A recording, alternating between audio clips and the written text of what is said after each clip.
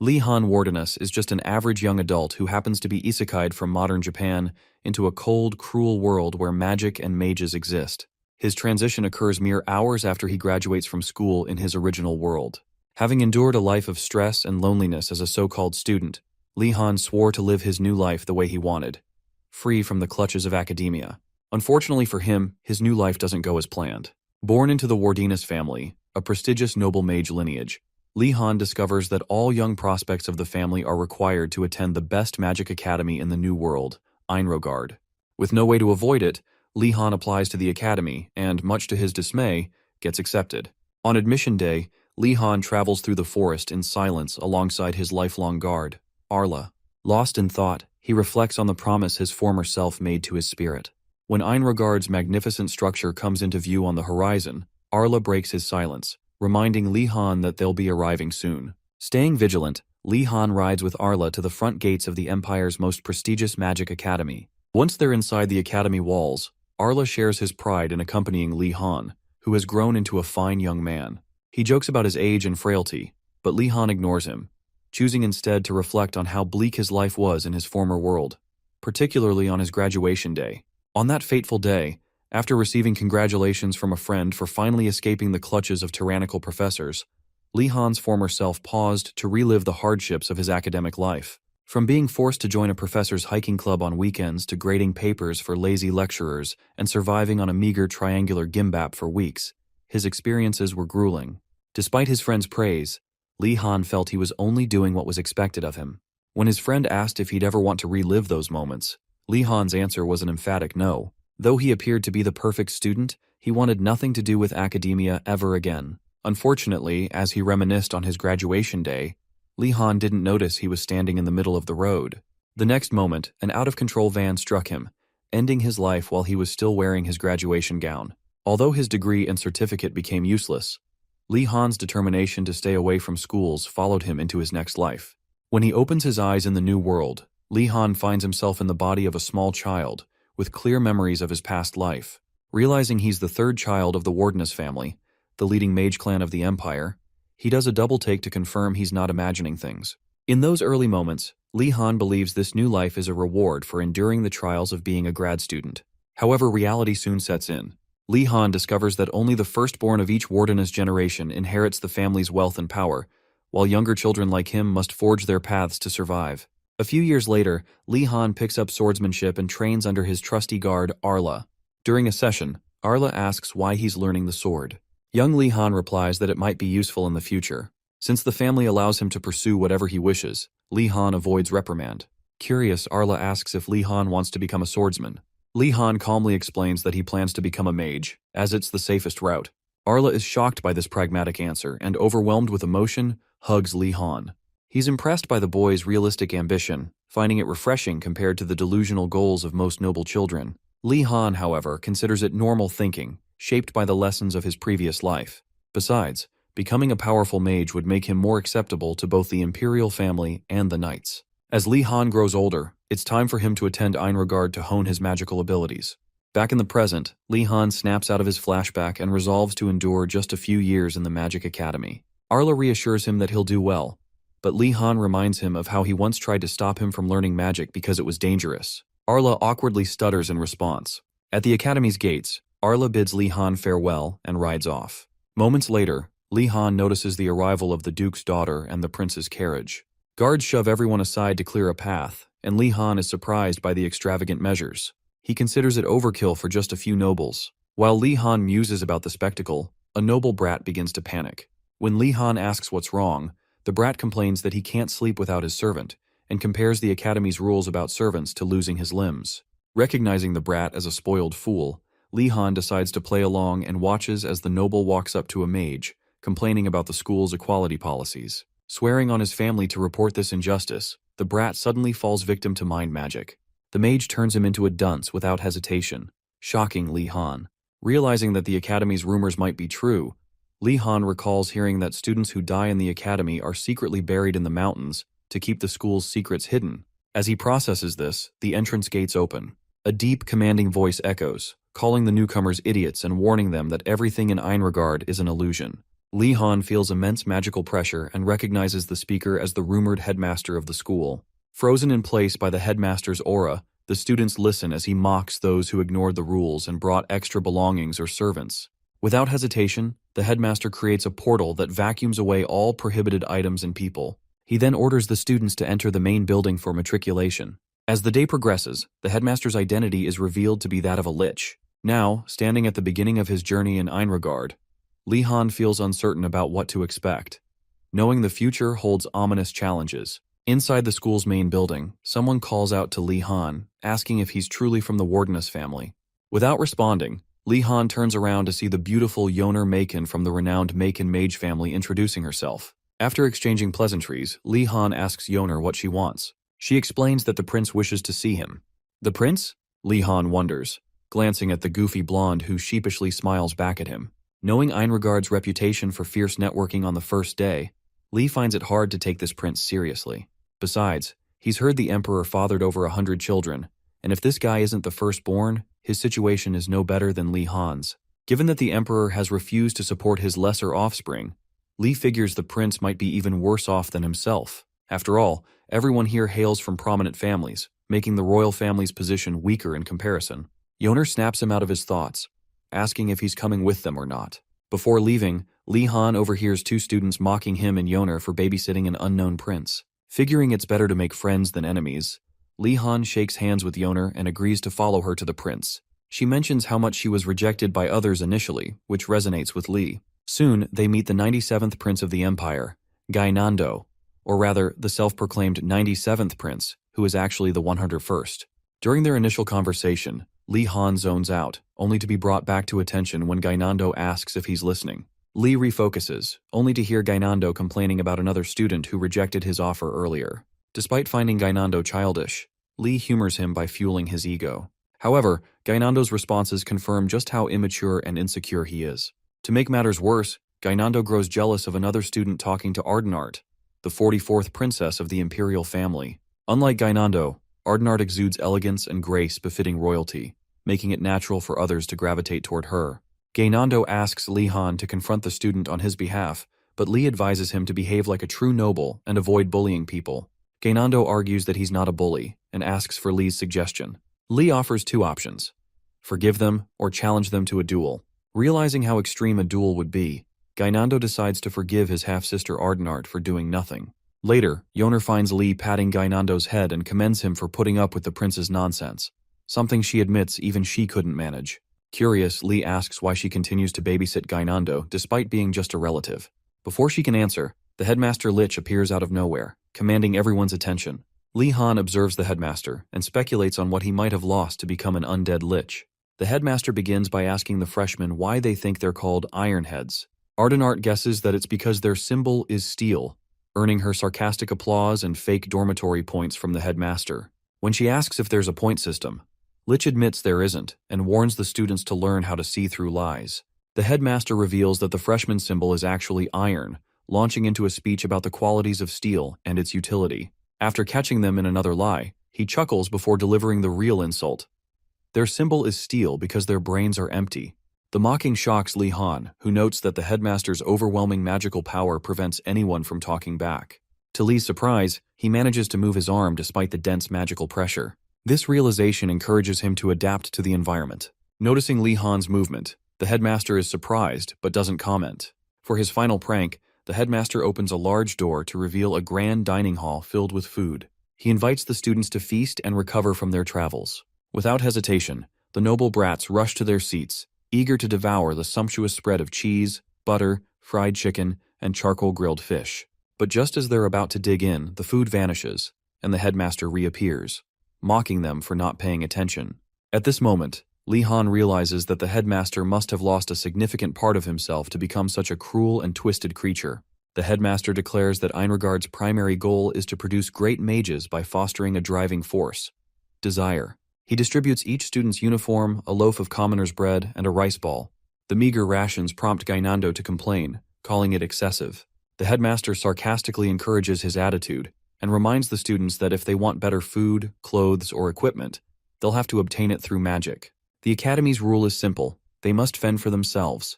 Soon after, one of the students considers contacting someone outside the academy to smuggle in supplies for him to use.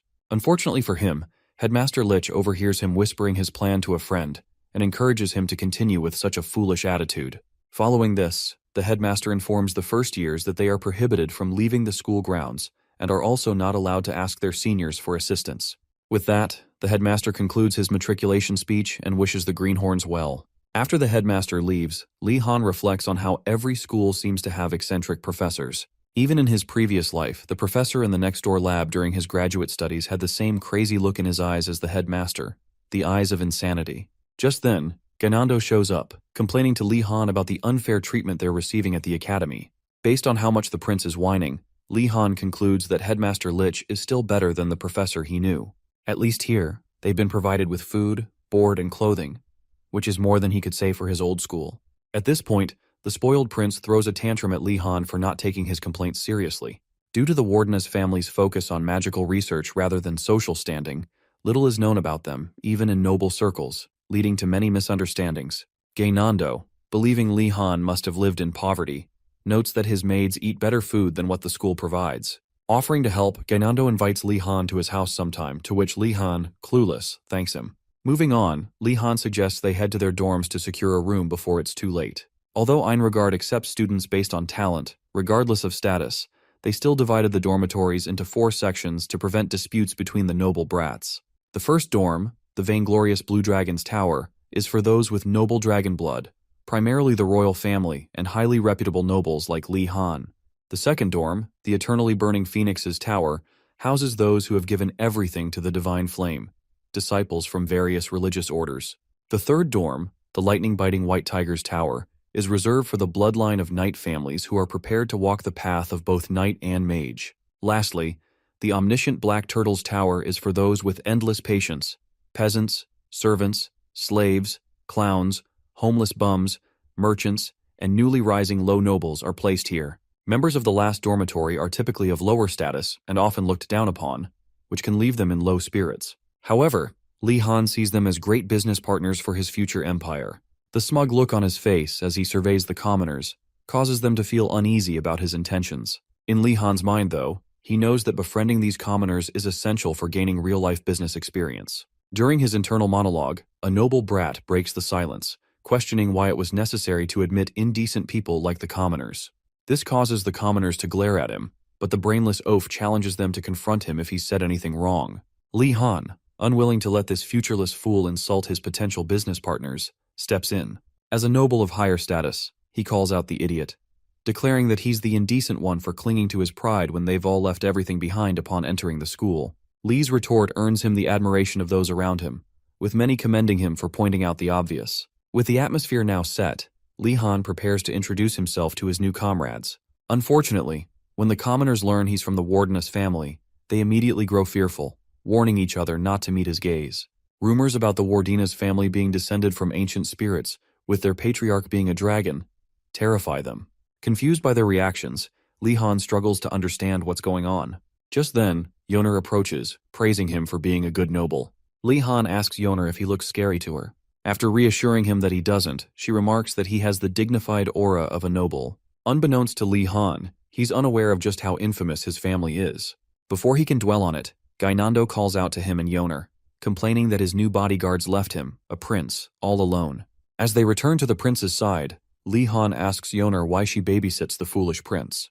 To answer his question, Yoner explains that she's doing it all because of Gainando's mother, recounting her history with her. In a flashback, it's revealed that a younger, more stubborn Yoner first met Gainando's mother at a royal banquet after accidentally spilling juice on her dress. Expecting to be punished, everyone was shocked when the woman showed mercy, even asking if Yoner was all right. Gainando's mother, being incredibly wealthy, provided Yoner with allowances simply for being her son's friend. Li Han quickly deduces that if that's the case, he too should become friends with Gainando to earn his mother's favor. When they arrive at their dorm, Li Han is surprised by its massive size. Despite being a school, it has a lake, forest, and everything necessary for them to fend for themselves. While admiring the scenery, Li notices some students talking about being lost, so he asks Yoner for clarification. Yoner admits she's also unsure since this was supposed to be the way to their dorm. As Li Han tries to figure out what's going on, something suddenly appears in front of them, leaving even Li Han scared out of his mind. Upon further investigation, it's revealed that a small, unimpressive building suddenly appeared before the noble students, leaving most of them appalled by its size.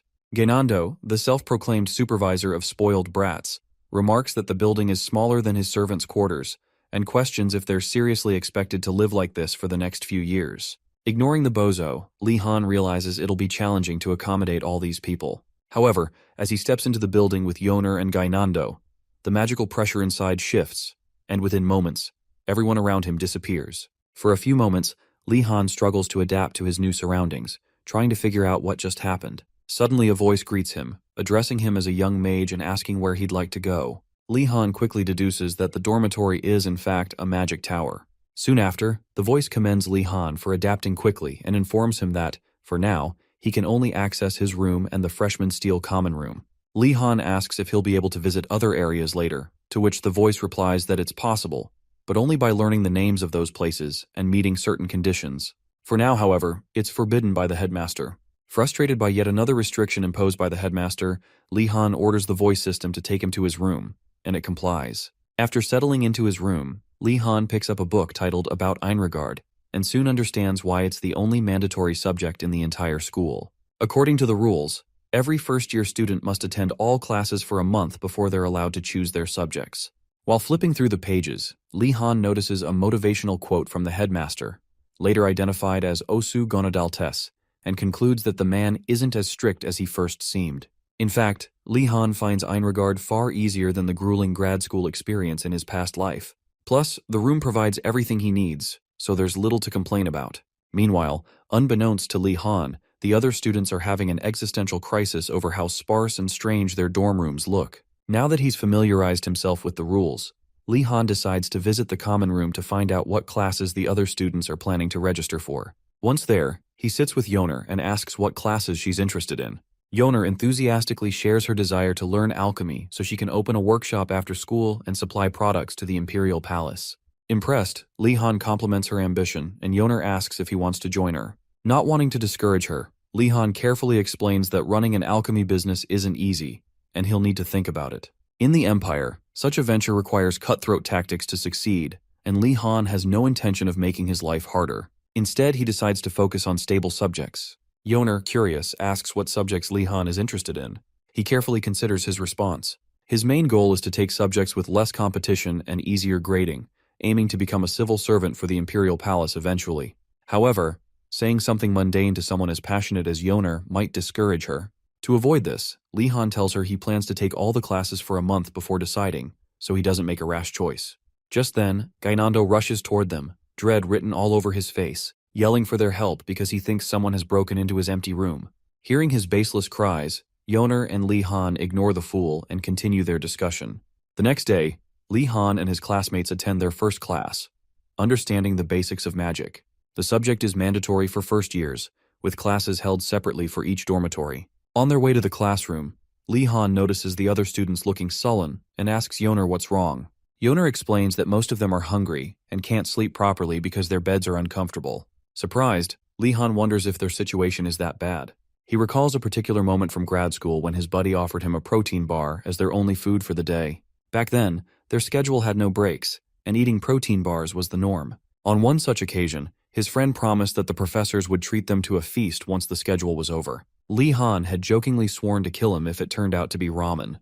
Of course, when the time came, it was the same old cup noodles and triangular kimbap as always. If he had managed to survive that, this situation would have been a cakewalk. Finally, the students arrive at the classroom for their first lecture. Relieved that the room is on the first floor, their relief quickly turns to shock when they open the door and find a troll, dressed in clean clothes, standing at the podium. Trolls are notorious for being ferocious and tyrannical monsters, so seeing one in a classroom is beyond their expectations. Without hesitation, the troll welcomes them and urges them to take their seats. Once the students are seated, the troll introduces herself as Garcia Kim, a half-troll, and reassures them that, while she understands their fear, there's no need to worry. She doesn't eat people unless she's very hungry. While Garcia is obviously joking, the students believe her for a moment. Eventually, she regrets making the joke and begins her lecture. Before diving into the lesson, she explains that most of the magic skills they'll learn in her class won't be practical until they become adults, because magic is inherently dangerous. However, as seeds of mages who bear the nickname Steel, Her lectures will introduce them to the fundamentals of magic and help each of them identify the element that best suits them. As they embark on this journey, Garcia promises to be their compass and urges them to start with the basics. Her first question to the class is, "What is magic?" Almost immediately, the teacher's pet, Ardenart, stands and confidently provides an answer. Pleased with her response, Garcia praises her and elaborates, explaining that magic is the act of borrowing both magical and mana power from the origins that shape the world. Everyone admitted to the school should have the ability to sense magic power and recognize it. More importantly, using magic requires more than awareness. It demands the precise combination of magic and mana power to achieve the desired results. Garcia continues, explaining that while magic often relies on incantations, reagents, or specific movements, the core of magic lies in one's will. Realizing she's been speaking for too long, Garcia cuts her explanation short and asks everyone to stand so they can try magic for themselves. She instructs them to take out their staff and focus on gathering their magic power. As they follow her instructions, she advises them to maintain control over their magic power while imagining an image of light. For Yoner, controlling magic power feels particularly challenging, as if she's trying to rein in a wild horse that could throw her off at any moment. As the students concentrate, Garcia tells them to complete the spell by shouting a short incantation. "Oh, light!" She reassures them that using short incantations helps them maintain focus. Li Han, who has been paying close attention, carefully lists the steps to cast and attempt the spell. Predictably, he doesn't succeed on his first try, but he manages to create a faint, unstable light on his wand. Soon the other students follow suit, with Yoner, Ardenart, and even Gainando successfully producing light. However, Gainando's magic quickly spirals out of control, forcing Garcia to intervene to prevent him from harming himself. Following the incident, Garcia sternly warns the class to focus on controlling their magic power, emphasizing that failing to do so could lead to serious consequences. She reassures them that it's her job to prevent such accidents and encourages them to continue practicing as long as they have magic power. After the second attempt, many of the noble students begin complaining, and about a third of the class gives up entirely. Garcia knows that Illuminate is the most basic spell, but even so, mastering it requires at least a month of practice. For now, the students will have to discover this reality for themselves, as she can't spell it out for them. Undeterred, she encourages them to attempt the spell a third time. By the end of this round, half the class is exhausted and gives up. The cycle repeats, with more students dropping out each time, until the sixth attempt, where only one student remains standing, Li Han. Before trying the spell for a seventh time, Li Han signals Garcia, apologizes for interrupting, and asks if he can continue practicing since he's the only one still trying. Garcia is stunned, wondering how he's managed to survive 7 attempts. Even if he had abundant magic power, most students would have depleted their mana reserves by the 5th attempt. Garcia takes a moment to explain that magic power, known by different names among various tribes, is the core energy source for mages. Since magic power is consumed with each spell, inexperienced young mages often run out quickly. The fact that Li Han is still standing after 7 tries is extraordinary, and something she needs to investigate. She asks for his name, and Li gives it, omitting his family name, Wardenus, which impresses her. Garcia invites Li Han to the podium and asks him to give her his hand. When he complies, Garcia assesses his mana reserves and is overwhelmed by what she senses, a vast ocean of mana that makes her feel as though she's drowning. Noticing the alarmed look on her face, Li Han asks if something is wrong. Garcia quickly regains her composure, denies any issues, and urges him to visit her after school. Li Han nods and returns to his seat. Resuming the lesson, Garcia reassures the class not to feel discouraged by their rapid mana depletion. With practice, they will learn to reduce their mana consumption and naturally increase their reserves. However, she cautions them against over-practicing, as it could lead to injury. Wrapping up, Garcia reminds the class not to take her jokes about eating students too seriously and concludes her first lecture. Later that day, Li Han visits Garcia's office to find out why she wanted to see him. Garcia explains that she's already heard about him from the headmaster. That's right, the eccentric lich had already snitched on him. Even so, Garcia reassures Li Han not to worry. Although the headmaster may seem crazy to the average person, he has a kind heart. Another lesser-known fact about the headmaster is his sharp eye for talent. He always notifies professors about new students. Over the years, his comments about freshmen have been limited to 1 or 2 average remarks about troublemakers and prospects. But this year, his focus is squarely on Li Han. According to him, Li Han possesses great foolishness, a term used in the East to describe someone with immense wisdom. So, despite the seemingly insulting phrasing, the headmaster likely means that Li Han has the potential to achieve greatness in the world of magic. Having experienced Li Han's immense mana firsthand, Garcia is curious about what kind of student he will become, and feels she can expect great things from him. After giving her a moment to finish her train of thought, Li Han calls her attention back to the present, waiting to answer his earlier question. Knowing she can't simply divulge everything the headmaster has said, Garcia instead tells him she wanted to meet because of his exceptional mana reserves. While Li Han already knows this, he feels disappointed, suspecting there must be more to it. Just then, Garcia continues, explaining that his mana is so vast that she can't even estimate its limits. Li Han stands there stunned. Garcia elaborates that the amount of mana one possesses is a form of talent. Mages with insufficient mana often endure great difficulty increasing their reserves, whereas those with abundant mana have the luxury of being more carefree. Upon realizing the scope of his talent, Li Han becomes excited, thinking his path forward will be much easier. However, Garcia calls his strength unfortunate. When Li Han asks what she means, she explains that having too much mana can be problematic. While a large mana reserve is advantageous for a mage, an excess makes control exceedingly difficult. To illustrate, she compares controlling the water in a glass to managing the water in a vast sea.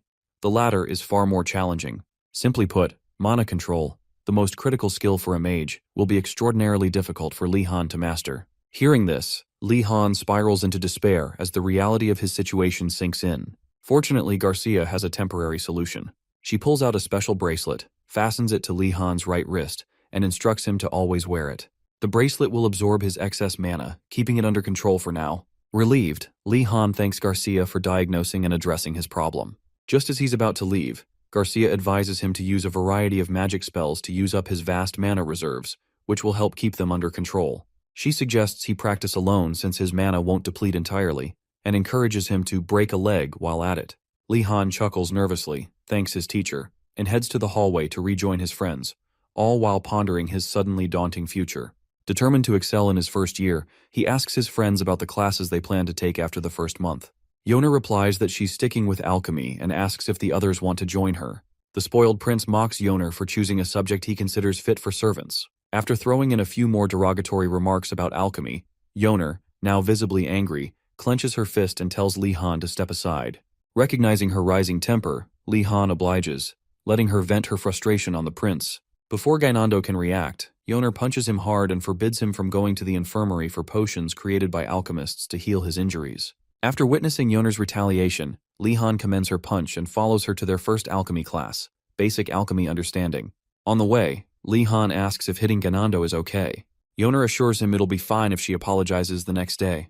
Li Han realizes she's done this before, but soon notices many students gathering for the class, particularly those from the Black Turtle Tower. While he doesn't care much about them, he's bothered by their stares. He observes that commoners generally react to nobles in one of two ways: fear or hostility. For now, Li Han decides to stay calm, knowing that being too friendly might backfire. When they arrive at the class venue, the professor takes a head count.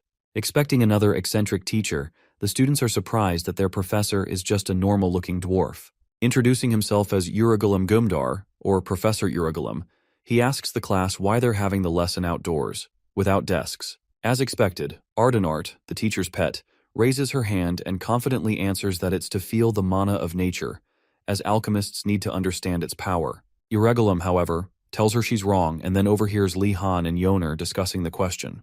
When Yoner asks Li Han what he thinks, he casually suggests it's probably because the location is good for gathering materials. Urugulum commends Li Han for giving the correct answer, calling him a student who uses his brain.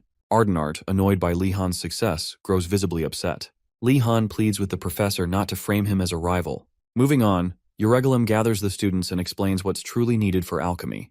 While many assume alchemy requires exceptional talent or intricate mana control, in reality, the most important skill is the ability to gather materials. Ardenart challenges the professor's last statement, questioning why learning to gather materials is so important when materials can be grown or commissioned. As murmurs of agreement with her point ripple through the group, Professor Urugulum becomes visibly angry and calls her an iron head for not understanding the practical realities. In his experience, only about 10% of materials can be grown, and purchased materials are often unreliable due to adventurers mishandling them. Many of these so-called adventurers yank medicinal herbs so roughly that even the gods would be furious. In essence, Urugulum emphasizes that alchemists must know how to gather their materials, as failing to do so sets them up for failure. After concluding his explanation, Urugulum distributes scrolls containing illustrations of a rare mushroom-like herb. He orders the students to find the specific material and not to return empty-handed. Left to their own devices, the students begin discussing their next steps. Strange rumors surround Einregard, so when Yoner and Li Han identify the herb as the Doko herb, a common ingredient in antidotes, Yoner mentions she had used it before entering the academy. Among the many rumors about the school is one claiming students frequently die while learning magic, a notoriously dangerous art. Peering into the forest ahead, Li Han wonders why the school is so careless about sending first years into such a perilous area. The forest appears particularly dangerous for just him and Yoner to traverse alone. After much deliberation, they find someone from their tower to join them. Initially, Li Han considers asking the princess, but Yoner questions whether he sees her as approachable. Li Han brushes this off, reasoning that familiarity isn't necessary since they're merely searching for a medicinal herb.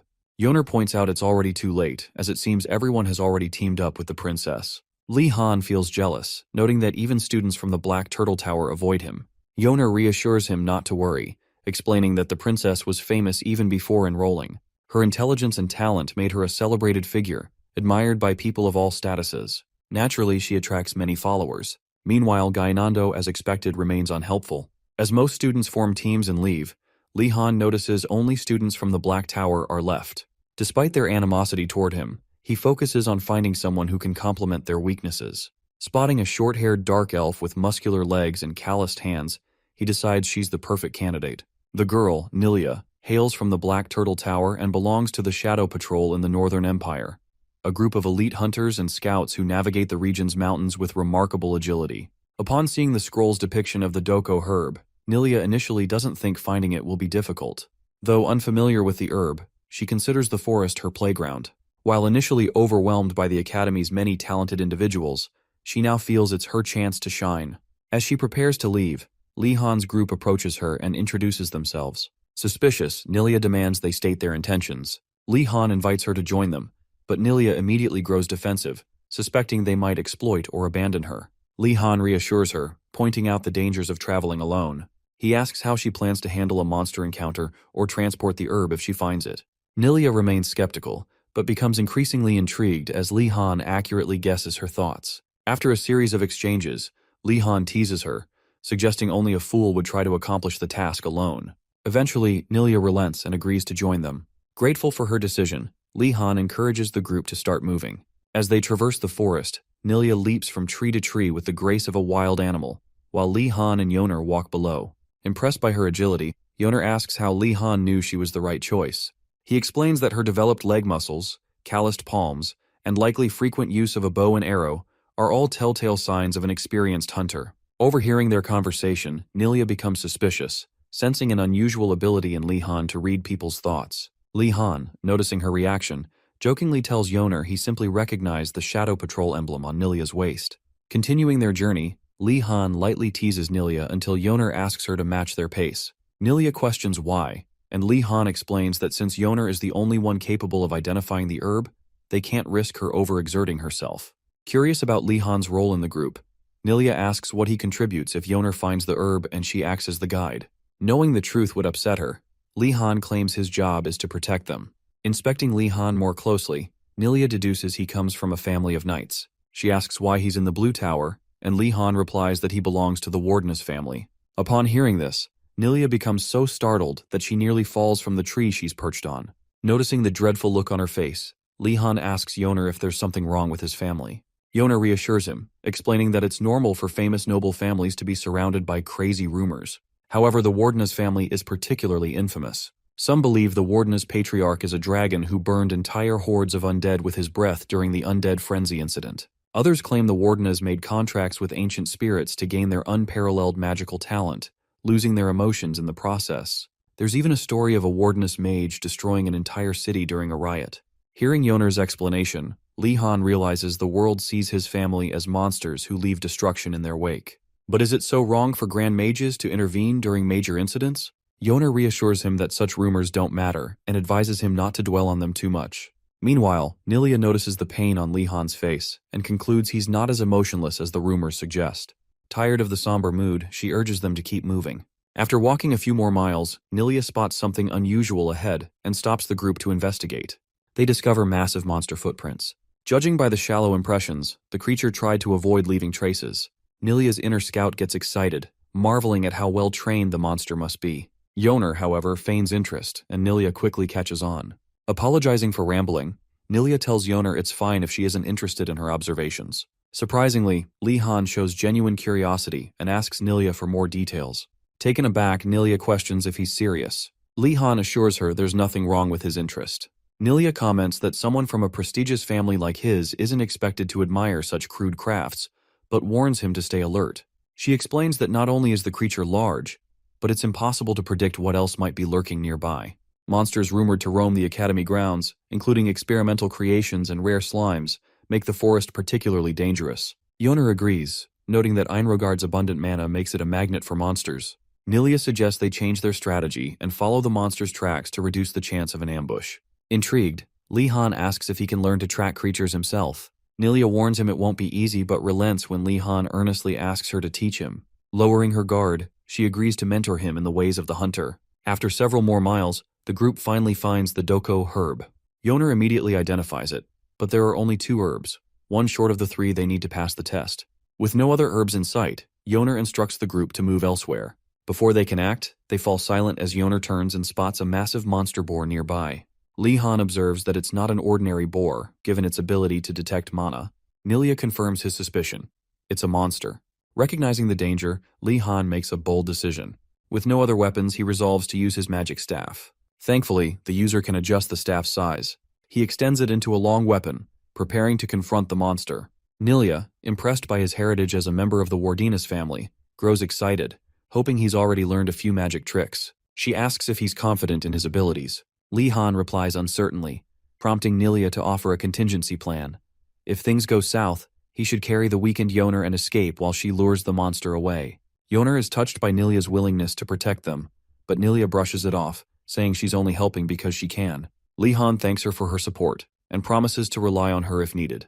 With their plans set, Li Han faces the monster boar. Nilia, full of anticipation, watches closely as Li Han grips his staff, recalling his training with Sir Arlalong when he was 10. Back then, Arlalong taught Li Han that while the sword is considered the king of weapons, a true knight must master multiple weapons to reach enlightenment. Only those who undergo this process can condense their mana into a weapon and achieve aura mastery.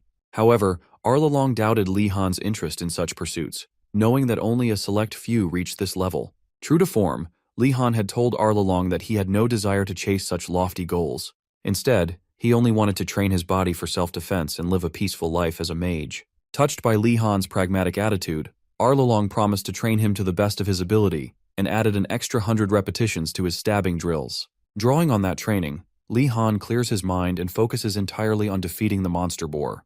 He drives his staff into the boar's mouth in a fluid motion, killing it instantly. Both Nilia and Yoner are stunned by the outcome. They stare at Li Han in disbelief, wondering why he didn't use magic tricks. As sturdy as the staff of Einrogard is, it still shouldn't have been able to defeat a monster of that caliber so easily. Unbeknownst to him, Li Han had subconsciously condensed some of his mana into the staff, allowing it to function like a sword. Although this was far from the mastery of aura, his quick thinking and compromise saved him and the girls, allowing them to live to fight another day. Once the monster stops twitching, the trio assesses the fatal wound. While Nilia is astonished that Li Han managed to kill such a massive creature with just a staff, Yoner is more preoccupied with how overwhelming the class seems. She can't believe the teachers would send new students into such a dangerous area, and even considers skipping future classes altogether when another scream echoes nearby. After reassuring Yoner, the trio rushes to investigate the scream's source. When they arrive, they find a group of students battling another monstrous boar. Given the number of students present, Li Han suggests they observe for now, and Nilia agrees. Just then, a noble boy, Ashen Dalkard, steps forward, armed with his staff. He confidently declares that he'll handle the monster himself. Yoner immediately recognizes him as a member of the renowned Dalkard family, known for their exceptional abilities and history as financial advisors to the Emperor. Based on this reputation, Li Han assumes Dalkard must be competent and trusts he knows how to wield a weapon. However, as the fight begins, it becomes clear that Dalkard's bravado is just talk. His first attack barely scratches the boar, only enraging it further. Realizing his strategy was flawed, Dalkard tries to recover, but it's too late. The boar kicks him with immense force, sending him flying several feet. With Dalkard incapacitated, the boar turns its murderous gaze on the princess and the others. At this moment, the princess steps forward. Yoner asks Li Han what they should do. but Li Han observes, reading the princess's expression. She seems deep in thought, carefully timing her attack. Watching closely, Li Han notes how the princess waits for the boar to charge, striking only at the perfect moment. Her calculated strike hits its mark, and the boar lets out a pained shriek before collapsing. After the battle, Li Han thanks Nilia for teaching him the importance of approaching such creatures while riding the headwind. He assures her he'll be relying on her advice more in the future. Following the victory, Princess Ardenart expresses her gratitude to Li Han for saving her and her team instead of showing jealousy. Li Han brushes it off, but Nilia can't help wondering why they're speaking so formally. Aren't students in the same year supposed to talk casually? Nonetheless, Ardenart insists on repaying Li Han for his help. Curious, she asks what he wants in return. Li Han surprises her by asking for a list of classes that are easy to excel in. Initially, Ardenart thinks he's testing her, but when Li Han repeats the question, she realizes he's serious. Before she can respond, the professor, who had been eavesdropping, emerges from his hiding spot. He declares that he knows the answer to Li Han's query. Before recognizing the professor, Li Han experiences an ominous feeling that reminds him of his former life and his intimidating graduate school professor. The professor Uragolem interrupts his thoughts, suggesting that the alchemy class is what Li Han is looking for. Calming himself, Li Han responds that success in alchemy should be achievable with passion and dedication. Intrigued by Li Han's enthusiasm, Uragolem promises to help him develop the passion and love he speaks of. However, Li Han notices the envious glares of the other noble students who resent the professor's interest in him. Undeterred, Li Han informs Uragolem that he still wants to explore other options. Taking the hint, Uragolem wraps up the class for the day. Unfortunately, other groups weren't as lucky. They encountered no boars. Nonetheless, their experience sufficed for the lesson. Just then, sporting a black eye, Ashan confronts Uragolem, accusing him of intentionally leading the students into danger. Uragolem explains that the purpose of the exercise was to expose the students to various scenarios they might face while gathering herbs, whether to fight, flee, dodge, or hide, as an alchemist should be prepared for all possibilities. Upon hearing this, Yoner questions whether they still need to submit the Doko herb, given the danger they endured to collect 3. Uragolem, surprised that any group managed to find the herb, praises their efforts and rewards them by passing all 3 students. He also mandates that Li Han join his alchemy class. Inwardly, Li Han feels trapped, but he resigns to this new reality and tells the professor that he'll do his best to take the class as learning alchemy is his dream. After hearing everything Li Han said, Uragolem begins to see him as mature, far more grounded than someone his age typically would be. Having killed the boar monster and obtained the Doko herb, Uragolem rewards Li Han with a special privilege. He grants Li unrestricted access to his cabin in the forest for the remainder of the semester. Initially confused, Li Han imagines being overwhelmed with endless chores, but Uragolem clarifies. The cabin, he explains, is stocked with the one thing new students desire most: food. While they might not appreciate it now, Uragolem assures them that after a week of eating the school's subpar meals, they'll sing his praises. Li Han weighs his options and realizes how hard it would be to survive on the bland food provided by the school, especially since the noble children have their tower with better provisions. With Uragolem's cabin boasting fresh ingredients, including spices and vegetables foraged from the forest, Li Han concludes he's essentially been given a semester-long buffet pass. His frown shifts into a smile as he shakes Uragolem's hand, declaring that alchemy is the best. Uragolem, amused, replies that he's already growing fond of Li Han, feeling like they're kindred spirits. However, the cheerful mood doesn't last long, as Uragolam releases the injured boar back into the forest. The noble brats whine about the grueling practical work, swearing never to attend the class again. Meanwhile, Li Han suppresses his annoyance at the school and focuses on the immediate task, managing rations. Accompanied by Nilia and Yoner, Li Han heads to Uragolem's cabin. After setting the boar carcass aside, he wonders if he can butcher the animal alone. Noticing the dread on his face, Yoner offers to help, provided she gets some meat in return. Li Han, suspicious of the look on her face, asks if she'll be okay. Yoner reassures him, while Nilia questions whether he will butcher it himself, pointing out that nobles typically avoid such tasks. Li Han stands and asks her teasingly if she's vegan or just hates meat. Embarrassed by the question, Nilia decides to prove her worth by demonstrating her hunting skills.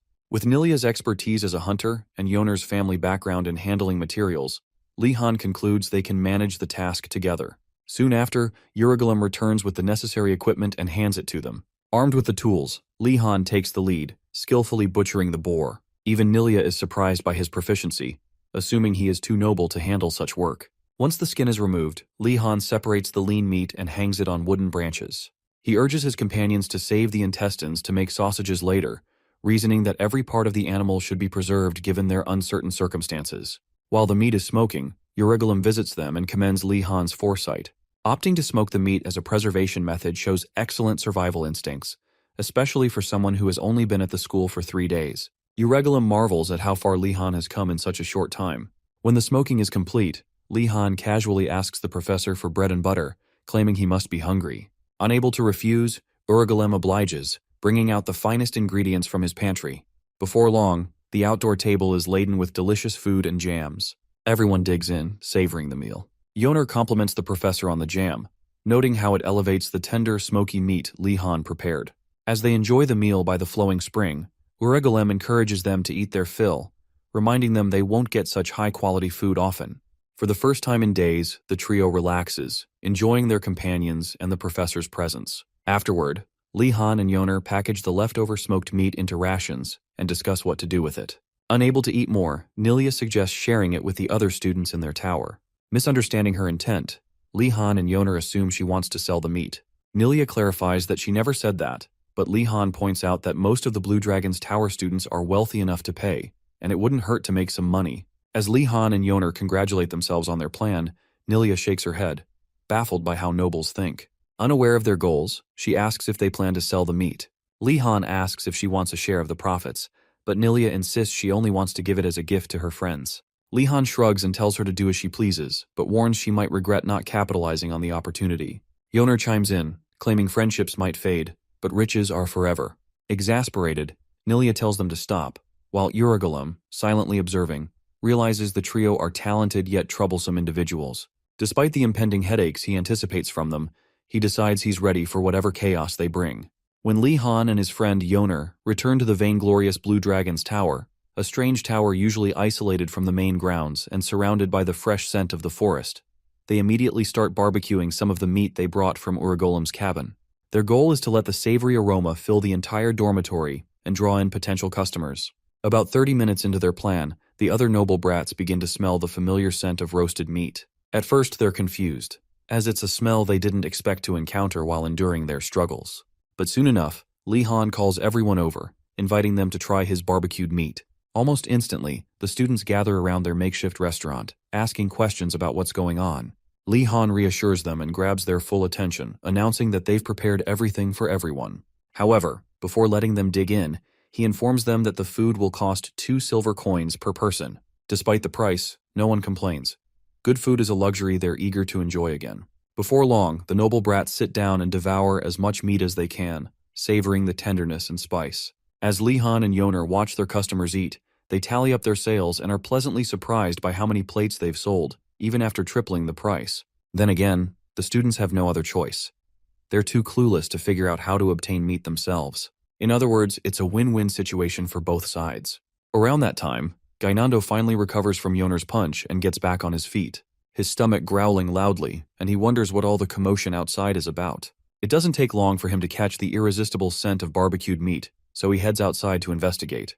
As soon as Li Han spots him, he invites him to sit down and eat, just like everyone else. Without hesitation, Gainando sits and prepares to feast on the barbecued meat.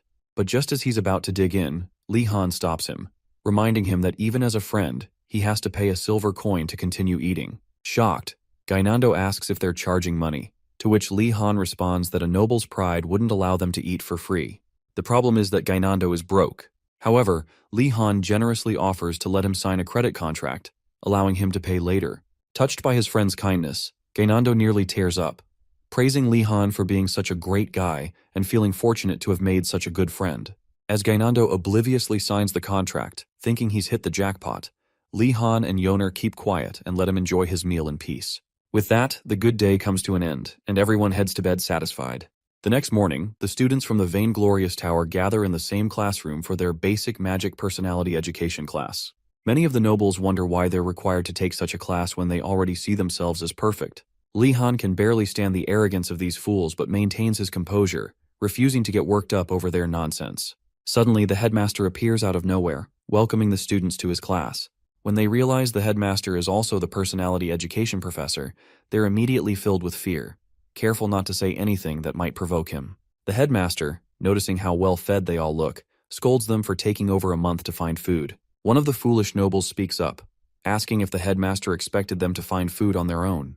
But before he can continue, the headmaster silences him, informing the students that he's relieved their empty heads finally figured out how to get decent food. Internally, the headmaster recalls how the Blue Dragon's tower has always been the slowest to find food, with the Black Turtle's tower being the fastest and the White Tiger's tower the second fastest. The Blue Dragon's tower, composed mostly of privileged nobles, often struggles with tasks like these, as they've never faced any real hardship. However, this year the headmaster is impressed with how quickly they've adapted. He's well aware that Li Han is the mastermind behind their success and makes eye contact with him, acknowledging his leadership. From the moment he saw Li Han during matriculation, he knew he was different. What's even more surprising is that someone as adaptable and carefree as Li Han hails from the rigid and stubborn Wardinas family. For some context, the headmaster is known to be a professor who enjoys giving his students challenges, believing that flexibility and creative thinking are the most important traits a magician can possess. At that moment, the same foolish noble asks the headmaster what the purpose of the class is. Pleased to hear the question, the headmaster flips it back, asking the student what he thinks the purpose is. Unsurprisingly, the noble admits he doesn't know. Annoyed, the headmaster explains that the emperor often holds him accountable for the actions of graduates from the academy. Many of their seniors have caused significant problems in the empire, and when they do, the headmaster gets blamed for their foolishness. Therefore, he uses this class as a safeguard, an excuse to avoid being punished for their future misdeeds. He asks if they understand, then warns them not to deny their imperfections, as magicians are an unpredictable lot. If they claim to be perfect, it will only make him angrier. With that, he orders them to open their books and loudly recite the mantra on page 1. I will not cause harm to ordinary people with my magic.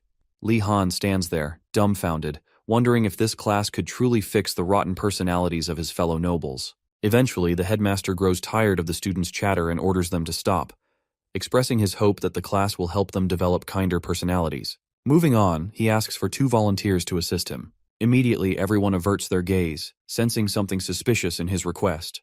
When the headmaster threatens to make their lives harder if no one steps up, Li Han volunteers, hoping there's a worthwhile reward at the end. The headmaster attempts to intimidate Li Han, but he stands his ground, feigning enthusiasm and claiming he's happy to assist a professor he respects so much.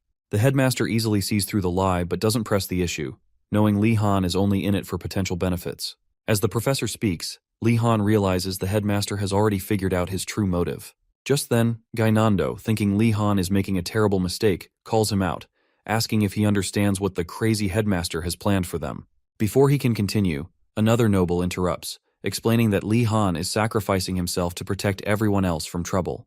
Touched by this supposed act of selflessness, Gainando decides to step up for his friend. Unfortunately, his cowardly legs refuse to cooperate, and before he can act, someone else volunteers. The headmaster identifies the second volunteer as Ashan Dalkard, a member of a family known for its proficiency with documents, and immediately makes a snide remark about his name.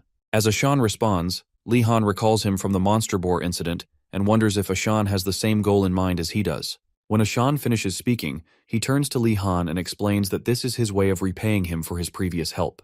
Li Han tries to dissuade him, but Ashan boasts about his family's skill in calculations, giving the headmaster the impression that the 2 boys are on good terms. However, the headmaster abruptly cuts them off, assigning them the task of copying down all the student safety rules by the next class. Both Li Han and Ashan are left dumbfounded. Later that evening, the boys stay behind after class to get a head start on their task. After hours of writing, Ashan snaps, his rage boiling over. He swears never to forgive the headmaster for this bullshit, especially since he knows he could have completed the task in an instant using magic. Li Han watches Ashan's outburst, silently hoping he doesn't collapse from the stress. Reflecting on the situation, Li Han suspects the headmaster deliberately gave them this tedious task to encourage them to use magic once they become too frustrated to continue manually. Unfortunately, they lack even basic magical skills, like illuminate, so using magic to write seems impossible. At that moment, an idea strikes Li Han. He reasons that the headmaster, if he has any shred of conscience, must have left them a hint somewhere. Ashan notices Li Han's sudden silence and asks what he's doing. Li Han replies that he's looking for anything that could help them solve their predicament.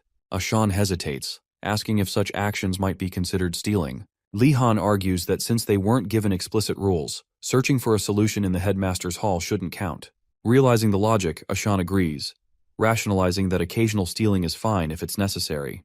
They decide to split up and search the room for clues. After scouring the hall without much success, Li Han stumbles upon a drawer glowing with a green light. He calls Ashan over, sensing mana emanating from it.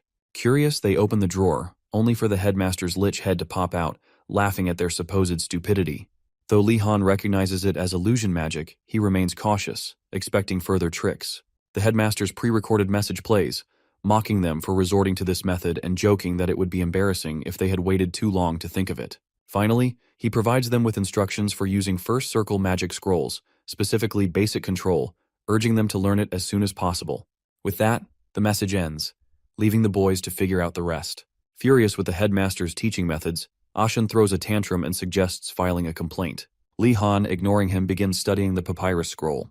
When Ashan presses him further, Li Han asks if he thinks complaining to the crazy headmaster will work. Realizing the odds are slim, Ashan drops the idea and reluctantly joins Li Han in practicing basic control. After repeated failed attempts to lift a single feather pen using magic, Ashan exhausts his mana and collapses, leaving Li Han to press on alone. Despite the apparent simplicity of magic, Li Han understands its complexity. Mana is delicate and gathers differently for everyone. Determined, he focuses intently, treating this as a life-or-death situation. After reciting a few motivational mantras to himself, Li Han attempts to move the feather pen one last time. To his amazement, it moves. Both boys stare in shock, realizing they've made their first breakthrough in magic, and Ashan gets scared of Li Han Wardness's power. Now that the spell works on the feather pen, Li Han's next move is to control its movement more slowly. He focuses on the pen, attempting his spell again. But instead of moving slowly, the pen zooms past his face, shatters the window pane, and embeds itself in a peach tree outside. Stunned, the boys exchange incredulous glances before realizing it actually happened. To make sense of the incident, they consult the papyrus scroll and discover they need to solve two key challenges to master basic magic control. First, they must complete the spell. Then, they must maintain their focus to control the object. The text also mentions that completing the spell is the harder part, while object control is comparatively easier. Encouraged by this information, Li Han decides to try again. This time, he carefully focuses on the pen to ensure it doesn't spiral out of control. Just as he begins, the headmaster suddenly appears out of nowhere, asking if they've had enough practice. Startled by the interruption, Li Han loses focus, and the feather pen whizzes wildly around the room, eventually striking the headmaster's forehead. Unfazed, the headmaster asks if they understand why he assigned this task. Both boys scream, "No!" Ashan, oddly impressed by Li Han's accidental attack, declares himself a fan of Li's skills. Before Ashan can provoke the headmaster further, Li Han cuts him off, pointing out that the pen didn't even scratch the headmaster's forehead. Moving on, the headmaster commends Li Han for his quick progress, albeit with a backhanded compliment, calling him a pretty good bogus idiot. Li Han, still reeling from his accidental mishap, is surprised that the headmaster isn't ranting. He figures the headmaster must be in a rare good mood, so he seizes the moment to ask for tips on object control. The headmaster responds with mockery, asking how Li could struggle with control when he's already completed the spell. When Li unapologetically admits his struggles, the headmaster lies, reassuring him that it's normal for new students to face such difficulties. Just as Li sighs in relief, the headmaster drops the act, telling him it's a lie and pointing out that the spell is the hard part. In his experience, mastering control should only take 1 or 2 tries, so anyone who fails at it is a special kind of idiot. When Li asks for advice, the headmaster simply tells him to figure it out himself. Expecting an outburst, the headmaster is surprised when Li responds politely, promising to practice more. Finding it boring to tease someone so composed, the headmaster decides he'll target Ashan next time instead. Finally, the headmaster offers a nugget of wisdom, explaining that their magical proficiency will grow the more they use it. Then, using teleportation magic, he banishes them to the cafeteria to have lunch. In an instant, Li Han finds himself safely in the cafeteria. Annoyed, he grumbles about the headmaster only using important spells for trivial purposes. Looking around, he notices the cafeteria is empty. It's well past lunchtime. Resigned, he decides to eat the boring bread and rice balls he's grown accustomed to, but chooses to enhance his meal with some smoked meat he prepared in Iragolem's cabin. While he's at it, Ardenart waltzes into the cafeteria and calls out to him. Surprised, Li Han greets her and asks what she's doing there. She reveals she's brought the data he requested earlier, a list of easy-to-pass subjects. Grateful, Li Han thanks her and opens the list. However, he quickly realizes she's mistakenly handed him a list of popular lecture topics instead. He's even more alarmed to see understanding of alchemy among them. Cutting to the point, Li Han informs Ardenart of her mistake, explaining the difference between popular and unpopular courses. Realizing he's serious about studying dull subjects, Ardenart is disappointed. She initially thought Li Han was noble-like, but now she sees him as despicable and unworthy of her admiration. Reluctantly, she retrieves the correct list of unpopular courses and hands it over. Glancing at the new list, Li Han immediately understands why these topics are unpopular. The first, basic swordsmanship, is unappealing because no one at a magic school wants to learn sword fighting. The second, repeated practice of basic magic battle, is disliked because most students are more interested in research than combat. However, none of that matters to Li Han. His goal is to learn skills that will help him protect himself. Happy with the list, Li Han thanks Ardenart, who promptly leaves. The next morning, Li Han heads to the first lecture on his list, alone. His friends, Gainando, Ashan, and Yoner had all refused to join him, and he understands their reluctance. In matters concerning professors and lectures, Li Han knows there's no such thing as consideration. Professors don't care about their students, nor do they care about their fellow lecturers. This is why Li Han opts for a subject he cares little about so he can focus on more important ones. Steeling himself with this mindset, Li Han arrives at the entrance to the school's basement, where his next class is held. Though the staircase leading down appears ordinary, Li Han senses something ominously wrong with the place. Over time, warnings have circulated among Imperial students about the dangers of entering magic towers. Though they may look ordinary from the outside, once inside, escape becomes nearly impossible to clear. Even as a child, Li Han would read horror stories about people trapped forever in such towers, using them as cautionary tales. One night in his youth, young Li Han asked Arlalong whether the stories about magic towers were mere fairy tales. Back then, Arlalong admitted that while the tales might be exaggerated, there was truth to them. Anyone who enters a magic tower is unlikely to leave. In fact, Arlalong added grimly, they might die before they even realize it. The once cheerful Li Han quickly sobered, breaking into a nervous sweat. Now older and a student at Einregard, Li Han has come to see his school as the final form of a magic tower. This is why most new students, despite their curiosity, avoid exploring the school grounds. Terrified but determined, Li Han gathers his courage to descend into the basement, knowing he has a class there. As he steels himself, the eccentric headmaster appears behind him, startling him into a panicked frenzy. After calming himself, Li Han masks his irritation and greets the headmaster with flattery and a question. He explains that he's heading to the basement but wonders if the headmaster has any advice. Without hesitation, the headmaster flatly says he has nothing to share. To make matters worse, he promises to place flowers on Li Han's corpse should it be found the next day. Li Han clenches his teeth in frustration, but forces a fake smile, determined not to give the headmaster the satisfaction of seeing him lose his composure. After parting ways with the headmaster, Li Han descends into the first level of the underground facility. Contrary to his expectations, the corridors seem ordinary. When he reaches the classroom entrance, he overhears two students chatting about the class. Briefly, he feels relieved that he might not be alone, but the feeling vanishes when one of the students realizes they've made a mistake. The pair quickly realize they're at the basic magic combat repetitive practice classroom and leave, muttering insults about anyone foolish enough to take the class.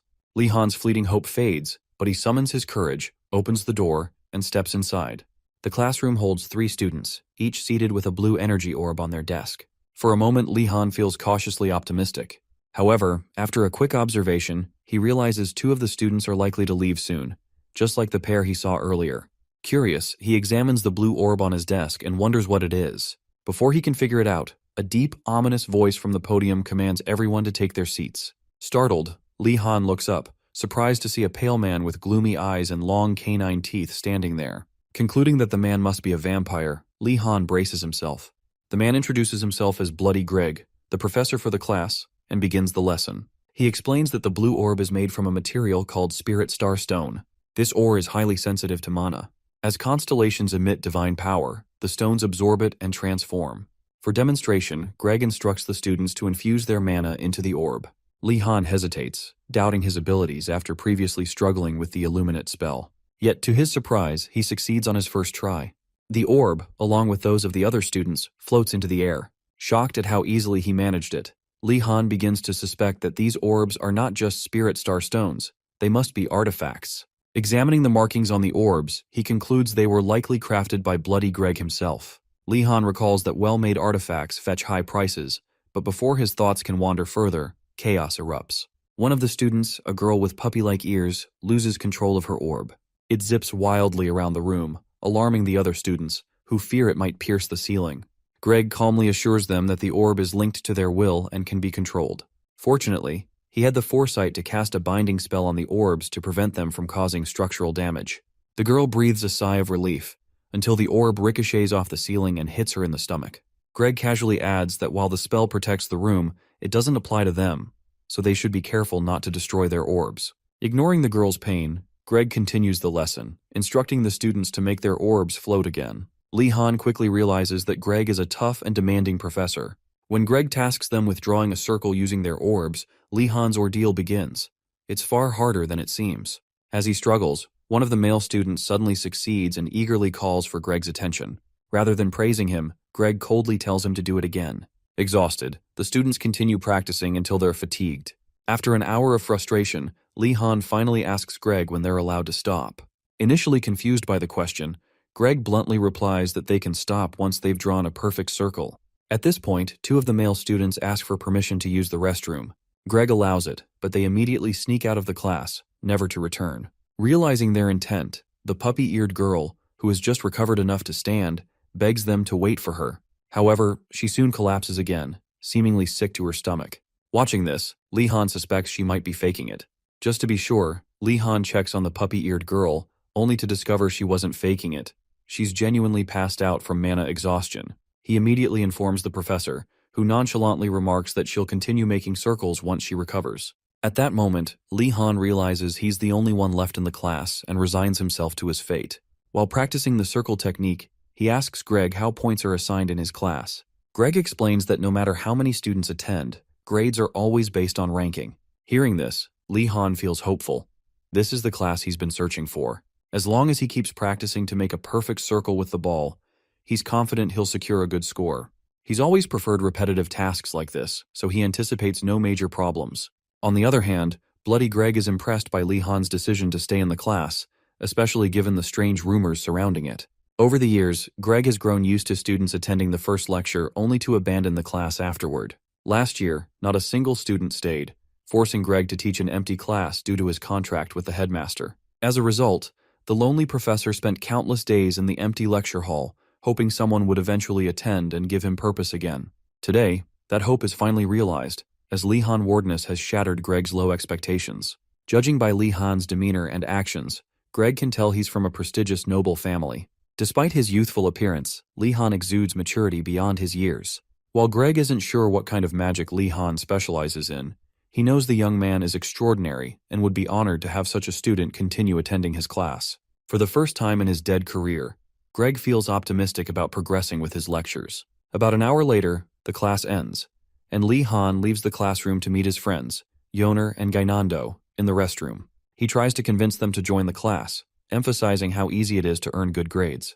However, before committing, Gainando presses him for details about the class. Lee-han explains that all they need to do is infuse mana into a crystal ball provided by the professor and practice drawing circles with it. Suspicious, Gainando asks what happens after that, and Lee-han admits that Greg hasn't explained further. This raises red flags for both Yoner and Gainando, who question whether Greg might be a fraud. Lee-han shrugs off their concerns, reasoning that the professor's legitimacy doesn't matter as long as they're guaranteed good grades. Taken aback by his practicality, Yoner starts viewing Lee-han as someone who doesn't think beyond what's useful. Undeterred, Lee-han tells them it's fine if they don't want to join, but mentions he has to leave for his next class.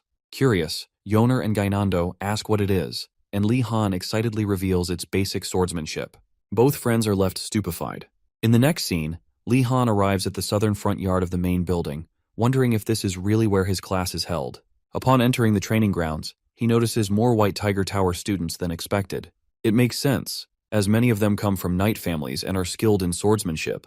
Seeing their talent, Lee-han assumes they take the class seriously. As he prepares to enjoy this class, he overhears rumors circulating about him. This time, he can clearly hear the students talking. They identify him as a Wardness from the Blue Dragon Tower and speculate that he only showed up after being trained by his nanny. They accuse him of looking down on swordsmanship and complain about nobles dismissing the profession. Initially, Lee-han expected the knights to be prideful about their craft, but after hearing their petty gossip, he's not so sure anymore. Not that he cares. They're just teenagers with half-developed brains, so he lets it slide. Shortly before class begins, a well-built orc approaches Lee-han and confirms his identity as the third son of the Wardinus family. Unbothered, Lee-han answers confidently. The orc tells him he's in the wrong place, as this class is for serious swordsmanship practitioners, not beginners. Lee-han thanks him for the clarification but refuses to leave. This infuriates the orc, who warns Li Han not to underestimate the class. He adds that students won't hold back during duels, so Li Han might get seriously injured. Calmly, Li Han thanks him again but then challenges him to a duel to prove himself. Enraged, the orc seems ready to snap, but before things escalate, the professor arrives and calls the students to gather for the lecture. The professor, an elf, introduces himself as Professor Engeldel and announces that he'll be teaching the class for the semester. Surprised to see an elf as their swordsmanship instructor, Li Han listens attentively. Engeldel explains that he assumes the students have some experience with swords and have come either to improve their skills or maintain their current level. Therefore, instead of focusing on the basics, he plans to help them refine their personal techniques. As he speaks, someone from the crowd taps Li Han on the shoulder. Turning around, he sees yet another young blonde elf smiling warmly at him. After confirming that Li Han is indeed from the Wardeness family, the elf asks why someone from such a prestigious family known for magic is learning swordsmanship. Li Han casually explains that it's simply easier to earn points since fewer people take the class. Although this isn't the answer he expected, the elf decides not to press further and agrees to disagree.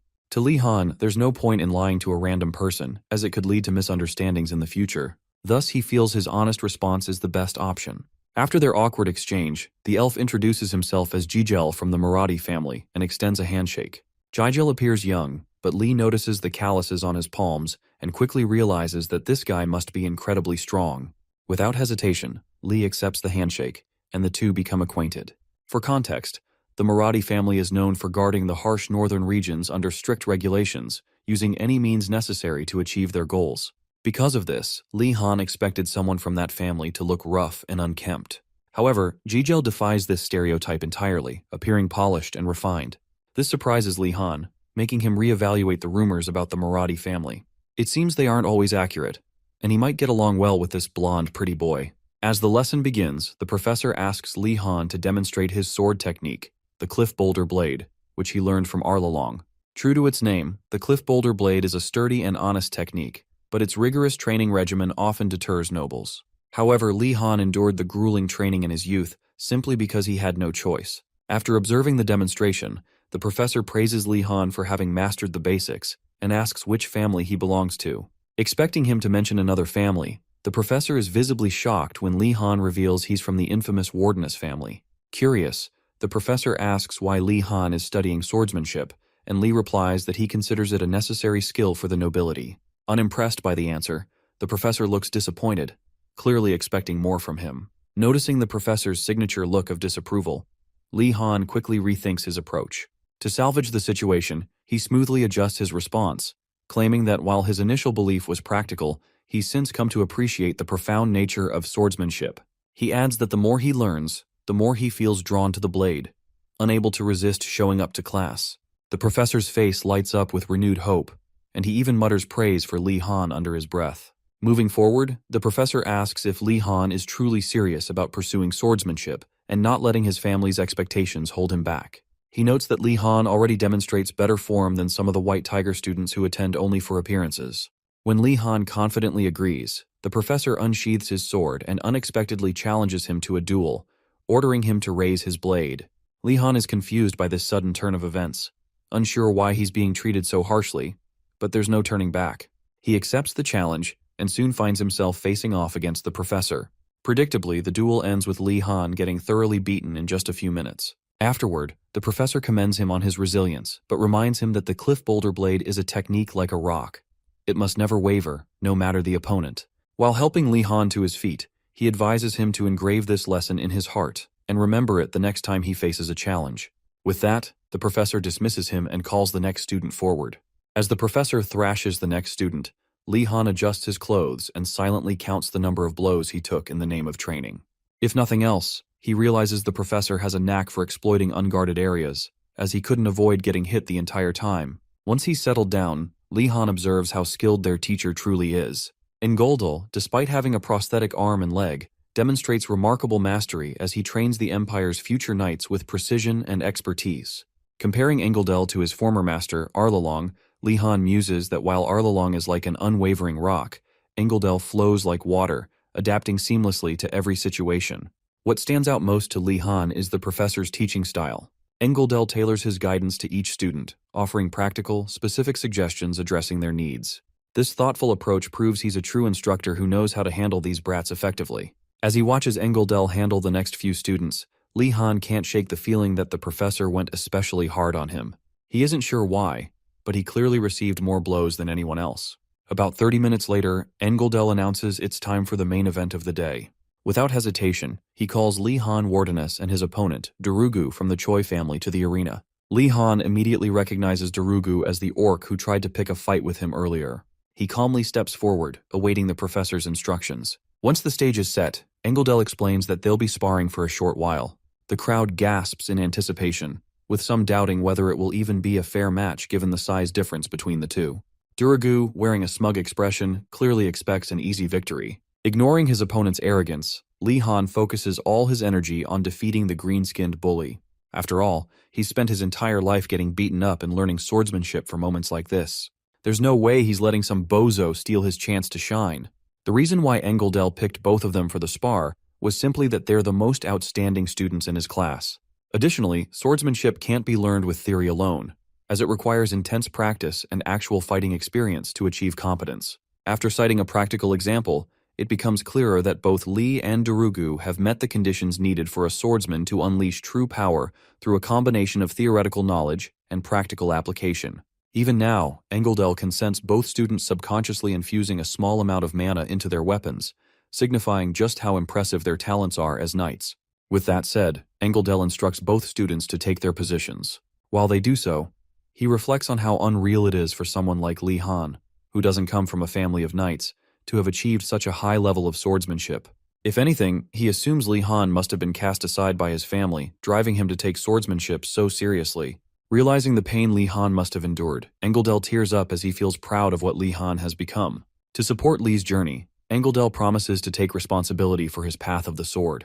He then begins the duel, eagerly anticipating both students' performances. Darugu Choi comes from a family renowned for excelling in the Alpine Lunar Sword, a swift and sharp sword style, while Li Han uses the Cliff Boulder Sword, a heavy and powerful style. Since their approaches are complete opposites, Engeldel hopes they'll learn from each other's mistakes, which is what rivals are for. As soon as the sparring session begins, Darugu gets tired of Li Han waiting for him to make the first move. Frustrated, he lunges at Li and attacks first with his Alpine sword style.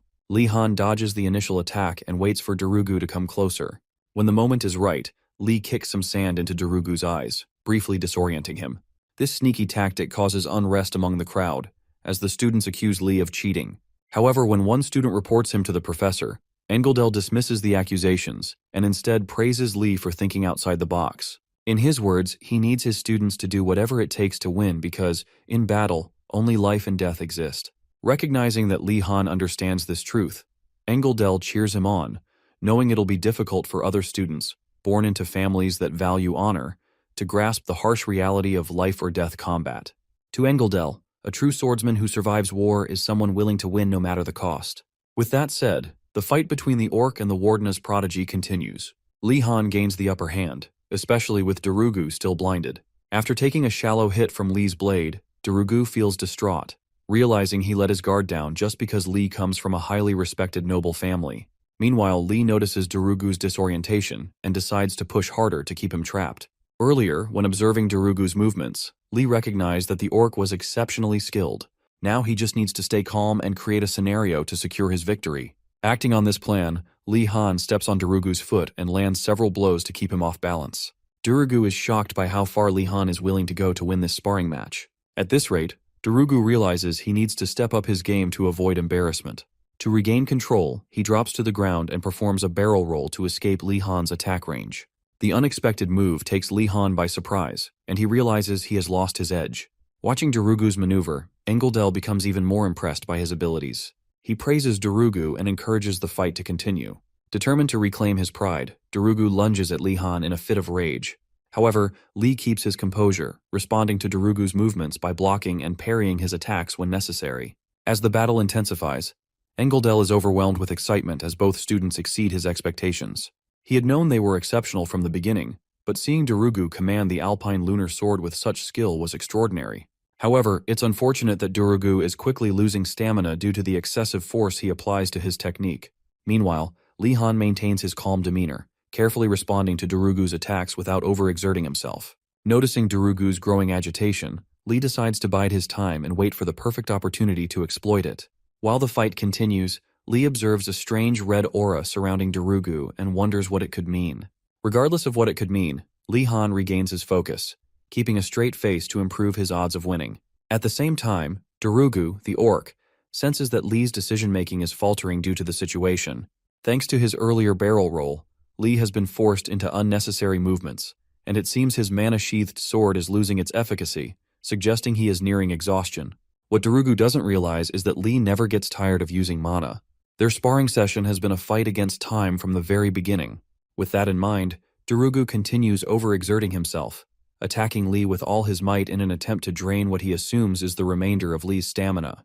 Over time, however, he grows confused as Lee's defense only becomes stronger. He wonders if the problem lies in the amount of force he's putting into his strikes.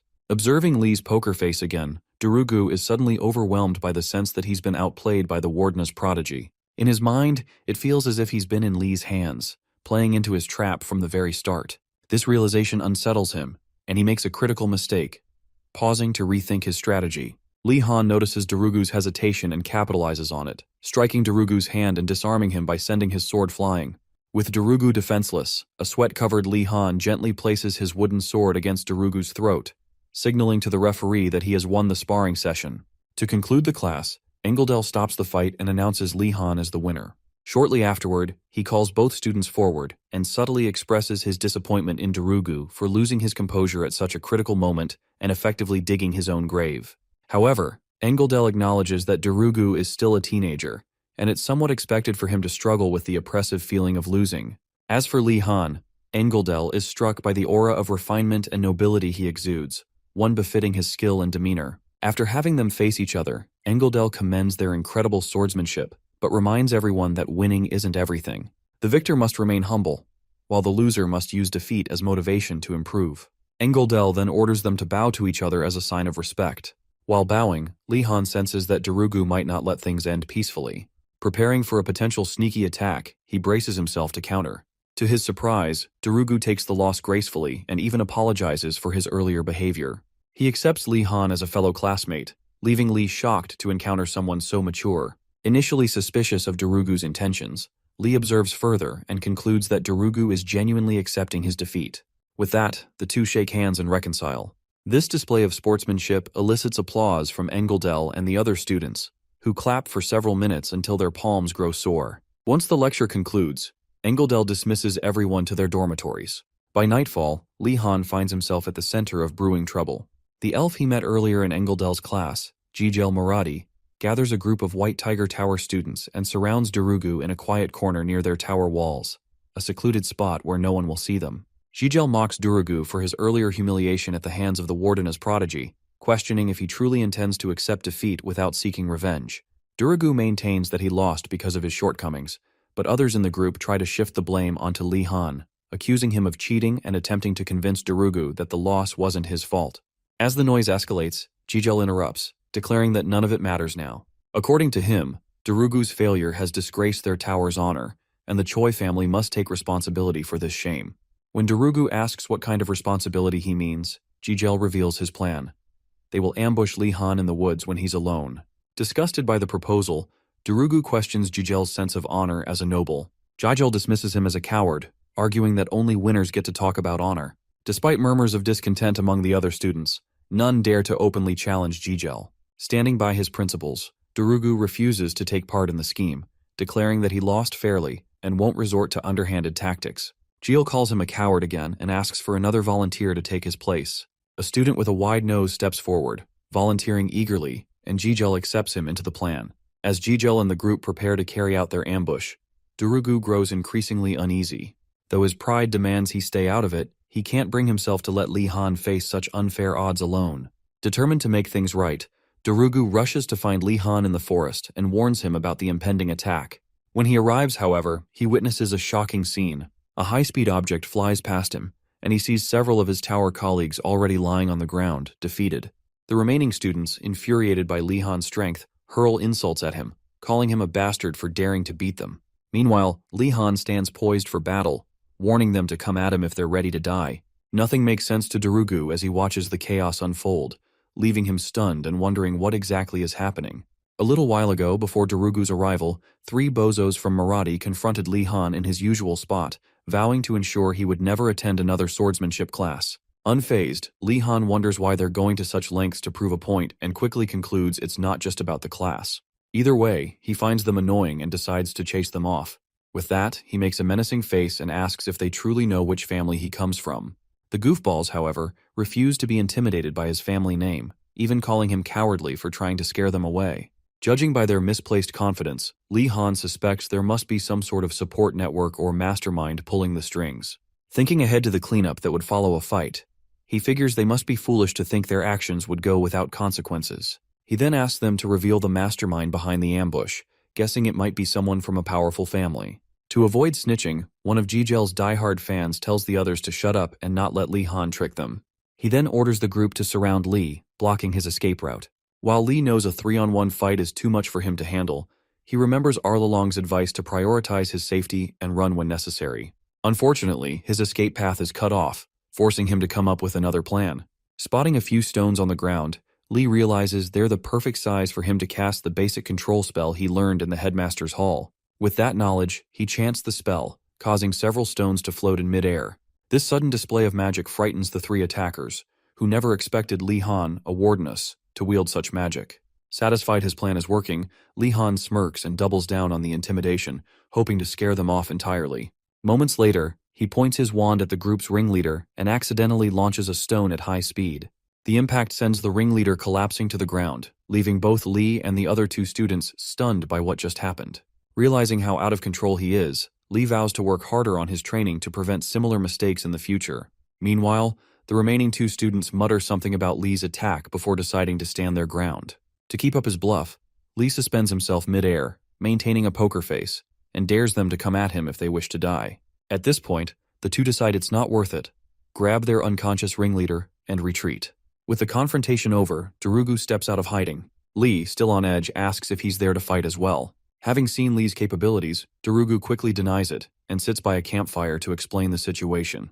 When Li learns that Jijil Marathi is the mastermind behind the ambush, he begins to understand the way of life in the White Tiger Tower. Unlike his own Blue Dragon Tower, where camaraderie and cheerfulness thrive, the White Tiger Tower operates on a strict hierarchy, often forcing its members to act in their master's interests. As Darugu explains, Li draws Jijil's face on the ground to jog his memory. He recalls the elf's face and feels a pang of disappointment, as he initially thought Jijil was a nice guy. Realizing Jijil's actions contradict his appearance, Li speculates about his motives and concludes that Jijil is merely playing his role in a larger scheme.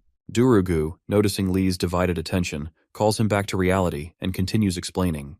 Li finds it strange that they approached him in such a manner, but Darugu sheds light on the situation. He explains that as a member of the Wardeness family, Li is a powerful political tool. Moreover, if Jijil were to defeat someone like Li, especially as a first year, it would greatly elevate his own reputation and influence. Angered by Jijil's intentions, Li shares Darugu's frustration. To avoid future confrontations, Darugu advises Li to be cautious, as it's clear that the White Tiger Knights will continue harboring negative feelings toward him, especially with his rising success in swordsmanship classes. Jijil, being a skilled manipulator, will undoubtedly exploit those feelings. Their meeting ends shortly after, and Li Han returns to his tower, contemplating Darugu's parting words. Darugu had advised him to avoid classes attended by White Tiger Tower students, as it would reduce Jijil's opportunities to act. While the advice seems reasonable, Li Han refuses to follow it. Firstly, classes like swordsmanship are hard to come by, and secondly, the very idea of being dragged into their petty politics offends his pride. Determined to strike back in his way, Li injures himself and heads to the common room. There, he gathers everyone's attention and claims he was attacked by White Tiger Tower students simply because he's from the Blue Dragon Tower. The room falls silent for a moment before erupting in rage. The students rally behind Li, calling the knights bastards for targeting him. One student even suggests alerting everyone upstairs, as the White Tiger Tower dared to mess with their savior, Wardeness, not someone like Gainando. Surprised by their passionate response to his lie, Li watches the students gather weapons to retaliate. Alarmed by how quickly the situation spirals, Li tries to calm them down, insisting there's no need to escalate matters. However, one student reminds him of the debt they owe him for saving them from starvation with his meat. If this is how they repay him, so be it. As the chaos escalates, Li begins to feel guilty. realizing he has inadvertently sparked a war between the towers. Soon, the students divide into two groups, each determined to destroy the White Tiger Tower. By this point, Lee knows he's made a huge mistake, unaware of how much his tower despises the White Tiger Tower. Just as the mob is about to march out, Ashan steps forward, urging everyone to wait and listen to him. He then addresses the crowd, cautioning them against acting rashly, as the White Tiger Tower houses students from families of knights, and points out that a reckless approach would almost certainly lead to their defeat. Lee Han, impressed by Ashan's rationality, applauds him and supports his point. However, Ashan interjects before Lee Han can explain his plan, suggesting they would have better odds if they lay low and waited before attacking the White Tiger students. Predictably, the other students agree with Ashan's suggestion and begin preparations based on his idea. Lee Han feels disappointed in himself for expecting more from a group of enraged students. Nevertheless, he knows he can't let a battle unfold based on his lie. He calls the room to order and tells them he doesn't want revenge taken on his behalf, as this matter concerns his honor as a noble. He declares that he will resolve it himself. One of the students questions how he plans to handle the White Tiger students, reminding him of their cunning and pettiness. Lee Han takes a deep breath and appeals to their noble status, asserting that stooping to the level of the White Tiger students would disgrace their bloodlines. Placated by this reasoning, Ashan and the other students calm down and listen. Seeing their change in demeanor, Lee Han tells them to remain vigilant and keep their weapons nearby in case the White Tiger students attack. Since their rivals are more likely to act as a group, he advises his peers to be prepared to defend their tower if needed. This plan satisfies the vengeance-driven students, who agree to band together and stay ready for confrontation. Having diffused the immediate threat of mob retaliation, Lee Han disperses the crowd so everyone can return to their rooms. While leaving, Lee overhears two students discussing their next class with the White Tiger Tower students and mentioning that they've already mastered illumination magic. This catches Lee Han off guard, as he wonders if he's the only one who hasn't yet mastered the spell. Determined to catch up, he spends the entire night practicing without any sleep. The next morning, Yeoner wakes early, startled to find a visibly exhausted Lee Han sitting in a corner, greeting her. Concerned, she asks him what's wrong, and he explains that he spent the night practicing magic. Yeoner then asks if he received permission to practice the spell, and Lee casually replies that he did. He shares what he overheard from the two students the previous day, but Yeoner dismisses it, questioning why he's even bothered by it. Ignoring her remark, Lee notices Gainando arriving unusually early and tries to greet him, but Gainando ignores him and heads toward the fireplace. At the fireplace, Gainando pulls a sausage kebab from his coat and places it near the fire. Lee quietly sneaks up behind him, reassuring him that no one will steal his food. Startled, Gainando asks when Lee arrived in the room, and Lee explains that he's been there since Gainando walked in. He also advises Gainando to check his kebab so it doesn't burn. As Gainando tends to his food, Lee glances around the room and asks Yeoner why everyone looks so downcast.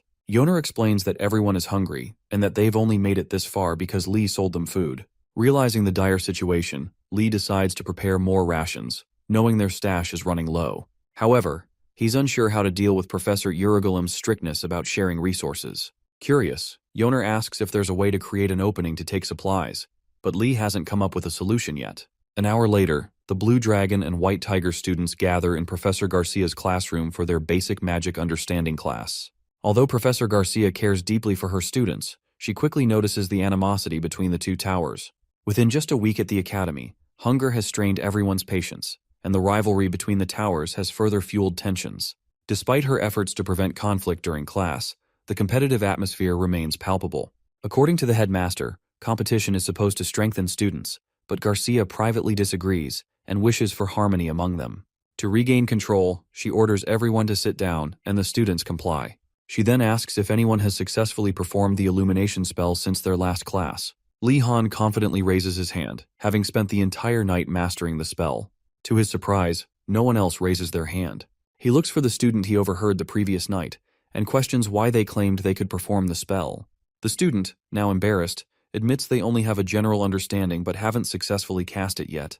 They nervously assure Lee Han that they'll manage it soon, as they're nobles just like him. Realizing those pretentious nobles deceived him, Lee feels frustrated for working so hard unnecessarily. However, Professor Garcia praises the two Blue Dragon Tower students who raised their hands, revealing that the second is none other than Princess Ardenart. Hoping to make a good impression on her, Lee becomes uncomfortable when he notices her staring at him. Confused by her intense gaze, Lee asks Ashan about it.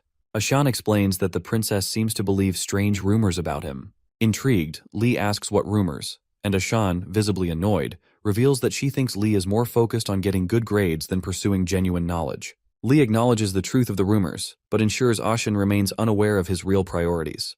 Ashan, on the other hand, expresses his disappointment in the princess for believing such an absurd rumor. However, Lee Han reminds him that it's a free world, and the princess is entitled to believe whatever she wants. Impressed by Lee's words, Ashan slams his hand on the desk and praises Lee for being the most hospitable person he's ever met. Right there in class, Ashan spirals into a delusional rave, muttering nonsense about the children of their tower coming from great families, with Lee Han being the noblest of them all. After thanking his father for sending him to this school to meet someone like Lee Han, Ashan tearfully proclaims that Lee Han is a good guy. Lee, just as confused as anyone else would be, ignores him and continues focusing on the lesson. Soon after, Lee Han and the princess are called to the podium to demonstrate the illumination spell they claim to have learned. Both manage to cast the spell perfectly, impressing Professor Garcia and the entire class. Garcia commends them for being the first students to successfully perform the spell within the first week of learning it. While she praises them, she notices the dejected expressions of the other students, who failed to learn the spell in time. She encourages them not to be discouraged, reminding them that illumination magic is the most basic form of magic and an essential first step in understanding how magic works. As Garcia motivates the class, Lee observes that the students aren't paying attention, too busy bickering among themselves. Once Garcia finishes speaking, she instructs the students to calm down and return to their seats. Despite her orders, the Blue Dragon and White Tiger Tower students continue exchanging insults. Garcia notices some Blue Dragon students bullying the White Tigers and, hoping to shift their focus, announces that they'll be learning elemental magic for the semester. Hearing this, the class becomes excited about studying something more dynamic in their first year. Garcia explains that mastering illumination will naturally help them gain a foundational understanding of magic. She then introduces the fundamentals of elemental magic, explaining that it consists of core elements: water, fire, earth, wind, darkness, and more advanced attributes like gravitational magic. These elements serve as the foundation for all other magical disciplines and are crucial for assigning attributes to artifacts. To illustrate the importance of mastering even basic elemental magic, she compares it to understanding mathematical operations and emphasizes that mastering it will earn them respect across the continent. After her explanation, Garcia moves on to practicals. She announces that the students will test their affinity for the basic elements to determine which suits them best. Excited murmurs ripple through the class, with many students hoping they'll excel at fire magic. Garcia calls the class to order and conjures lit candles on every desk. She instructs the students to use their knowledge from previous lessons to create fire, not just light, this time. Before they begin, she warns them to be cautious, as fire is far more dangerous than light. To demonstrate, Garcia chants an incantation and conjures a massive pillar of fire, which captivates the noble students. Even Lee Han, who tries not to react too enthusiastically, can't help but admire how cool magic looks. Afterward, Garcia asks if the students are ready to try the spell. As expected, they dive in immediately, many struggling and nearly injuring themselves in the process. Lee Han, however, stays calm and contemplates why the professor provided candles. Recalling the mantra about visualizing objects close to him, he gains the confidence to attempt the spell. As he focuses his mana, Garcia notices it spiraling out of control and quickly intervenes, stopping him before he can proceed. She announces that Lee Han will be prohibited from practicing fire magic for now. When Lee asks why, Garcia explains that learning fire magic is too dangerous for him at his current level.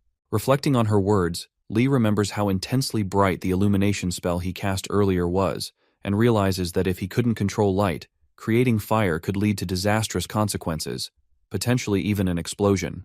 To avoid such risks, Garcia advises Lee to practice water magic instead, as it's much safer. She encourages him to revisit fire magic once he's developed finer control over his mana. Although frustrated at first, as he views fire magic as much cooler than water magic, Lee eventually reconsiders. He acknowledges that while fire and lightning magic are powerful and offensive, water magic offers its own versatility. For now, at least, he'll have access to drinking water wherever he goes, which is a small consolation. Resigned to his fate, Lee begins his water magic practice. Meanwhile, Ashan, sitting nearby, envies Lee for receiving special instruction from the professor. Lee glares at him and with a forced smile tells him to shut up. Shortly afterward, Lee Han stares at the bowl of water on his desk and commands it to surge as he points his wand at it. His first attempt fails, but Lee, eager to learn fire magic as soon as possible, tries again and again until he finally succeeds on his third try. Infusing enough mana into the water, he transforms it into a large globule of pure liquid that floats in mid-air, much to the amazement of everyone in the classroom. When the rest of the students realize Lee accomplished what they couldn't in just 3 tries, the entire class erupts in surprise.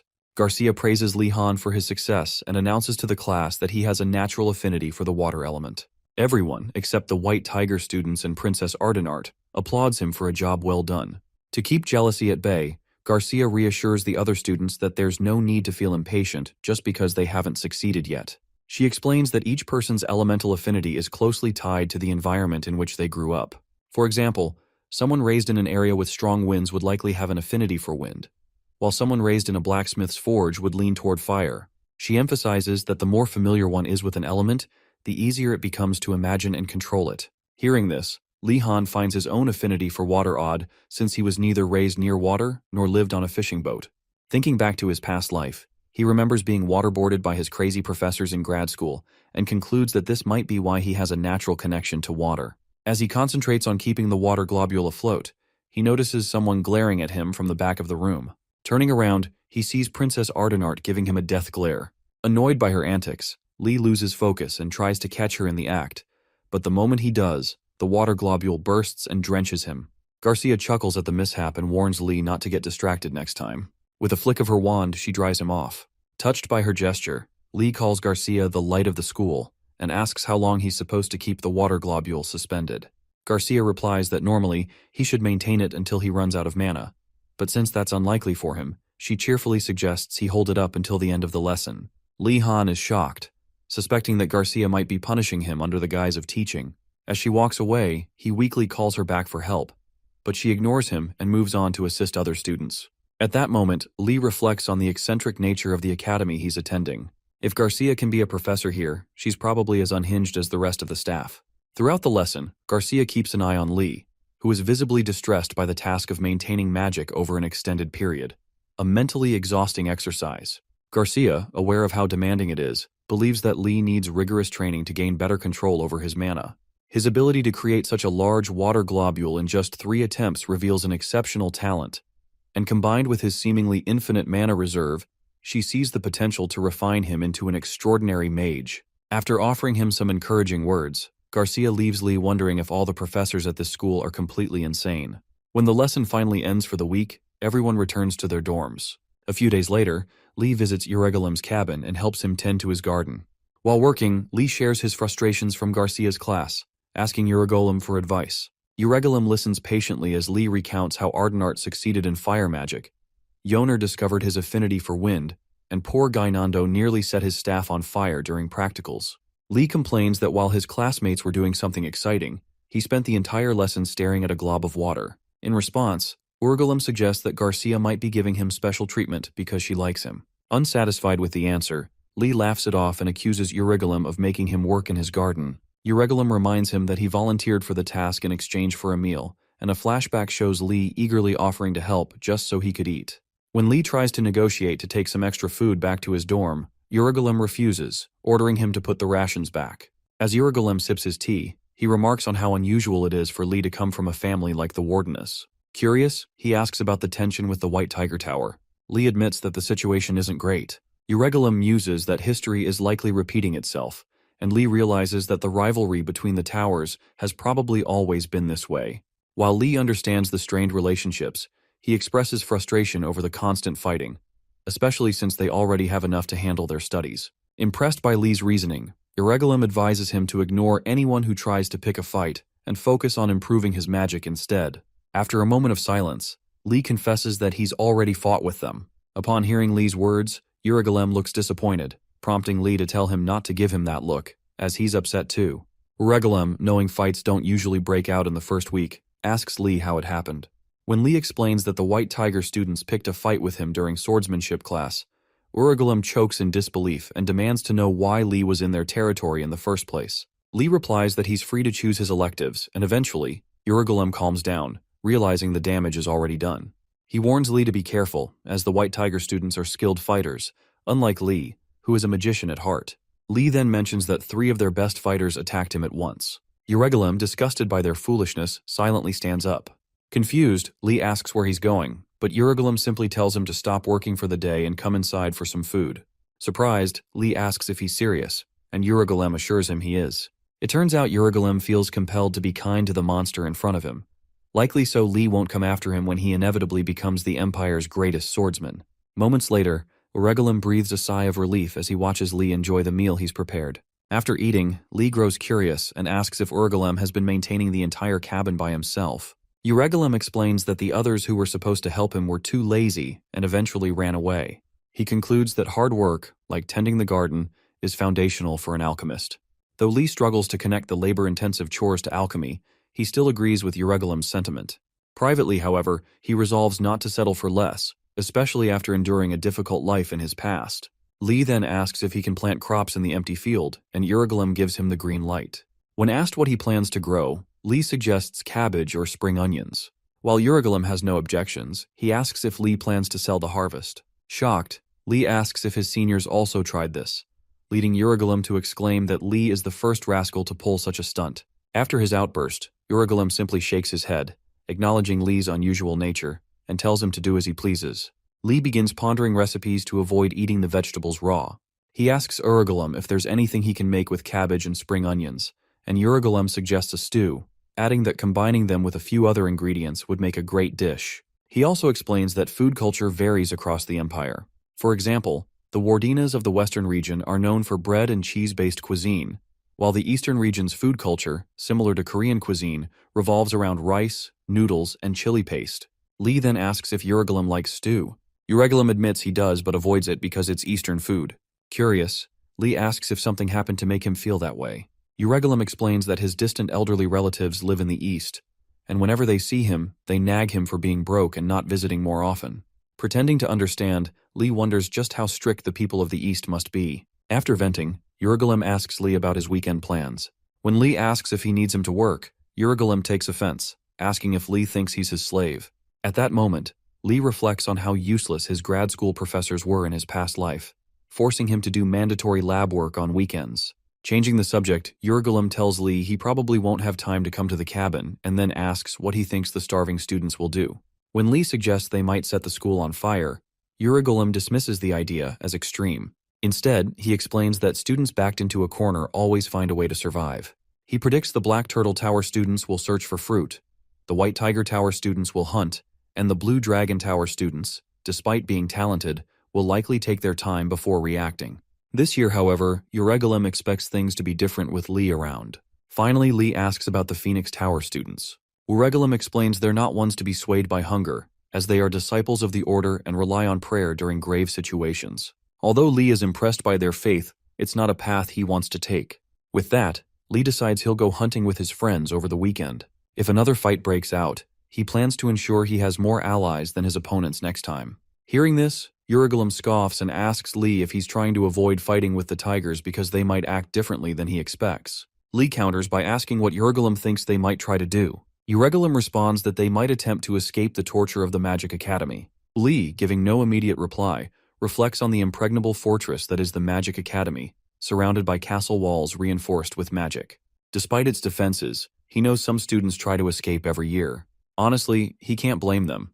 It's only natural to long for the necessities of life they're missing: new clothes, proper shoes, good food, and freedom from the Academy's oppressive environment. Noticing Lee's distracted expression, Urigalim snaps at him, accusing him of daydreaming again. Snapping out of it, Lee listens as Urigalim explains that the White Tiger students are usually the first to attempt to escape each year because they're so simple-minded. Lee then asks if anyone has ever successfully escaped. Realizing that even if he tells Lee about past successes, it won't stop him from trying, Urigalim gives up and says Lee can do as he pleases.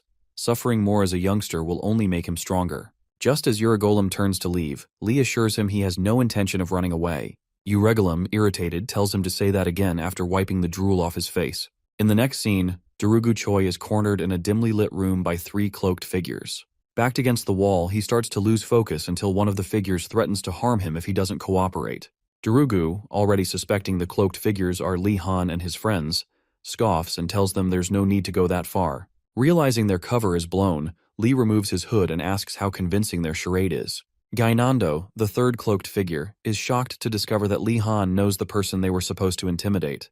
Durugu, unimpressed, calls them ridiculous, likening them to small squirrels trying to threaten him.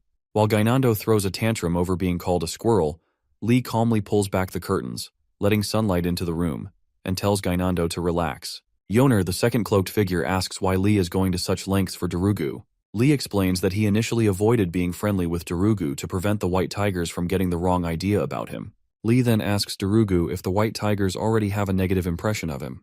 Darugu, impressed by Lee's strategic thinking, confirms his suspicions, admitting that friendliness would likely cause misunderstandings. Lee brushes it off and declares that Darugu will now serve as his spy in the White Tiger Tower. Darugu, offended by the dishonorable title, protests, but Lee reminds him that he once promised to report Muradi's actions to him. Still, Darugu insists on a more dignified title. Gainando, who has been quiet for a while, asks why Darugu hates being called a spy so much. Darugu glares at him, effectively silencing him. Lee intervenes, reframing the role as one of honor and justice. Instead of calling him a spy, Lee solemnly dubs him the internal informant, emphasizing the noble duty of fighting injustice from within. The dramatic title resonates with Darugu, who finds it sufficiently dignified. Pleased with the rebranding, Darugu agrees to the role, and they shake hands. Watching Lee effortlessly win Darugu's support, Yoner feels uneasy, wondering what dark lessons Lee has inherited from his crooked family. With the deal sealed, Lee shifts focus to the real reason he gathered everyone so early on a weekend, planning their escape from the academy. Yoner and Gainando are thrilled by the idea, but Darugu is shocked to hear such audacious words from Lee. Darugu asks if Lee is serious, and Lee, anticipating this reaction, prepares to present the 10 reasons he's thought of to convince him. Before he can begin, Darugu admits he's surprised Lee is also considering escaping, just like he is. Lee concludes that while Darugu might come from a knight family, at heart, he's still a noble. He knows the White Tiger students, having never experienced true hunger, are struggling more with the starvation they now face. Meanwhile, in the White Tiger Tower common room, tensions rise as several students, fed up with days of starvation, suggest hunting to humble the prideful Blue Dragon Tower students who flaunt their magic. The room grows chaotic until Jigel and his minions arrive, bringing order with an important announcement. Once the room quiets down, Jigel acknowledges that hunting is a good idea, but questions whether it will be easy in the nearby forest. He reminds them that the monster boar Wardeness killed last week was released by Professor Urugolem. If they hope to hunt similar creatures, they'll have to venture further into unfamiliar terrain. The knights grumble about their lack of familiarity with the forest, and one of them asks Jigel if he has an alternative plan. Smirking, Jigel promises he'll find a way to get them out of the academy so they can eat meat without risking their lives. His colleagues get hopeful after hearing Jigel's plan, but one of them asks if it has a high success rate. Jigel assures the Nimrod that he's already figured out a way out in his head. If they want, they can tag along, as he doesn't intend to keep the plan to himself. However, if they choose to follow him, they must agree to make his commands the top priority. If any one of them does something reckless and ruins his plan, he promises to punish them. With that, Jigel wishes his colleagues good night and left the common room to return to his dorm. After listening to Jigel's conversation with his colleagues, Darugu rushes back to Li Han and reports everything. Having heard all about Jigel's speech, Li Han asks Darugu if it's possible for him to join the plan if he listens to Jigel. Darugu and the others are shocked to hear this, so they ask if he's seriously considering it after what happened between them the last time. In response, Li Han says Jigel wouldn't be that concerned over such a trivial matter. After observing the expressions of his partners in crime a little longer, Li realizes he's been bluffing the whole time. Realistically, things just got more complicated. Initially, Li Han planned to take his time finding a way out, since escaping the academy would be difficult, given the professors' personalities. But now that Muradi claims to know a way out, Li needs to extract that information from him. Knowing Muradi, Li recognizes that he's not as naive as Gainando. He's a smart and cold leader who won't hesitate to use the students in his tower for his own purposes. So, if Muradi says he can escape, he must be serious, and Li needs to figure out how he plans to do it. With this in mind, Li decides to take a calculated approach. Without hesitation, he instructs Darugu to follow Jigel and find out his escape plan. Shocked, Darugu protests, asking if Li is serious about giving him such a task. Li asks if he has a better idea, and Darugu admits the idea feels a bit dishonorable. Understanding, Li tells Darugu to consider that they are in the middle of a confrontation. He then reminds him of the famous saying, "Know your enemy, know yourself," and while patting his shoulders, explains that this is just a tactic to uncover the enemy's plans before they backfire. By this point, Darugu is worried about how persuasive Li has become recently. Is it because of his face, or is he just imagining things? Darugu wondered. Either way, now that he's heard what he needs, Darugu agrees that it's a tactical move, and Li Han happily tells him to start monitoring Jigel Muradi from that day on. Lee instructs Darugu to come to him immediately when he figures out the plan and to report every single detail. He further inflates Darugu's ego by calling him an incredible warrior and an honorable internal informant before pushing him out the door. As Darugu leaves, Lee reminds him to begin his mission immediately and wishes him luck.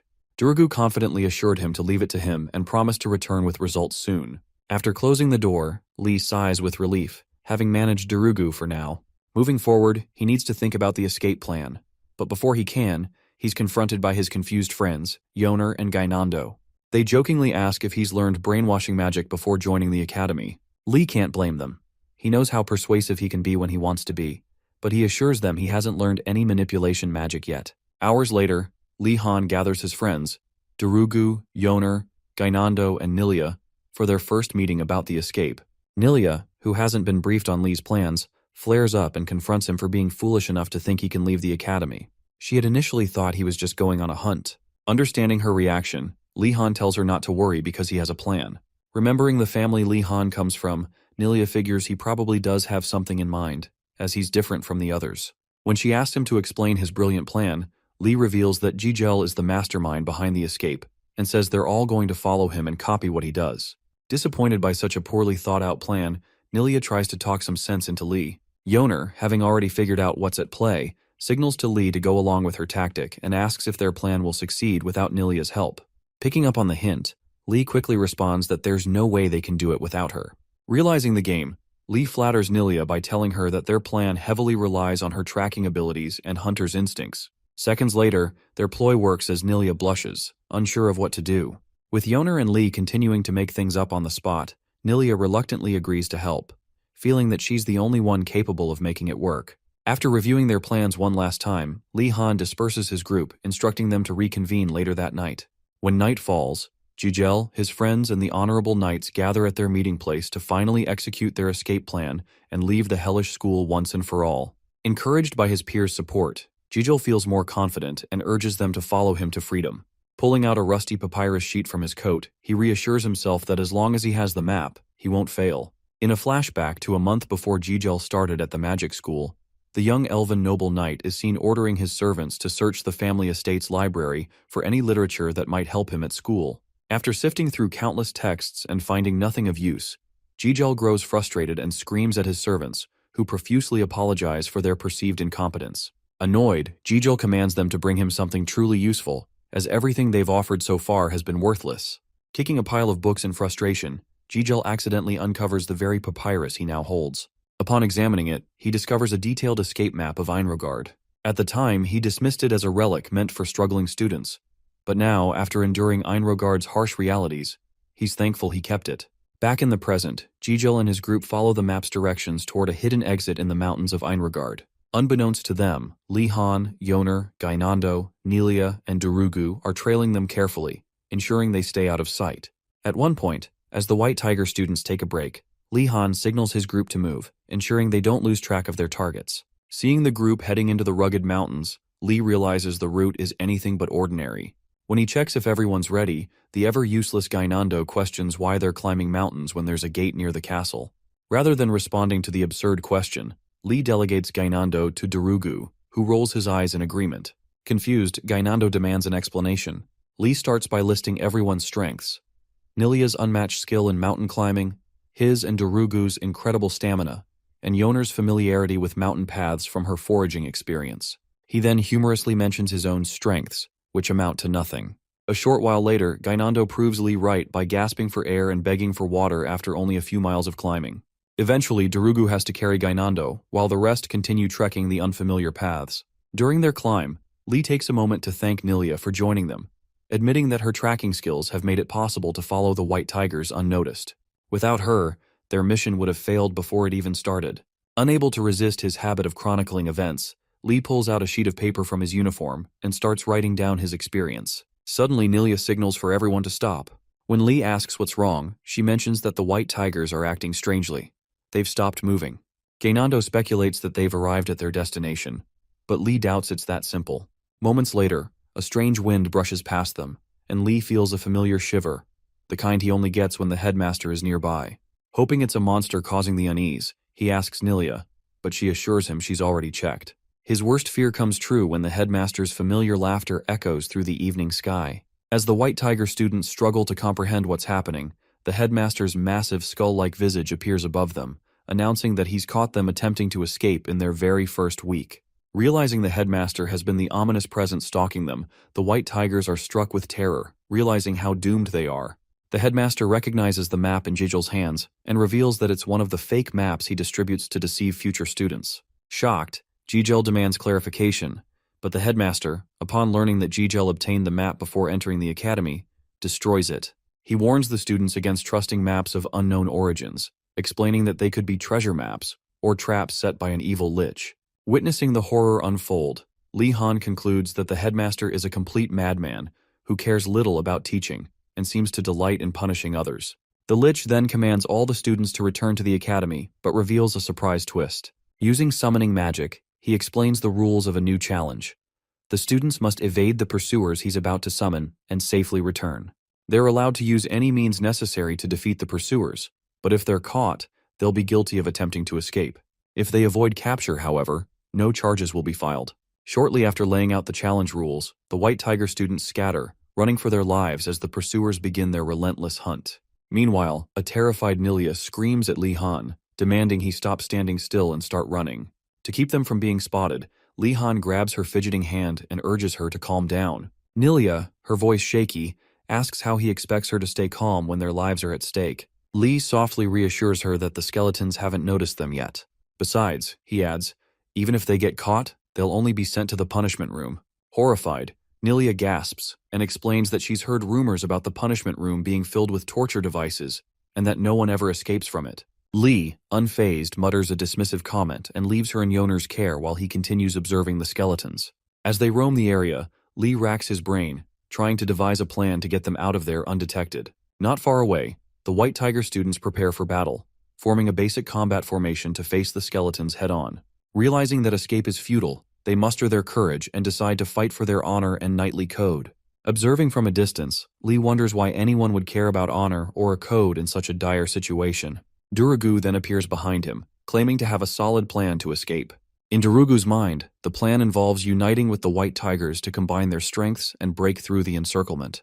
However, before he can explain, Li misinterprets his intent, assuming Durugu means to use the White Tigers as a distraction while their group escapes. The others quickly agree to this plan, leaving Durugu to question why he even bothered.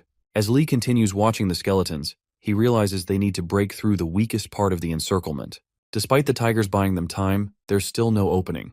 After a moment of deep thought, Li looks up and notices something odd. The headmaster is still summoning more pursuers from the nether. Initially, Li had thought the headmaster's challenge offered a genuine chance to escape, but now he suspects the lunatic never intended to let anyone succeed.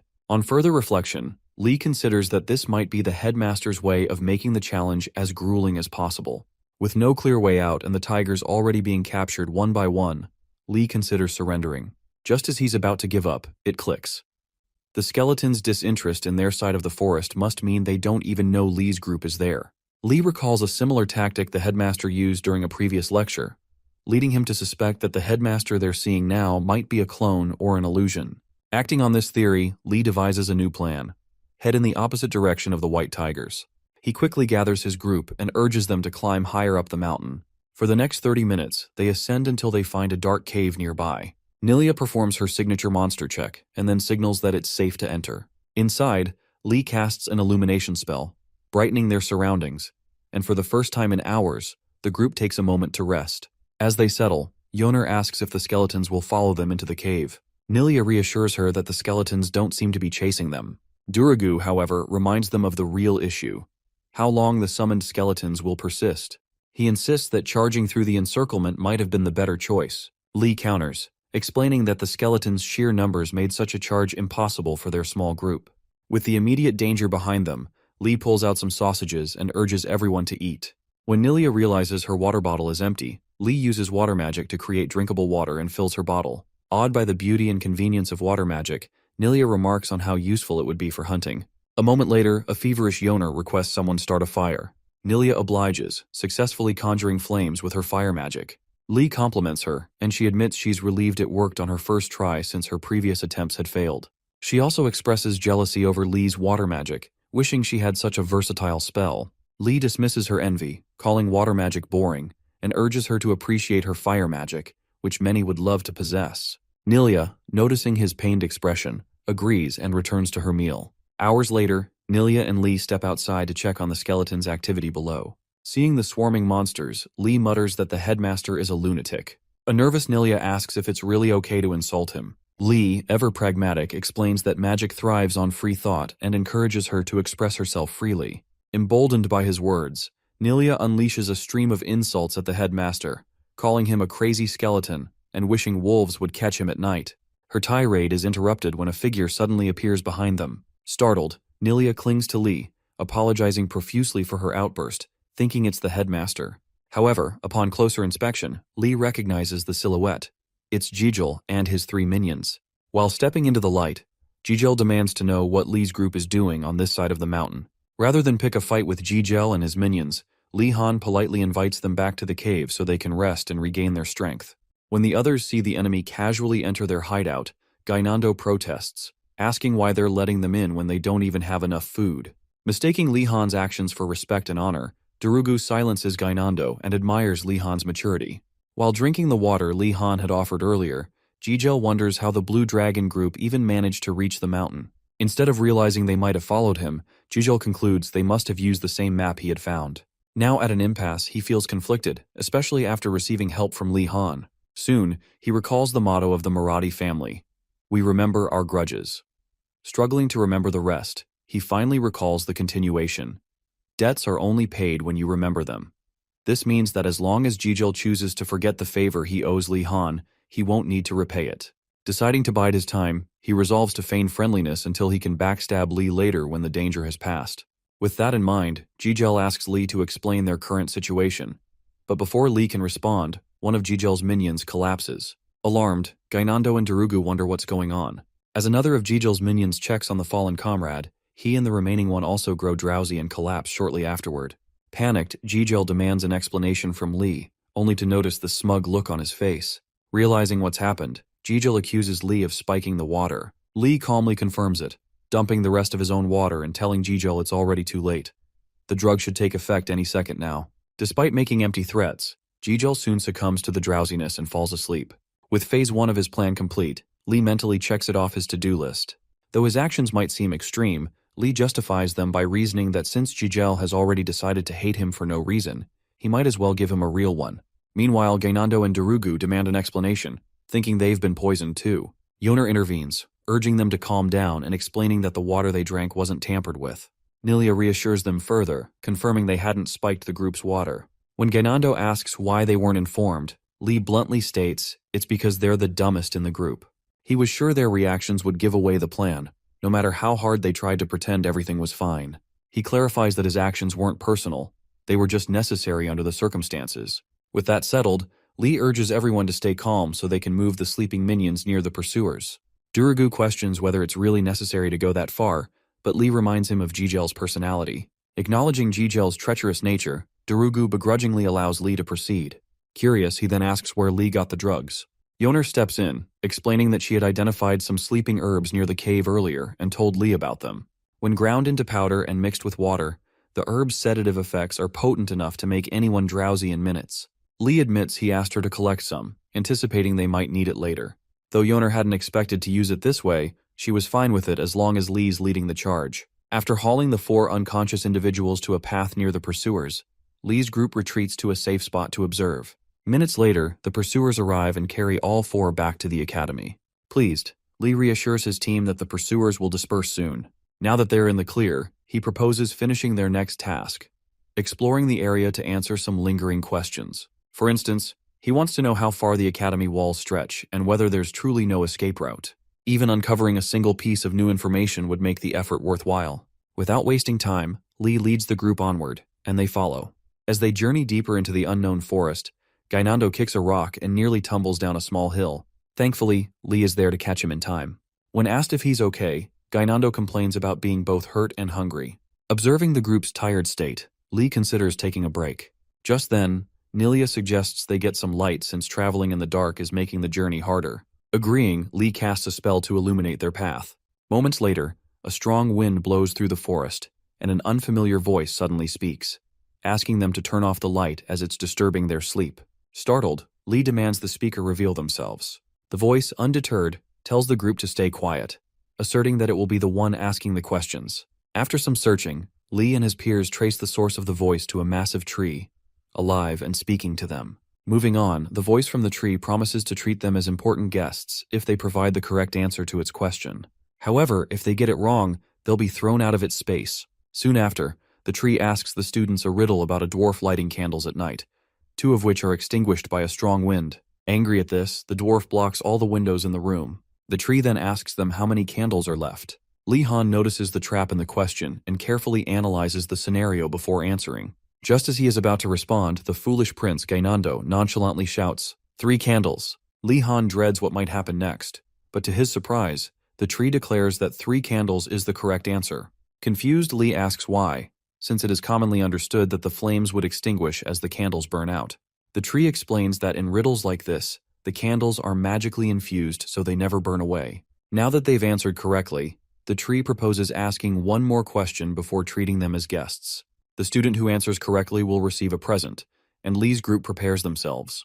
For the second question, the tree describes someone who is huge in the morning, shrinks at noon, grows larger in the afternoon, and disappears at night, only to repeat the same cycle daily. Who is this person? The tree asks.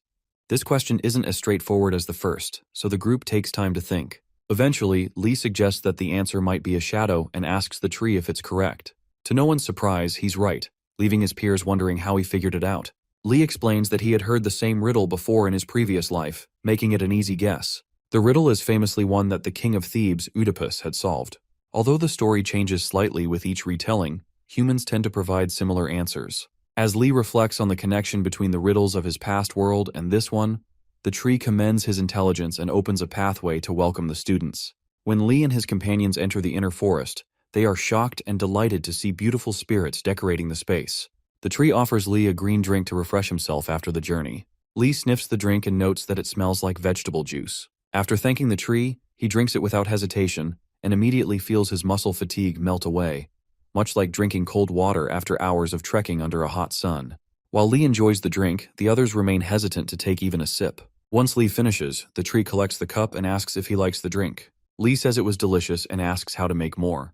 Before sharing the recipe, the tree requests Lee's name. Lee introduces himself properly, but the tree insists on knowing his family name. When Lee mentions Wardenaz, the tree becomes visibly frightened and apologizes for its earlier reaction, explaining that rumors about his family caused its behavior. Seeing that Lee introduced himself without relying on his family name, the tree assures him that he is destined to become a great mage. The tree then asks what they are doing so far from school, especially at night. Lee Han and Gainando nearly spit out their drinks at the question, and Lee nervously claims they were simply enjoying a night stroll. Suspecting the truth, the tree asks if they're trying to leave the academy. Since it's only their first week, the tree questions whether they're truly prepared to escape. Lee admits they have personal reasons and asks the tree spirit for advice. The tree reveals that there is a way out of the academy, but new students can't escape through it. Lee then asks how far the walls stretch. The tree explains that no one knows for sure because dangerous magic surrounds the walls, and anyone who touches them recklessly would suffer immense pain. Realizing that escaping by finding the end of the walls isn't feasible, Lee considers other possibilities. Despite this, the tree advises against any escape attempts for now, warning that though things are quiet now, monsters will awaken in a few weeks. Lee thanks the tree for the information, but the tree is surprised to see him still deep in thought. Curious, the tree decides to observe him further and moves on to present his reward. Soon after, the tree conjures an artifact, reminding Lee of Garcia's lessons about artifacts being essential tools for magicians. Although most new students are dissatisfied with what the academy provides, this night marks the moment Lee becomes the first student to receive a new staff from the Dryad tree spirit. Soon after giving Lee the staff, the tree asks for his thoughts on its best creation. Lee remarks that the staff feels warm and full of life.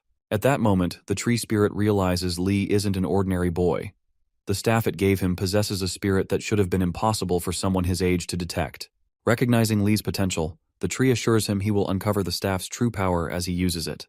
Impatient, Lee asks the tree to explain the staff's powers to save time, but the tree insists there's no need, as the answers will come naturally. While Lee grumbles, the tree notes that his talent and temperament reminded of a wardeness lunatic it met 100 years ago.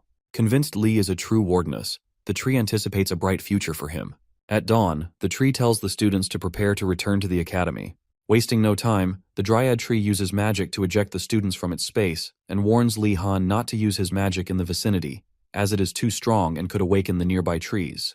When Li asks how they're supposed to leave the area, the tree ignores him and places them outside the inner forest. Upon landing, the students quickly get up and brush the dirt off their clothes. Before disappearing, the tree tells Li to remember the riddle it gave him, as it will answer many of his questions in life. With that, the tree vanishes, and Li's group scouts the area, only to find the undead are gone. As they descend the mountain, they discuss the previous night's bizarre experience, with one student even wondering if it was all a dream. When they finally return to their dorms, Li drags his exhausted body to his bed and collapses into sleep. Minutes later, Ashan rushes to Li's room, banging on the door and waking him.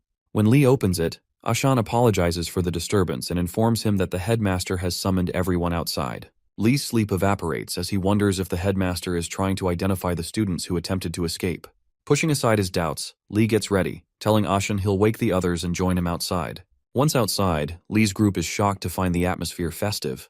Most students wear expressions of confusion, and Li wonders why the academy would host an impromptu festival without notifying the freshmen. Judging by the mood, it doesn't seem like the headmaster is up to anything suspicious. Still, Li can't help but speculate about his motives. A few minutes into the festival, the headmaster appears and gathers everyone's attention to introduce 3 priests from the Empire who are visiting for the weekend. After the introduction, the headmaster encourages the students to applaud, which they do. However, Li finds it odd that such a grand reception is being held for 3 imperial priests. Deciding to stay alert, he resolves to observe the situation carefully. After the applause, one of the priests thanks the headmaster, Osugonadaltes, for honoring them despite his busy schedule teaching students. The headmaster responds courteously and takes the opportunity to ask the priest to deliver a message to the emperor, a request for an increased budget to excavate ancient magic. Sheepishly, the priestess replies that such matters aren't within their jurisdiction. Hearing this, Li suddenly understands the headmaster's motives. He recalls professors in his previous life begging the government for grants when facing budget constraints. It seems this world operates similarly. Setting his thoughts aside, Li listens as the priestess thanks the headmaster for letting her meet his students. Representing different orders, she and the other priests feel privileged to introduce their beliefs to the young mages. As Li observes the priests, he begins to question whether they are truly ordinary clerics. Their incredible mana and unique presence set them apart from other mages. Sensing Li's curiosity, the headmaster startles him and explains why the priest's mana feels special. It stems from their divine power. The headmaster then notices Li's ability to detect mana and asks about it. Li tries to downplay his skill, but the headmaster presses him, wondering why he would hide such a talent. He remarks that few students possess Li's sensitivity to mana and advises him to embrace his abilities with confidence. This surprises Li, but he remains cautious, unsure of the headmaster's intentions. The headmaster adds that students like Li and himself, being too smart to believe in gods, naturally have no interest in faith. This reminds Li of his father's derogatory remarks about divine power. Considering the rumors surrounding his family's disdain for priests, Li decides to keep his family name a secret to maintain good relations with the clerics. Shifting topics, the headmaster mocks the orders, claiming they go to absurd lengths to win over students who can be swayed by food. Thinking about food, Li jokingly asks the headmaster which orders he'd recommend. Instead of answering, the headmaster pauses, impressed by the audacious notion of joining multiple orders to take advantage of them.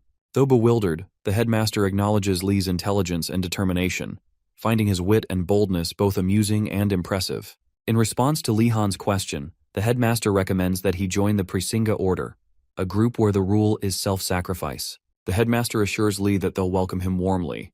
If he's not satisfied with them, he suggests the Colosso Order, as they worship a god that embraces chaos and change, and wouldn't care if Li believed in another deity or not. Lastly, the headmaster suggests the Capolio Order, which worships the god of swordsmen and would likely welcome an eccentric person like Li. Hearing this, Li wonders if the headmaster knows about his attendance in swordsmanship lessons. If that's the case, it's not good, since he never had positive experiences with teachers who paid him too much attention in his past life. After thanking the headmaster for his recommendations, Li is told that the headmaster will now meet with the students in the punishment room. Li bids him farewell, and the headmaster hopes Li makes wise decisions in the future. As the headmaster vanishes, Li recalls what he said about the punishment room and wonders if he was referring to the Tiger Guys. If so, Li needs to be cautious to avoid revealing their secret. Shortly after the headmaster leaves, Yoner calls out to Li, asking where he's going. Lee quickly hides his worried expression and tells her he plans to visit the Prasinga Order. Intrigued by his plans, Yoner listens as Lee mentions his intention to visit the Colosso and Capolio orders afterward. Curious, Lee asks about the basket Yoner is carrying, and she offers him a delicious treat from it. When Lee inquires where she obtained such a precious item, Yoner reveals that it's from the Flamane Order, which worships the god of alchemy. Her family had donated a lot of money to the order long ago, and when she arrived, they recognized her and gave her the food basket. Hearing this, Lee can't believe his ears and regrets coming from such a miserly family that was too arrogant to donate money to any orders. If his family had done so, it would have made finding a favorable order much easier. Yoner, puzzled by Lee's odd behavior, wonders why he's acting so strangely after learning about her family's donations. Lee, however, quickly brushes it off, deciding to leave since he's busy for the day. After saying goodbye to Yoner, Lee makes his way to the Prasinga Order's tent and introduces himself as someone seeking the teachings of Lord Prasinga. The followers warmly welcome him and, after thanking him for visiting, invite him inside their tent. Lee continues to charm them with polite words as he enters. Inside, he sees one of the cloaked followers call for a person named Dijiling to assist them. Upon seeing Dijiling, Lee immediately recognizes her as a half-blood demon.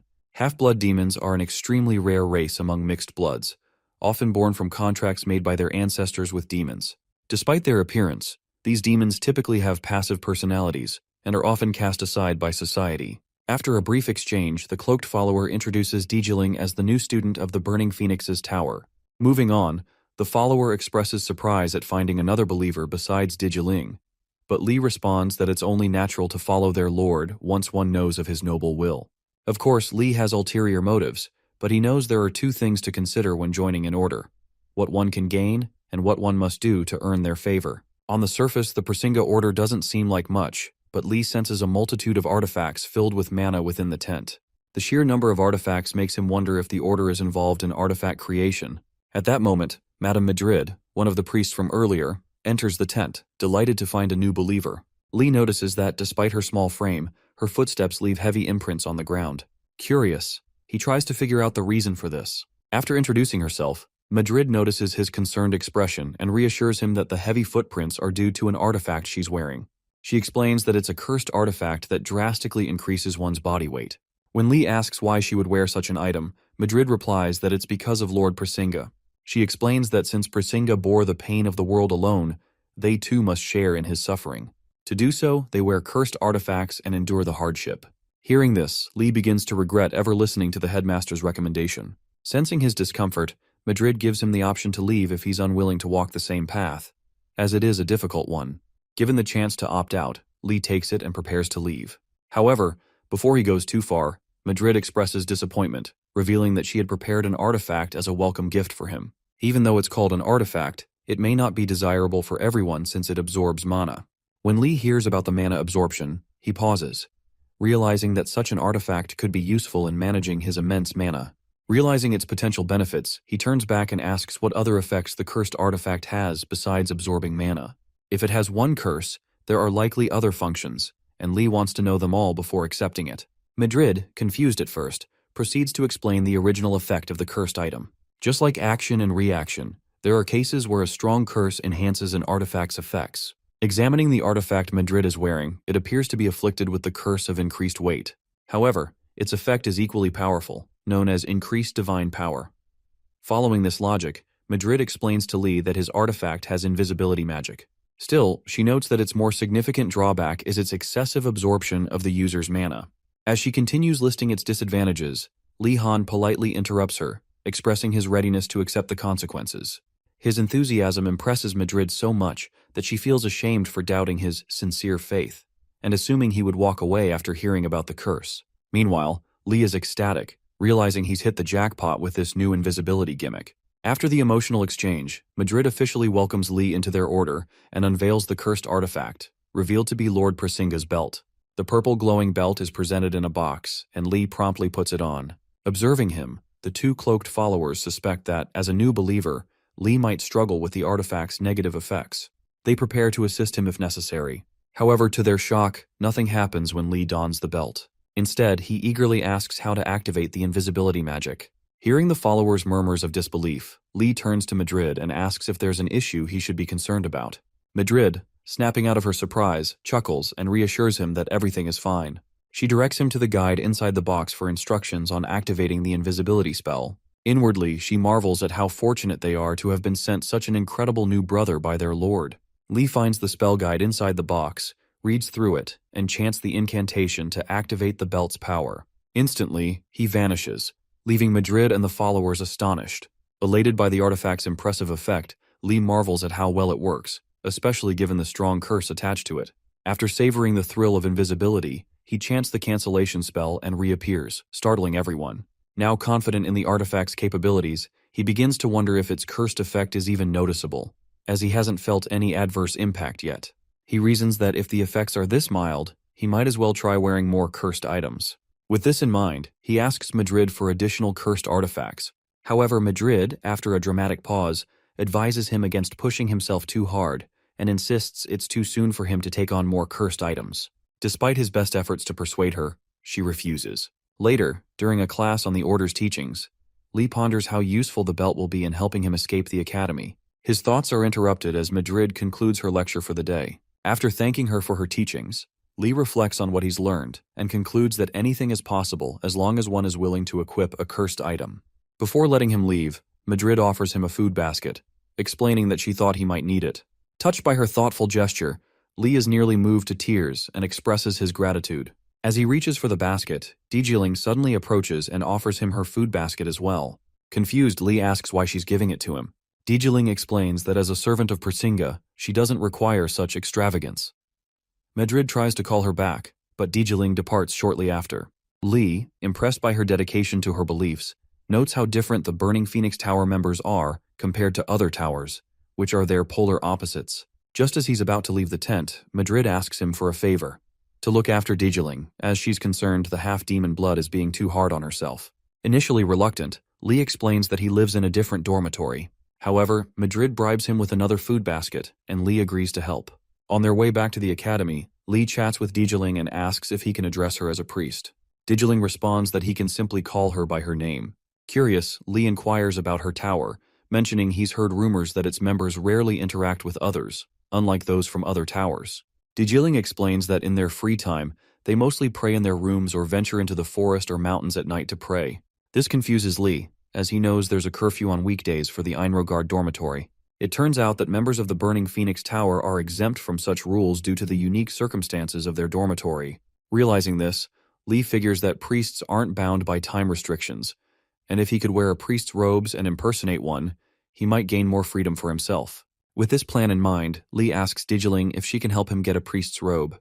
Dijiling, puzzled, reminds him that wearing a priest's robes won't reduce the curse's effects. Lee assures her that he's aware of that, but lies, claiming he needs the robe to better understand Lord Prasinga's will. Unable to refuse him, Dijiling promises to bring one for him the next time they meet. Lee thanks her for her help and decides to take things slowly as he prepares for his eventual escape from the academy. Moving on with the conversation, Lee Han asks about her feeding habits to know if she's having enough to eat, and Dijiling says she's satisfied with what she has currently. Hearing this, Lee tells her about the priestess's concerns for her health and how she asked him to make sure she's well taken care of. To make things much easier, Lee Han suggests that Dijiling eats with him occasionally so the priestess can be less worried that way. After giving her response a second thought, Dijiling finally agrees to eat with him. Lee Han's happy to see Dijiling cooperating with him, as he wouldn't want to disappoint the person who gave him such precious gifts. Besides, once she starts eating with him, then she'll have no choice but to become addicted to him feeding her, even during the holidays. By nightfall, the academy professors gather in the professors' meeting room for an emergency meeting called together by the headmaster on such short notice. Shortly before the meeting begins, Urigalim drinks some of the delicious tea he made from his garden, and appreciates how good it has tasted since Lee showed up. Just as he savors the moment, the headmaster pops up to start the meeting. When Urigalim asks why they're all gathered, Garcia says it's probably because of basic writing training. Soon after, she asks the headmaster if the teacher for the lecture has been assigned yet. But then Urigalim, who's been living under a rock, asks why Professor Vendazol isn't teaching it. At that point, Garcia tells him that Professor Vendazol went missing while looking for a unicorn. Seeing as how there's no news of him yet, they need a replacement teacher for his class. By then, the headmaster interrupts Garcia and tells the other professors not to worry, as he's already prepared a replacement. Shocked by the sudden announcement, the professors praise the headmaster for finding a solution to their problems in such a short time. Urigalim then asks the headmaster who the new professor is, and he reveals the professor's name to be Lightning Steps Zedar. or Zed for short. Although she hasn't seen the person before, Garcia wishes the professor well in their new class. Engeldel takes his time to explain just how famous Zed is as an adventurer. According to the history books, she's explored most of the wildernesses within the Empire and is not even stopping there. Just then, Urigalum slams his hand on the table in pain and asks the headmaster why he just had to be an asshole and hire his aunt. With the others confused, Urigalum explains the real nasty behaviors of his terrible aunt. She's extreme, nags him to death occasionally, and even asks if he hates Eastern dwarves. Having heard everything Urigalum had to say, the headmaster tells him he doesn't really care who his professors are as long as they're the best in their field, meaning there's nothing he can do now. With that said, he ends the meeting and dismisses the professors to continue their night. The next day, a familiar dwarf woman stands atop a tree while receiving a message from one of her small messenger birds. After listening to the chirpy message, she realizes that it's nearly time for her lesson, so she prepares accordingly before the students show up. About 30 minutes later, students from the Blue Dragon and White Tiger Towers flood the fields, excited to finally learn something mandatory for a noble person to know: horse riding. Li Han notices the positive energy oozing out from his colleagues and figures things should be fine for this class. Seeing as the content of this lesson is already something the students are familiar with, this lesson should be pretty peaceful. Mere seconds after him thinking that, a ferocious large bird roars in the sky and looms over the field where the students are. As soon as they hear the screeches and weird sounds, the students get confused as they try to figure out where the sound's coming from. Just then, someone signals everyone to look at the sky, and when they do, they find the large bird diving toward them to pick one of them up. The students scram for safety, but unfortunately, Gainando is too stupid to listen to reason. So he gets caught by the bird with its feet and is flown somewhere else. Realizing that Gainando's been taken, Li quickly takes charge, urging everybody to calm their balls, crouch low, and avoid moving so they don't attract its attention. Once they're past that, he starts thinking of how desensitized he is to things like this happening, almost as if shit like this doesn't surprise him anymore. Seconds later, the bird is back for its next victim, and Li Han starts wondering where the bird is from. Just then, an enraged female White Tiger student gets up and demands to know where the headmaster is, as it's pretty obvious now that there's something wrong with the academy's security.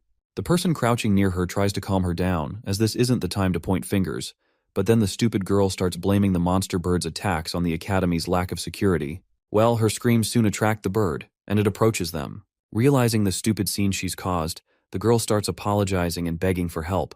But luckily for her, the bird carries the poor dude crouching near her. Witnessing what just happened, Li Han finds it strange that the bird didn't take the fool who made the ruckus. After thinking about it a little bit, he finally figures out the answer to his question all along. It's their hair color. Knowing this, Li Han quickly orders everybody to cover their hair with their uniforms, as he has evidence that the bird only targets those with shiny-looking hair. Soon after covering their hair, a voice from within the crowd of students behind Li Han commends him for being quick in making decisions and giving out instructions. Turning to get a better look at the person, Li Han demands that the person introduce himself or herself. At that point, the person removes his cloak to reveal he's from the White Tiger Tower. But just as he's about to introduce himself, a scaredy cat from the Blue Dragon Tower screams out and accuses the White Tiger student of trying to mess with Wardenas again. The student tries to clear himself, but it's already too late, as the Nimrods are already getting ready to beat the shit out of the Marathi supporter. Before things spiral out of control, the dude screams out, assuring them he's not involved with Marathi's side at all. With nobody willing to believe him, Princess Ardenart steps in and bails him out. Seeing the princess speak up for him, the students back off and return to their activities. After the unrest is dispelled, Li asks the princess how she knows this weird dude, and the weird dude introduces himself as Rowena, a knight who serves the princess. Hearing this, Li considers the odds and soon realizes the princess must have exploited the loopholes in the school's rules. While no one can bring their servant along, the academy can't stop servants from entering the school as students, meaning clever individuals can use this method to bring someone in. Knowing this, Li Han suddenly feels pity for poor Gainando, who has no one to guard him, even though they're both royalty. After explaining the unpredictable nature of the bird attacking them, Rowena asks Li to take command of the students and use them to stop the bird. Surprised, Li Han asks Rowena why he should bother with such a hard task. Just then, the other Blue Dragon students start praising him, telling him he's someone they can trust and urging him to lead them honorably. In his mind, Li forbids himself from succumbing to their pleas, as he knows nothing good has ever come from being the leader of a group. Unfortunately for him, it becomes impossible to refuse when the entire field begins chanting for him to be their commander, insisting they're ready to follow him. Unable to resist, Li sighs and reluctantly starts giving orders to his new army. While watching Li demonstrate his leadership skills, Rowena recalls the meltdown he had in his tower a few days ago when he found out that the person leading Blue Dragon Tower was Lee Han Wardeness, not the princess.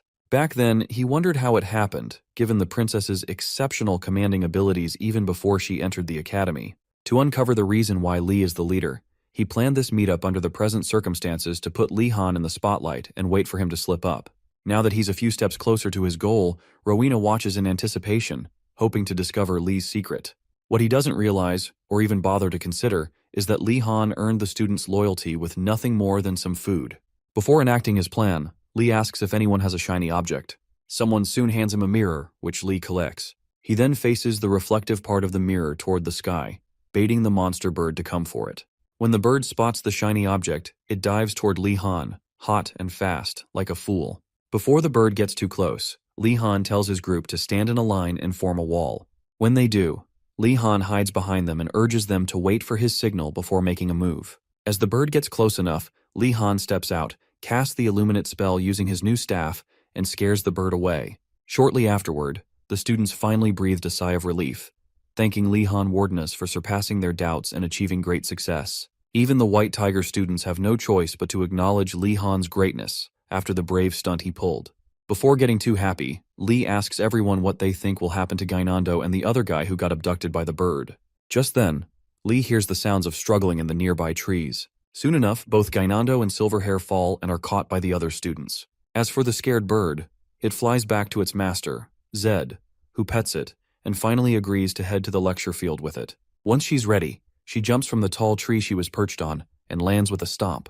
She then introduces herself to the brats, who are as confused as anyone seeing a weirdo jump from a tree and say hi. Lee Han thinks about how strange it is for her to appear out of nowhere and wonders if the earlier charade with the bird was orchestrated by her. Upon taking a closer look at her, Lee notices some familiarity between this woman and Urigalem and wonders if she's a relative of the professor. While convincing himself there's no way that's possible, the dwarf woman appears behind him and tells him he has a lot of potential. Lee Han gets the same feeling he had from Urigalem during alchemy class a few weeks ago and wonders if he's just experiencing déjà vu. While the other students wonder who this short woman is, Lee asks her if she's close to Professor Urigalem. Zed smiles, surprised that he could figure her out after just a few minutes of interaction. Eventually, she tells Lee she's his aunt, and Lee immediately cautions himself not to stand out more than he already has in front of this eccentric-looking professor. Just when he thought he could stay under the radar, one of the doofuses from Blue Dragon Tower pats his back and informs the professor that Lee Han is Urigalem's best pupil. Not only that, but the idiot also mentions that Lee gets invited to Urigalem's cabin occasionally, something Lee desperately tries to stop him from saying. Upon hearing about Lee's familiarity with her nephew, Zed asks Lee to confirm if it's true. Switching his mission to at least making a good impression on the professor, Lee admits that the student is right. At that moment, the monster bird returns and lands, and Zed calls the student's attention to begin the lesson. For starters, she introduces herself as Light Spears Zedar, and explains that their real teacher, Professor Vendazol, went missing while searching for a unicorn, so she's filling in for him. Once she finishes her introduction, the glazing begins as the students recall all the remarkable things she's done in the past, like defeating Vehomoth and exploring the Spirit's Crater, an achievement no one else has managed. To kick off the class, Zed asks the students to guess why she brought a Thunderbird to class. For context, the Thunderbird is a massive monster with aggressive tendencies and the ability to control lightning, thunder, and whirlwinds, hence its name. Lee racks his brain to figure out her reasoning, but then a student asks if the goal of the semester is for them to ride the Thunderbird. Zed laughs her arse off and tells them they wouldn't be able to ride such a monstrous bird even if they had a decade to try, so that's not the reason. She then asks Wardeness to take a guess. Lee suggests it's to see how they respond when they encounter a dangerous monster. Rowena scoffs at his lazy attempt, dismissing it as wrong, but to Lee's surprise, Zed confirms it's the correct answer. She finally understands why Urigalem likes him. Moving on, she explains that there's no telling what types of dangers students might encounter while traveling, so they need proper training. Not to worry though, as she assures them the core of her class is simply riding. For now, they will head to the stables, with Wardenas managing the students and helping with future lessons. At this point, Lee has no choice but to accept his new reality. On the way to the stables, Zed explains that the horse is the most basic riding animal in the Empire, and says anyone who can't ride a horse will struggle to learn to ride anything else. To ride more difficult animals, they first need to master horse riding. As the lesson progresses, Lee notices his colleagues getting bored since they're already familiar with horse riding. At one point, Zed pauses and smiles warmly at Lee. If there's one thing Lee knows about professors smiling, it's that they only do it when they have something evil in mind. Suspicious, he warns Yoner to be careful, suspecting the lesson won't just be about horse riding. When they arrive at Einregard's stable, Zed warmly welcomes them to check out the amazing horses housed there. The students admire the fine, pure-blooded horses and ask if they'll get to ride them. Zed replies that a good horse must be earned. She rummages through her bag, pulls out a cup of sticks, and instructs the students to draw one to determine the order for choosing their horses. After the draw, Gainando gets to pick first. However, when the other nobles complain about the foolish prince going first despite knowing nothing about horses, Gainando fires back with some derogatory remarks and rushes to pick one of the angriest horses in the stable. Yoner and Lee immediately notice the aggression in the horse's eyes, but Gainando ignorantly declares that a horse must be big and strong to be worthy of him. Thinking the horse is bowing to him, Gainando approaches to pet it, only to be whacked in the face by the horse's strong jaw. Within seconds, Gainando lands on the stable floor, bleeding from his nose and mouth. Thankfully, he'll survive. But the nobles he insulted earlier get the last laugh. One of them, thinking he knows how to pick a gentler horse, approaches a smaller, lighter one and pets it. Unfortunately for him, the horse bites his head, leaving him begging for help. Soon after, a student from White Tiger Tower begins bragging to the Blue Dragon students about their arrogance. However, as he attempts to control his horse, he ends up running around the stable, chased by the aggressive beast. Watching the chaos unfold, Lihan wonders why the horses are so aggressive over such minor provocations. After getting her fill of laughter, Zed finally speaks up. She reminds them that she told them to learn horse riding. She then gives them their first assignment, to become friends with the angry horses in the stable. Shortly afterward, the students start complaining about how harsh Zed is being, but she assures them that the horses will become friendly if they're treated with love and care. Their main goal for this lecture is to bond with a horse of their choosing. Lee takes another look at the horses and realizes they're definitely not normal. Something about them seems off, and he suspects Zed isn't telling them everything. However, before he can choose the gentlest-looking horse, Zed singles him out from the crowd and takes him to a special horse. Lee immediately falls in love with it. Zed explains that she couldn't give her nephew's favorite student just any horse, so she's chosen this one for him. At this point, the jealousy begins, with Ashan growing envious of Lee for receiving such favoritism. One of the White Tigers complains about Lee getting an easier horse, but Zed clarifies that although the horse she's giving Lee is a good one, it's also the most aggressive and difficult to tame in the stables. In her words, it's easier to tame a monster than to tame this behemoth of a horse. Lee is understandably devastated when he hears this. As Zed continues, Lee asks if there's any bonus for taking on the hardest task among his peers. Zed assures him he'll do just fine, reminding him that he handled the Thunderbird well earlier. With that said, Lee remembers why he hates being noticed, but he keeps a smile on his face until the class ends for the day. A few hours after the class, Zed forced Lee to take her to Urigalim's cabin to see her favorite nephew again. When they arrive, Urigalim, clearly distressed at seeing his aunt, sheepishly asks what she's doing there. Zed scolds him for his rudeness, reminding him that she's his aunt. Shaken, Urigalim welcomes her properly, and Zed immediately invites herself in for a tour of his home. Once inside, Urigalim asks Lee to explain, and Lee tells him he has no choice but to guide her there. Meanwhile, Zed begins complaining about how dirty and unkempt Urigalim's cabin is, even suggesting that it's the reason he's still unmarried. Urigalim knows this is just one of her mood swings, so he remains calm, waiting for an opportunity to shut her up. As she's about to inquire about his romantic life, Urigalim swiftly changes the subject by declaring it's lunchtime, asking Lee if he's eaten yet. Lee, understanding the situation, says he's quite hungry. Urigalim immediately sits him down and offers to prepare lunch for the three of them. Zed agrees that Lee, being a growing boy, shouldn't skip meals. To help out her misguided nephew, she insists on preparing some Eastern-style dishes for all of them. Urigalim is about to object, mentioning he doesn't like Eastern cuisine, but one stern look from his aunt is enough to make him hold his tongue and act normal. While Zed prepares lunch, Urigalim takes the chance to ask Lee how he's been. Before Lee can answer, something glowing in Urigalim's robe catches his attention, and he asks about it. Lee remembers that's where his staff is, so he takes it out and shows it to Urigalim. Urigalim, sensing the spirit of the forest within the staff, asks Lee where he got it. Lee knows he can't admit that he found the oak tree spirit while trying to run away, so he tells them he coincidentally wandered into the forest, met the oak spirit, and coincidentally found the staff. Urigalim and his aunt pretend to believe his story, but deep down, they know Lee was trying to run away. Urigalim then asks if the oak spirit gave him a riddle, and Lee asks how he knew. Urigalim explains that the spirit is well known for its annoying yet clever personality. Lee then wonders if the staff has some kind of special power, especially given how Urigalim speaks as if the spirit is hidden inside the staff. After imagining the potential benefits, like invincibility or the ability to use spiritual magic, Zed tells him that yes, the staff does have a special effect. It's great for farming. Lee is disappointed by her reply, having expected something far more exciting. However, since the staff came from a tree spirit, it makes sense that it would excel at tending to nature. Seeing Lee's reaction, Orgulum suggests that the staff will come in handy since Lee was already planning on starting a garden. Zed then asks Lee what he plans to grow, and he says anything edible. Hearing this, she offers to help and instructs him to come to her once he's done eating. After lunch, Zed takes Lee outside to plant some potatoes in the garden she made for him. She advises him that potatoes and sweet potatoes will be useful, and although it will take time until harvest, Lee will be grateful later. Lee agrees with her and tries to stay optimistic, as it's the right attitude for farming. As he plants the potatoes, Zed calls him over to check something out. Lee leaves the seedling he just planted, and once he's gone, something strange happens. The seedling grows larger, seemingly using some magic. When Lee finishes planting his seedlings, he returns to his dorm with a basket of ingredients and finds his colleagues starving. Like their only ray of light in eternal darkness, Lee happily announces his presence, and everyone is glad to see him. When they spot the food basket, they eagerly ask about it. Having received a ton of ingredients thanks to Zed, Lee confirms it is indeed food. As usual, the praise begins, and everyone starts thanking Lee for being such a good friend.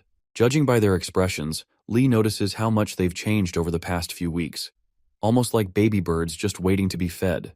Though he knows they're extremely hungry, he still tells them to be patient so he can prepare a delicious soup for them. After securing the space he needs, Lee begins cooking the soup with skill and precision, much to the amazement of his colleagues, who liken him to an experienced alchemist at work. About an hour later, after cooking, Lee tastes the soup and finds it absolutely delicious. He then tells everyone to bring their bowls, and the students quickly get to work. Moments later, he serves each of them a bowl of his vegan soup, which they eagerly dig into. As everyone enjoys the meal, one of the elven students approaches Lee to ask for a favor. After hearing the details, Lee prepares a bowl of soup and takes it to the princess's room. When he arrives, he knocks politely, and Ardenart opens the door, asking why he's there. Lee presents the soup he made earlier and urges her to try it. Surprised that he'd think of her at a time like this, Ardenart accepts the soup bowl and asks if it's truly for her. Lee reassures her that everyone else has already had their share, so she has no reason to worry. Touched by his thoughtfulness, Ardenart picks up a spoon and tastes the soup. Judging by her reaction, Lee guesses she must have been very hungry. After tasting it, Ardenart thanks Lee and promises to repay him for the favor before closing the door. Soon after, Lee heads back downstairs and finds the elf who requested the favor, alongside another student, both eager to hear how the princess reacted. Lee tells them she loves the food, and they are overjoyed, expressing gratitude for having someone like Lee around. The elf then asks Lee to continue delivering food to the princess in the future, and offers to pay him double the silver coins, just like earlier. Realizing how important the royal family is, Lee quickly agrees to help whenever they need him. In the afternoon, Lee attends his basic battle magic understanding class, with Bloody Greg as his professor, and continues trying to form circles with the Starstone orb. After watching Lee fail repeatedly, Greg grows concerned. Although mentoring students isn't his duty, he realizes the potential loss if he lets go of someone with Lee's mana reserves. Clearing his throat, Greg asks Lee if he has any questions. Excited to finally get his attention, Lee asks Greg to explain what the training is all about. Confused, Greg asks if Lee has actually read the lecture description. Realizing his question might have been too basic, Lee rephrases it, asking how this training relates to battle. Greg pauses for a moment, making Lee anxious, then finally admits that the question is so obvious that he struggles to explain it simply. He picks up a pen and says he could kill Lee with just that pen. Startled, Lee grows uneasy at the ominous tone of Greg's example. Greg explains that mastering higher circle magic isn't as crucial in combat as understanding how to use simple tools effectively. He adds that rotating the Starstone sharpens Lee's wits and amplifies his projection magic. While drawing on the board, Greg elaborates that inexperienced mages often fail under the chaotic conditions of battle. Heat, noise, and bloodlust can overwhelm them. But a mage with solid fundamentals will thrive even in extreme situations. To prove his point, Greg throws the pen at Lee, causing a controlled explosion in the safest part of the room. Once the spell ends, Lee is shocked to see that nothing was damaged. He realizes Greg must have combined two spells to create this effect. Greg suddenly appears behind Lee, finishing his explanation. Amazed, Lee expresses his shock at how effortlessly Greg performed such powerful magic. Now that Greg has clarified the lesson, Lee confirms he's satisfied and thanks him. As Greg walks back to his seat, Lee finally starts seeing his teacher in a new light. Initially, he thought Greg was simply slacking off during lessons, but now he realizes that everything Greg has done holds some deeper meaning. With this new perspective, Lee concludes that there's more to gain from this class than just academic results. Encouraged, Lee tells Greg about his past experiences using low-level control magic to manage his mana, and how he failed to control it properly the last time he used it in the headmaster's office. Hearing this, Greg suggests that Lee might have more mana than he realizes. Lee agrees, noting that many others have told him the same. However, in his mind, Lee is impressed that Greg was able to recognize this so quickly, concluding that the professor might understand his mana problem. Anticipating a practical solution, Lee steps closer to Greg, subtly hinting for him to try something. Catching the cue, Greg tightly grips Lee's hand and uses a technique called mana drain. As the ominous purple miasma fills the room, Lee recognizes the spell as a high-circle magic used to absorb the mana of a target, a technique both powerful and dangerous. Shocked by Greg's recklessness, Lee begs him to stop, but Greg firmly tells him to stay still. As Greg taps into Lee's mana reserves, he becomes overwhelmed by the sheer amount of mana and collapses. Panicked, Lee asks if Greg is all right, and the professor quickly gets back up, assuring him that he's fine.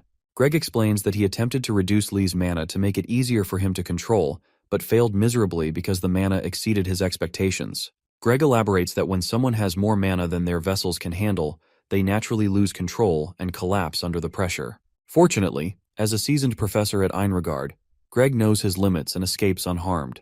Still, Lee is left wondering just how much mana he holds if someone as skilled as Greg is overwhelmed. Accepting his situation, Lee remarks that there doesn't seem to be a way to solve his mana problem.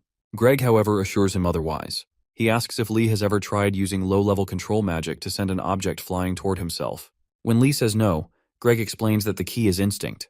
He clarifies that while it may seem like Lee has lost control, his will and the object's will are inherently connected, and that connection can be controlled through instinct.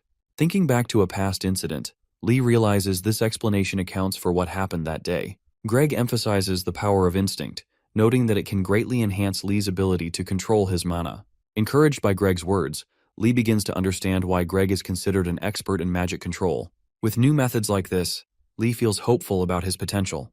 At this point, Greg picks up a few Spirit Star balls and tells Lee to get ready. Though confused, Lee listens as Greg explains that he'll be throwing the balls at him and expects Lee to use low-level control to defend himself. Before Lee can protest, Greg hurls one of the blue balls at his chin. Startled, Lee dodges on instinct, wondering why he ever enrolled in such a dangerous academy. After about an hour of this chaotic training, Greg takes a break and commends Lee for finally grasping the control techniques they discussed earlier. Exhausted, Lee thanks Greg for the lesson, though he silently questions his own judgment in trusting professors at this insane school. Amused, Greg helps Lee to his feet and modestly claims that Lee resolved the issue himself. Smiling faintly, Lee tells Greg not to flatter him. Once Lee regains his footing, Greg pulls out an iron ball the same size as the Spirit Star ball and asks Lee to try moving it using low-level control. As Greg tosses the iron ball, Lee uses his new staff to command it with his magic. Unsurprisingly, the ball obeys his will. To test Lee further, Greg orders him to guide the ball in specific directions, and Lee follows through successfully. Satisfied with Lee's progress, Greg suggests continuing training with the iron balls instead of the Spirit Star stones. When Lee mentions that he still can't draw a circle with the Star Stone, Greg urges him to apply the same technique he just used with the iron ball. Following the advice, Lee tries again and, to his surprise, finds it much easier to control and swirl the Spirit Star Stone. Seeing Lee's progress, Greg explains that powerful experiences like this directly improve a mage's growth.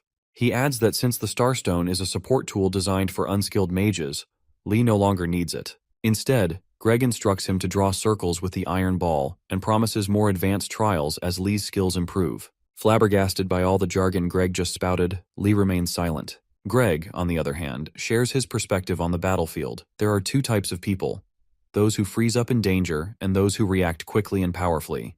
Based on today's training, Greg is convinced that Lee belongs to the latter group, meaning he has the potential to become a great battle mage.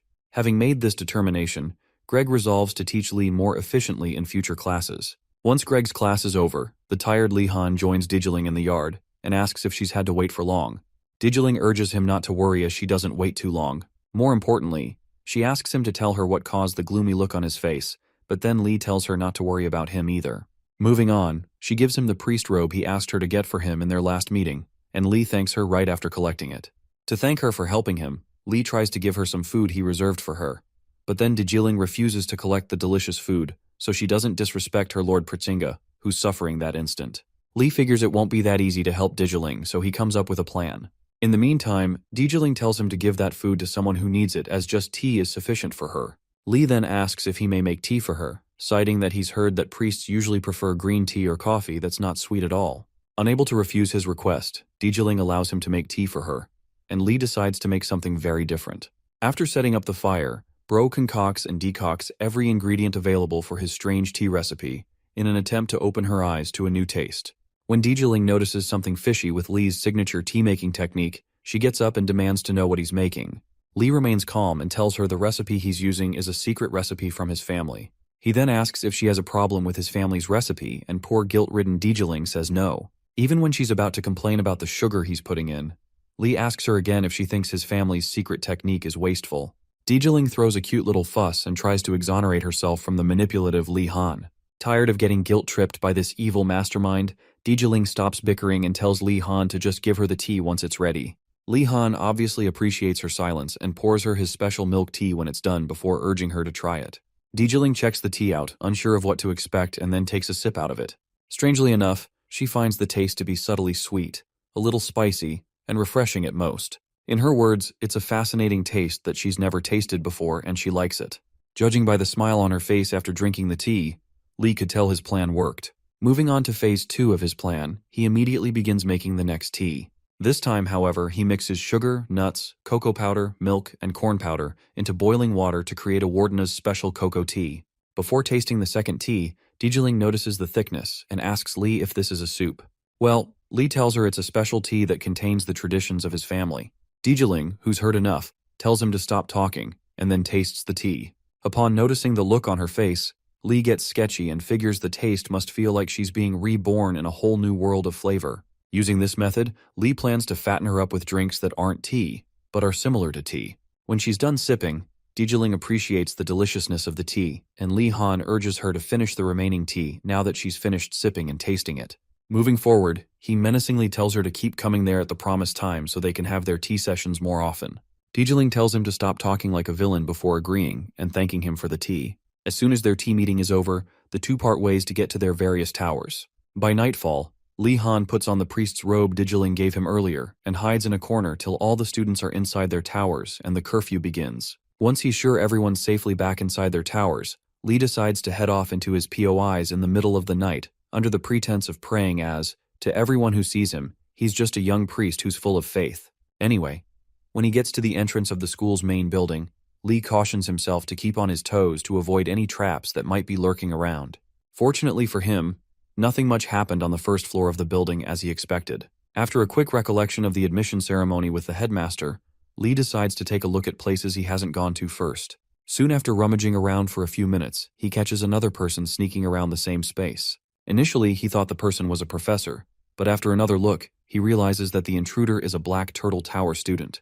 After observing a little longer, Lee realizes the student isn't emitting any noticeable presence while moving and deduces that it's due to his trained footwork. Mice beastmen are typically ostracized in the Empire because of stereotypes labeling them as thieves or vagrants. However, this one seems different, with his intentions appearing clear. Recognizing that their objectives might align, Lee stealthily approaches the unsuspecting mouseman, presses a wooden stake against his neck, and warns him not to make any noise if he wants to live. The startled mouse student freezes and turns to see the smiling face of the man who just scared him out of his wits. Lee's intimidating introduction was necessary to ensure cooperation and avoid discovery. Now that the tension has eased, the Beastman expresses his shock, admitting he initially mistook Lee for a professor. Relieved to learn that Lee is just another student, he calms down. Lee apologizes for the scare and properly introduces himself, asking for the best man's name. The mouseman from the Black Turtle Tower introduces himself as Ratford, a professional thief affiliated with the White Crow Group. Ratford explains that, although his fellow students don't openly ostracize him, he can feel they avoid him. To prove his worth to his tower, he decided to locate the school's storage room for daily necessities. After a long search, he finally found the door to the storage room. As for the key he holds, Ratford reveals he crafted it using the tricks he learned from his group before arriving at the school. Impressed by Ratford's resourcefulness, Lee examines the key and commends him for his skill. Ratford admits it took him sacrificing all his rest time to make the key. Otherwise, he'd still be stuck at square one. Now that Lee knows more about Ratford, Ratford turns the tables and asks who Lee really is. Judging by Lee's physique and confident demeanor, Ratford guesses he must be from the Tiger Tower. Lee chuckles and reveals he's actually Lee Han Wardenus from the Blue Dragon Tower. Hearing the name Wardenus, Ratford is understandably alarmed. Lee reassures him not to be scared and proposes they work together, arguing it's better than moving alone. Ratford hesitates, skeptical about collaborating with someone of such high status. However, Lee points out that they're already working together at that moment. Reluctantly, Ratford agrees, and Lee urges him to hurry up to avoid wasting time. Lee asks if Ratford has managed to open the storage room door yet. Ratford replies that he hasn't, suspecting the door is protected by magic. Lee studies the keyhole pattern and asks Ratford to step aside. Pulling a shiny key from his robe, Lee inserts it into the lock and, to Ratford's astonishment, successfully opens the door. Dumbfounded, Ratford asks where Lee got the key. Lee explains he stole it from the headmaster's drawer during an after-class event in the headmaster's hall with Ashan weeks ago. Although he hadn't mentioned the key to Ashan, Lee had also found a message from the headmaster at the time. It hadn't occurred to him then that the key would be useful now. With the door open, Lee warns Ratford that traps are likely ahead. Ratford cautiously opens the door, revealing a pathway leading underground. Unfazed, Lee urges him to proceed, but Ratford's sharp ears pick up strange sounds below. He asks Lee to wait while he investigates. After listening carefully, Ratford reports hearing voices, almost as if people are working underground.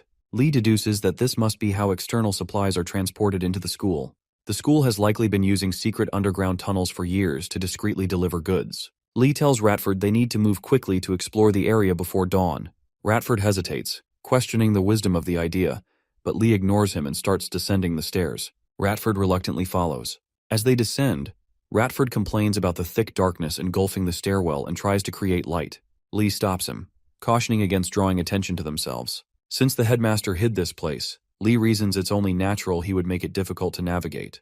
Ratford acknowledges Lee's point, but can't help wondering who this clever companion is. Ratford recalls rumors from his tower about a student who overshadowed the prince and princess with his power and charisma.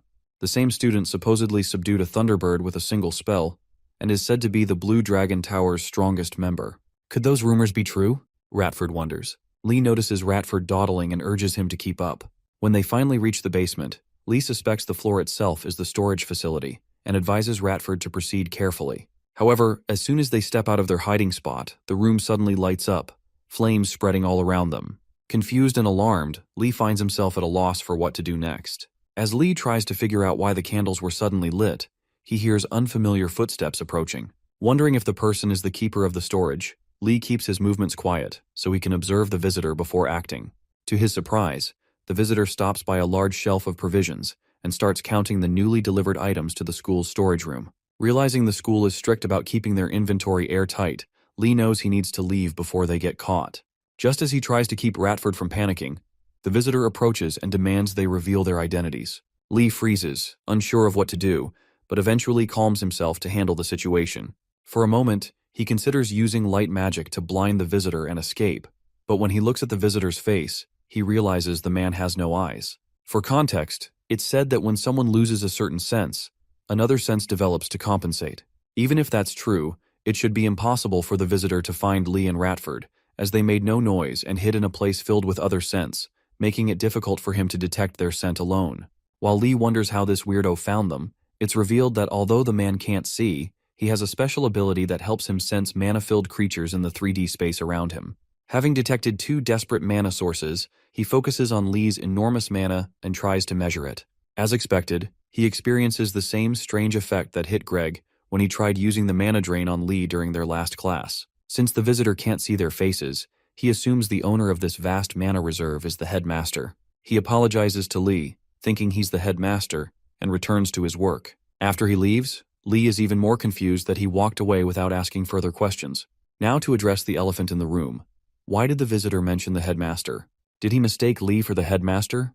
With no clear answers, Lee shifts his thoughts to what the visitor meant by amount of mana earlier. Ratford, finally finding the courage to speak, asks Lee what just happened. Lee explains that the man detected them via their mana and confirms that this academy is indeed a tough place. Thankfully, the situation is resolved for now, so he pats Ratford on the back and urges him to keep moving. As they leave the storage room, Lee warns Ratford not to touch anything on the shelves, as they have someone tracking the inventory. For now, they plan to find the passageway these items came through and follow it outside.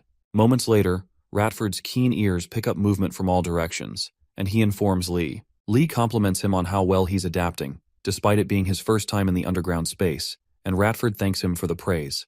As they head toward the source of the movement, Lee asks why Ratford has been speaking so formally. Ratford brushes it off, telling Lee to focus on the mission since they're almost there. After running for a few more meters, they reach a dead end. Ratford is devastated and starts doubting his senses. Lee, however, suspects there's more to this dead end than meets the eye. He spots a slightly different brick in one of the nearby walls and guesses it's the key to unlocking the path beyond the dead end. His intuition comes from the knowledge he gained through stories from his family, unlike Ratford, who has only known a life of theft. Lee presses the brick inward, and the wall blocking their path opens. Judging by the brightness and size of the newly revealed path, Ratford assumes this must be the passage leading outside.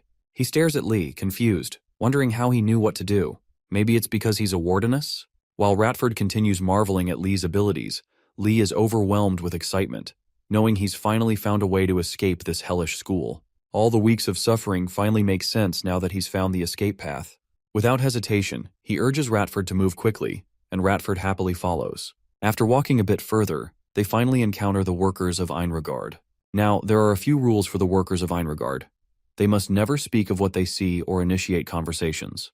They aren't allowed to question anyone coming from the passageway, even if they're a priest or a student who just emerged. Moments after revealing themselves, Lee tells Ratford that the workers seem strangely disinterested in them, but Ratford suggests maybe they didn't even notice them. In any case, Lee figures they don't need to worry about the workers being suspicious. He walks up to one of the carriage handlers and asks if they can leave by riding the horse carriage. Since the workers are almost done, one of them invites Lee and Ratford to get inside and rest. Once they're comfortably seated and the carriage starts moving, Lee reminds himself to stay calm, as everything has gone smoothly so far. His only concern is Ratford's intense staring, which is making him uncomfortable. With no one speaking, Lee starts to wonder if the world outside is even tougher than he thought.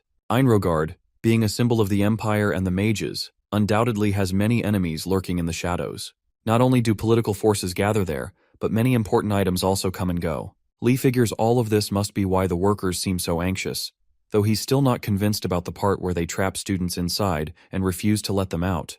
Once the carriage finally exits the academy grounds, it suddenly stops, and Lee wonders why. When he peeks out to investigate, he sees someone he never expected to encounter. As it turns out, Professor Garcia is standing just a few meters away from their carriage, talking and sorting things out with the handler. Lee wonders if she has already caught him, but then again, he figures that can't be the case. Just then, Ratford, his voice shaky, tells Lee that there's a professor right outside their carriage. Lee quickly ducks back inside, making sure Ratford stays silent, as he doesn't believe she knows they're there yet. For now, he tells Ratford to get his act together and quietly observe the situation with him. After calming Ratford down, Lee focuses on figuring out why she's there so late at night. It turns out the headmaster tasked her earlier with delivering an artifact to the Imperial officials outside the academy. Before handing over the artifact, Garcia opens it and sighs, complaining about how troublesome it is to pass off artifacts every damn time. Before long, she turns to the other handlers and flashes them a smile, one that utterly terrifies them. Their reactions break her heart, as all she's trying to do is be friendly. Just then, one of the rabbit beastmen picks up a warning signal coming from a few carriages down. Immediately, he arms himself and urges his partner to do the same. Initially, Garcia assumes they are reacting to her smile, but the rabbit beastman quickly clarifies that he's hearing emergency warning sounds from the vanguard up ahead. Garcia instantly shifts to high alert, preparing to fight whatever is coming. Meanwhile, the head of the vanguard orders the disguised imposters causing the commotion to reveal their identities, warning them that this is their last chance. In response, the imposters lie, claiming to be merchants passing through. Knowing full well that they are lying, the vanguard leader calls them out and even points out the hidden weapons on their backs. Realizing they've been exposed, the imposters commend the academy's porters for being sharp, and while removing their disguises, ask if they are combat mercenaries or soldiers. Ignoring them, the vanguard leader orders his team into formation and commands the archers to fire crossbow rounds at the imposters. However, the imposters quickly erect a defensive barrier, blocking the incoming arrows. One of them chuckles, mocking the vanguard for thinking they weren't prepared. The soldiers, seeing how effortlessly they blocked the attack, realize these aren't ordinary bandits and demand they reveal who they really are. At that moment, the lead imposter calls the vanguard fools for helping mages who are bringing the empire to ruin. He gives them a chance to drop their weapons and surrender, claiming they can still save the empire. That's when the vanguard soldiers finally understand. They are dealing with the anti-magic group, an extremist faction that rejects magic and spreads terror. As the enemy leader's patience runs out, he and his minions leap toward the vanguard, vowing to execute them in the name of the Twilight Dawn Squad. Thankfully, before the bloodthirsty bastards can reach the soldiers, Garcia erects a barrier of order, blocking their path.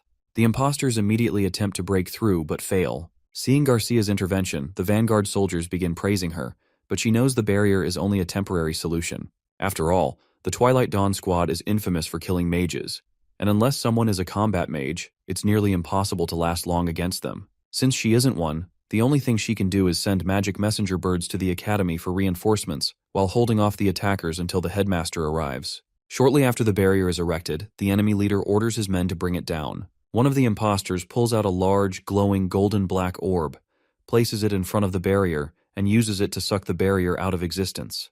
With her precious barrier of order gone, Garcia panics, realizing her mana is being dispersed. When one of the vanguard soldiers asks her what the hell is happening, she simply tells him that magic isn't omnipotent. While there are many ways to counter magic, it's rare to see an object that absorbs mana over such a wide range. The soldier then spots the strange orb in the enemy's hands and asks Garcia what it is. She immediately recognizes it as an ancient relic. Shocked, the soldier asks if she's saying that a treasure rarely found in ruins and dungeons is in the hands of these criminals. Without answering, Garcia watches in horror as the relic continues sucking out all the mana she tries to gather, preventing her from casting spells. As she desperately thinks of a solution, she fails to notice an enemy sneaking up behind her. The moment he gets close enough, he lunges at her with deadly force, declaring it's time for heavenly punishment. Garcia panics, struggling to comprehend how he got behind her so quickly. Just as he's about to land a finishing blow, something strikes him in the head, knocking him out instantly. In the aftermath, Garcia and a dwarf vanguard soldier stare in confusion, unable to comprehend why the man suddenly collapsed. To them, it seems as if he fainted on his own. What they don't know is that Lee is right there with them, completely invisible. After scanning the area to make sure no one else is lurking nearby, Lee concludes that, for now, the coast is clear. 10 minutes before he attacked the assassin, when the chaos truly began, Lee initially thought the commotion outside was all part of the headmaster's trap. Ratford, scared as usual, asked Lee what they should do, and Lee told him to hide and do something unrevealed while he was at it. When Ratford asks what Lee plans to do, Lee assures him that he has his plan, so there's no need to worry. In his mind, Lee knows the anti-magic organization, the Twilight Dawn Squad, will pose a bigger problem in the future, especially if he doesn't help stop them now. To prevent that, he activates the invisibility spell on his cursed belt and rushes to the battle scene to help out however he can. Moments after knocking out the bastard who tried to kill Garcia, Lee remains invisible, leaving Garcia and the dwarf vanguard warrior wondering what just happened. Soon after, he calls out to the professor, telling her who he is. When she asks where he is, he explains that he's using invisibility magic. Since there's no time for idle chatter, Lee asks Garcia for orders. Garcia knows this is the time for action, so she orders everyone to hold their weapons and stand guard. She's already requested reinforcements from the academy, and they'll arrive soon, but until then, she tells Lee to stay hidden. Around that time, the archers fire another round of arrows, but unfortunately, it doesn't help much. With the attackers charging from all sides, Garcia instructs her men to hide and avoid getting injured.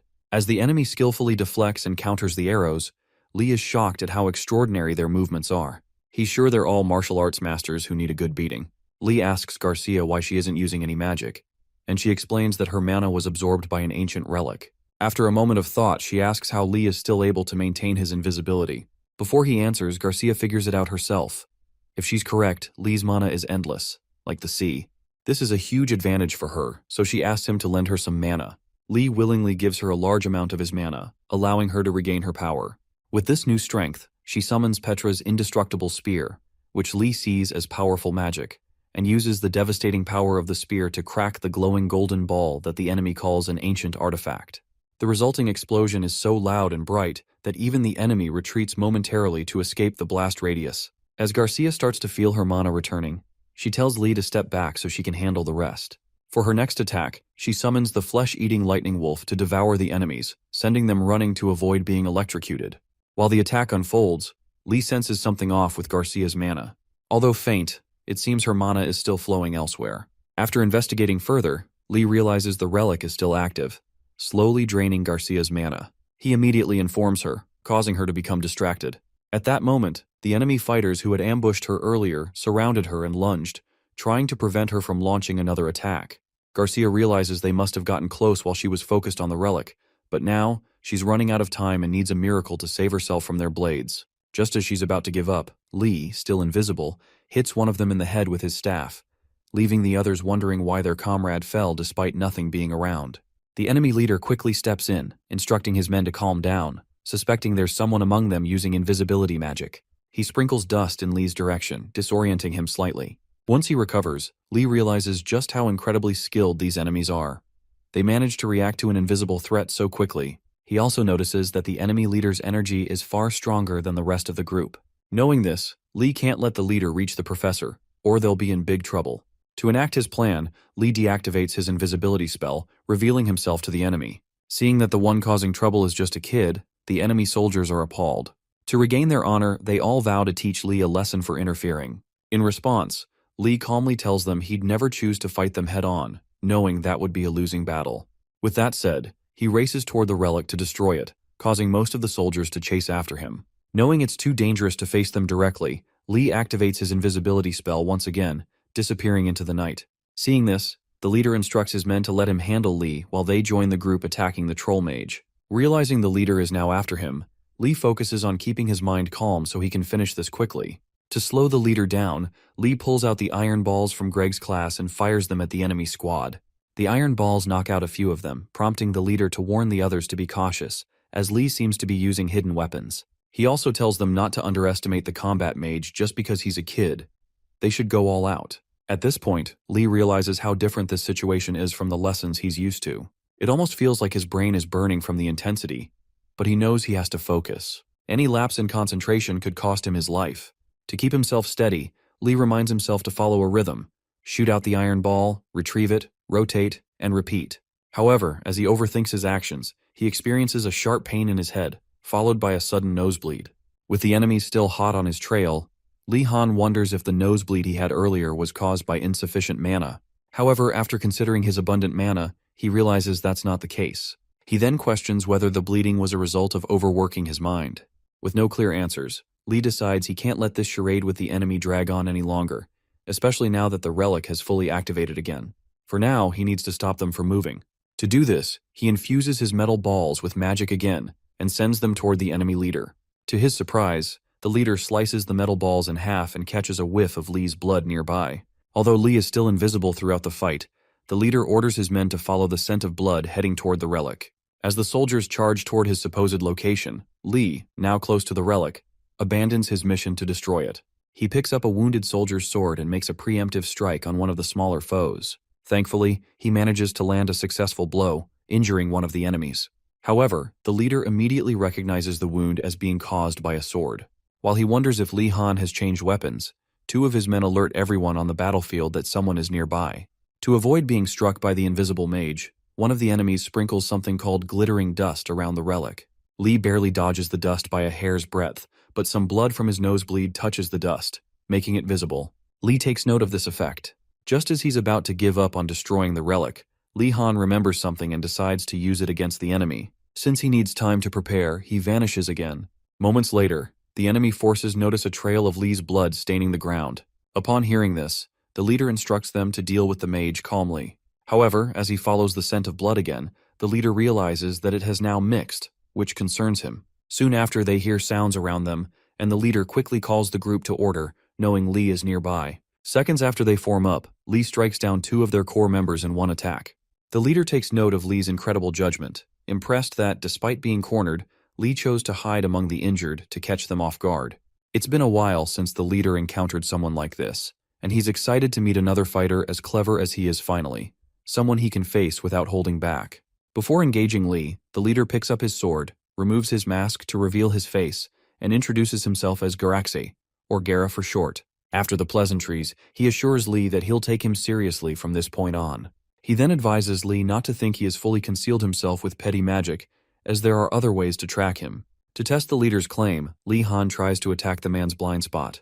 However, to his surprise, the leader matches his movements, blocking the attack with ease. As Lee wonders how he was able to pinpoint his location, the leader reiterates that other things give him away. He explains that Lee's trembling breath is far too loud to ignore, and relying solely on the scent of living things would be foolish. To make matters worse, the leader thanks Lee for cutting down his men, as it has made his breathing even easier to hear. Claiming he'll end things quickly, the leader activates a martial arts technique similar to Mind's sword, and attacks Lee with everything he has. Although Lee knows he's doomed if one of those swords reaches him, he does his best to stay calm and dodge as many strikes as possible. After successfully avoiding all of them, Lee realizes how much trouble he'd be in if he were even a step closer. Reflecting on the fight, he admits the man's swordsmanship is leagues above his own. To think he's struggling to defend against someone who can't even see him proves the leader's earlier statement. As Lee adjusts for his next move, the leader lunges at him with glowing eyes and swings his veiny sword. Fortunately, Lee blocks the strike, but the force of the blow sends him flying, landing on his back. Lying on the ground, he realizes just how dangerous real-life combat truly is. He even wonders if this man has reached the level of aura mastery that Arlalong mentioned when Lee was younger. At this point, the leader taunts Lee, saying he can still hear the fear in his breaths. Pointing his sword at Lee's throat, he wonders what kind of terrified expression Lee must have at that moment. Realizing he could die at any second, Lee refuses to accept his fate. He recalls something Arlalong once told him about trained swordsmen infusing their weapons with mana. Since Lee is skilled in magic, he decides to try infusing his sword with some of his excess mana. As soon as he begins the process, his sword starts glowing a bright sky blue color. Lee attacks his enemy, who blocks the strike swiftly. Seeing this, the leader is skeptical, struggling to believe what he's witnessing. It turns out that Li Han has just made history as the youngest mage ever to infuse this much mana into his sword. Since his mana reserves are overflowing, he figures he might as well pour it all into his blade. Shortly after infusing his sword with mana, Li Han unleashes such a powerful force that it sends the Twilight Dawn Squad leader, Gara, flying several feet back, injuring him severely. Blood spurts from Gara's mouth as he struggles to comprehend how a single sword swing could have such a devastating impact. Lying on the ground, he curses the first-year brat, Li Han, and decides that he must kill him as he refuses to go down in history as the man who was defeated by a mere first-year student. Meanwhile, Li Han struggles to get up but realizes, to his horror, that he can't move. As he tries to understand why, he considers the possibility that this is the side effect of forcefully expelling a massive amount of mana all at once. With the little strength he has left, he glances at Gara, who is slowly rising, preparing to strike. Once Gara regains his footing, he lunges at Li Han with a furious cry of, "Die!" intent on finishing him off. Just when Li Han's immobile body is about to give in to despair, disaster strikes Gara. His body betrays him in mid-air. He suddenly coughs up another mouthful of blood, and before he knows it, he collapses to the ground unconscious. Lee, equally confused and relieved, watches in astonishment as the man falls right in front of him. Grateful that his mana-infused attack had worked, Lee lies motionless on the ground, exhausted but thrilled to have survived his most terrifying battle yet. Before he can celebrate, his thoughts drift to Professor Garcia, and he hopes she is safe. A second later, he hears Garcia rushing toward him, calling out his name. She finds him lying on the ground and immediately checks on him to ensure he's unharmed. While Garcia fusses over his injuries, Lee is surprised to see her acting as if her life wasn't in danger just moments ago.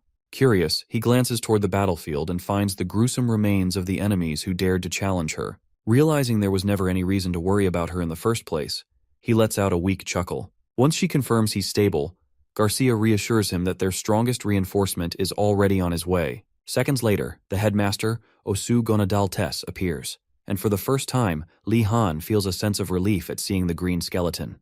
Knowing he's finally safe, he succumbs to exhaustion and passes out in Garcia's arms. She carefully places him on a mobile bed in one of the carriages, while the Academy's mercenaries begin cleaning up the battlefield.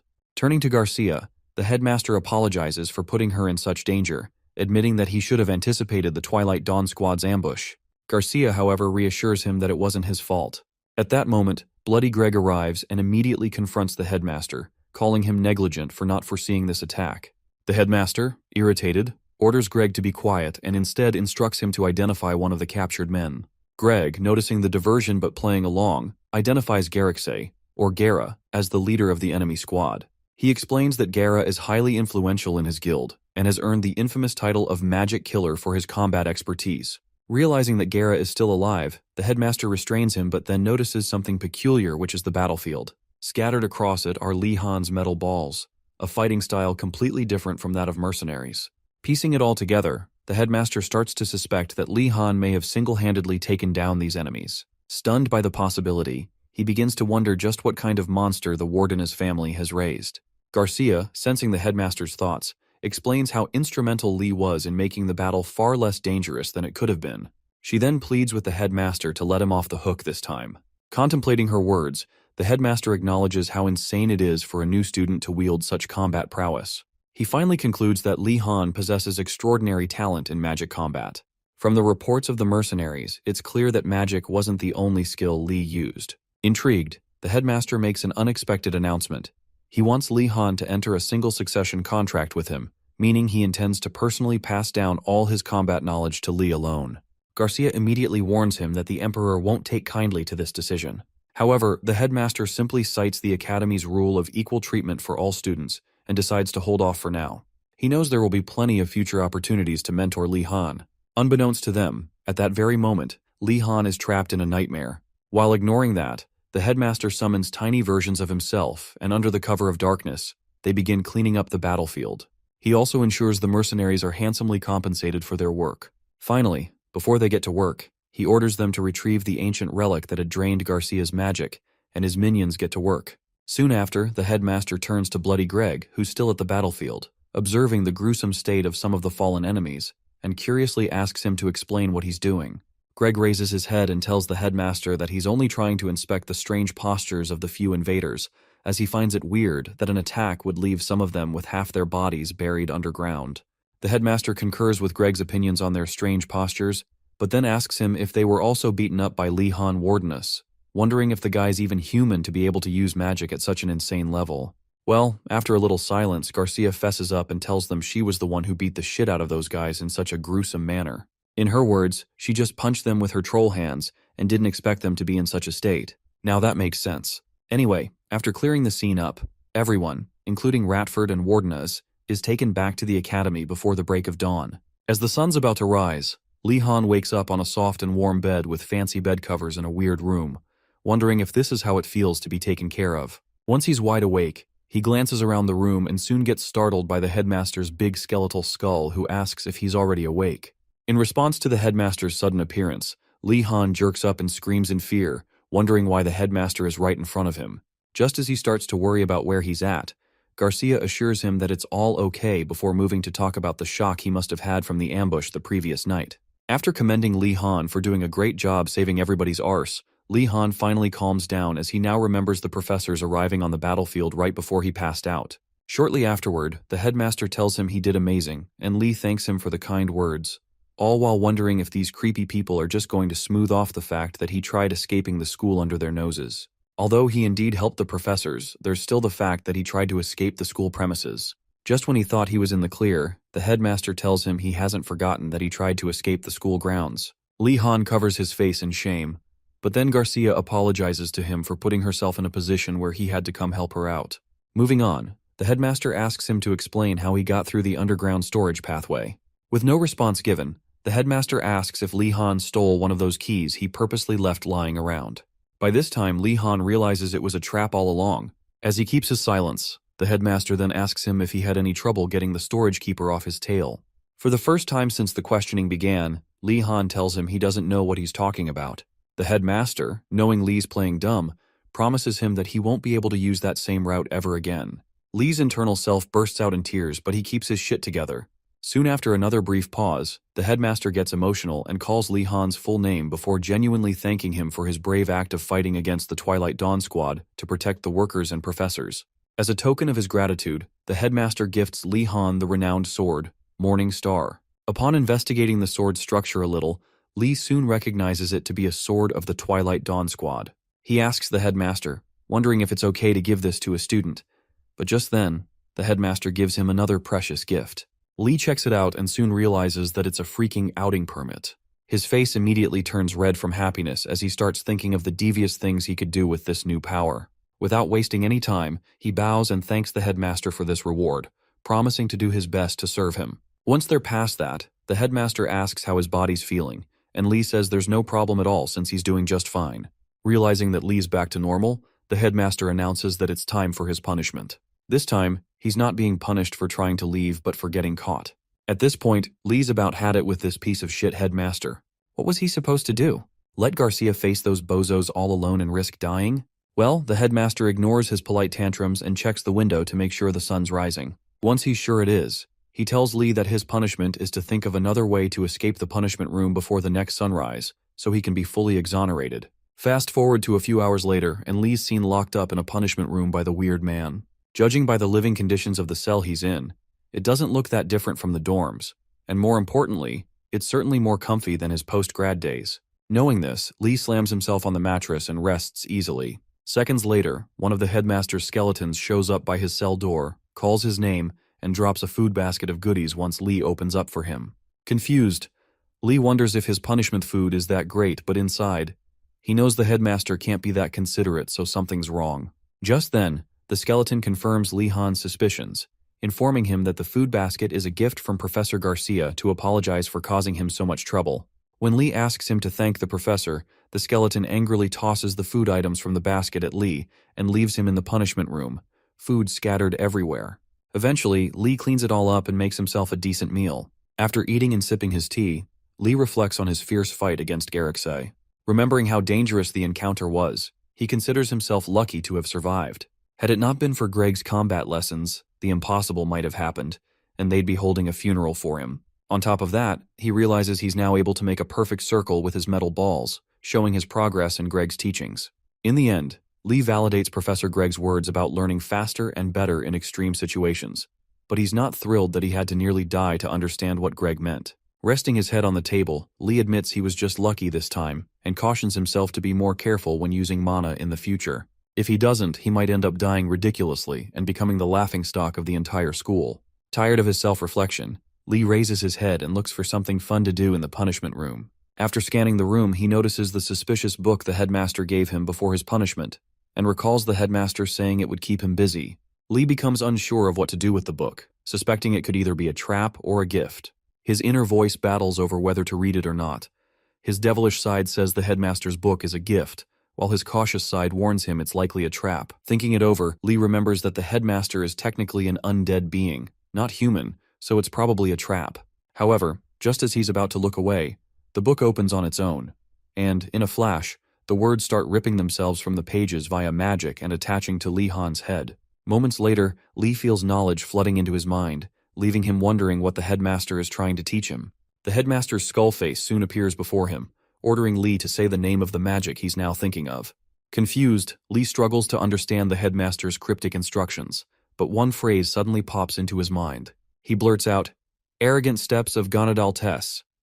Upon hearing this, the headmaster grins, pleased that Lee Han guessed correctly. After the familiar green skull disappears, Lee finds himself suspended in mid-air, his chair and book slamming down onto the floor and table, respectively. He too drops onto the ground, left sitting in disbelief, wondering if the headmaster put a spell on the book. Tired of overthinking the situation, Lee lies down, smiling at how unpredictable his life has become. Although he can't use the new knowledge right away, he finds it fascinating that magic can be learned so quickly. As he munches on an apple from the basket, Lee muses over the headmaster's antics and assumes there isn't any deeper reason for what happened. Lee remains unaware that the headmaster wanted to teach him personally, but was opposed by the other professors. Nevertheless, Lee Han refuses to stress over the details and continues staring at the ceiling. Suddenly, he hears a faint tapping from the adjacent punishment room. Curious, he wonders if he imagined it. When the tapping repeats, he realizes someone is hitting the wall and wonders if there's someone next door. After a brief pause, the person asks what grade Lee Han is in. Lee replies that he's a first-year student, and the person responds by saying he must be working hard. When the stranger introduces himself as Gold, Lee's eyes widen in shock, recognizing the nickname used by fourth-year students. Startled, Lee nervously greets him, wondering why a fourth-year student is in the punishment room. If he remembers correctly, fourth years are allowed to move freely off campus, so why would a senior end up in the punishment room? Lee's curiosity and tension grow as the conversation continues. Before judging the poor fella, Lee Han considers his own situation and realizes he's in no position to talk about anyone else. So, when the guy asks how he ended up in the punishment room, Lee admits that he got caught trying to sneak out of the academy. Surprised by his response, the fourth-year student comments on how this new batch of students is acting much faster than previous ones. However, Lee cuts the small talk and formally asks the kind sir to explain how he ended up in the punishment room. Feeling a bit cringed out by Lee's overly polite tone, the fourth-year student tells him to speak casually since they're all just mages after all. Adjusting his tone, Lee asks again why he's in the punishment room. The fourth-year student, now intrigued by Lee's personality, answers his question, explaining that he was punished for failing a test. Shocked, Lee asks if the punishment isn't too harsh for such a minor offense, but the guy simply says it's a common occurrence. He elaborates, saying that magic tests require specific materials, and he failed because he didn't gather them in time. To make up for his tardiness, he snuck into the headmaster's secret vault and stole the reagents he needed for the test. Though successful in stealing them, he got caught in a trap and ended up in the punishment room. At this point, Lee realizes the guy is basically a thief, but he doesn't dwell on it too much. After all, common sense seems to fall apart at this academy. More importantly, Lee figures that if he doesn't want to end up back in the punishment room, he should ask the fourth-year student for information on other escape routes. Making his decision, he tells his neighbor that the underground route is unusable for now, and asks if he knows of any other ways to escape the academy. After a brief pause, the fourth-year student indirectly implies that he won't share such valuable information for free. Realizing the unspoken demand for a bribe, Lee calls for the skeleton guard patrolling the cells, causing his neighbor to panic, assuming Lee is about to rat him out. Moments later, the guard knocks on the neighbor's cell door, and he starts sweating, fearing his punishment will be extended. To his surprise, however, the guard simply hands him a few sweets, a breadstick, and a jar of jam, saying they're edible gifts from Lee Han. Still confused, the fourth-year student musters the courage to ask how Lee managed to pull this off while being locked in the punishment room. Smiling, Lee tells him to just enjoy the treats. Before touching them, the Black Turtle fourth-year student is impressed that Lee was able to get food while being punished, and starts wondering just who the hell he is. After contemplating his next move, he finally decides to tell Lee everything. However, before spilling the details, he clarifies that the information is only a rumor he heard from seniors and has never personally tested. Lee figures he's not in a position to be picky, so he agrees to listen. The next day, he and Yoner, who only got dragged into this because she wanted to tell him about a lecture, visit the stables to investigate the validity of the neighbor's information. On the way, Yoner silently wonders how Lee can still be worrying about homework after experiencing such a major incident. Without questioning it, she follows him to the stables. At the stable's entrance, Lee pauses to recall exactly what his neighbor had told him. According to the fourth-year student, there's a hidden stable at the top of the Academy Hills, rumored to house flying beasts that professors often ride. It's also said to be where officials keep their messenger eagles for sending royal letters. Because these beasts have been blessed, they can freely enter and exit the Academy grounds. Even if the rumor is true, Lee knows that sneaking in and successfully riding one of the creatures won't be easy.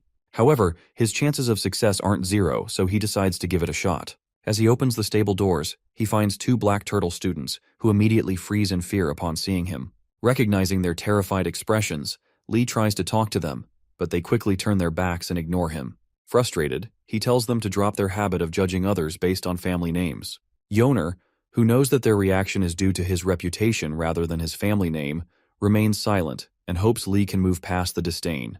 Just then, Ratford calls out to Lee and bows deeply while greeting him with Sir. Embarrassed, Lee desperately tries to get Ratford to stop acting so formal. Even after asking him to speak casually like before, Ratford insists that doing so would be disrespectful. In the end, Ratford says speaking formally is just more comfortable for him, so Lee should adjust.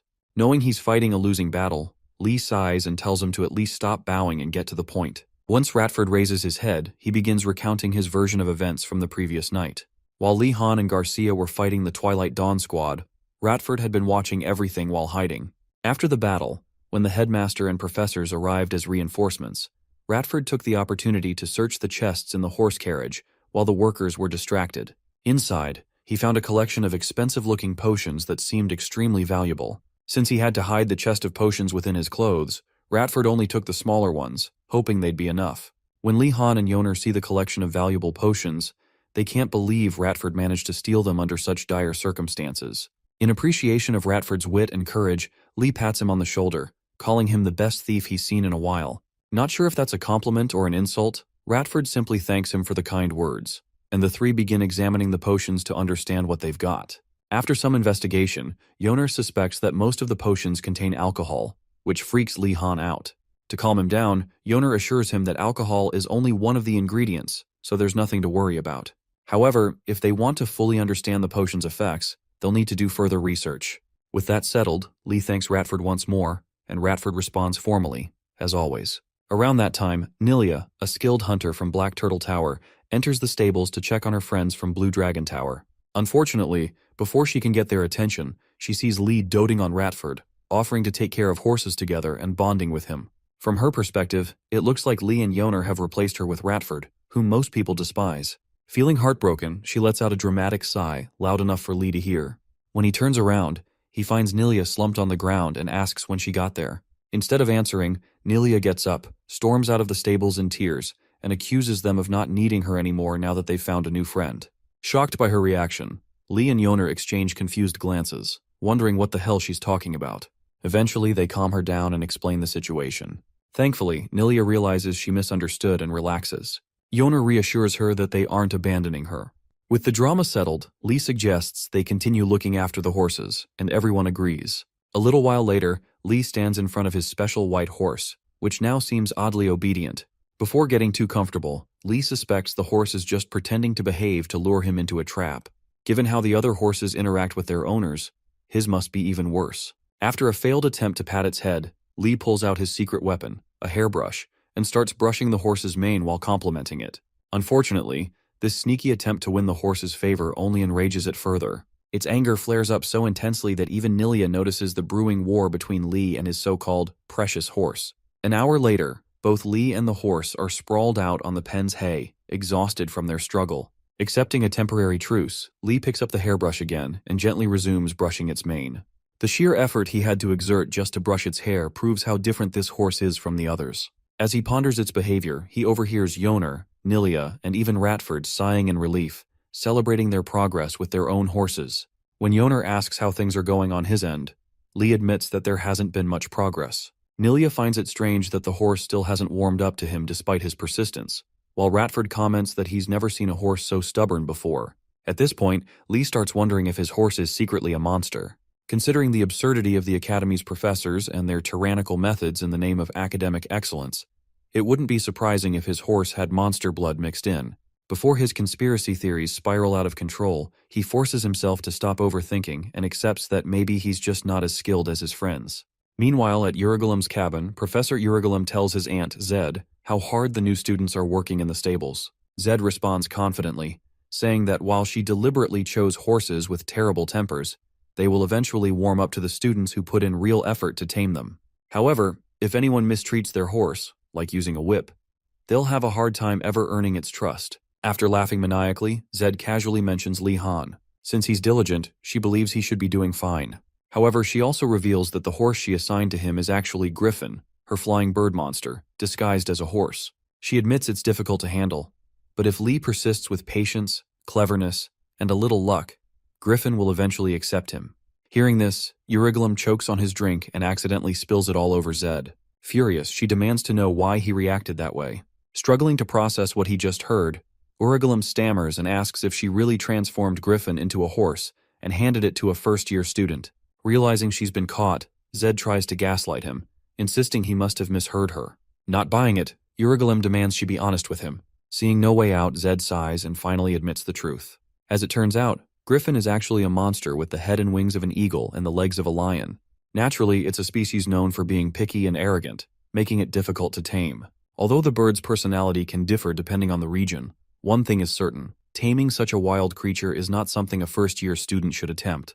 Knowing this, Urigalem is furious and confronts his aunt for her reckless decision to give his best student, who was already recovering from an injury, a monster bird to tame.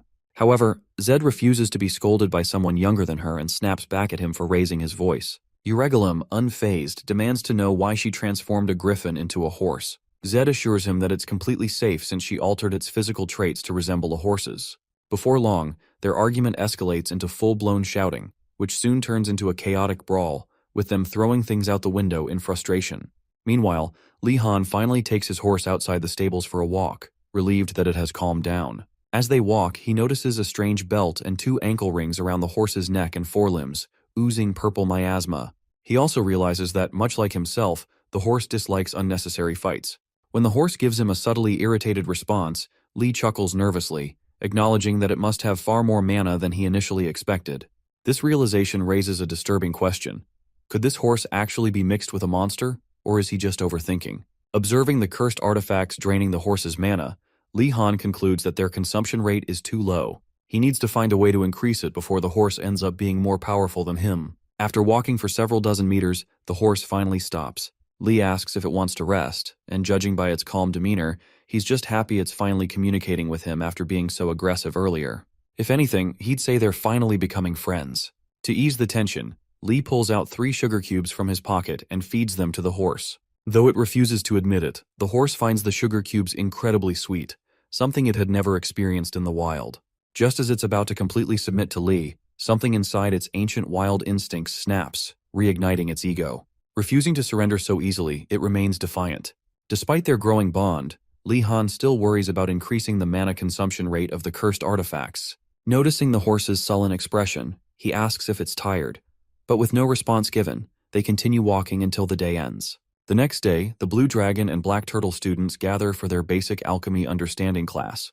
They're surprised to find themselves in a warm and cozy indoor classroom rather than outside, as they had in previous weeks. Suspicious of the change, they tread carefully as they open the door, unsure of what awaits them. One nervous student even comments on how unsettling the warm atmosphere feels, while another warns that their professor might have hidden monsters in the classroom. Around that time, a student from Black Turtle Tower rallies everyone, urging them to prepare for an ambush. Meanwhile, Lee Han simply stands there, baffled by how distrustful they all are. Just then, Ashan, Yoner, and Nilia arrive, assuring Lee that they're ready for anything. As Lee Han tries to convince them that no monsters are waiting to attack, Professor Uragolem enters and asks if they plan on standing around or actually taking their seats. As the students file in, a silver-haired Blue Dragon student asks why today's lesson isn't outside, given that gathering ingredients in the field was previously emphasized as important. Uragolem smirks and responds with a question of his own. Does the student also plan on making medicine outside?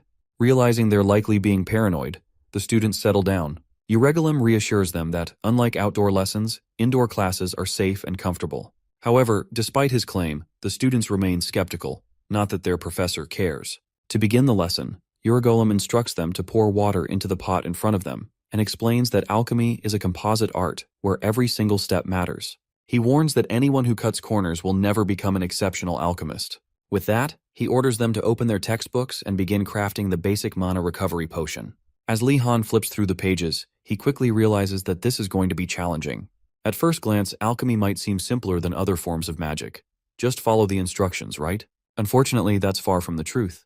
Real alchemy is like cooking an incredibly complex recipe under extreme time constraints. One must not only gather fresh ingredients but also remember the preparation techniques and instructions for optimal efficiency. The formulas require precise execution, making it suspicious if anyone finds them too easy. As the students struggle through their first attempts, Uragolem walks around, criticizing their failed potions. Just as he gets comfortable tearing them apart, he notices Lee Han working with the skill and composure of a seasoned alchemist. Stopping in his tracks, Uragolem studies him closely, almost unable to believe what he's seeing. Lee's efficiency, precision, and attention to detail resemble that of someone who has worked in an alchemical workshop for at least a decade. While Uragolem might suspect he's some kind of prodigy, Lee Han knows the truth. He's just painfully accustomed to this level of suffering from his past life. Once Lee Han finishes making the mana recovery potion, Uragolem tastes it and instantly feels a refreshing surge of mana coursing through his entire body. After the almost out-of-body experience, he tells Lee that his potion turned out great and even commends his impressive mana reserves, noting that he didn't feel any recovery effect despite consuming a completed potion. In any case, Uragolem calls for everyone's attention and announces that one student has already made the perfect potion.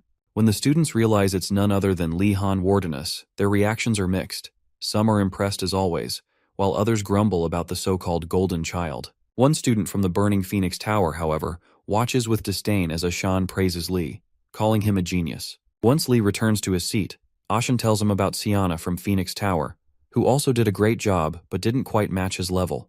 When Lee asks about her, Ashan points to Chiana, a snake woman, who is busy studying her potion. Lee also notices a necklace bearing the crest of the Flamane Order and recalls what Yoner once told him about them. If he remembers correctly, the Flamane Order worships alchemy, and their priests are all exceptional alchemists, meaning Siana is naturally gifted as well. As Lee and Siana exchange glances, an awkward silence follows. Eventually, Siana puts on a fake smile and asks if he's really from the Wardenus family. Once she confirms he is, she politely introduces herself, and Lee urges her to speak casually, all while wondering how his potion turned out better than hers. When they shake hands, he notices her touch is oddly cold, and wonders if it's due to her being a snake woman. Siana then asks if Lee learned potion making from his family, as she never expected to meet such an exceptional alchemist outside of the Flamane Order. Just as Lee is about to respond, Uragolem catches them chatting and yells at them to return to their seats. Lee postpones the conversation and refocuses on the lecture. Moving on, Uragolem explains that while all students attempted to make potions, their results varied greatly. He advises them not to get too discouraged or overconfident, as this is just the beginning of their journey into the vast world of alchemy, filled with complex and strange wonders. At that moment, Li Han wonders how the professors at this academy are so good at demotivating their students. As if the lesson itself wasn't exhausting enough, Urugulum assigns them homework. They must create a low-grade spirit-befriending potion by next week. To ensure they take the assignment seriously, he also announces that there will be a test on it. After drawing diagrams on the board, Urugulum explains the potion-making process and tells them that the basic ingredients are in their drawers. At this point, Nilia finds it odd that he didn't just make them figure out the production method on their own, but Yoner, her seatmate, reminds her that he is a professor and that they are just first years, so it makes sense. However, when Yoner opens her drawer, her smile quickly vanishes. Nilia asks what's wrong, and Yoner reveals that they're missing a single crucial ingredient, the spirit-befriending herb. Hoping it's easily accessible, Yoner asks Urugulum where they can find it.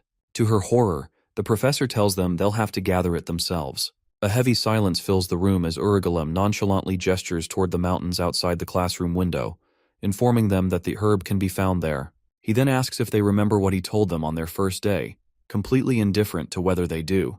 With that, the class is dismissed. A few days later, Li Han meets Digiling from the Pritsinga order at their usual spot, where she enjoys another cup of his thick cocoa tea. After finishing every last drop, he asks how it tasted. Digiling comments that, while the texture is a bit thick for a tea, it's still delicious. As they chat, Siana and her group of lackeys from Phoenix Tower suddenly appear. Siana informs Li that she's been looking for him. Recognizing her immediately, Li asks why, and she explains that it's about their alchemy homework. Since they need to make the low-grade spirit-befriending potion, she suggests that everyone work together to gather the ingredients. While Siana talks, Li can't help but notice the terrified expressions on her lackeys' faces, as if they expect him to devour them at any moment. Eventually, they manage to stammer out their agreement to gather students from different towers. Seeing this as a rare opportunity for inter-tower cooperation, Li readily agrees. Before leaving, Siana asks if he'll help organize the Blue Dragon students. Once he says yes, she immediately says goodbye and takes off. After watching her leave, Digiling asks if Li knows Chiana well. He replies that they take the same alchemy class and then asks why she's curious. Digiling hesitates, guilt written on her face, and then says, "It's nothing." Li, however, isn't fooled. Getting up, he playfully accuses her of piquing his curiosity only to leave him hanging. Digiling insists that talking about someone behind their back, even if unintentional, would feel like gossip. Hearing the word gossip only makes Li more curious about what she knows. Since he knows Digiling won't spill easily, he decides to try a different approach. Picking up a statue of Lord Prasinga, he places it on a nearby rock, kneels, and starts praying. Confused, Digiling asks what he's doing. Li solemnly replies that, while he knows talking behind people's backs is wrong, he figures that praying about it in front of their god would make it acceptable. Digiling, though suspicious, finds some logic in his words and remains standing. Realizing his plan isn't working, Li tries a different tactic. Still kneeling, he dramatically recounts a completely real story about how he was once ambushed by White Tiger students and barely escaped with his life. He then casually wonders if Chiana and her minions might be planning something similar during the ingredient gathering trip. Feeling bad for him, Digiling finally kneels beside him and begins praying. However, before revealing anything, she makes it clear that she is not accusing or slandering anyone. As Li thanks her for sharing, Digiling simply says she can't hear anything, because she's praying. Li stares at her, completely bewildered, before finally realizing that she's pissed. Anyway, Digiling continues muttering her prayers. After talking about how the Burning Phoenix Tower's priests are good and honest people, she moves on to mention that many of them haven't abandoned their material desires yet. Even though jealousy and a spirit of competitiveness do no good for one's faith, conflicts still arise within the holiest tower in the entire school. Just last week, at the Burning Phoenix Tower's dormitory, a student made fatigue recovery potions and shared them with everyone in the tower. As soon as the students drank the potion, they instantly felt their fatigue disappear, and many commended the guy for doing a great job. One of them even joked, saying that this fatigue recovery potion was better than the ones Kiana made. Mind you, Siana was just around the corner, listening to them joke around. So, when they asked Chiana herself what she thought of the guy's potions, she pretended to be humble, saying that she was far too inexperienced to be compared to anyone yet. Up until that point, nothing happened. But the next day, Siana made the exact same type of fatigue recovery potion and presented hers for everyone to drink. Thinking nothing of it, the students drank her potion and instantly felt the same effects. They all commented on how refreshing it was and how it made their fatigue disappear. Chiana ignored their remarks and walked off with a fake smile on her face. The following day, and even the day after that, Xiana continued offering potions just like that priest had.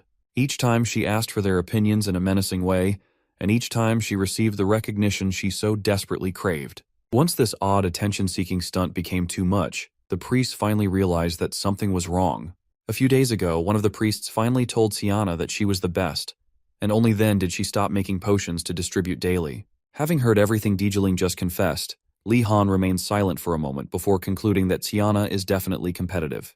Just when he thinks he's heard enough, Dijiling continues her story, revealing that shortly after that incident, Xiana did the unthinkable. Although the priest who made the potion and Xiana had stopped competing, one day, while passing through the tower's hallway, Xiana ran into the priest. He called out to her, praising her potions. Dijiling says she watched as Xiana completely ignored the poor guy and walked past him like he was nothing. Still in prayer posture, she tells her lord, and apparently Li Han, that Xiana definitely ignored him on purpose. Li Han remains calm, wondering why she held such a grudge. More importantly, he wonders how she must feel about him after the compliment he received in the alchemy classroom, especially if she reacted this way over such a small matter. Around that time, Dijiling finishes her prayer to Lord Prasinga, and Li Han begs her to tell him more. Dijiling, who still thinks Li Han wasn't listening because she was praying, insists she was only praying and doesn't know what he's talking about. As she gets up to continue with her day, Li Han just kneels there, realizing that given the situation, he needs to be more careful in alchemy class. Little does he know that more trials await him in the days to come. During their basic magic temperament lesson with the headmaster a few days later, the headmaster himself instructs them to love one another and live harmoniously. After emphasizing that their personal desires don't matter, he presents their homework for the week. Each tower is to retrieve the flag he has placed in their designated new students' lounge. The flags bear their respective tower symbols, making them easy to identify. They have until the next lesson to retrieve their flag. With that, he dismisses the class. As the Blue Dragon Tower students return to their dorm, one of them speaks up, questioning how this assignment is supposed to be a temperament lesson when the headmaster is clearly just encouraging them to fight. Many of them fall into despair, wondering why their designated flag is in the White Tiger Tower. After all, words don't work on those bastards. Just then, one of them mentions that the White Tiger's designated flag is also located in their tower and suggests a peaceful exchange. However, the others quickly dismiss the idea, convinced that the knights are just barbarians who don't care about honor and would never agree to a trade. With nothing left to do, most of them start giving up, reasoning that it's just one homework assignment and won't kill them. Li Han, noticing this, decides he can't let them act this way and lose valuable academy marks, especially since they don't know what other insane homework assignments this strange academy might throw at them in the future. Refusing to let his grades slip away, Li Han gathers everyone and, in a roundabout way, tells them not to give up just yet. Around that time, the students see the light in Wardness and ask if he already has a plan. Just as he's about to explain, Ashan interrupts, claiming to know what Li Han is about to say. According to his subpar deductive skills, there's a 95% chance that Li Han is suggesting they infiltrate the White Tiger Tower. When Li Han confirms he's not wrong, the other foolish students instantly rally around him, praising his bold decision. They eagerly promise to participate in his plan. As if that wasn't enough, they immediately appointed Li Han, the one who came up with the plan, to lead the raid. At that moment, he realizes these bozos just don't want to do any thinking at all. Eventually, he agrees to be their leader, and the students raise a battle cry, vowing to make those White Tiger bastards pay. The next day, as the sun rises, Li Han strolls through the yard, thinking about the impending deadlines for the homework given by both Uragolem and the headmaster. At this point, he has no idea which task will be more difficult, but for now, he needs to attend Greg's class and worry about the rest later. Just as he steps into the classroom, Greg closes his book and immediately accuses him of being 11 seconds late. Despite how ridiculous his professor sounds, Lee still apologizes and lies that he had to take care of a horse. Greg ignores his apologies and tells him that he's the one losing out for being late. Lee puts on a fake smile, clearly pissed off, and wonders if these professors ever learn to speak so curtly from the same place. Getting past the small talk, Greg starts the class by telling Lee to immediately send the iron ball in his possession. Lee takes one of the balls out and makes a perfect circle with it. Impressed by how far Lee's come, Greg realizes that he did learn something new from his recent life-and-death fight. Not only that, but Lee's control has improved much faster than expected, and he seems to understand things a little now. Anyway, Greg tells him his skill isn't bad and urges him to bring the ball back. Lee thanks him, psyched that the coldest professor he's ever seen would give him a rare compliment that early in the morning. Soon after, Greg tells Lee to give water magic, a skill he's learned, a try. Lee obeys the professor and immediately conjures up a water globule, which he then suspends mid-air. In his mind, Lee credits Professor Garcia's teachings for his success in maintaining the water's form, acknowledging her indirectly for this impressive feat. As if life wasn't hard enough for Lee, Greg tells him to condense the water globule to the size of an iron ball, and Lee decides to give it a try. After several seconds of intently doing his best to condense the globule, Lee realizes that the task is much harder than he expected. Since it's all about condensing rather than merely reducing its size, it proves to be quite challenging. While Lee struggles, he keeps an eye on Greg in case he tries anything uncanny. Within a few seconds, he notices Greg picking up one of the iron balls from his desk and wonders why he's doing that. Shortly afterward, Greg infuses the ball with momentum and shoots it at Lee's exposed self. Lee suddenly realizes the danger he's in and, in a split second, transforms his water globule into a makeshift water shield that blocks the high-speed iron ball. After surviving the first attack from his crazy professor, Lee pauses briefly before spotting Greg picking up another ball. Moments before the next attack, he screams Greg's name and asks if he's going to keep throwing those balls at him. Greg asks why Lee is so concerned about him throwing iron balls. Lee replies that it's a little dangerous to do that all in the name of learning. Greg counters by asking Lee if he knows that this dangerous method has been effective so far. As Lee stands there, puzzled, Greg reminds him that he already experienced a similar situation with the anti-magic faction the other night. According to the professor, a crisis sharpens one's focus and instincts and increases the control one has over magic. With that said, he then asks Lee why he's trying so hard to avoid the dangerous but effective path to success, even when he already knows it works. At this point, Lee questions the reality before him, struggling to understand if the professor realizes that he almost died that night. Concluding that Lee has probably been swayed by his bullshit speech, Greg urges him to try again. Lee decides to let it go, reasoning that saying any more is just a waste of breath. With that, he recreates the water globule that had collapsed during the earlier attack and realizes that, since it doesn't have a fixed form like the Spirit Starstone or the Iron Ball, he'll need to concentrate even more to condense it properly. After a few more minutes of watching Lee achieve nothing, Greg picks up another iron ball and throws it at him. This time, however, Lee successfully blocks the attack as he sees it coming and gets cocky.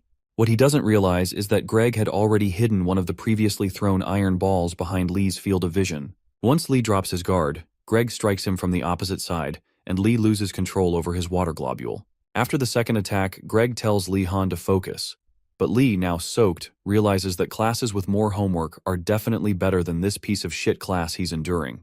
Fast forward a few hours, and it's basic magic understanding, Professor Garcia's class.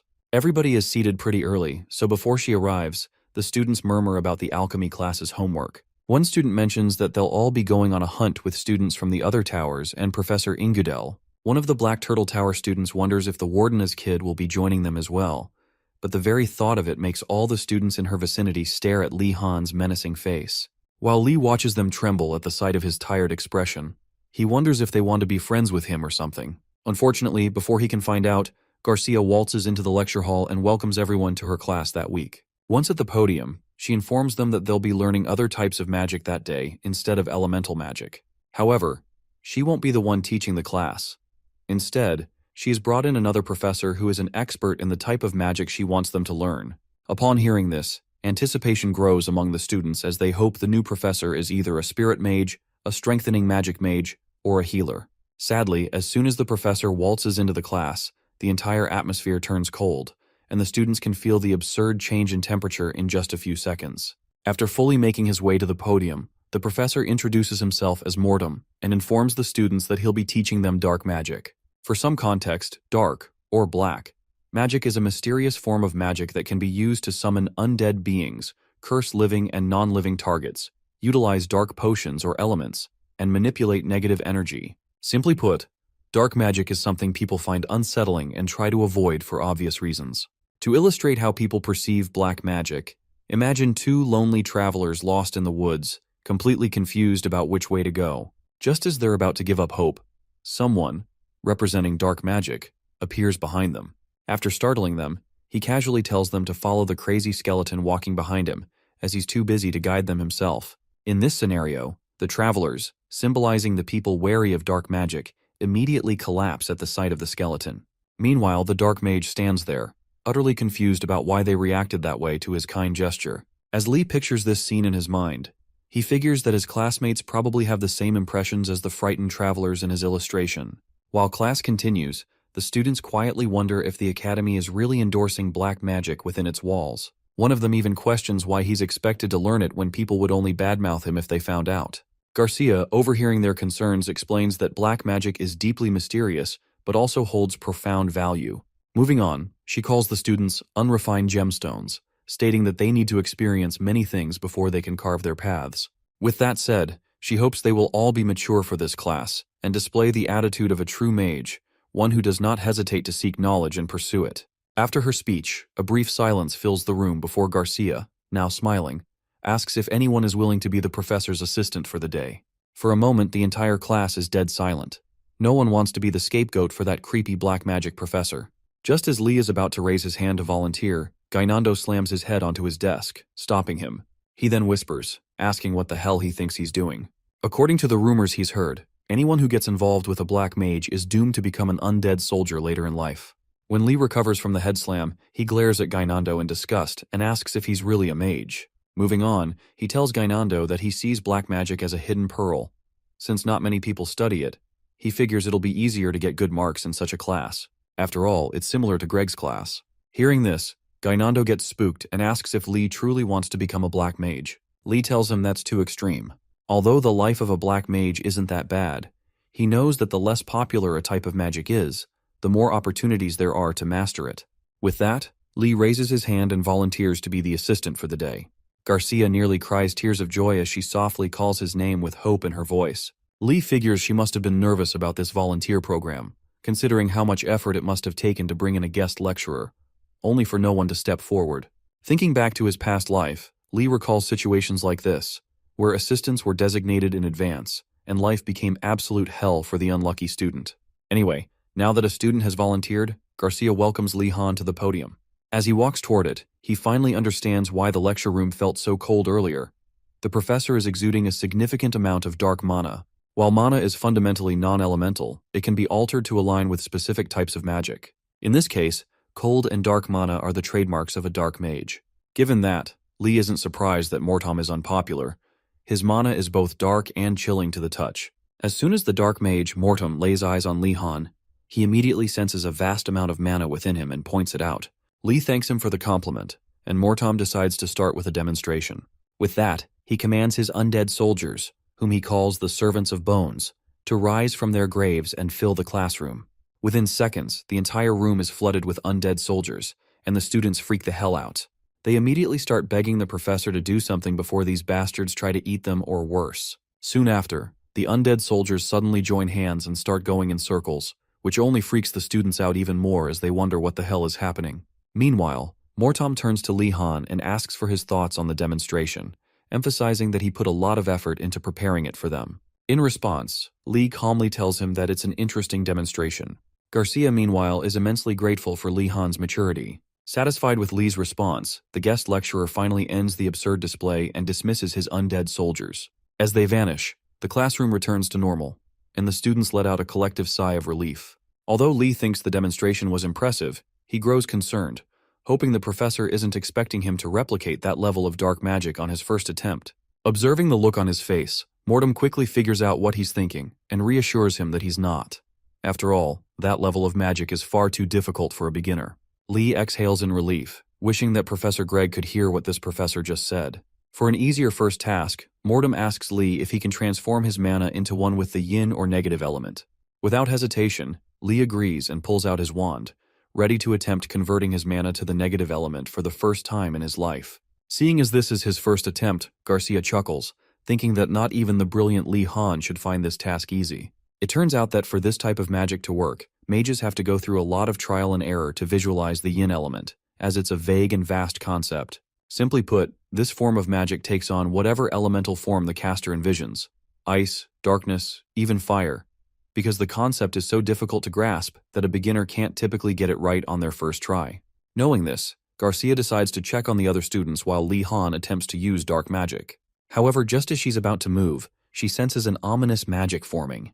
Jaw dropped, she turns to see Lee Han succeeding at what was thought impossible.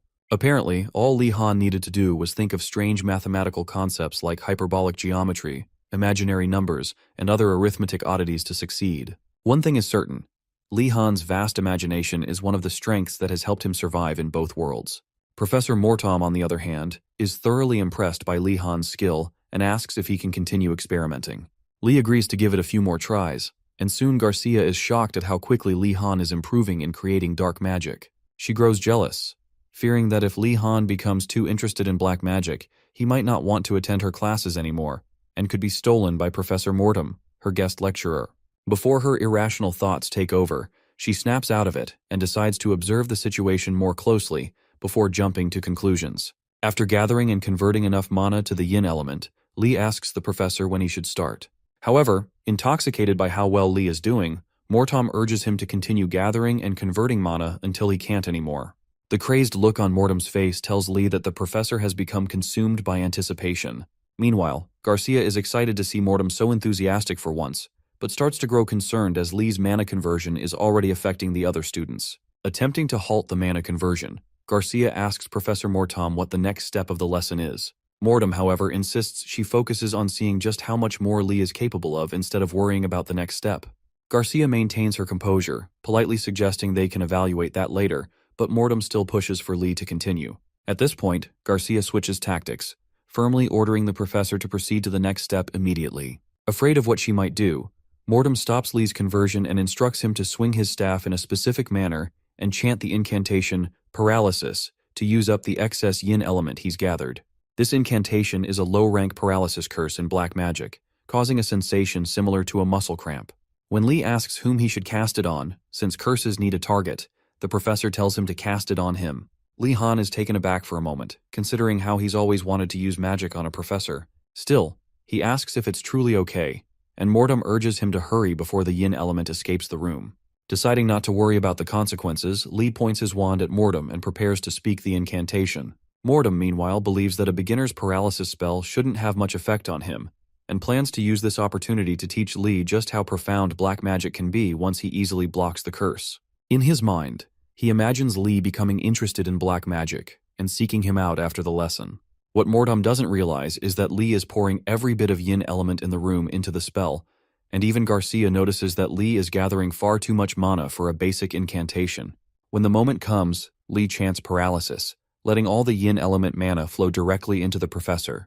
The moment the spell hits, Mortom's body stiffens, and he collapses to the floor, shocking Garcia and the entire class.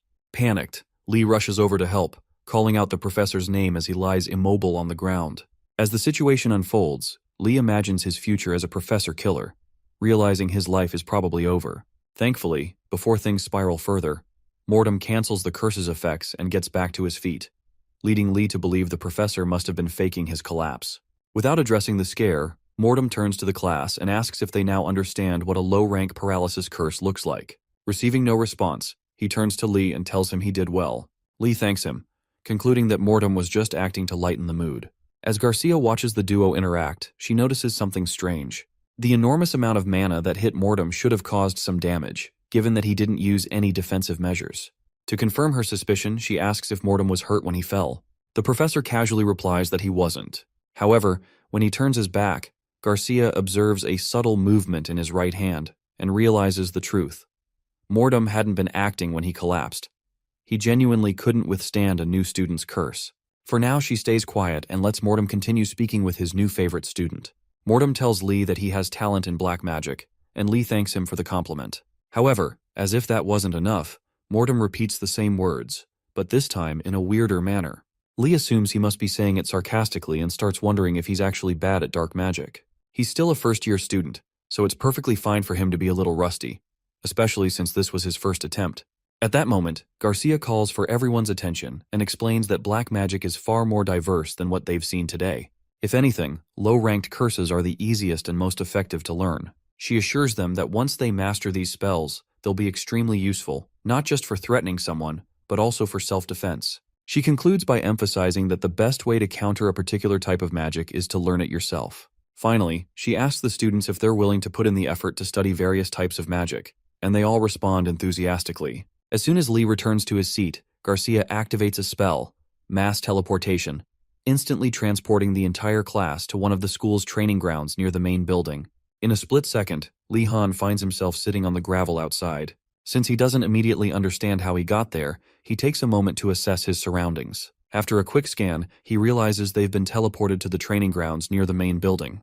He gets up, dusts himself off, and prepares for whatever comes next. Once the students regain their composure, Garcia acknowledges their surprise and explains that she brought them here because they need more space to practice. She instructs them to spread out across the training grounds and begin practicing. As soon as she finishes her briefing, the tense atmosphere from earlier disappears, and the students grow eager to start. Lee Han notices the sudden shift in enthusiasm and credits Professor Garcia for successfully lightening the mood. After letting the students chatter for a while, Garcia calls them to attention again and tells them to pair up. Eventually, Lee Han partners with Gainando, and they begin sparring after reciting the practice mantra. The session's rules are simple. Each student will take turns casting a curse on their partner, allowing them to experience it firsthand. Gainando goes first. Closing his eyes, he converts his mana into the yin element, surprising Lee with how quickly he manages the transformation. Given how much trouble Gainando had with other elements, Lee wonders if he might actually be talented in black magic.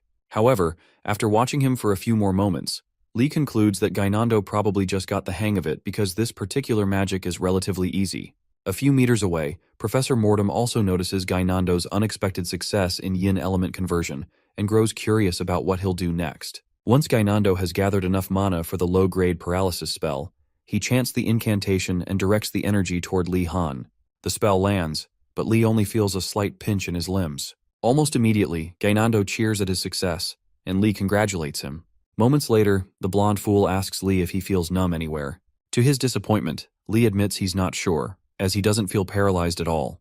Gainando's excitement deflates as he starts to believe something went wrong with his spell. However, Lee suggests the problem might be in the way Gainando invoked the incantation. He speculates that Gainando was too reserved while chanting and should have made a bigger gesture.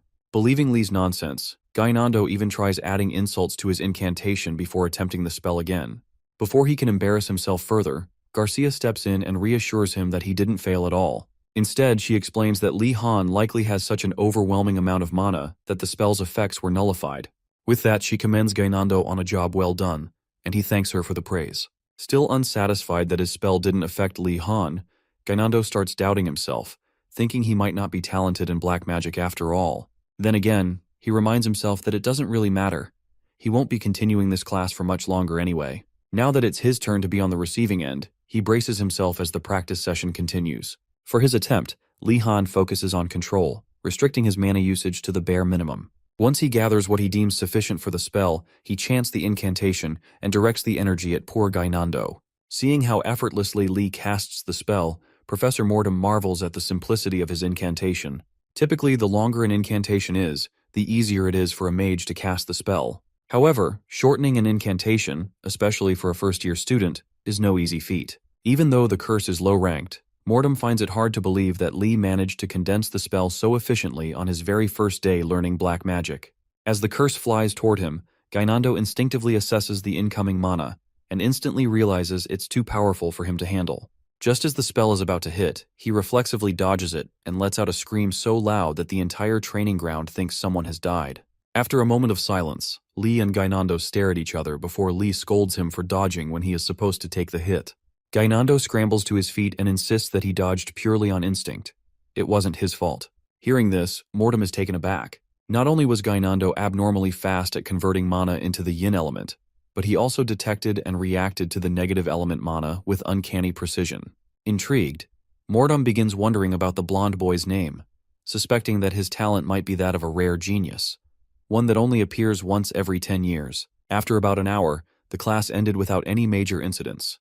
Throughout the session, everyone hurled curses at each other and even enjoyed receiving curses from their classmates. Before dismissing the students, Garcia asks them to give a round of applause to Professor Mortem for helping make the class enjoyable. After watching the class clap for her colleague, Garcia asks the students if they've become more interested in black magic.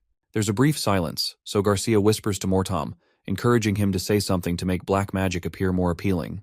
Clearing his throat, Mortem asks the students if they now understand the allure of black magic, as it seems like a few of them are starting to show some interest. However, the silence lingers, and soon murmurs break out, with many students asking their friends if they're genuinely interested in pursuing black magic. Gainando, meanwhile, mocks Mortem, calling him ridiculous for thinking anyone would want to dive into black magic. But when the professor points to him and asks him to visit his workshop later, Gainando panics, wondering what he did to deserve such punishment. While the other students tease him, The professor turns to Lee Han and invites him to join Gainando at the workshop as well. Lee Han realizes that if he's focused on getting good grades, pursuing black magic might not be a bad idea, so he accepts the invitation. The other students accuse Gainando of getting Lee Han dragged into this because of his stupidity. Gainando doesn't take it lightly and threatens to bring the teasing students along if they don't leave him alone. After letting the bickering go on for a minute or two, Garcia orders everyone to stop before dismissing the class. Concerning a mage's workshop, it can be thought of as a research lab where students work tirelessly on topics that interest the professor. While this might sound unusual to some, Lee confirms that the reality is exactly like that. No exaggeration. Even back when he was at home, Lee Han had heard stories about such places, which seemed as dreadful as the grad schools from his previous life. As he and Gainando approach Mortom's workshop, he wonders if this type of hell exists in every world. Thankfully, since he's just a first-year student, today's visit should be a simple consultation, which is usually hassle-free. Facing the door, Gainando nervously asks Lee what he did to deserve being singled out by the professor. Lee reassures him that it might not be because he did anything wrong, but Gainando insists it must be because he annoyed the professor, as he believes all black mages are easily irritated. Ignoring Gainando's whining, Lee urges him to enter the workshop with him. They knock once, and the door opens immediately. Upon entering, they notice the eerie atmosphere in the dimly lit room, with Gainando trembling and questioning why the door opened by itself. Tired of his friends shivering, Lee tells him to calm down, but soon realizes that the room is filled with black smoke, making it hard to see anything. Meanwhile, Mortom, in his office elsewhere in the building, notices their arrival and orders his servant Dire to bring the boys to him. Dire hesitates, reminding Mortom that the headmaster instructed him not to interact with new students. Mortom suddenly recalls the headmaster's words and asks Dire if he can bring the students up discreetly. However, Dire, unimpressed by Mortom's suggestion, reminds him that it hasn't been long since he was released from the punishment room.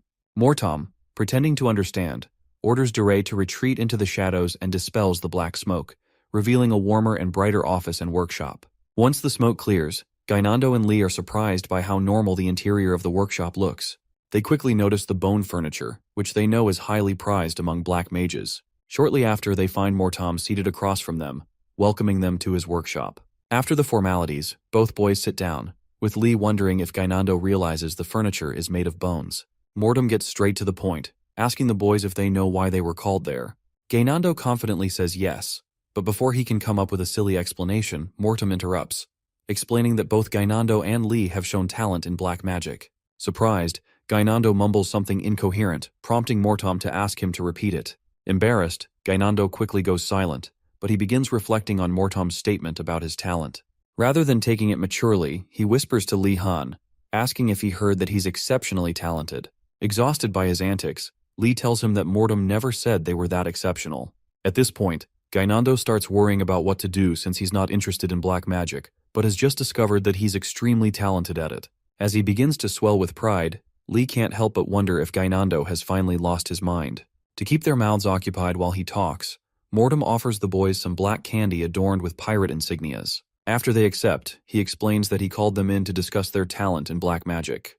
To spark their interest, he tells them that black magic is far more intriguing than they might think. What Mortom doesn't realize is that Lee has already heard this same pitch countless times during his grad school days. Back then, professors in popular fields were often arrogant and sometimes insulted their students' learning standards, while those in less popular fields remained humble, knowing they couldn't sink any lower. Lee feels the same dynamic playing out with Professor Mortom, a professor in an unpopular field, but this time he can sense Mortom's desperation. As expected, the meeting went smoothly without hassle, and soon the boys exited the workshop. Just before leaving, Gainando starts boasting about being a sought-after talent and wonders what he should do with this newfound status. Lee Han, ignoring his ramblings, focuses on another issue.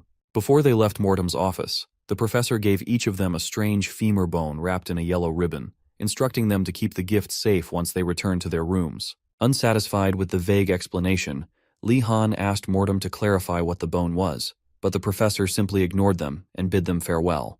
Now holding the eerie bone, Lee wonders what its purpose could be. He considers the possibility that it's similar to the headmaster's cursed book from earlier, or maybe Mortom is trying to get on friendly terms by giving them a mysterious artifact.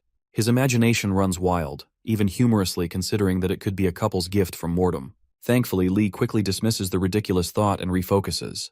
Gainando then urges him not to tell Yoner what happened at the workshop, especially about the gift.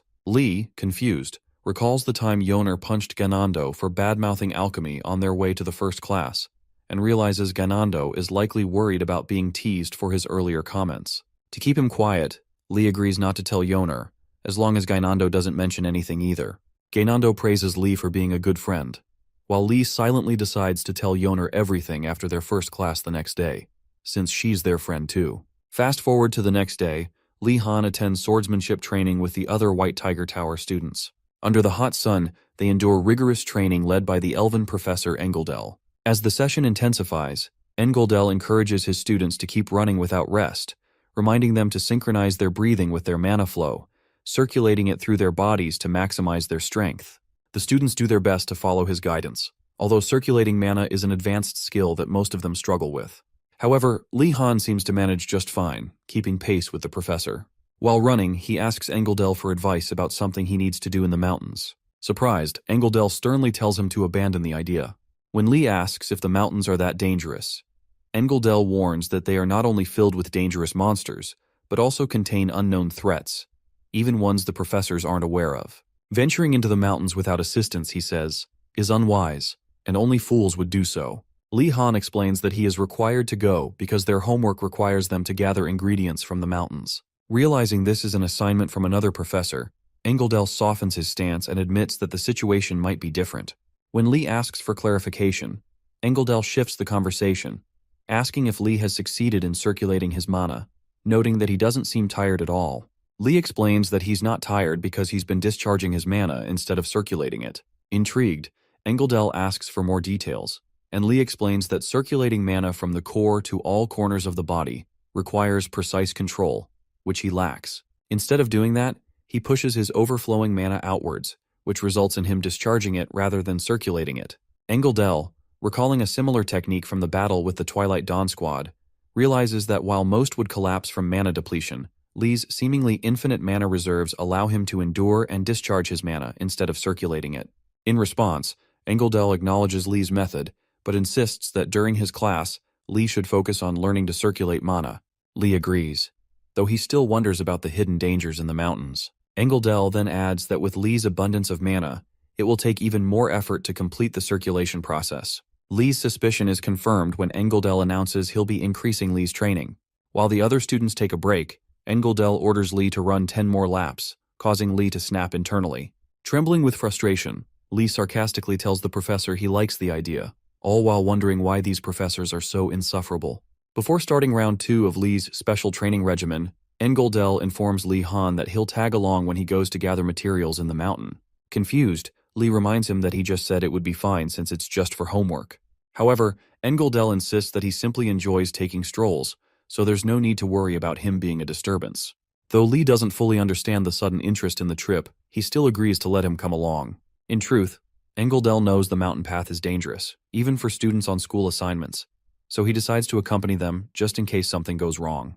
Later that night, Lee and Yoner arrive at Uragolem's cabin in the woods, only to find a handwritten letter from the dwarf, explaining that he's out tending to some matters. He urges them to take whatever they need but warns them not to take too much. After reading the letter, Yoner suddenly realizes something and asks Lee if he invited her on this trip just because of the many alchemical tools in Uragolem's cabin. Without hesitation, Lee flatly says yes and moves on to open the chest that Ratford stole from the shipment on that fateful night. Now that it's in his possession, Lee wants to examine the uses of the potions he acquired, but since he isn't as knowledgeable in alchemy as Yoner, he needs her help. With a chuckle, Yoner tells him she's also curious about what they are, so she'll be happy to assist. Before they check out any potions or gather supplies, Yoner glances out the window and notices the beautiful garden Lee Han cultivated a few weeks ago. Intrigued, she asks Lee about it. Though uninterested, Lee confirms that he planted those seedlings, though it'll take at least a few more months before his first harvest. Since he isn't looking outside, he has no idea that the seedlings he planted weeks ago are already fully grown. At that moment, Yoner informs him that the plants appear ready for harvest. Perplexed, Lee asks her to explain, and when she points to the garden, he finally looks outside. To his shock, the shrubs he planted just weeks ago are now fully mature. Bewildered, he frantically searches for a reasonable explanation.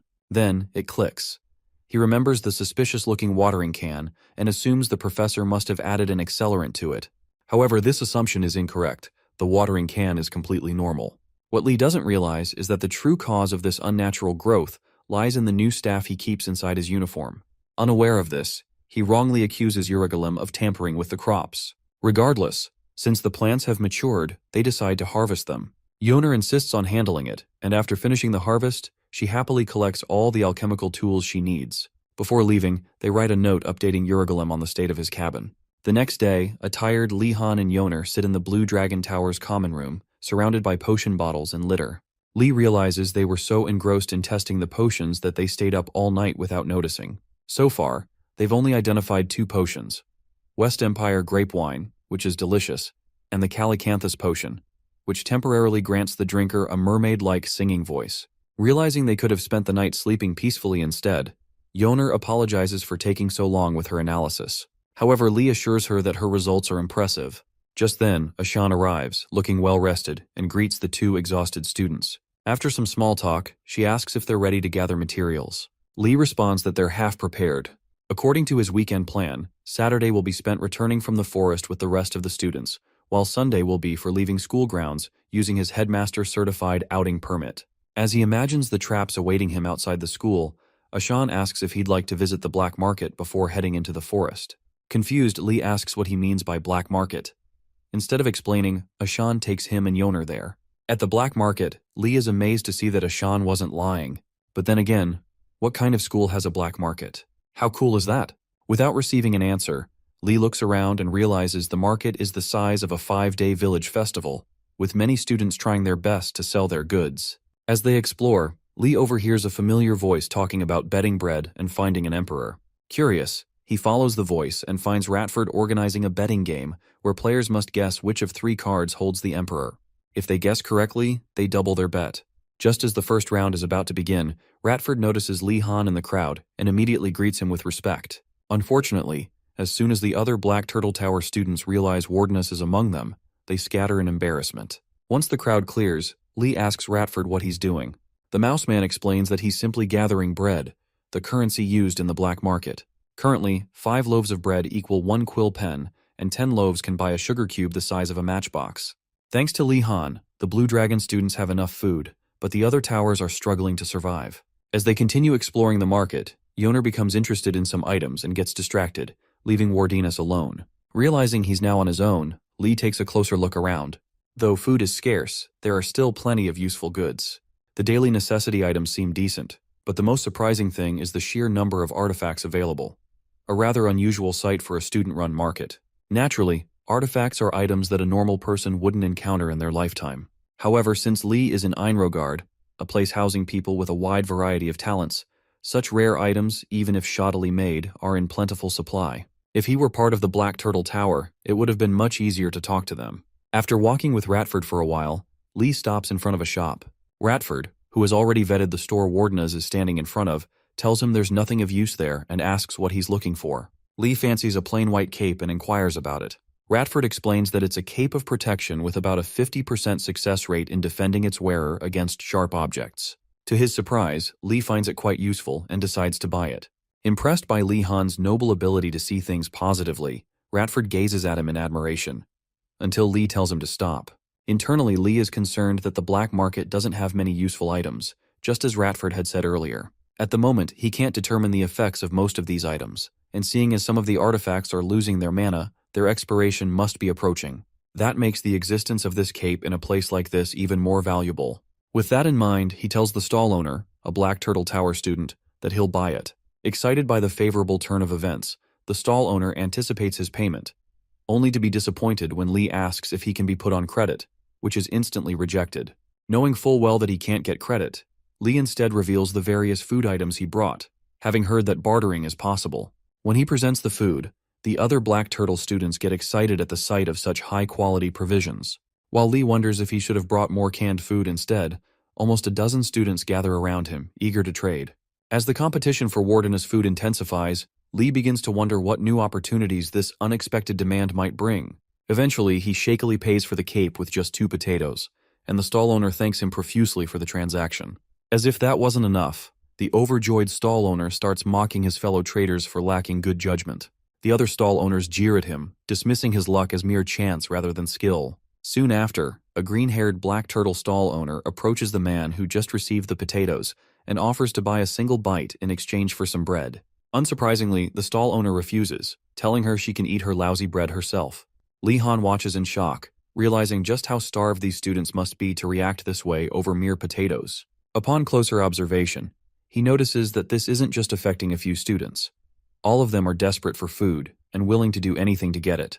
Determined to help, Lee Han calls Yoner over and asks for her assistance. As soon as Yoner arrives, Lee instructs everyone to clear some space, announcing that he's going to cook a free meal for all of them, just this once. Upon hearing this, the students nearly lose their minds, questioning if he's serious or just toying with them. After reassuring them that he means it, Lee Han enlists Yoner's help, knowing that the success of this gesture could greatly impact his standing with them. In less than an hour, the two prepare a hearty tomato stew and serve it in bowls, distributing it to the starving students. Many of them drink the soup straight from the bowl, leaving Lee Han and Yoner staring in astonishment, realizing just how hungry they truly were. Lee figures that although these ingredients were valuable to him, helping them now is the right decision. Building good relationships with the Black Turtle Tower students, who usually fear him, could prove beneficial in the future, especially since he'll be working with them to gather materials soon. If he can change their perception of him, he stands to gain significantly in the long run. Once the students finish their meal, they express their gratitude by gifting Lee Han various items from their stalls. By the end of the day, he begins to think they might be too generous, as he's now hauling a sack full of goods on his back. From low-grade stealth boots to a chalk of smokescreen and even a detection bracelet, which alerts the wearer when they're being watched, Lee Han is more than satisfied with his unexpected haul. However, one question lingers in his mind. Why did the higher-grade students create so many artifacts focused on concealment and stealth? If such items weren't prohibited, their widespread production must indicate something. Just then, a rustling sound comes from the sack behind him. Confused, Lee wonders what could be causing it. Yoner notices his puzzled expression and asks what's wrong. Lee Han hesitates for a moment before telling her that something inside the bag just moved. Before he can say anything further, a bone claw suddenly tears through the sack, startling him. As soon as Ratford and Yoner notice something moving in the bag, they scream in fear, asking Lee Han what the hell is hiding inside. For a moment, Ratford suspects that the turtle students, whom Lee helped earlier, might be repaying his kindness by harming them. But when the bone claw starts reaching into Lee Han's uniform coat, Lee gets curious and urges his companions to wait before sounding the alarm. Soon enough, he realizes that the bone claw is reaching for the bone gift Mortom gave him and Gainando during their meeting a few nights ago. After a few seconds, the claw bone fuses with the bone inside Lee Han's coat, forming a forearm skeleton. Once the skeleton is fully formed, it floats out of Lee's coat, hovering in midair and facing its new master. Yoner, upon seeing the additional bone Lee had hidden in his coat, freaks out and shakily asks Lee what other strange things he's carrying. Lee explains that the extra bone is something Professor Mortom gave him during a meeting. However, he quickly notices something odd. The forearm skeleton looks like it's about to attack him. Seconds later, it hovers over Lee and cuts his finger. The sudden pain causes him to lose his balance for a moment, confused as to why this strange skeleton would want his blood. Meanwhile, Ratford and Yoner prepare to defend their friend from the attacking skeleton, but Lee stops them, wanting to confirm a suspicion. He then points his bleeding finger toward the skeleton and lets his blood drip onto it. Strangely, the forearm skeleton's shadow transforms into that of a dog. Once the ritual is complete, the skeleton fully submits to Lee Han. Feeling a strange sense of ownership, Lee tests it out by commanding the skeleton dog, which obediently follows his every order. Ratford and Yoner are amazed and shocked, wondering if Lee Han is meddling with black magic. Satisfied with the results, Lee finally tells his friends that the professor gave him something odd, as evidenced by how closely it's sticking to him. Yoner, disturbed, suggests that Lee should get rid of the creepy thing. But when the skeleton dog gets violent, Yoner quickly apologizes for being too forward. Ratford then reminds Lee that in the world of mages, they are often warned not to mix with black mages, and asks if he doesn't find the skeleton gruesome. Lee remains silent for a while, thanking them for helping him think clearly. Though this situation is undeniably strange, Lee feels that there's more to it than meets the eye. Yoner wonders why Mortom would give him such a gift, and Lee also questions why the bones were given in parts rather than as a complete set. Ratford suggests that perhaps the professor wants Lee to search for the missing parts and assemble them. Yoner dismisses the idea as ridiculous, but when she looks at Lee's face, she's frightened to see that he seems to find some truth in Ratford's words. To Lee, Ratford's suggestion is strangely convincing, given that Professor Mortom doesn't think like normal people. While ordinary people might find collecting human bones disturbing, Someone like Mortom might believe that Lee and Gainando would enjoy the challenge of searching for the bones. The thought sends shivers down Lee's spine, and Yoner asks if it's because of the bones. Regardless, Lee decides to hold on to the bones for now, as they don't seem harmful just yet. Besides, their next class is going to be a pain in the ass. After visiting the black market, Professor Engeldell gathers students from all the towers at the entrance to the mountains to begin searching for the spirit-befriending herb, which they need to complete Uregolem's assignment. Once all 4 towers have been assembled, Engeldell briefs them on the importance of safety above all else. Based on what he's saying, Lee figures that the mountain holds unknown dangers, making it safer to travel with a professor who can protect them. Before concluding his briefing, Engeldell instructs the students from each tower to stay together, memorize the faces of their fellow tower members, and take note of how many students are present, as attendance will be checked routinely. This news sends shivers down their spines. They hadn't realized the mountains would be this dangerous. With that, Engeldell signals the start of their journey. The search begins with Engeldell leading the way, making sure the students follow him carefully. Above their path, a skeleton bird, similar to one of the headmaster's monsters, spies on them and quietly leaves to relay the information. After traveling a few more miles, Engeldell finally finds a good spot to gather the herbs. He immediately sets up camp and instructs the students to collect the materials they need for their classes in that area. The students, grouped by their towers, begin their search for the herb, with Engeldell supervising them. A few minutes into the search, Engeldell feels relieved that everything is going smoothly, and hopes they can maintain this until they leave the mountain. However, just when he thinks nothing could go wrong, a green skeleton hand suddenly appears out of nowhere and snatches him, leaving behind only the twig he had been holding. The students are completely unaware of the silent abduction, and it takes them some time to realize that Engeldell is missing. A few minutes after his abduction, the green-haired black turtle lady turns to ask Engeldell a question, only to realize he's nowhere to be found. As she investigates the scene, she notices that there are no footsteps indicating he left on his own. In other words, the impossible has happened. She suspects he's been abducted by monsters. Scared shitless, she quickly calls the others and informs them that the professor has disappeared without a trace. The news stuns everyone. Soon, Li Han and his friends gather around the twig Engeldell left behind, trying to make sense of the situation. Li Han sighs. He had already anticipated something like this happening before coming on this trip. Unfortunately for him, the wimps from the other towers are already panicking. To calm them down, he lies, telling them the professor probably just went somewhere on his own for a while. Thankfully, they believe him and relax a little. Li Han knows full well that he just fed them an obvious lie. But for now, he needs them to be calm so he can think his way out of this mess. Fortunately, no monsters have appeared, and since they aren't lost, there's no need for immediate panic. All they have to do is head back and report the incident to the Academy's professors. Just as Lee is about to share this plan, heavy rain starts pouring down, trapping the students in the mountainous region for the night. Stupefied by his terrible luck, Li Han wishes he hadn't come on this trip in the first place. The students quickly split into 2 groups. One group, consisting of the Blue Dragon and Black Turtle students, sets up camp under a cliff to stay dry, while the White Tiger and Burning Phoenix students camp elsewhere. After making some hot tea, Li Han thanks his stars for bringing various supplies for unexpected situations like this. The thought that Professor Engeldell could go missing is almost unthinkable. While sipping his tea, Rowena, Princess Ardenart's guard, approaches Li Han and thanks him for helping everyone. Lee shrugs it off, telling him not to worry about it. However, Rowena then asks about the rumor that Lee cooked a legendary stew for the Turtle Tower students. Confused, Lee asks for clarification, but Rowena suddenly drops the topic, telling him to forget about it.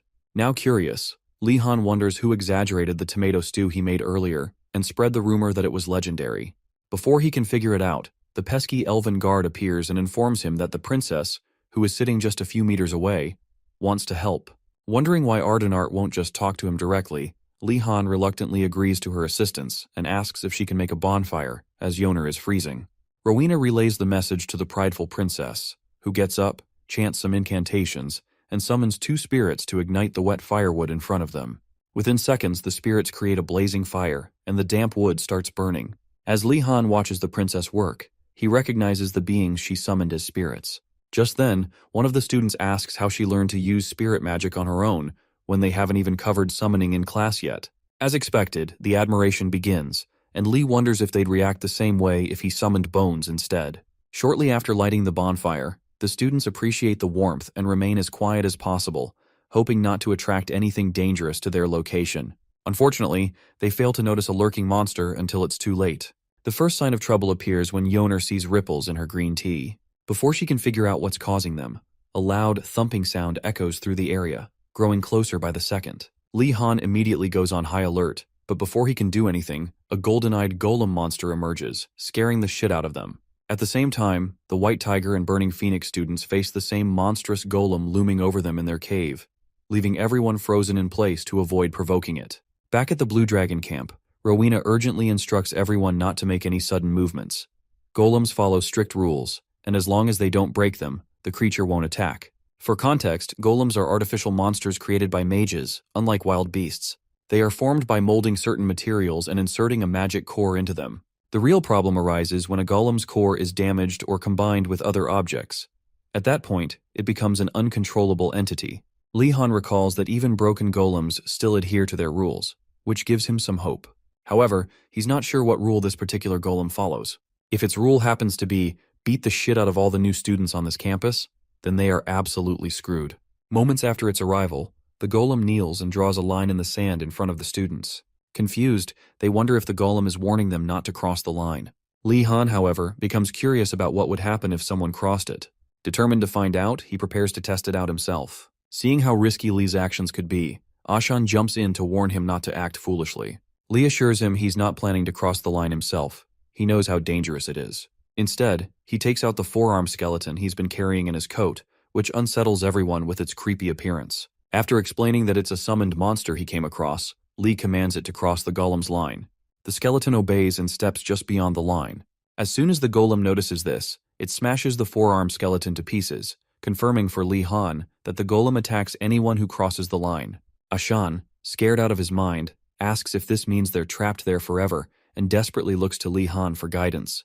Ignoring Ashan's panic, Lee watches his forearm skeleton begin reassembling itself. Once it's fully restored, he praises the bone for a job well done and orders it back to him. Rowena, having just witnessed the skeleton revive moments after being destroyed, wonders if all summoned monsters can regenerate that quickly. Normally, resummoning a monster requires a lot of mana and time, so it's clear that Lee Han is hiding something. Before Rowena can figure out what, a few Blue Dragon students behind him start arguing and blaming each other. Seeing how unproductive this is, Rowena rushes over to calm them down, but one of the angry students tells him to be quiet since he's not from their tower. With the chaos escalating, Nilia approaches Wardenus, asking him to stop the quarreling students. After delivering the message, she notices Lee Han is lost in thought. She calls his name repeatedly until he snaps out of it and asks him what's on his mind. Lee apologizes for zoning out and tells her that he thinks he's found a way out of their situation. The bickering students overhear him and immediately start looking at him with admiration, amazed that he might have found a solution. Disgusted by their sycophantic attitude, Lee Han tells them that he believes the golem is actually a trap set by the professors. This revelation shocks the students, who express their disbelief and ask if Lee is serious about his accusation. Meanwhile, Professor Engeldell is seen suspended in midair, held captive by the headmaster's undead magic restraints. Frustrated with being imprisoned just for helping the students, he demands to be released immediately, calling it preposterous for a fellow professor to be kidnapped. At that moment, the headmaster and Professor Urugalem appear, asking Engeldell to calm down and listen to their reasoning. Reluctantly, Engeldell allows them to explain. The headmaster explains that with someone as strong and dependable as Engeldell by the students' side, they would miss the opportunity to grow on their own. Hearing this, Engeldell can hardly believe what he's hearing, wondering if the headmaster is serious. Unfortunately, he is. The headmaster tells him that one day he'll understand their approach. Though reluctant, Engeldell agrees not to interfere with the students' homework. However, he asks what the headmaster will do if an unexpected situation arises in the mountains. To his dismay, both the headmaster and Urugalem tell him that the students will have to face any obstacles on their own, without external help.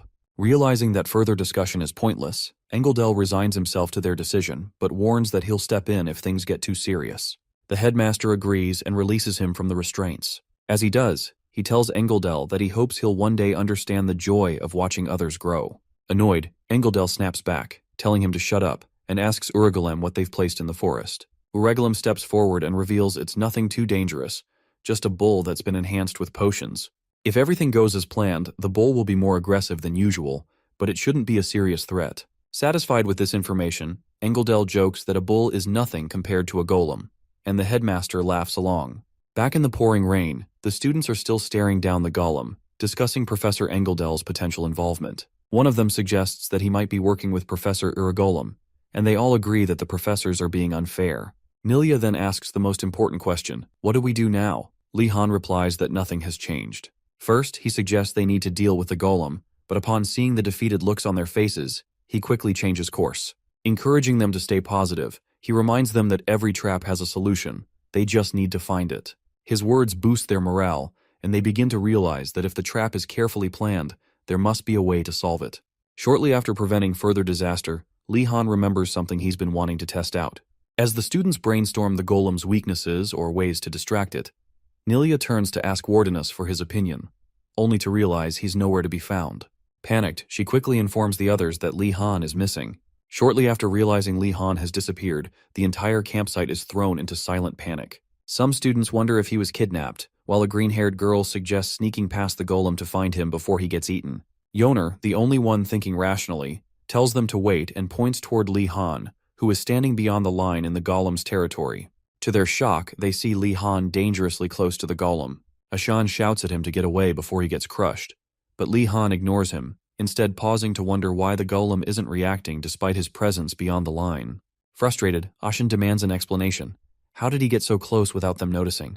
Lee Han flatly states that he used invisibility magic to slip past the line. While the rest of the students were panicking, Lee conducted a simple experiment to see the golem's reaction if he turned invisible. Fortunately, the golem couldn't detect him, allowing him to cross safely. Not only that, but he also discovered something new. Once past the line, the golem no longer paid attention to him. After explaining that his invisibility comes from an artifact, Ashan and the others marvel at his ability to create artifacts and use invisibility magic already. However, Lee quickly corrects them, explaining that the artifact was given to him by the Prasinga Order when he joined during the festival. Their admiration turns to shock. Ashan immediately questions why he's involved with such a place, but Yoner cuts them off, reminding them that's irrelevant right now. The real issue is that they can't use the Prasinga Order's artifacts themselves, meaning they need to find another way out. Ashan suggests that Lee Han go ask a professor for help, but Lee dismisses the idea. This is another trap set up by a professor after all. Instead, he has already thought of another method. With that, he pulls out one of his iron balls and swings it around, reasoning that if this is a test, then it must be solvable by a first-year student. He orders his peers to target the golem's core, as it's the key to stopping it. If they follow his instructions precisely, they should be able to take it down quickly. Without hesitation, Lee Han attacks the golem's head with his iron ball, landing a direct hit on its golden eye, its core. Ashan and the others cheer for his successful strike, but Yoner notices something is off and asks if Lee is okay. Lee, now tense, realizes that the moment his iron ball struck the golem, his connection to it was severed. If his usual attack won't work, that means the golem, a monster powered by its core's mana, must have a built-in defense against such methods. Refusing to give up, Lee Han decides to try a different approach. Gripping his staff, he invokes the incantation, Arise. Meanwhile, Professor Engeldell sits with the headmaster, visibly worried about what will happen if the students get hurt. The headmaster, noticing his unease, assures him that things were much worse back in his student days. Unimpressed, Urigalum sarcastically asks if those days were ancient times. The headmaster ignores the jab, instead remarking that this group of students is particularly talented and should be able to handle most situations. Skeptical, Engeldell remains unconvinced. The headmaster then reminds him that Wardenus is with them, urging him to stop worrying and enjoy his tea. He adds that Lee Han has already studied magic from his personal grimoire, so he's more capable than they think. Both professors react with shock. Did the headmaster really just say that? In his defense, the headmaster insists he's not the only one who gave Lee personal lessons. Professor Greg did as well. Urigalum, annoyed by the headmaster's attempt to shift blame, clarifies that both he and Greg only teach first-year students. However, the headmaster argues that Greg has advanced far beyond that level. Urigalum prompts him to elaborate, and the headmaster explains, Greg was teaching three-circle magic. To perform this level of magic, one must complete 3 circular processes.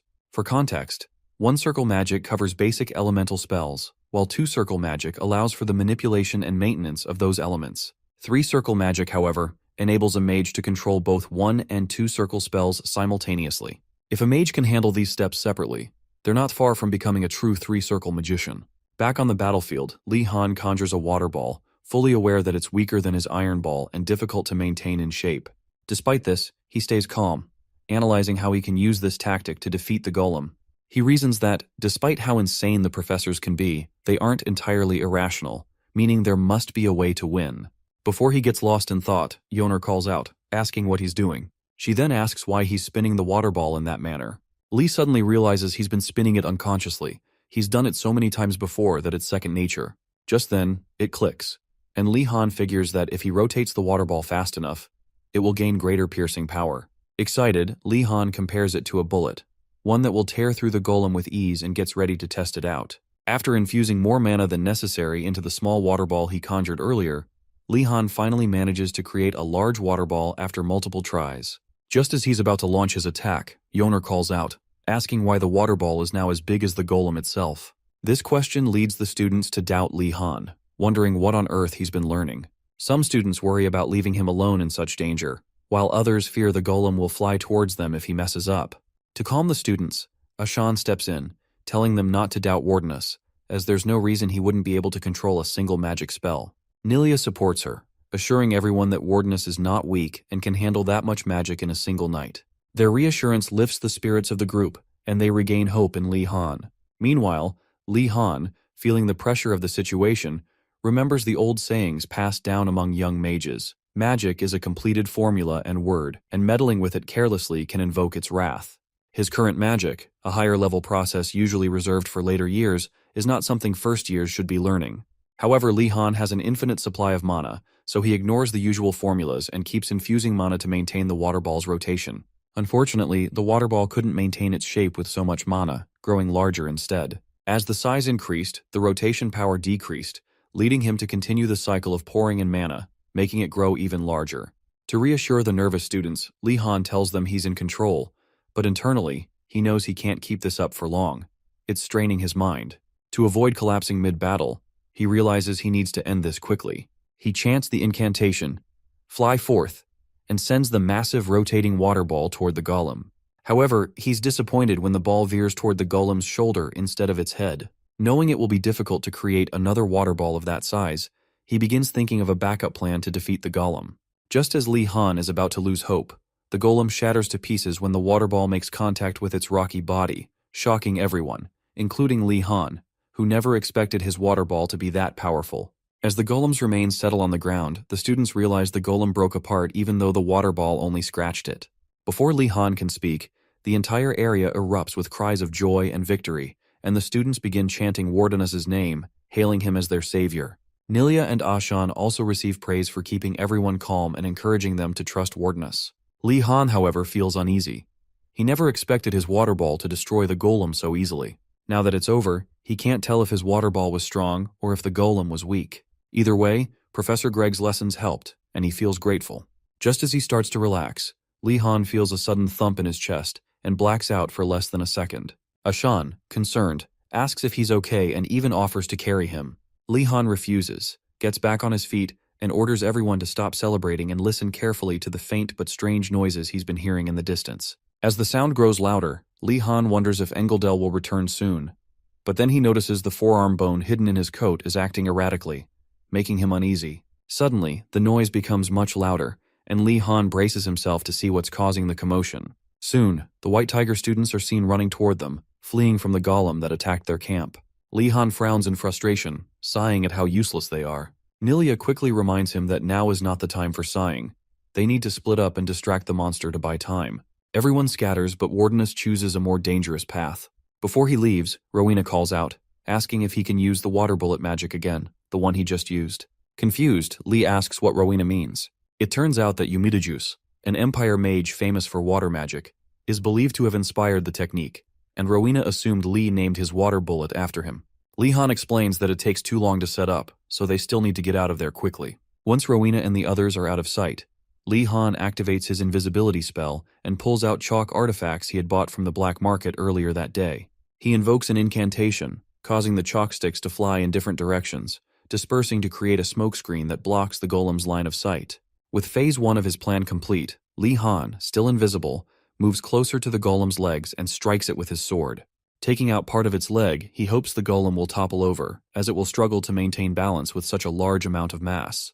Before Lee can get his wish, a White Tiger student is suddenly yeeted from the golem's upper body, landing safely in Lee Han's arms. At the time, Lee Han was still invisible, so the student has no idea what or where he just landed. After a brief pause, Lee Han asks if he plans to keep staying in his arms, and the student panics upon hearing a voice coming from nowhere. Eventually, he scrambles out of Lee's grasp and asks if he is the infamous Lee Han Wardenus. Confused, Lee Han asks how he knows it's him, and the student replies that only Lee Han would do something this crazy. With that, he thanks Lee for saving him from the fall, but before they can say anything else, the golem attacks. Lee Han quickly gets them out of danger just in time. Observing the massive crater left in the ground by the golem's previous attack, Lee Han asks how the student managed to get inside the golem in the first place, considering how difficult it should have been to bypass. In response, the student explains that he used the mud-dissolving potion that Siana always makes. Although Lee Han never knew such a potion existed, he thinks he might be able to use it to defeat the golem again, if things go well.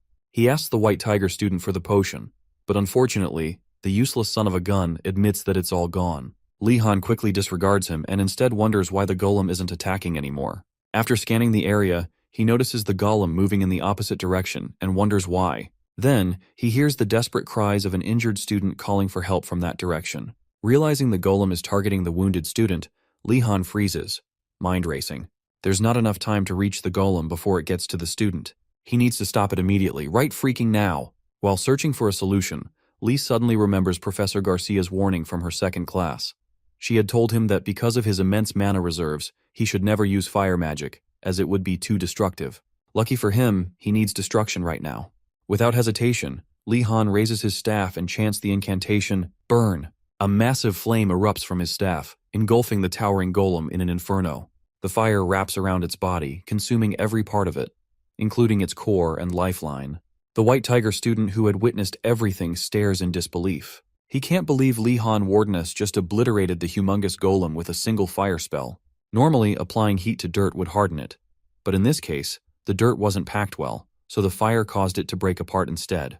Watching this unfold, the White Tiger student finally understands why his tower's members fear Lee Han so much. Meanwhile, Lee Han just stands there, stunned by the overwhelming power of his own magic. At that moment, he fully grasps Professor Garcia's warning and realizes he has been acting like a fool for complaining about restrictions. Just as Lee prepares to move on, the other White Tiger students rush toward him, lifting him and giving him a proper knight's praise for saving their hides. After their cheers die down, one of the students, who doesn't recognize him, asks for his name. However, the moment he sees Lee Han's face and coat, recognition dawns on him, and he immediately alerts his friends. The group's admiration turns into suspicion as they demand to know why Lee Han is there. As his fellow tower members bombard Lee with pointless questions, the student he saved earlier steps in, defending him. He explains that Wardenus did nothing but help, defeating the golem and saving both him and the injured Burning Phoenix student. Another student calls the rescued guy by his real name, Batrick, and asks why he's limping. Batrick replies that he only sprained his ankle a little and that he'll be fine. Realizing the guy's name is Batrick, Lee asks him to help clean up the area while he goes to check on something at his campsite. Batrick agrees, and Lee Han returns to his camp. After ensuring that no one is missing, Lee finds Yoner and asks how she's holding up, considering there are quite a few injured students from the Tiger Tower. Yoner reassures him that the Phoenix students, especially Xiana, are skilled in first aid and making painkillers and blunt injury potions. Hearing this, Lee Han suddenly gets nervous. If Xiana is such an amazing person, then she just might poison him since he ranked first ahead of her. Just when he thinks he can finally catch a break from all the problems plaguing his life, the devil herself, Xiana, calls out to him, offering him some of her healing potions so he can recover after taking out the mud golems. Lee Han immediately grows suspicious. This can't be a coincidence, not one bit. As Xiana urges Lee Han to try the potions, he sees an opportunity to get on her good side, knowing she's an attention hog. Yoner is just about to warn Lee not to drink the potions when he grabs one from the box, opens it, and gulps it down. Right after drinking, Lee begins his flattery, telling Xiana and everyone around that this amazing potion is the best thing he's ever tasted. He asks Xiana if she really made it herself, and wonders how someone like her could have something so valuable all the time. In reality, the potion didn't taste great, but Lee Han needed to make a big deal out of it to flatter the attention seeker, hoping she'd stop beefing with him. Thankfully, the plan works. Xiana smiles and pretends to be modest, acting like she doesn't enjoy the praise. Eventually, she offers Lee the rest of the potions, and he downs them all until he feels he's had enough. After his ordeal with Xiana, Lee Han and the other students begin descending the mountain, having found the last ingredient they need to complete their assignment. On the way down, Lee Han reflects that while the assignment was exhausting, at least his earlier performance won him the affection of not only Xiana, but the other Phoenix students as well. A win in his book. Yoner, who has been walking behind him the whole time, finally asks if he's somehow indebted to Xiana. Confused, Lee asks her to explain, but before she can continue, he brushes it off, telling her to keep walking down the mountain. About an hour later, the students get closer to the base of the mountain. At one point, a white tiger student spots two figures approaching and alerts the others. Upon closer inspection, they recognize Professors Urigalum and Engeldel. While Urigalum seems pleased to see the students, Engeldel is more concerned about their well-being. He rushes toward them, asking if they're all okay. Unfortunately for Engeldel, the students now feel he abandoned them when they needed him most, so they're not exactly warm in their reception. They stare at him in disgust, thinking about the things they'll do to him and the dwarf beside him once they're stronger. While Engeldel grows increasingly uneasy, Urigalem notices the look in their eyes and comments that it seems they've learned their lesson. Engeldel tries to coax his partner into showing more empathy toward the students, but they coldly respond that they've learned something valuable from the experience. Urigalem then begins praising alchemy and warns the students to stay vigilant since danger can strike at any moment. Despite his words, the students just keep glaring, wishing they could hurt Urigalem right then and there. At that moment, Engeldel apologizes for abandoning them, explaining that he truly intended to stay with them, but the headmaster forced him to stay behind. The students, however, don't believe him and tell him with thinly veiled disappointment that all professors are the same. They hadn't realized it until now. Engeldel insists that he's being truthful, but it's too late. The White Tigers have already vowed never to trust another professor again. Engeldel breaks down in despair, unable to accept that the students he had bonded with through swordsmanship are now abandoning him. Li Han, who has been enjoying the scenery, quietly admires his classmates for being mature enough not to trust the professors blindly. However, noticing Engeldel's reaction, Li starts to wonder if the professor might actually be telling the truth. It seems unlikely, but then again, being kidnapped by the headmaster is something that doesn't sound too far-fetched. Moreover, Urigalem, usually confident, also seems worried about Engeldel, which is strange. To test his suspicions, Li approaches the kneeling Engeldel, who is in visible pain, and tells him he trusts him completely and believes he did great. These words make Engeldel so emotional that he hugs Li in front of everyone, causing Urigalem to grow jealous. Returning to the matter at hand, Urigalem asks the students to explain how they completed the trial. Ashan answers that Wardenus used the water jade bomb to defeat the first mud golem, then set the second one on fire. Urigalem, hearing that they fought mud golems instead of a bull, grows confused and nervously asks if they encountered a bull along the way. He explains that he hadn't prepared anything but a bull for them to fight. This time the students aren't buying his nonsense. They tell him to stop trying to deceive them. They're not little kids anymore. Urigalem tries to explain he's serious, but the students mock him by pretending to believe the mud golems were just a coincidence. Urigalem can feel the wall of mistrust growing between him and the students and wonders when they became so untrusting. Spotting Li Han, Urigalem asks if the students are telling the truth about him fighting mud golems instead of a bull. Li flatly confirms it and asks if Urigalem has a problem with that. Before Urigalem can respond, Engeldel storms over, seething with rage, and demands an explanation. Frightened, Urigalem tries to clarify that there must have been a misunderstanding, that he had prepared both a bull and the golems, but the bull must have wandered off. He even gestures toward Wardenus, asking why he's not speaking up. Just then, both professors are shocked to see the students running back toward the academy. Now alone, Engeldel gives Urigalem a chance to finish his explanation, but all Urigalem can do is beg and scream as Engeldel proceeds to beat the crap out of him. That afternoon, Li Han and his classmates spend their time in the library, racking their brains over books on alchemy and other subjects. As they struggle to understand the material, frustration builds. One student dramatically complains that someone as noble as him shouldn't have to deal with such nonsense, while others grow angry over being tasked with solving the state's financial issues. As the complaints grow louder, the nobles collectively decide they need something sweet to calm their nerves. In moments like this, they all rush to Li Han's unmanned candy basket shop, sitting in one corner of the library, and buy sweets worth a silver coin to satisfy their cravings. Apparently, Li Han was too lazy to tend to the shop himself, but so far it has been working out better than he expected. Once they've had their fill, one of the nobles gets cocky and taunts the others, asking if even the easiest assignment is too hard for them. He boasts that this task is mere dessert for him after completing the alchemy assignment. As the others give him attention, the fool begins exaggerating the events of that night, making some students skeptical about the truth of his story. Li Han, sitting in a corner and observing the scene, figures that the skeptics probably think they won't go through the same struggles he did. Just then, Yoner notices him spacing out and quickly calls him back to reality. Snapping back to his senses, Li resumes stirring his alchemy assignment potion. Alongside his classmates, he follows every instruction written in the pamphlet by Urigalem himself. However, as time passes, more and more students fail to create the spirit-befriending herb. Something feels off. Li Han knows alchemy is a precise craft, where even the smallest variation can lead to failure. Yet this time, every single student is failing. While he understands that the task is supposed to be difficult, it almost seems as if the instructions are wrong from the start. Given the nature of the incompetent professors in this god-forsaken school, Li suspects that might be the case. Without another word, he stops what he's doing and storms out of the library. Yoner calls after him asking what's wrong. Li Han tells her he just had an idea, then asks what she thinks about the possibility that Professor Uragulum gave them incorrect instructions on purpose, forcing them to figure things out on their own.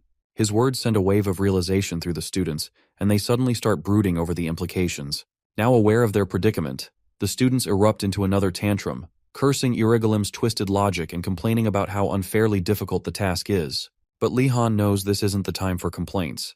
They still need to finish the assignment, even if they plan to beat up the professor later. To confirm his suspicions, he hands Yoner an alchemy book and asks for her opinion on the given instructions. After checking the ingredients, Yoner frowns and tells him that one of the components they've been given isn't correct. That confirms it. This is a trap. Li Han realizes they have to consider the possibility that Uragulum intentionally set them up. Yoner points out that their biggest problem now is the lack of spare ingredients to test different combinations.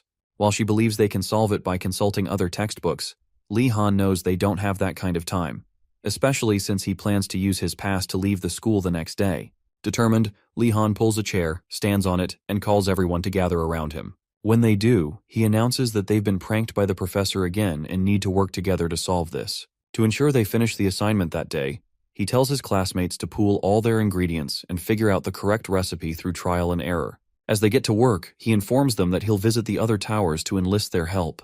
Around that time, Ashan realizes that by sharing ingredients, they'll be able to maximize their resources, since each group has different amounts of leftovers. Yoner adds that if the other towers cooperate as well, they can share knowledge to speed up the process. Hearing this, Li Han nods and assures them he'll be back soon. With his resolve set, he leaves, determined to succeed, if not for anything else, then for the sake of his precious vacation. After that, things progress quickly.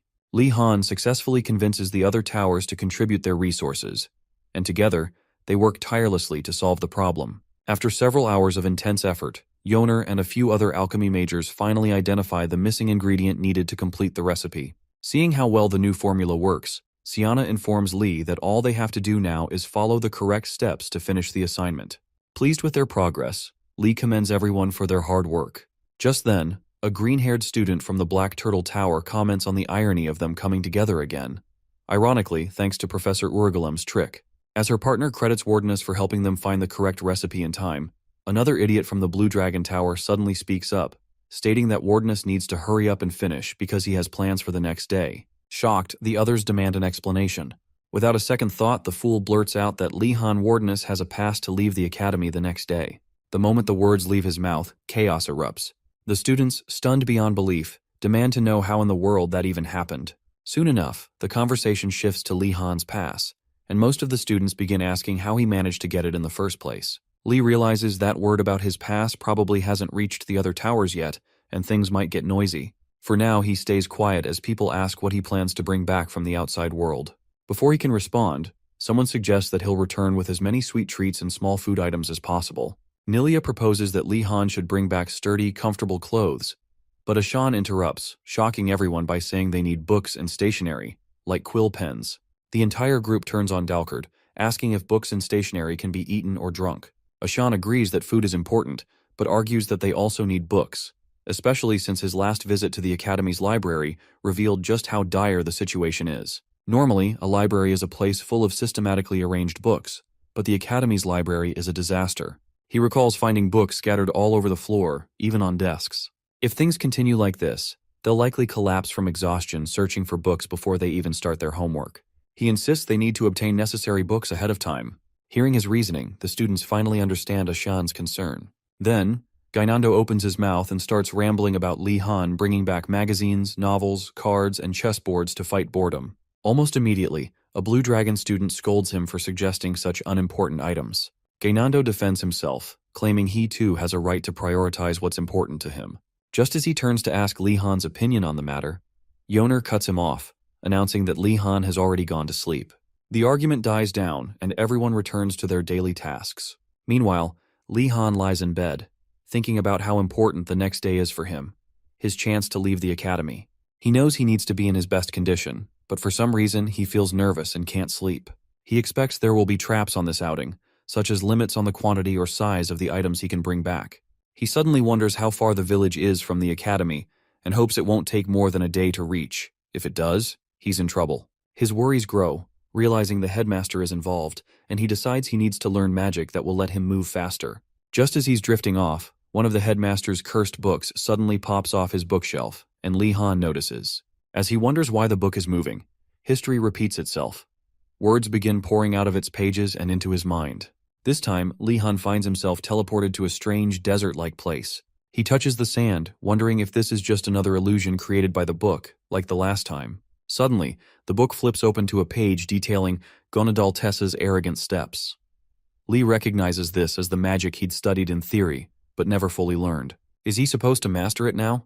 For a brief moment, Li Han wonders if the book sensed his earlier thoughts about needing this magic and decided to help him. He even goes so far as to call the headmaster's book a good one for looking out for him. But one thing's for sure, he doesn't have time for this right now. He has to go out tomorrow. He orders the book to return him to his room so he can sleep. Predictably, the book ignores his command and forces him to continue reading. Li quickly realizes the book shares the headmaster's stubborn personality. With no other choice, he pulls out his staff, resigns himself to learning the spell as fast as possible, and hopes to get back to his room soon. The next morning, Li Han wakes up early and heads to the punishment room entrance, where he finds the headmaster fumbling with the names of one of his guards, mistaking him for a prisoner. Before speaking to the headmaster, Li briefly reflects on how the magic he learned came to him in a dream and marvels at the strange training methods in the world.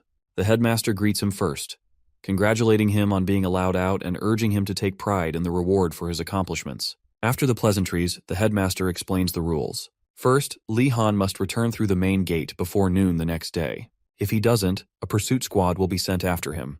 Li Han is unfazed. This was one of the things he had anticipated. The next rule is that he can only bring back what he can physically carry, meaning no horses, carriages, or anything he can ride. Again, this was something he expected. But just as Li prepares himself for more restrictions, the headmaster simply wishes him good luck on his day of freedom. Surprised by the lack of stricter rules, Li Han steps outside as the gate opens, remarking to himself how prepared he was for additional limitations, like weight restrictions on the items he could bring back. Nevertheless, now that he's outside, he feels a thrill and begins his journey toward the closest village, Filone. When he arrives, a merchant informs him that the nobles have moved their mansions far away from the area at the academy's request. The nearest noble mansion is several days' journey by horse. Li Han finally realizes why the rules were so loose. It's because the headmaster had blocked all easy ways of obtaining money from the start. It's already a fact that the most powerful nobles of the empire don't even need to borrow money to get things, because most merchants often offer them wealth just to build relationships. As someone who grew up in that kind of environment, most people would expect Li Han not to even understand the concept of borrowing. One of those people was Arian, the branch manager of the Kako merchantry, who was just as shocked as anyone would be when Li Han Wardeness asked to borrow some money from him. For a moment, the poor branch manager sweats, wondering if Li Han is truly a wardeness for him to come asking for money just like that. Filone is quite prosperous for a town of its size, thanks to the Magic Academy. Aside from the abundant mana in the area, the Academy constantly needs all sorts of ingredients for experiments and frequently offers handsome rewards to hire adventurers to retrieve them. With this cycle repeating every month, the Academy's finance officer is usually the only one unhappy when the bills come in. But for everyone else, this is what makes Filone thrive. Simply put, luck is on Li Han's side because he can get anything he wants, if he has the money. With this in mind, Li Han almost begs the man to lend him some money. But before Arian can agree, he considers what he stands to gain from this transaction. This is his chance to build a relationship with the great Wardeness family. Then again, he's worried about how much money Li Han will ask for. For a moment, he wonders if it's an amount their merchantry can even handle right now, before mustering the courage to ask Li Han how much he wants to borrow. An awkward silence nearly breaks Arian's spirit as he assumes Li Han is hesitant to name the large sum he needs. Before Li Han even answers, the branch manager resolves to empty his own savings if necessary. He's not wasting this opportunity to forge ties with the Wardeness family. But when Li Han finally speaks, he only asks to borrow 20 pieces of silver. Arian is so shocked that he starts rambling about how his merchantry can handle such a large amount, only to stop and do a double take. Did Li Han just say 20 silvers? Thinking that the amount might be too much, Li Han lowers his request to 15 silvers. Arian finally tells him to stop lowering the amount. He can afford to lend him the original 20. By that time, Arian offers to show Lee Han around town, assuming he only needs to buy a few things. Just as they get up to leave, Arian notices the snacks on the table are gone. Strangely enough, he never saw Lee Han eat them. Upon closer inspection, he notices a suspicious bulge in Lee Han's coat pocket and realizes he must have taken them. This only lowers Arian's already declining expectations of Lee Han as a noble. Regardless, he plans to deal with the young noble. Even if Lee Han is a student from the Magic Academy, he's still just a first year, and now that he finally gets a chance to shop, Arian is certain he'll go on a spending spree. So, whenever Lee Han eyes something he wants to buy, Arian plans to act cool, take the lead, and leave a good impression. Unfortunately for him, Lee Han is the complete opposite of a spoiled brat. Instead of splurging, he takes the lead, requesting food merchants to give him items that are easy to store, like canned goods, rather than bulky food. When he reaches the clothing merchants, he asks for thick and sturdy fabric instead of fancy clothes. As for the paper merchants, he instructs them to fill his order with cheap yet durable paper. Before leaving, he even asks if they have any illusion magic books that can deceive the eyes of magic professors. Hours later, Lee Han has Arian and another man carrying his purchases while he fills out his shopping list and searches for any remaining supplies he might need. Meanwhile, Arian sulks over how miserably his plan to impress Lee Han has failed. At this rate, all he's going to be to Lee Han is an impressive porter. Despite that, he can't deny how extraordinary Lee Han's negotiation skills are, especially for someone from a noble family. Soon after, Lee Han tells them he's bought almost everything he needs before asking if they can take him to the stable. Confused, Arian reminds him that he can't ride within the academy's vicinity, but Lee Han tells him not to worry. He's going there for a different reason. After walking a few dozen meters, Lee Han and his group finally arrive at a Moor stable, the largest stable in Falon. Without wasting any time, he steps inside and greets the owner, who is busy cleaning up. At first glance, the owner immediately recognizes Lee Han as a Magic Academy student. Curious, he asks what Lee Han is looking for. Before responding, Lee Han takes note of the impressive rides in the stable, expected of the biggest stable in the area. Then, flatly, he asks the stable owner if people have ever traveled directly from his stable to the academy. Shocked, Amor asks how Lee Han knows that. Without answering, Lee Han simply listens as the owner confirms his suspicions, explaining that they have had merchants and adventurers contracted to the academy, as well as the Emperor's messenger, who rests there during his travels. Handing Lee Han a stool to sit on, Amor then asks why he's so interested. Lee Han carefully chooses his next words before finally making an offer. He'll pay the stable owner handsomely if he can help arrange something on a certain date to facilitate his escape from the academy grounds. It is then revealed that Lee Han only visited the stables to plan his next method of escape.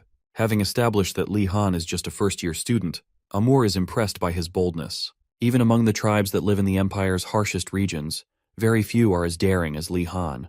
This audacity intrigues the stable owner, making him consider helping Lee Han with his escape. However, he warns the young noble that pulling it off will be no easy task. Although he expected such a response, Lee was still shocked to hear it from the stable owner. However, he keeps his mouth shut and listens to whatever Amor has to say next. Moving on, Amor tells him that he has helped a few visitors enter the academy before and has witnessed how strict the identification checks are. If anything, the process seems even stricter for him, especially since he is an outsider, which is understandable. Before Lee can spiral into despair, Amor reassures him that there is still a way.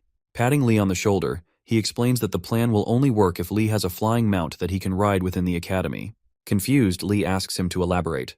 Amor reveals that he discovered by sheer luck that the academy does not conduct strict identification checks on insiders leaving the grounds, only on those entering. He believes this is because the identities of those leaving are already confirmed.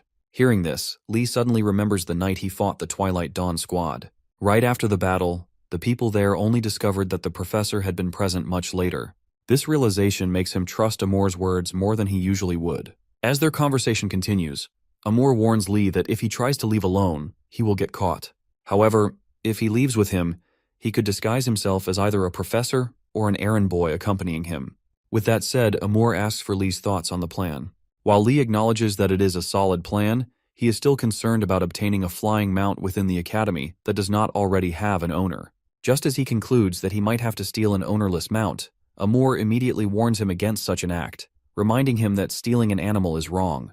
Lee hurriedly lies that he had no such intention, and soon realizes that the academy's stables are likely filled with traps as well.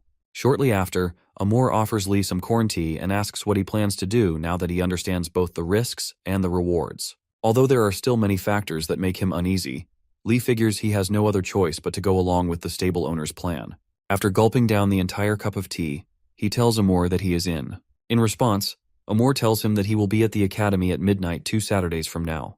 By then, Lee must bring his flying mount to the top of the academy tower's stable and prepare to leave for good. Satisfied with his meeting with Amor, Lee Han bids him farewell and heads out of the stable toward his next destination. In the next scene, Arian and the other big guy chase after Lee Han through town. Arian desperately begs him to stop, warning him that there are no useful shops in the direction he is heading. Still running, Lee Han shouts back that he must visit this particular place. If the items are too heavy for them to carry, they can wait for him at the town's entrance. Just as Arian is about to say something else, Lee Han disappears into the distance, leaving him frustrated. He simply cannot understand why a Magic Academy student would want to visit an illusion store. Shortly after leaving Arian and the other man behind, Lee Han arrives at the store. He steps inside and asks the attendant, a lady sitting beside a table, if this is truly the workshop of Valderin, the illusion mage. The lady assures him that he is in the right place and invites him to take a seat. Once he sits down, she asks why he has come. Sensing his hesitation, the lady encourages him to speak freely. Internally, however, she struggles to remain composed while wondering why a Magic Academy student is at her shop. After all, she is only a 3-circle mage, meaning her abilities are roughly equivalent to those of a 2nd or 3rd year student at Einregard. She cannot fathom why a Blue Dragon student would seek her out when there are far more accomplished mages at the academy. Just then, Lee Han finally responds. He explains that the tower he wants to enter is protected by magic designed to keep intruders out. Since illusion magic is closely related to security, he figured she might be able to help him crack the code to bypass the barrier. The lady instantly realizes that he must be talking about a tower within the academy, making his request sound even crazier. From his appearance, he seems like a first-year student. Yet not only has he already escaped the academy, but he is also planning to break through a high-level security barrier. Seriously impressed by his audacity, she predicts that Lee Han will become an exceptional mage. She notes that most great mages admire those who break the rules to create new ones. Regardless, she explains that there are countless types of intruder prevention magic, so many that even experts do not know the full extent of them. Rather than feeling discouraged, Lee Han only becomes more determined.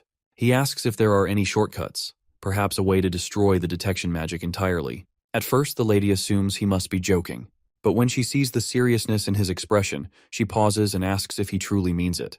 When Lee Han confirms that he does, she tells him that it is currently impossible. Even if he understood the structure of the security magic, dispelling it would be far too difficult. If he wants to forcibly destroy it, he would need an enormous amount of power, enough to disrupt the very foundation that supports the magic. Upon hearing how complex the task is, Lee suddenly gets up, slams his hand on the table, and begs the lady to tell him how to do exactly that. In response, the lady tells him she can't teach him that because if something goes wrong, his life could be in danger. Lee Han promises not to be reckless, begging her once more to teach him, even offering to pay a handsome consultation fee.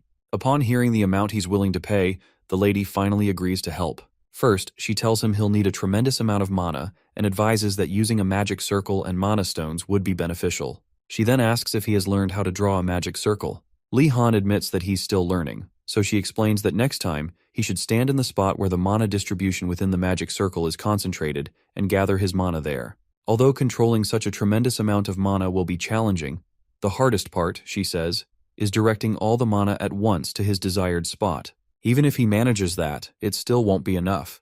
The mana must flow with the force of a surge breaking through a dam, not just like a steady river. After her makeshift lecture, Lee Han still doesn't fully grasp the complexity of the magic. The lady notices the worried look on his face and asks if he thinks the task is too difficult. Contrary to her expectations, Lee Han assures her that it doesn't seem tough to him at all. As expected, the lady realizes his arrogance is preventing him from truly understanding the danger. Given that he's a student at Einregard, she assumes he must have been exceptional in his hometown, which explains his confidence. But she knows the real world doesn't care if he's a genius, and arrogance can be dangerous, especially for someone young and talented. To teach him a lesson, she takes out some moonlight stone powder, throws it into the air, and chants, "I desire the moon, and draw upon the water." Using the power of the moonlight stone powder, she casts third circle magic, invoking the Lunarian's Moonlight Labyrinth spell on Lee Han, forcing his conscience out of his body. Lee Han immediately notices how the distance between him and the lady suddenly seems to grow. Then, his mind zaps back into his body, and he realizes he hasn't moved at all, even though it feels as if the lady has drifted far away. He senses something strange at his feet and feels as though he could be in danger if he slips. After invoking the illusion magic designed for ambushers, the lady hopes this out-of-body experience will serve as a warning to the arrogant Li Han. She warns him not to move, and just as she is about to explain what she did, Li Han tells her he knows he'll fall into a labyrinth if he loses his footing. The lady is visibly shocked, realizing that Li Han has exceptional senses for a first-year student. She concludes this must be why he is so confident. She then asks him if, despite her warnings and the illusion spell, he still wants to continue learning. Li remains silent, contemplating how skilled the lady is at teaching. In his mind, she's even better than the academy professors. After being beaten down by Greg, Li now looks at her with admiration, happy to finally be treated like a human being. He slams his hand on the table and tells her he's going to try what she's just taught him. With that, Li pulls out his staff, reminding himself not to think of the magic like a river flow, but as a surge that breaks through a dam. He gathers mana at the tip of his staff and shoots it at the lady, who quickly puts up a defensive barrier to avoid being hurt. Although no sound is produced, the lady hears the distinct roar that occurs when magic collides. The experiment lights up her entire store like broad daylight for a few seconds before instantly dissipating into nothing. By the time the spell ends, the lady is sitting on the floor, staring at Li Han in total shock, amazed by the impossibility of what just happened. As Li helps her up, she is forced to acknowledge that true geniuses do exist in this world. Hours later, Professor Garcia and the headmaster stand outside the academy's main gate, waiting for Li's return. Garcia tells the headmaster she can manage on her own, as she's in charge during this period. However, the headmaster insists on staying, believing something interesting might happen soon. Garcia suspects he's waiting for Li Han to be late and advises him not to get his hopes up, as Li Han is different from the other students. The headmaster agrees but points out that it's not about talent. Due to a lack of time and money, there's a limit to what Li can bring back, and the smarter he thinks he is, the more that will weigh him down. The headmaster then mentions that he hopes the deadlines expire soon, but Garcia urges him to keep those thoughts to himself. Just then, Garcia spots a huge shape approaching the academy's main gate from a distance and wonders if it's a giant or a troll worker. When the silhouette comes closer, Garcia recognizes the figure as none other than Li Han Wardeness. Apparently, Li Han had bought a ton of items since there was no weight restriction. However, since he couldn't use horses or carriages, he used basic control magic to keep the boxes floating while carrying an enormous load on his back. Garcia is amazed by his ability to carry so much, but the headmaster concludes that Professor Greg Velati must have trained him well. Shocked, Garcia asks who taught him physical strengthening magic, as it is highly advanced and first-year students shouldn't be able to handle it. Assuming Li learned it from a library, she suggests warning him before he injures himself. However, as she's about to do so, the headmaster advises her to let him grow in an unrestricted environment. At that moment, Garcia realizes the headmaster was the one who taught Li Han the physical strengthening magic. For some context, Gonadaltessa's Arrogant Steps is a unique magic spell that is split into 4 categories. For beginners like Li Han, the 4 areas of strengthening in just the first circle are already tough to train in. Having learned the first circle magic largely through his dream, Li Han finally understands why the headmaster's name is part of the spell's name. To illustrate what happened in Li Han's dream the previous night, a flashback shows the moment Li Han took a break after failing to learn the spell multiple times. During his break, he wonders why the spell isn't named after something relevant to its effect, finding it confusing that the spell's name and effects don't match. Frustrated, Li considers giving up on learning the spell, thinking it would be a waste of time. So, he sits down to think of a different approach to the problem. He backtracks through everything, trying to figure out when the headmaster created the spell, hoping to understand what the headmaster was thinking at that time so he can learn it faster. To aid his thought process, Li decides to create a sand statue of the headmaster when he was young and human, since this is a dream after all.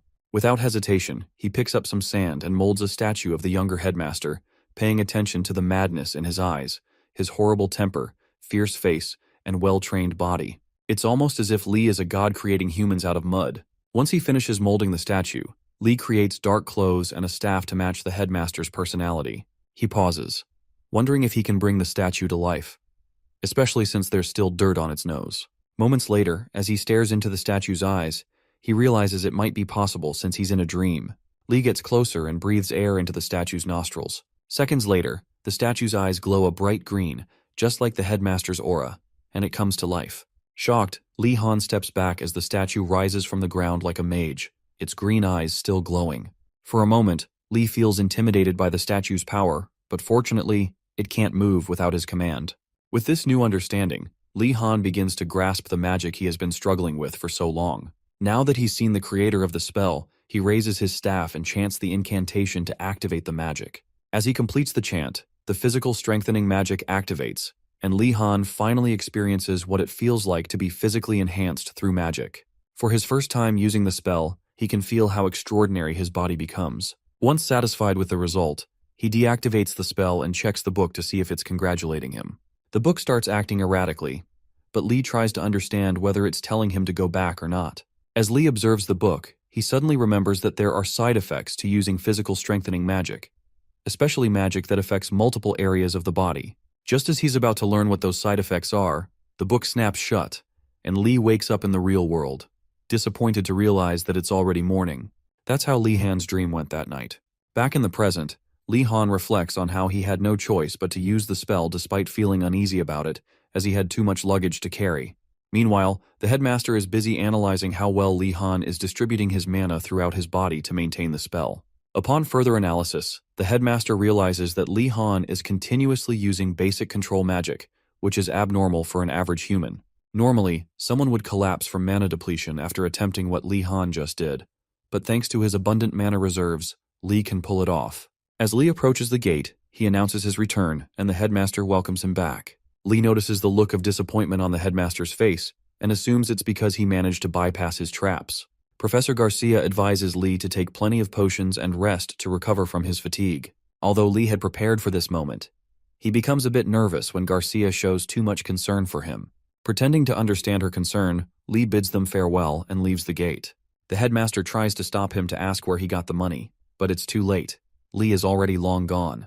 A few hours later, after resting, Li Wardenus steps outside, and his colleagues immediately gather around him to check on his well-being. Li tells them not to worry, as he's doing fine. Internally, however, he's puzzled by how well he feels, expecting to be in pain for at least 3 days. As he struggles to figure out why he's feeling so good, Yoner arrives with a hot cocoa drink to help calm his nerves. The two sit together, sipping their cocoa. After thanking Yoner for the drink, Li asks how she managed to handle his eccentric horse. To his surprise, Yoner explains that the horse was tame and responsive to her touch the entire time. Li, however, becomes annoyed at the horse for being so agreeable with her, and is frustrated that the asshole horse responds better to a woman's touch than his. As Li Han secretly plots his revenge against the horse, Yoner reminds him that a new week has already started, and asks about their remaining homework from the headmaster. Now that they're done with Yergolem's assignment, the headmaster's task is all that's left, and it involves stealing the White Tiger Tower's designated flag. Before making any plans, Li Han asks the other nobles in his tower if any of them have attempted to solve the homework.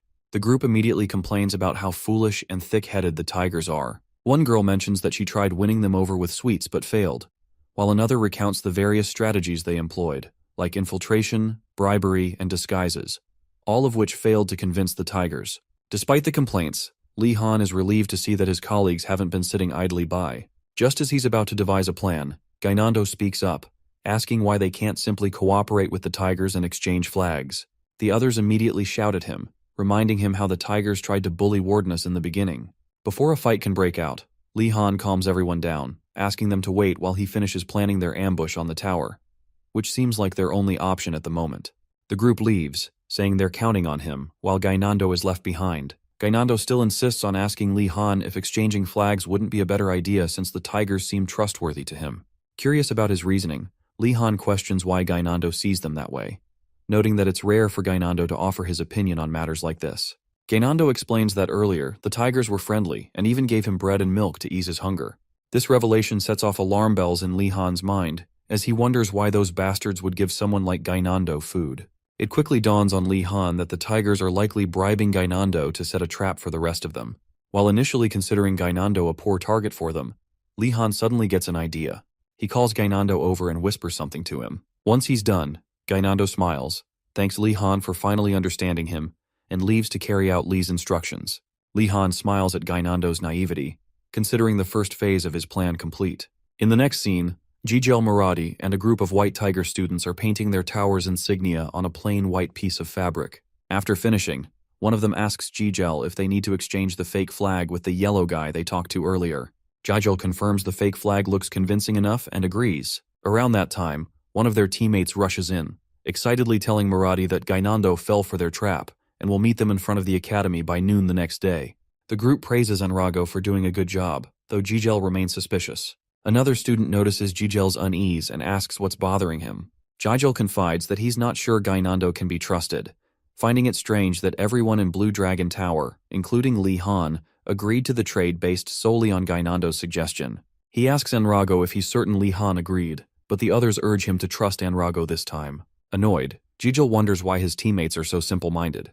He suppresses the urge to scold them and, instead, chooses to play it cool, ultimately complimenting Enrago's efforts. After all, even if their plan fails, they won't lose anything since they're exchanging a fake flag, so Jijil feels at ease.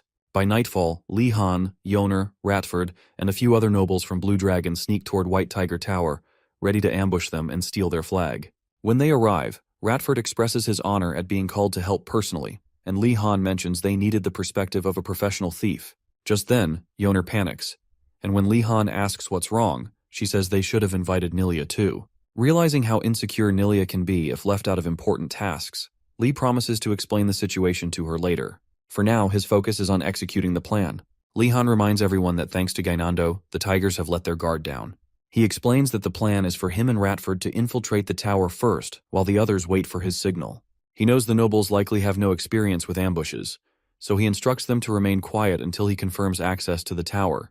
With the stage set, Li Han signals Ratford, and together they sneak toward the entrance of White Tiger Tower. At the entrance, Li Han attempts to analyze the magic imbued in the barrier. However, as he reads the magic structure, he staggers and nearly faints. Thankfully, Ratford catches him and asks if he's all right. Li assures him that he's fine, though it's clear the task is not easy.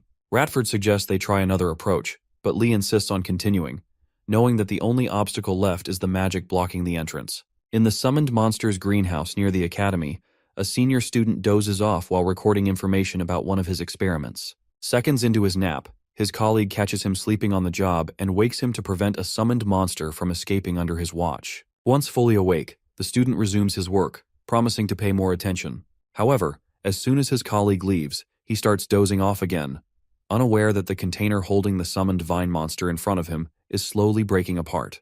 Back at the entrance to White Tiger Tower, Li Han infuses his staff with mana and begins his first attempt at breaking down the magic barrier securing the tower. Ratford, standing beside him, can feel the immense amount of mana Li is expending, even without intentionally trying to sense it, and marvels at how incredible Wardness is. As for Li Han, he puts everything he has into disabling the barrier and succeeds after a few seconds. Meanwhile, in his quarters, the headmaster senses the barrier being broken. Initially, he assumes that the anti-magic bastards have returned to harm his students. However, one of his servants quickly calms him down, explaining that the ones responsible are actually the academy's new students. Realizing this, the headmaster figures they must be attempting to complete the assignment he gave them the previous week. He immediately suspects that the one capable of such advanced magic is none other than Wardness. Curious, he asks his servant about the status of the other security spells beyond the entrance. The skeleton servant reports that most of the defense magic has been halted by a single student. This revelation shocks the headmaster, who never expected Li Han to disable so many layers of security at once. While he wonders just how hard Li Han has whacked his security system, Li Han himself orders his colleagues to rush into the tower now that the door is open. As his teammates rush inside without hesitation, Li Han notices the security magic slowly regenerating and marvels at its strength. He realizes they must act quickly. If the magic fully recovers, they'll be in serious trouble. Moments after they enter, a white tiger monster materializes from the candles along the corridor walls, captures Gainando, drags him back to the entrance, and flings him outside, leaving the rest of the group to advance deeper into the tower. Seeing this, some students hesitate, worried about Gainando, but Li Han urges them to focus. He warns that if they don't hurry to the common room, the trap and security spells will recover, making their mission significantly harder. Upon arriving, the nobles pause for a moment, admiring how different the tiger's common room is from their own. They find it both fascinating and bizarre. However, Li Han and Ratford quickly remind them of their mission, finding and stealing the flag before it's too late. To speed up the search, they split up and scour the room. Li Han briefly considers how lucky they are that no one is around to stop them, but before he can celebrate, someone suddenly calls his name. Turning around, he sees Durugu standing there in his pajamas, looking shocked and demanding to know what Li Han is doing in his tower so late at night. Durugu explains that he came down because of the noise and asks how they managed to get inside. Seizing the opportunity, Li Han tricks Durugu into looking behind him. The moment Durugu turns, Li Han knocks him out cold with an iron ball, leaving him unconscious on the floor. As one of the nobles makes an unkind remark about Durugu, Yoner questions whether it's okay to treat a friend this way. Li Han reassures her that he's actually doing Darugu a favor. If the other tigers find him knocked out, they won't suspect him of helping the blue dragons, meaning he won't get into trouble. He adds that this way, Darugu also won't end up feeling isolated, like Nilia. Though Yoner appreciates Li Han's thoughtfulness, she still doesn't understand why he compared Darugu to Nilia. Just then, Ratford calls out, announcing that he's found the flag. However, there's a problem. There are multiple flags, all identical. Li Han frowns, realizing it's too dark to distinguish the real flag from the fakes. With no time for careful examination, he orders one of his silver-haired teammates to take all the flags so they can escape as quickly as possible. The moment the student picks up the flags, the candles in the room flare to life, triggering a trap. Suddenly, white tiger monsters appear from all corners of the room, capturing several Blue Dragon students. While this happens, Ratford manages to gather all the flags and informs Li Han. After praising Ratford for his quick work, Li Han shouts for the group to make a run for the entrance, hoping they can escape before getting caught. Around that time, Rowena and another White Tiger Tower member descend the stairs to investigate the noise coming from downstairs. Apparently, the other guy had complained to Rowena about hearing sounds from within their tower. Though Rowena didn't believe him, since outsiders shouldn't be able to enter the White Tiger Tower due to its security, he still followed the guy downstairs just to prove him wrong. Just as they approach the resting room, the last surviving Blue Dragon students suddenly rush past them, fleeing from the White Tigers. Rowena, scared shitless, immediately recognizes them by their Blue Dragon Tower uniforms. Seeing Rowena and his companion on the stairs, Li Han assumes they've finally been caught. However, before Rowena can react, he spots Princess Ardenart among the so-called criminals and calls out her name, hoping she'll stop. To his dismay, the princess ignores him. Just when Rowena thinks the situation couldn't get any weirder, the magical white tigers zoom past him, continuing their pursuit of the intruders. As he watches the tigers capture a few of them, confusion sets in, and he yells at the top of his lungs, "What the hell is going on here?" His voice echoes into the sudden silence that follows the chaos. Moments later, after dashing across the common room, Li Han, Ratford, Yoner, and a few other Blue Dragon students finally reach the White Tiger Tower's entrance. Just as Li is about to be caught by one of the tigers, he makes a last-minute leap, barely escaping its grasp before landing outside the tower. After surviving the rough landing, he looks back and sees the entrance door slam shut. He exhales in relief and tells his exhausted colleagues, who are panting like goats, that they've finally made it out. Their relief is short-lived as they hear White Tiger students from inside the tower waking up their peers, preparing to hunt down the Blue Dragon bastards. Instantly, Li Han realizes they're not out of the woods yet, and then urges his tired comrades to pull themselves together, warning them that the tigers are coming. Before they arrive, he orders the stronger students to carry those who are too exhausted to run so they can get out quicker. Li Han himself picks up Gainando, who had been yeeted out at the beginning, hoisting him onto his shoulder before taking off. As he's being carried, the clueless Gainando, still half-conscious, mumbles something about being in a carriage and groggily tells Li Han, whom he calls the coachman, to slow down. Annoyed by the spoiled brat's nonsense, Li Han snaps at him, telling him to get his shit together because he is not a damn coachman. Soon the White Tiger Tower's entrance flings open and a group of furious students charge toward the stragglers. Seeing this, Li Han realizes that, at their current pace, they'll be caught in no time. Thinking quickly, he tells Ratford that they'll need a distraction. For a moment, Ratford worries that Li Han is planning to use Gainando as bait, but Li Han reassures him that he won't go that far. Around that time, Anrago angrily calls out to Li Han, accusing him of betraying Darugu, who had trusted him to be honorable. Seizing the opportunity, Li Han decides to clear Darugu of any suspicion. He coldly tells Anrago that Darugu is nothing more than a pawn to him, mocking the orc for believing in him. Enraged, Anrago loses his temper and charges at Li Han, but before he can reach him, Li Han chants the Surge incantation, summoning heavy water restraints that pin Anrago to the ground. As Anrago struggles against the weight of the cuffs, all he can do is curse Wardenus for being a piece of shit. Before the White Tigers lose track of the fleeing Blue Dragons, 3 more students arrive, only to find Anrago already restrained.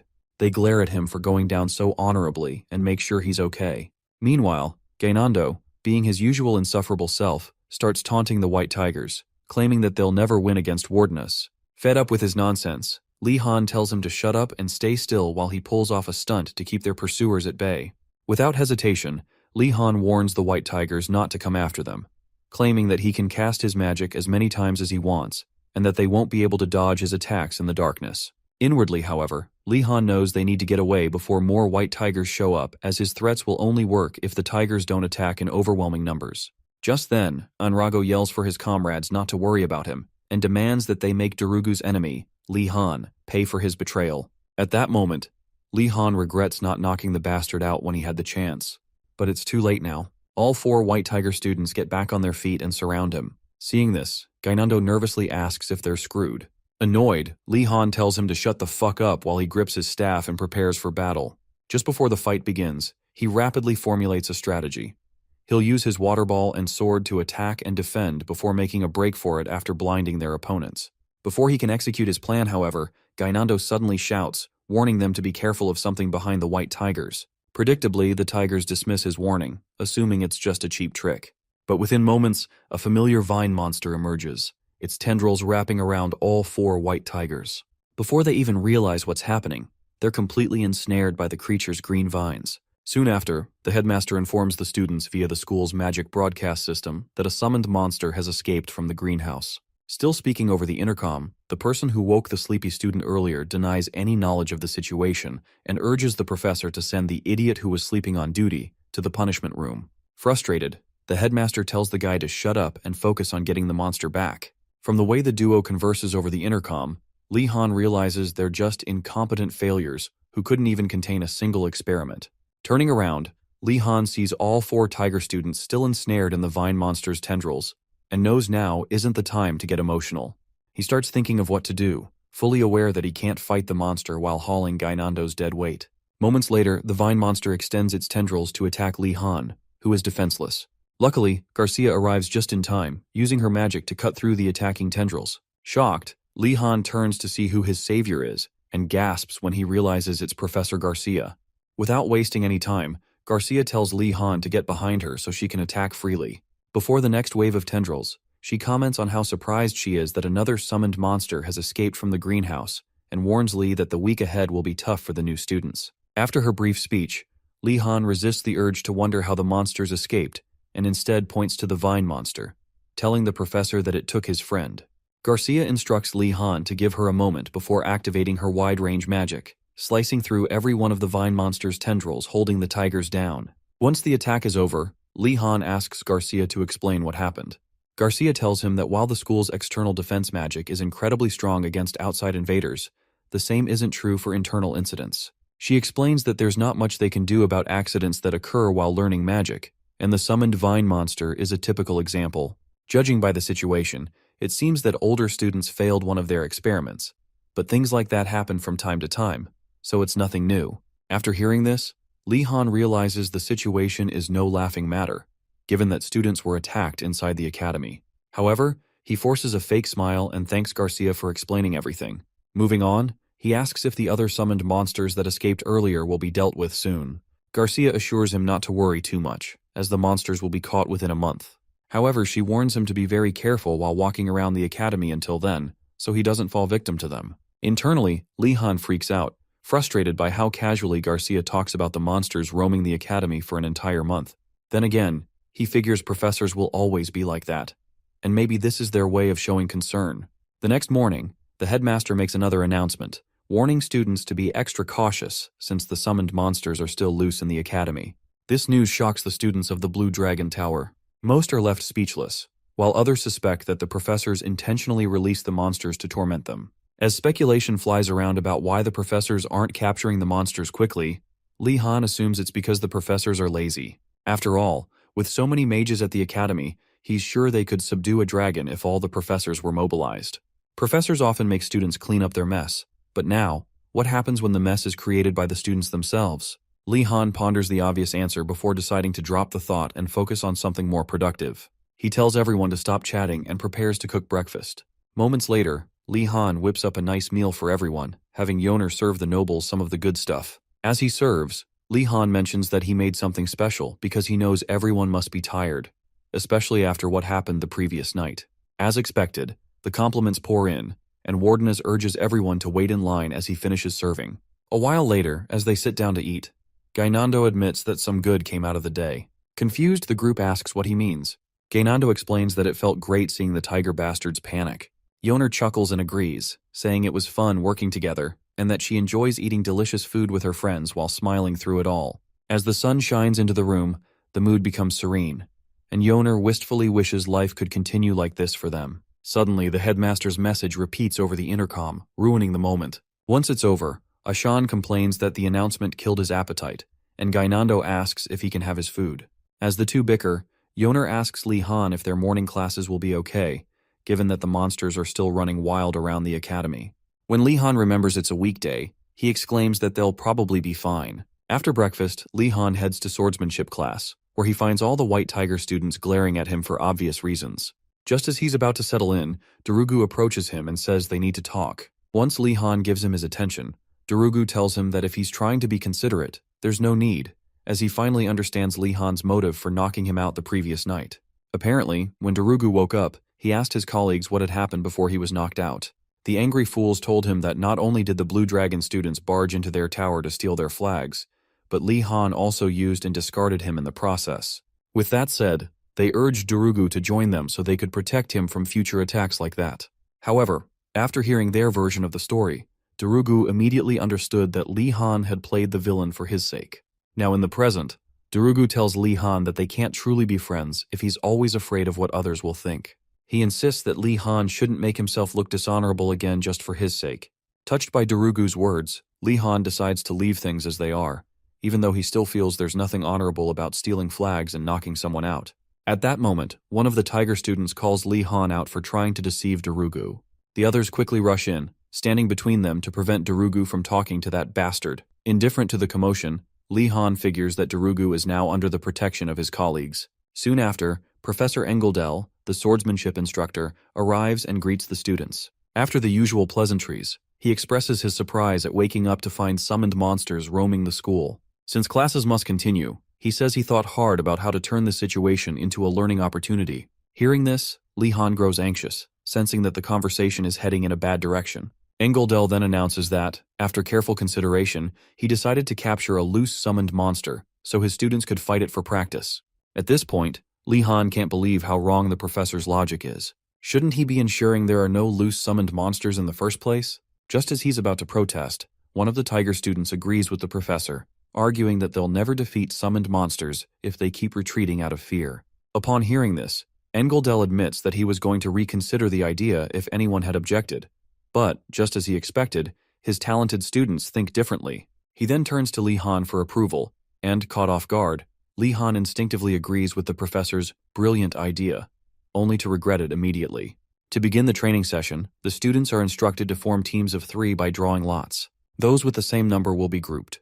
Moments later, Li Han finds himself in a team with Darugu and Jijel, of all people, as they all pick the number 4. He knows he's in trouble when Jijel starts speaking sarcastically, commenting on how much he enjoyed their last meeting. Realizing that Jijel is referring to the night Li Han set him and his minions up for the punishment room, Li Han plays along, suggesting they both forget about it since they acted childishly. This, of course, only enrages Jijel, and Darugu asks Li Han if he's really serious about what he just said. To explain Jijel's personality, Darugu tells Li Han that they both came from the north, and the Marathi family never forgets their grudges. Knowing this, he warns Li Han that Jijel will definitely come after him, so he'd better be careful. He also promises to protect Li Han if something goes wrong, but urges him to stay vigilant. By now, Li Han realizes just how difficult it will be to work with this team during class. Just then, Engeldel gathers the students and announces that, since all the teams have been formed, they will now move on to the next step, selecting a leader. The leader will be chosen based on a red dot in the corner of their lot. Once chosen, the leader will give instructions, and the other 2 teammates must follow them while fighting the summoned beast. Hearing this, Li Han feels a sense of dread, fearing the worst. He checks his paper and, relieved, sees that he isn't the leader.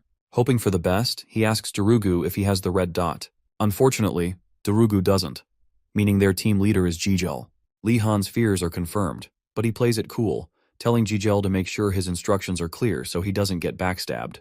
In response, Jijel smirks and tells Li Han that he's looking forward to working with him. As the silent bickering between the two continues, poor Darugu finds himself caught in the middle. Even though he's not a knight and is usually afraid of other things, this situation scares him the most. A few seconds into their stare-down, a random student raises a question, asking the professor to tell them the nature of the summoned beast they'll be fighting.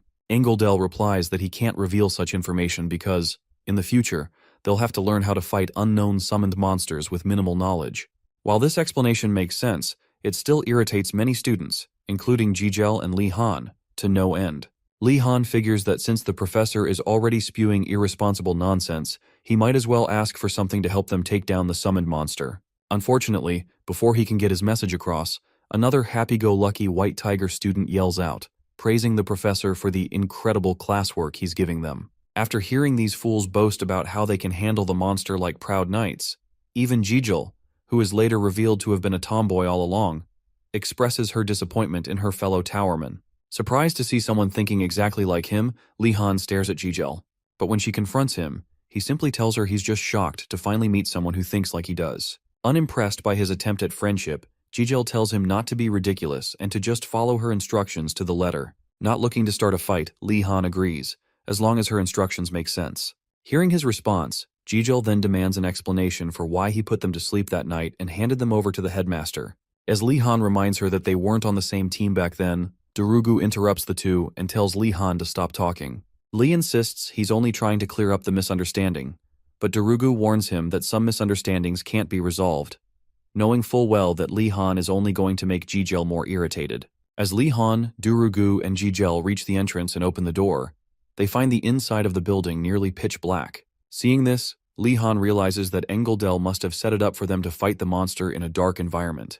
But that's not happening, at least not for them, as he immediately illuminates the room with magic, making Jijil jealous of his impressive skills. Seconds after the room lights up, the trio hears strange sounds from the darkness ahead. Soon enough, the summoned monster appears, a spirit bull with parts of its body covered in hard spikes.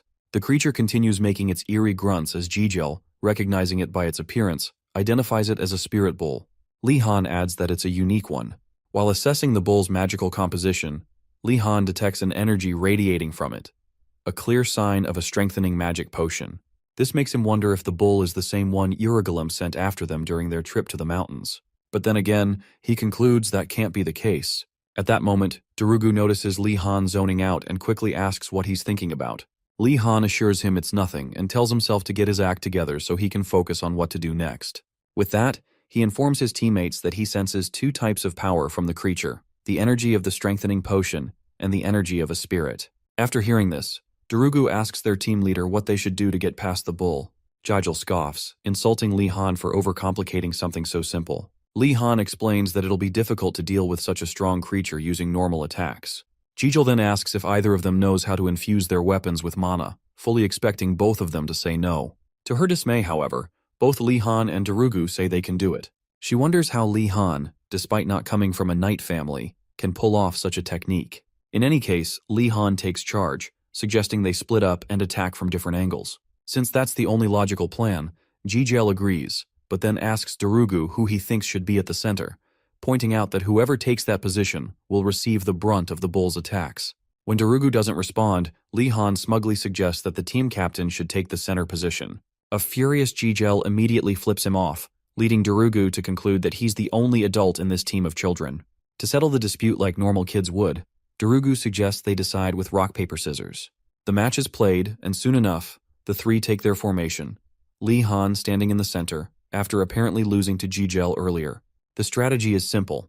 They will split into three directions and approach until the spirit bull reacts. Once it does, the center member, Li Han, will focus on running away while the other two attack and, if possible, subdue it. Li Han knows that escaping will be the hardest part, as attacking the bull will make things significantly easier. Moments later, the bull gets angry, releasing an aura so intense that even Jijil and Darugu feel its pressure. As for Li Han, the sheer amount of mana being released tells him that this creature won't go down easily. So rather than just approaching, he decides to strike first. With that, he chants the incantation, Surge and Move, conjuring a water prison that restricts the bull's movements. Darugu immediately praises Li Han for his impressive move, only to pause when he realizes that the water prison seems to be forcing the bull in a certain direction, towards Jijil. A little while ago, when Jijil was assigning positions, she made plans to drive the bull toward Li Han. Unfortunately for her, Li Han somehow anticipated her plan and did it first. As the bull charges toward her, she wonders if Li Han had the same idea. With no time to ponder it, Jijil concludes that if she's going down, she's not going down alone. She runs behind Li, causing the bull to charge at both of them. Unimpressed by her failed attempt to be clever, Li simply chants the incantation to activate his invisibility belt and instantly vanishes. Shocked, Jijil, who didn't know he could disappear, frantically wonders where he's gone. Before she knows it, the bull is dangerously close, and she realizes it's now or never. Like a brave swordsman, she unsheathes her wooden sword and manages to land a light strike on the bull's neck. But even she knows the attack wasn't deep enough to injure it, as the damage is nullified almost instantly. With nothing left to lose, Jijil takes her stance, infuses her weapon and body with mana, and waits for the bull to make one final charge. She hopes this will be her chance to bring it down. As the bull charges toward her, just as she's about to land the knockout blow, something invisible slams into the bull's side, knocking it over and rendering it unconscious for a few seconds. While Jijil and Darugu stand there, confused about what just happened, Li Han drops the invisibility spell of his cursed Persinga belt and reappears with a broken wooden sword. As the sword's remains dissipate into thin air, Li Han thinks to himself that it was bound to break. It was just a wooden sword infused with mana, after all. Upon his reappearance, Darugu asks Li Han how he managed to take the monster down in one hit. Li Han tells him not to worry about it, and insists they need to escape before the bull wakes up. Realizing the truth in his words, Jijil, angry at Li for using her, and Darugu, too scared to look back, both make a run for the exit.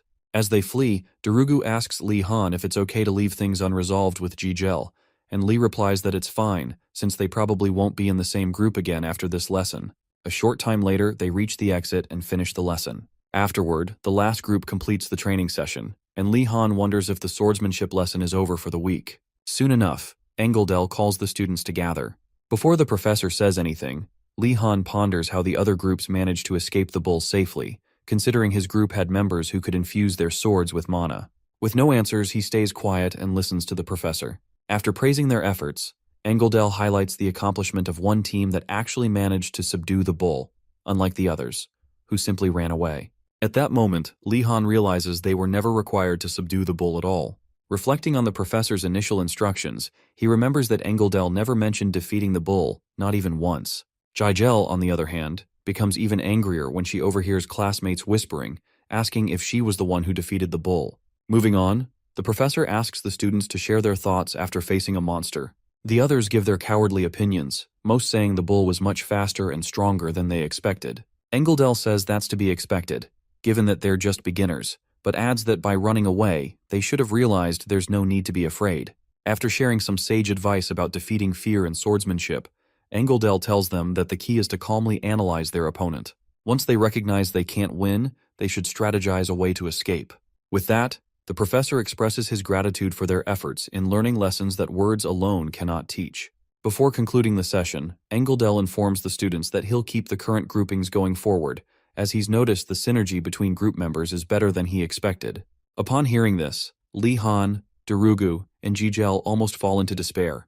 Li Han turns to Darugu and asks if he should apologize to Jijil for what just happened. Judging by the state she's in, Darugu advises Li Han to use him as a mediator for now. After the lesson, Li Han heads to his next class, Basic Understanding of Alchemy, in the Horned Beast Tower. There, he finds Yoner and Nilia getting ready for their classes. When Yoner sees Li Han, she's surprised to find two other nobles clinging to him like bodyguards. Curious, she asks him about it, and Li Han explains that these two bozos offered to protect him after his swordsmanship lesson. One of them adds that any location outside of their tower is basically a war zone, so they're just doing their best to protect their star boy, Li Han. They're convinced the monsters and tigers are making plans to come after him, and they need to be there to protect him at all costs. Yoner, unimpressed, tells them that Li Han could easily beat up anyone who tries to attack him. But before they can respond, Siana suddenly appears with a box of potions and agrees with Li Han, pointing out that they're in a precarious situation. Upon seeing Siana, Li Han immediately showers her with flattery, demonstrating his excellent ass-kissing skills. Siana, pleased with the attention, offers him some potions she made to repel monsters. Watching the scene unfold, Nilia turns to Yoner and asks if Li Han owes this girl something. Soon after, Professor Urugulem arrives and orders everyone to take their seats. Once the students are settled, he asks if they've completed their potions. They all answer affirmatively while silently dreaming of one day pulling Urugulem's beard off his face. From his seat, Li Han notices the looks on his classmates' faces and wonders what dangerous schemes they must have planned for the poor professor. Urugulem, however, is slightly surprised to see that all the students have completed the assignment. But after hearing from a Phoenix student that they worked together to get it done, he commends them for their effort. He then informs them that successfully making a low-grade spirit-befriending potion proves they are now beginner alchemists. Naturally, he reminds them that their potions aren't perfect. To demonstrate, he opens a random vial, places it close to a plant, and lets the potion's essence flow into it. A small fire ignites on the plant, and Irregulem explains that the fire is weak because the potion lacks potency. As the students marvel at the tiny flame, Irregulem stops the demonstration and tests another potion on the plant. This time, the fire is noticeably larger. Shocked, he checks the name tag on the vial to see who made the potion and finds Lihan Wardenus written on it. He stares at the peculiar student for a moment, clears his throat, and tells the class that while some of their potions are well made, they shouldn't become arrogant over this small success, as real alchemy is only just beginning. Moving on to the main lecture, Irregulem pulls a small bunny from his pocket and informs the students that they will now practice what they've learned so far. This time, on a real spirit. Seeing the tiny bunny-like spirit in Irregulem's hand, Lihan wonders if spirits always manifest as cute animals. Meanwhile, the forearm bone hidden in his coat tingles with curiosity, and he gets a glimpse into yet another reason why black magic isn't widely practiced. Continuing his lecture, Irregulem introduces the spirit as Mr. Rabbit, an ice spirit he frequently uses. He warns the students never to underestimate its power simply because it looks small and adorable. If necessary, this seemingly harmless bunny could wipe out the entire class on its own. Since forming spirit contracts is too difficult for them at this stage, Irregulem says they will start by gradually approaching low-rank spirits. He explains that contracts take time to establish because they require trust, which must be built step by step. As he douses the classroom with a green potion, Irregulem explains that he is amplifying the spiritual energy in the room to help the students enter the spirit world more easily. Once there, he advises them to focus on gaining the spirit's trust. The best way to do this, he says, is by demonstrating sincerity. On the other hand, if they approach the spirits with arrogance, the spirits will sense it and ignore them. With that, he urges the students to drink the potions they prepared. As they do, he wishes them a successful trip to the spirit realm. Lihan closes his eyes and reopens them to find himself in the spirit world, standing between the territories of fire and ice spirits. For a brief moment, he notes that the sensation of being here is similar to the feeling he got from the headmaster's book. Except this time, he is here of his own will. Since everything seems to be going smoothly, he decides to start by befriending the spirits. Wandering into the fire spirit's territory, Lihan begins his task. A few minutes later, the students start returning to their physical bodies. Yoner excitedly shares how amazing her experience was, marveling at how, although she thought she was in the spirit world for a long time, only a few seconds had passed in reality. Ashan eagerly talks about his encounter with a carp spirit. However, Irregulem, growing tired of their chatter, tells them to wait until they return to their respective towers before discussing their experiences further. By now, he expects they all understand just how difficult it is to form a connection with a spirit. He advises them to continue reaching out to the spirits whenever they have the opportunity. With that, he dismisses the class, but asks Lihan to stay behind for a brief discussion. Once he has Lihan's attention, Irregulem inquires about his experience in the spirit world, worried that he may have already formed a contract. When Lihan replies that his experience was terrible, Irregulem breathes a sigh of relief. Smiling, he asks Lihan to elaborate. Li explains that although he encountered many spirits, they all fled as soon as they saw him. Hearing this, Irregulem racks his brain until he recalls something from the past. He recounts a story of a man who first entered the spirit world after becoming an archmage. Although his immense magical power made it easy for him to access the realm, the spirits were terrified of him. When Lihan asks why, Irregulem explains that the spirits were frightened by the overwhelming aura radiating from the mage's soul. Curious, Lihan asks Irregulem to diagnose his problem. Irregulem theorizes that it is likely due to the sheer quantity of Lihan's mana. Fortunately, there is a solution. After all, the archmage from the story eventually succeeded in befriending the spirits. Excited, Lihan asks how he did it. Irregulem replies that the archmage used magic to forcibly capture the spirits and then befriended them afterward. Lihan stands there, stunned, as he processes the awkwardness of Irregulem's so-called solution. Soon after, Lihan asks Irregulem if spirits are stronger in the spirit world. Irregulem tells him that might be the only real obstacle stopping him. In any case, he advises the worried student to do his best and try to enjoy the challenge of winning the spirits over. This annoys Lihan so much that he decides he's going to steal even more food the next time he visits Irregulem's hut. After leaving Irregulem, Lihan joins his friends in the hallway and recounts his entire ordeal in the spirit realm. Having heard everything, Sienna suddenly appears and remarks on his terrible luck with spirits. However, she points out that spirits sometimes get scared due to misunderstandings. Even within their own order, she explains, similar situations have occurred, so Lihan's experience isn't entirely unique. Lihan then asks if there's a way to resolve this issue. Chiana responds that they use the same potion they saw in Irregulem's class. Apparently, she believes the potion is so effective that anyone who uses it might even appear attractive to spirits. Among the Fleming Order's secret potions, there is one specifically designed for spirits. Since she has helped craft it before, Sienna promises to make some for anyone who wants it, provided they gather all the necessary ingredients. Before anyone gets too excited, Sienna warns them that they will need a hefty amount of ingredients. After writing a list, she shows it to them, and Li Han is shocked by how extensive it is. He asks if it's even possible to collect everything, to which Tiana assures him there is a way. She has heard that Professor Urugulem has a lab on the upper floors of the main building, stocked with all the ingredients she needs. If they're willing, she'll gladly join them in secretly breaking into the lab to take what's necessary. While the other Blue Dragon students excitedly praise Tiana's alchemy skills, Li Han hesitates, wondering if it's really okay for a priestess to steal. Growing uneasy, he pulls Tiana aside and reminds her just how dangerous it could be, especially if the headmaster catches them. In response, Tiana calls him by his full name and tells him that this god-awful way of life is exactly what they are being taught in this cursed academy. While her reasoning sounds ridiculous, Li Han can't bring himself to argue after seeing her determination.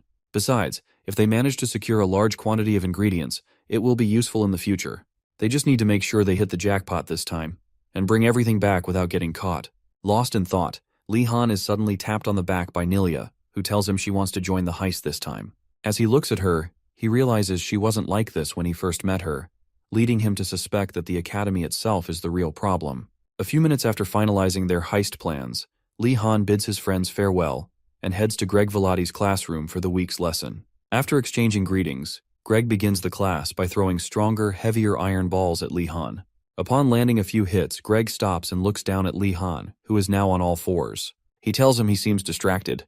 Li Han denies it, though in truth, he's just annoyed that Greg always increases the difficulty as soon as he starts getting used to things. Like, why don't they spin the Spirit Star anymore? Huh? Unfortunately, Greg, who obviously can't hear Li Han's thoughts, interprets the situation differently. Taken aback by Li Han's performance, Greg wonders why the poor guy still doesn't get it. While it's normal for a professor's attacks to hit a student if he goes all out, Greg never imagined that the reason Li Han is struggling is that he expects him to add spins to the balls. With this in mind, he asks Li Han if that's the issue. Li, still lost in thought about why Greg suddenly stopped attacking, remains silent. Taking the lack of response as confirmation, Greg declares that he knows exactly why Li Han is holding back. It's because he wants him to add spins to the balls, just like when he defeated the golem. Li Han remains silent, now baffled by Greg's bizarre confidence in his assumption. Dismissing Li Han's silence as stubbornness, Greg tells him not to be hasty and warns him against being overly ambitious. Moments later, it is revealed that, for the first time, Professor Greg Velati has put himself in Li Han's shoes and devised a dangerous yet effective way to push him forward. He intends to make Li Han truly understand the dangers ahead, so that he can properly earn both the title and respect of being called a mage. Upon reaching this conclusion, Greg murmurs something to himself. When Li Han asks what he just said, Greg steps closer and tells him that it's completely fine to be hasty, because he'll help him focus properly from now on. For some reason, that sentence terrifies Li Han. Realizing that Greg has already made up his mind, Li Han desperately tries to talk him out of whatever the hell he's about to do. But Greg is determined. He needs Li Han to understand that the moment he steps onto the mage's path without proper preparation, he could die. To hammer this lesson home, Greg increases the density of the iron balls and launches another one. Li Han barely dodges it. Standing there, shell-shocked, he realizes that he only avoided the attack by sheer luck. As if that wasn't enough, Greg hurls another iron ball at him. This time, Li Han sees it coming and quickly erects a water shield just in time to stop the projectile from putting a hole in his chest. Upon surviving the second attack, he notices that Greg has increased the weight of the balls. Now he wonders just how far the crazy professor is willing to go. As Greg readies his next shot, Li Han starts to seriously question if this man is trying to kill the only student who gives a damn about his class. Since he's dealing with the infamous vampire, Greg Velati, Li figures the professor really might be trying to kill him. Now that it's come to this, Li decides to take the professor out first, a thought that's been on his mind for a while. Without warning, Greg launches the next iron ball and Li instinctively dodges it. Realizing he needs to stop the barrage of balls before making his move, Li picks up his staff and conjures water using magic. Seeing this, Greg wonders if Li plans to create more balls using water magic. Though that seems logical, Greg knows it'll only make things harder for Li to control. At that moment, Li Han chants the incantation, "Oh my shield, deploy," and the water he conjured hardens, forming a two-circle magic water shield. Although the spell isn't particularly difficult, Velati is impressed that Li, who had never learned water shield magic, thought to use it in the heat of battle. Knowing that a hastily constructed shield is easier to pierce, Volati continues hurling iron balls at Lee, who's scared senseless at this point. However, contrary to Greg's expectations, the iron balls fail to pierce through the shield. Upon closer inspection, Greg realizes that Lee is focusing on condensing and strengthening the shield since, unlike with the balls, he doesn't need to move the shield. After blocking another attack, Lee gets cocky and decides to counterattack. He takes one of the lighter iron balls and throws it at Greg, who dodges it with ease. Frustrated by his failure, Lee sends his four-armed skeleton dog to attack Greg. As the skeleton approaches, Greg kicks the table between them, causing Lee to lose his footing. At that moment, Lee realizes that nothing he does seems to be working, but he resolves to bring down this monster no matter what. The four-armed skeleton manages to reach Greg, but just as it's about to bite him, Greg slaps the skeleton away like it's nothing. Getting serious, Greg lifts another iron ball and sends it speeding toward Lee Han's shield. With no time to react, Lee does his best to harden the shield, but it's futile. The ball pierces through both the shield and the skeleton dog, leaving Lee standing numb in the aftermath of his failure. With the last attack, Lee Han's water shield is destroyed. He kneels at Greg's feet, fully defeated and expecting his master to finish him off. Recognizing this as an act of submission, Greg steps closer, staring down at his student in his torn uniform. For a few moments, there's only silence. Lee Han, still in shock that his defenses were taken down so easily, braces himself for what he assumes will be the end.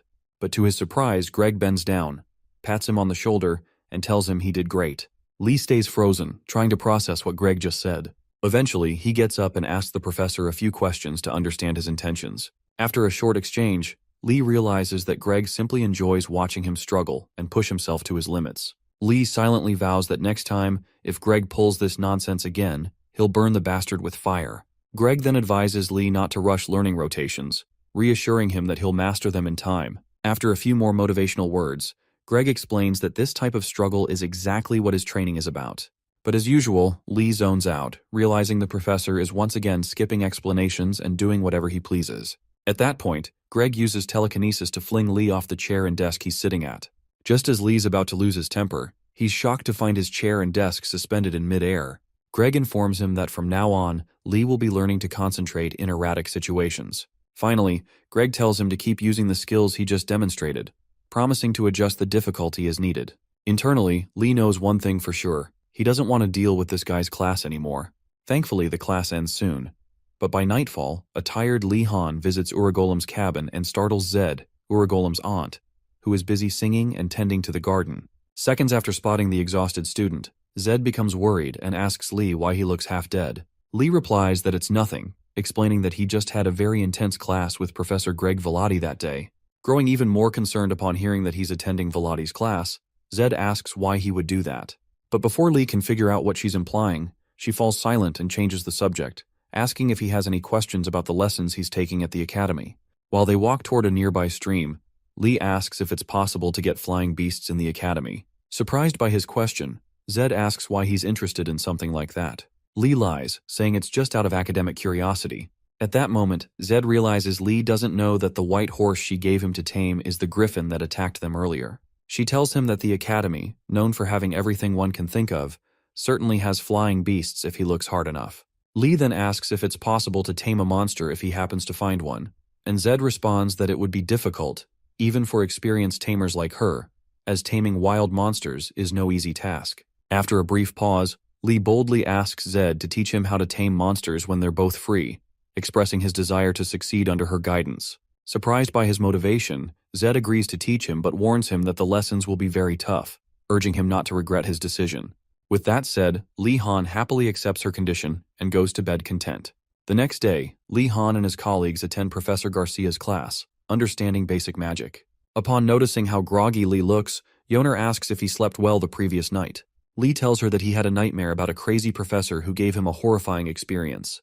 Concerned but not wanting to hear the details, Yoner pats him on the back and reassures him that things will be fine.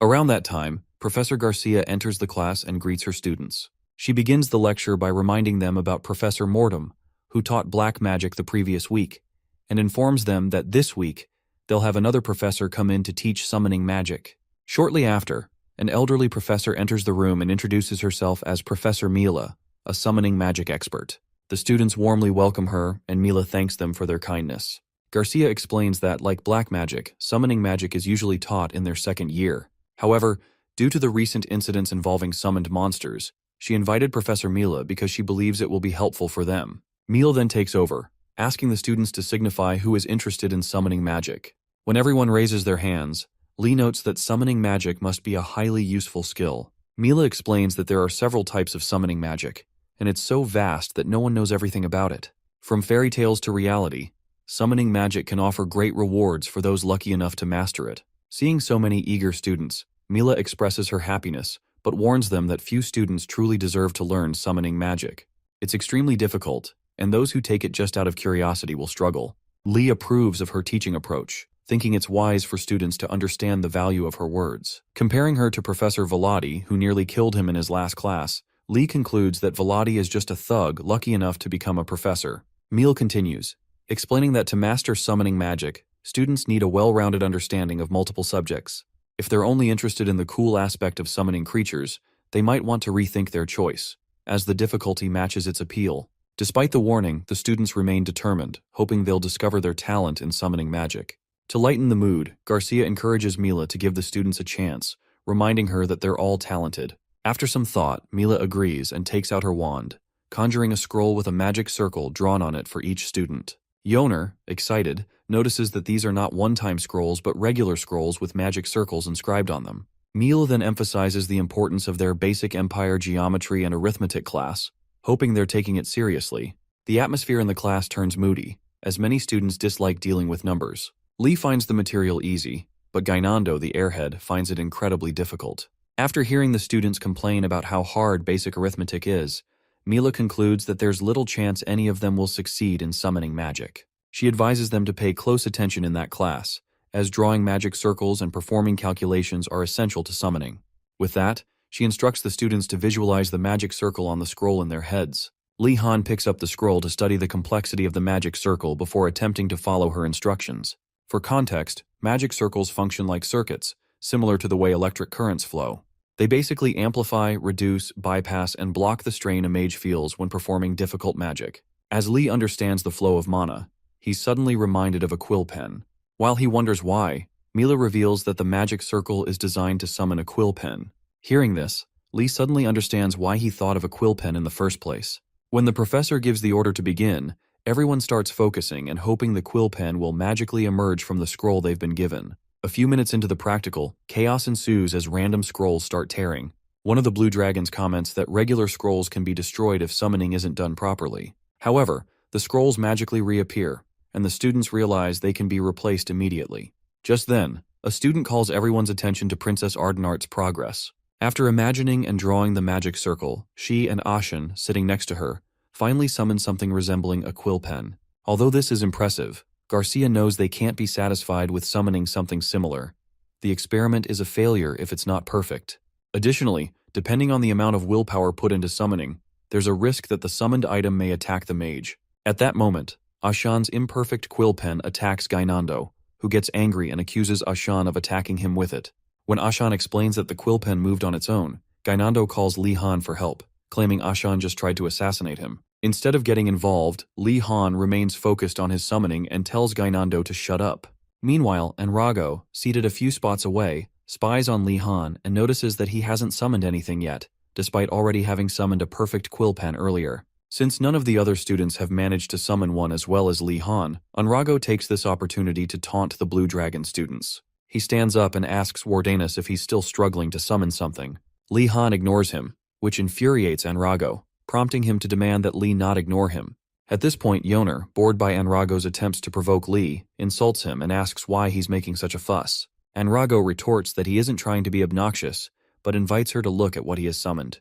Just then, Li Han finishes drawing the magic circle in his head and chants the incantation, "Come out, quill pen." Almost immediately, the scroll reacts to his incantation, and Lee initially thinks he has failed. But then, an explosion occurs, and a bright white light fills the room, causing Li Han to land flat on the floor. While Yoner and the others wonder what just happened, Li Han sees a perfect quill pen appear in front of him. When he stands up, he notices the entire room is now filled with quill pens, suspended mid-air. For a moment, the students are stunned, with one exclaiming that Wardanus just summoned all of them. As Lee assesses the quill pen, he realizes that, while its form is good, It's still too hard for him to manage the correct amount of mana, given his substantial mana reserves. Just as he's thinking he won't be able to use the scroll again, it returns to its normal state, and Lee wonders how that's possible. It is then revealed that Lee Han's mana control has improved more than he realizes. When Professor Garcia picks up one of Lee Han's quill pens, she expresses her surprise. While the other students struggle to summon just one quill pen, Lee Han has summoned several. Garcia turns to Professor Mila to see her reaction, only to be shocked by the look of disdain on Mila's face. Garcia tries to explain that Lee Han's error was due to his excessive mana reserves, but Mila cuts her off, insisting that it wasn't a mistake. Though she recognizes Lee Han's talent in summoning magic, she perceives his actions as arrogant, especially since he summoned so many quills, which she assumes are to show off. Garcia attempts to defend Lee Han, explaining that he isn't like that, but one sharp glare from Mila silences her.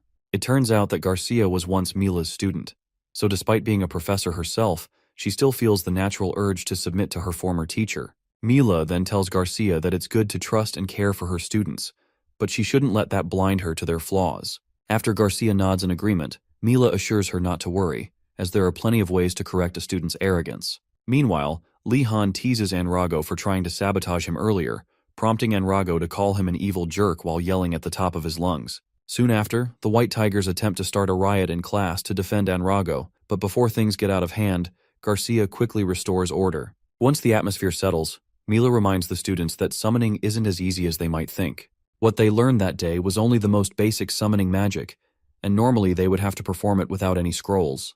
However, if they are still determined to pursue the craft, she invites them to visit her workshop soon.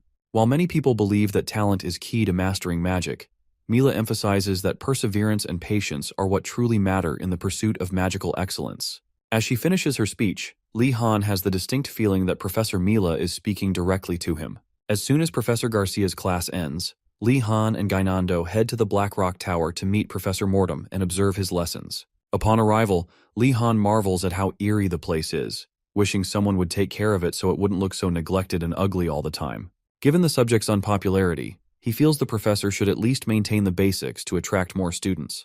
Just as Lee is about to conclude that he and Gainando are the only students learning black magic, he spots two others standing at the entrance of the tower. He's surprised to see more students interested in black magic. Gainando, however, erupts in rage, asking Lee why the other two are there to learn black magic. Lee tells him it shouldn't bother him so much, but Gainando continues whining, insisting the professor chose him because of his supposed talent in black magic. Lee just stares at the fool, recalling how Gainando used to badmouth black magic and wondering if he still dislikes it. During their conversation, one of the other students calls Lee and Gainando blue nobodies and tells them to quiet down. Upon closer inspection, Gainando recognizes the brunette as the infamous Wardenaz, and Lee identifies him as a student from the White Tiger Tower.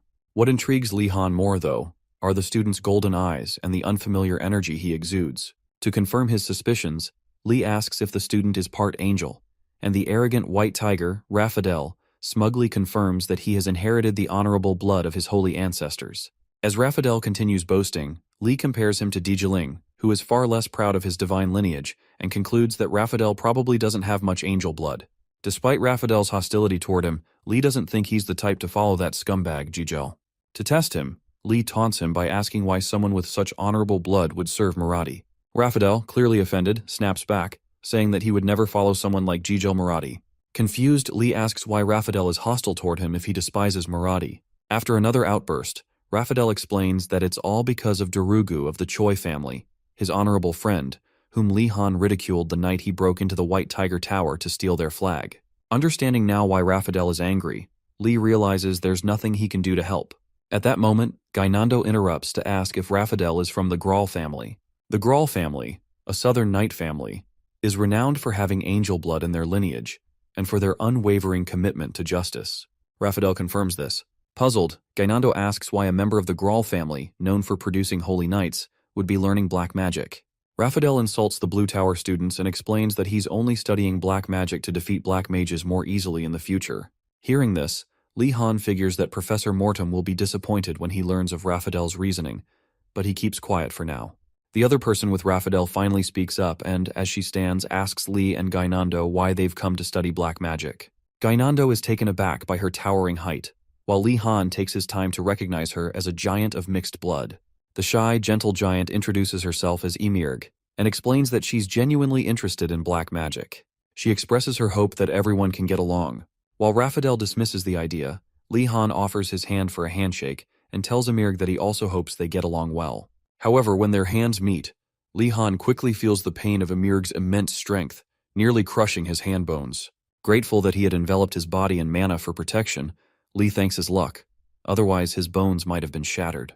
Gainando, oblivious to Lee's warning, also goes in for a handshake, experiencing the same pain. Once they arrive at Professor Mortem's office, the professor is surprised to see so many students interested in black magic, especially Raphael, who appears especially enthusiastic.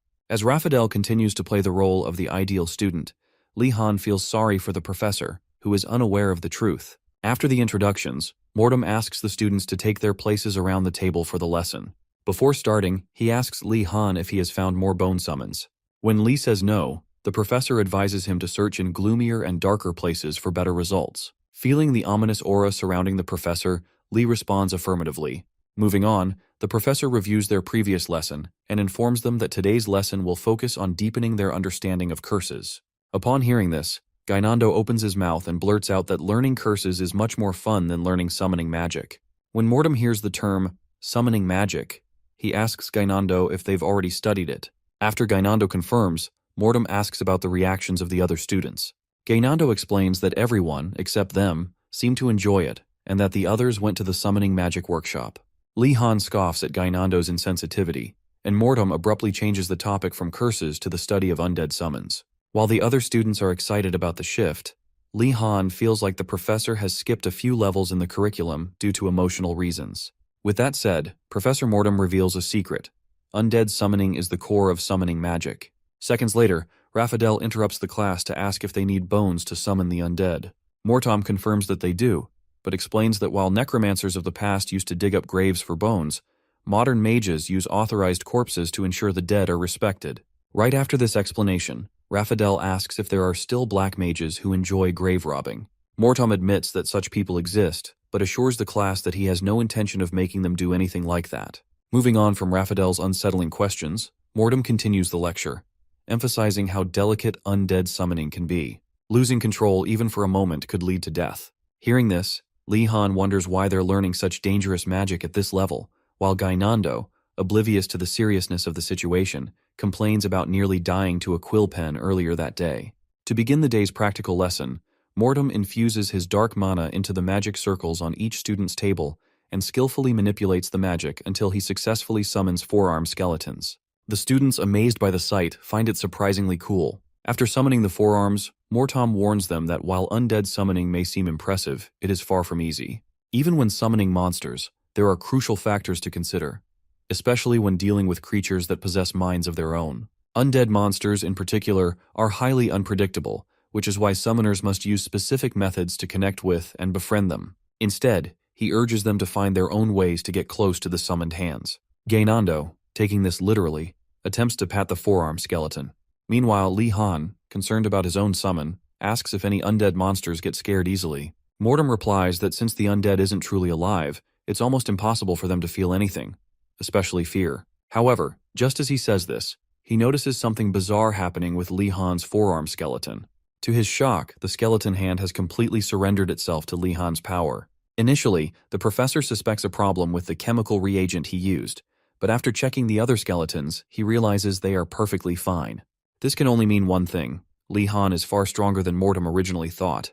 To test his theory, Mortem calls Lee Han forward and instructs him to summon a monster himself. Confused, Lee Han asks if he's even capable of doing that, and the professor assures him that one of the advantages of black magic is that training can be adapted to the individual's abilities. With that, Lee Han steps into the magic circle Mortem drew earlier, preparing to recite the incantation. Upon receiving the go-ahead, he closes his eyes, drops the bone fragment the professor gave him onto the circle, and begins chanting. Almost immediately, a thick purple miasma fills the room, and the bone reacts violently until a forearm skeleton finally materializes. For a moment, Lee Han notes the professor's unusual silence and wonders if that means he succeeded. However, from Mortem's perspective, he knows that the essence of summoning magic is like a cluster of chains that control the summoned creature. A novice like Lee Han shouldn't be able to manipulate those chains properly. If the skeleton hand moves on its own, Mortem decides, it will need to be unsummoned immediately. Watching closely for any sign of movement, the professor readies himself.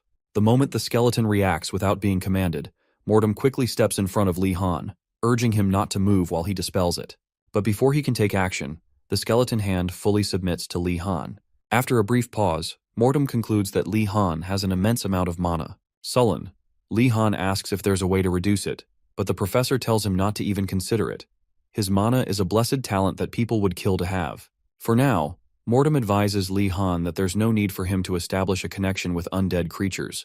He can simply subdue them by force. Li Han thanks the professor for his guidance, though internally, he knows it wasn't particularly helpful. Just then, Gainando starts screaming at his skeleton hand, his face swollen from an apparent struggle, and threatens to destroy it. Puzzled, Li Han turns to the professor and asks if Gainando is truly talented in black magic. Mortem replies that talent alone isn't enough. Understanding is just as important.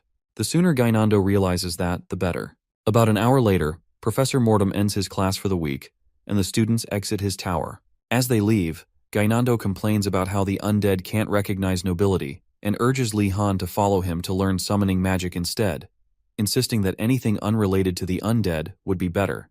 While considering Gainando's words, Li Han reflects that, aside from spirits, most summoned monsters are far fiercer than they're used to, and they'll need to get accustomed to them. At that moment, Raphael, with a swollen face, calls out to Li Han, referring to him as the evil black mage, and confronts him for daring to slap him during class. When Li Han tries to explain that it was an accident, Raphael refuses to let it go, which doesn't bode well for Li Han.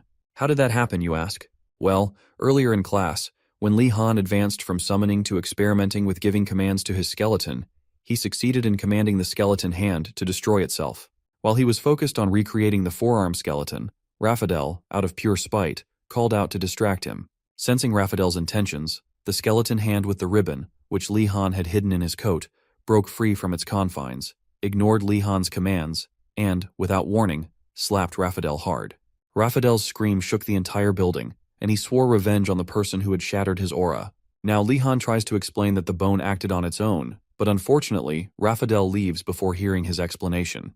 With nothing more to be done, Li Han continues walking with Gainando until they arrive at the Spirit Mastery Tower, also known as Professor Meal's workshop, by twilight. As they approach the entrance, Li Han notices the tower's distinct difference from the Black Rock Tower. Once they knock and enter, they apologize to Professor Mila for their tardiness, lying that they had a prior appointment. Professor Mila, not realizing it was Li Han speaking, responds that prior appointments can't be helped, so there's no need to apologize.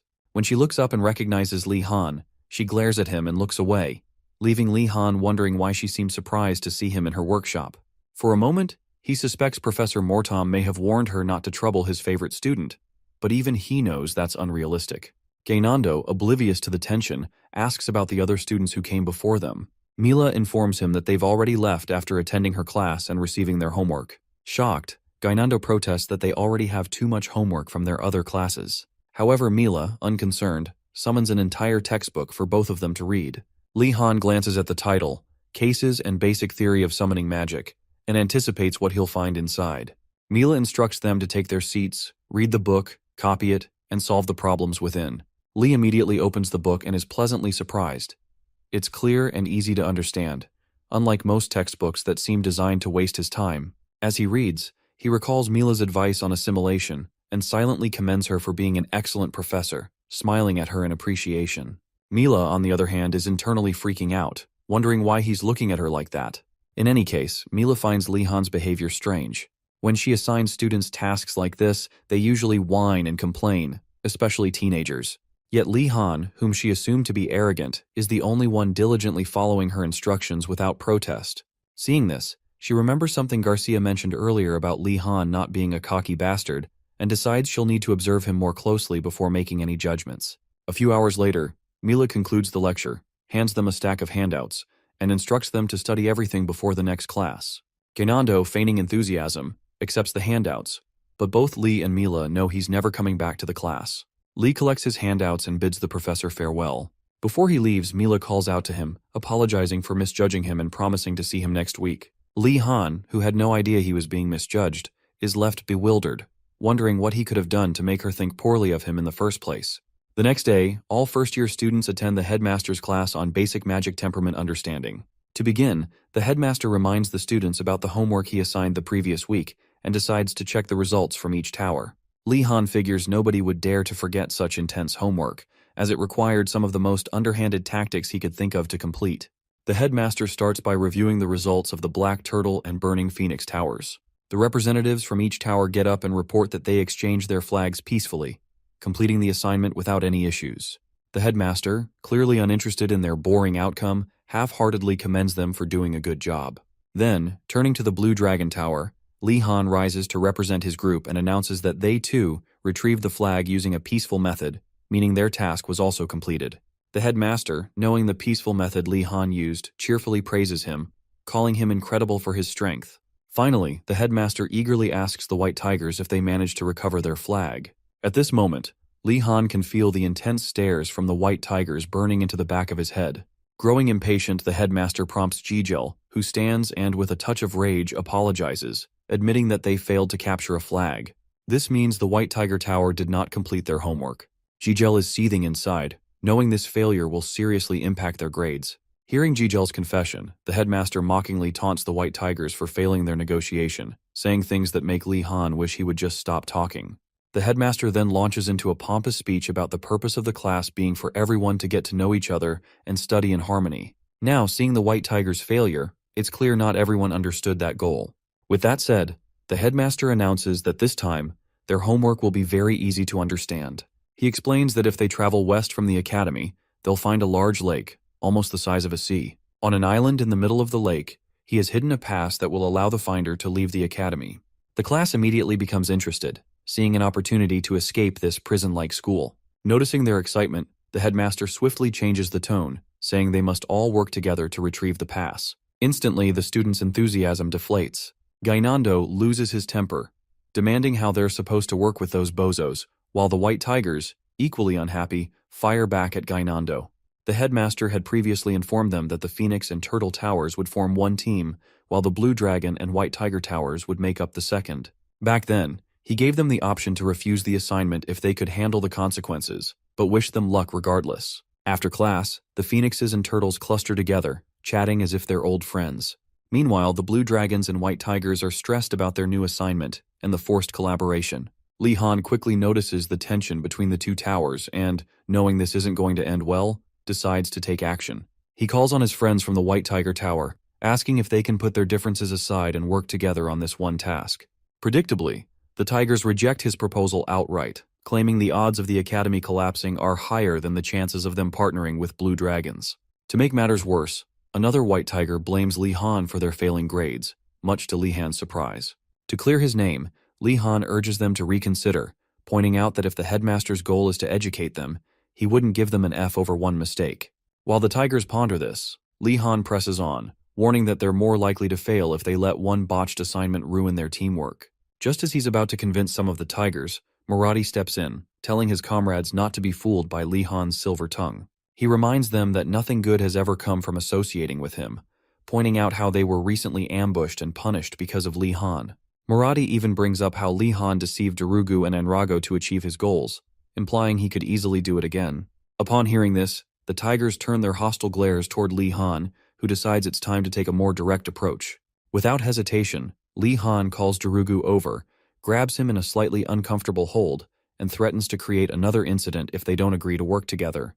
To make his threat more believable, he even jokes about throwing Darugu into the lake and ensuring he never comes back. This shocks even Yoner, who didn't expect Li Han to go to such lengths. Darugu, on the other hand, realizes what Li Han is up to and plays along, pleading with his fellow Tigers to save him. Seeing this, Raphael snaps and finally agrees to partner with Li Han, as long as he lets Darugu go. After making the Tigers swear on their honor, Li Han releases Darugu, but warns them to stay on his good side from now on. Witnessing this entire scene, Marathi is stunned by Li Han's ruthlessness, unable to believe he would go to such extremes to manipulate his classmates. Although some complicated relationships were formed in the headmaster's class, the real issue lies with the White Tiger's unwillingness to cooperate. Right after class, Siana finds Li Han and asks when he plans to start their operation. Li Han tells her he's still thinking, as raiding Urigalim's lab is an urgent matter, and timing is crucial. While Yoner wonders why Li Han is addressing Siana so formally, Li figures that if they rush into the lab without a proper plan and get caught by Urigalim himself, they'd be haunted by nightmares for at least a month. To avoid that, He needs to learn Urigalim's schedule without realizing it. After the basic riding practice class with Zed, just as Wardenass is about to leave the stables, Zed calls out to him and tells him not to go to the hut that evening.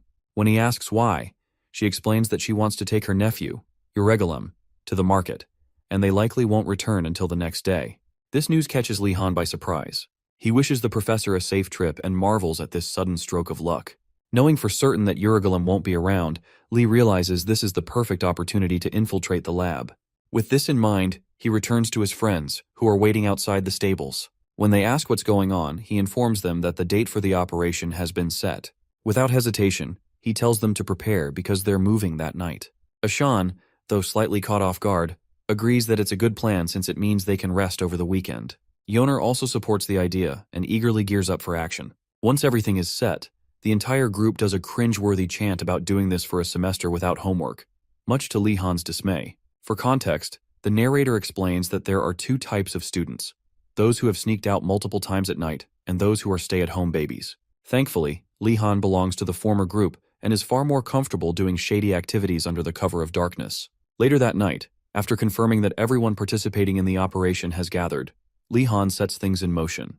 Before they move, however, Kiana asks if he knows how to unlock the Horned Beast Tower's door. Li Han reassures her that they've already figured that out. For now, he urges everyone to follow him quietly so he can show them what he has prepared.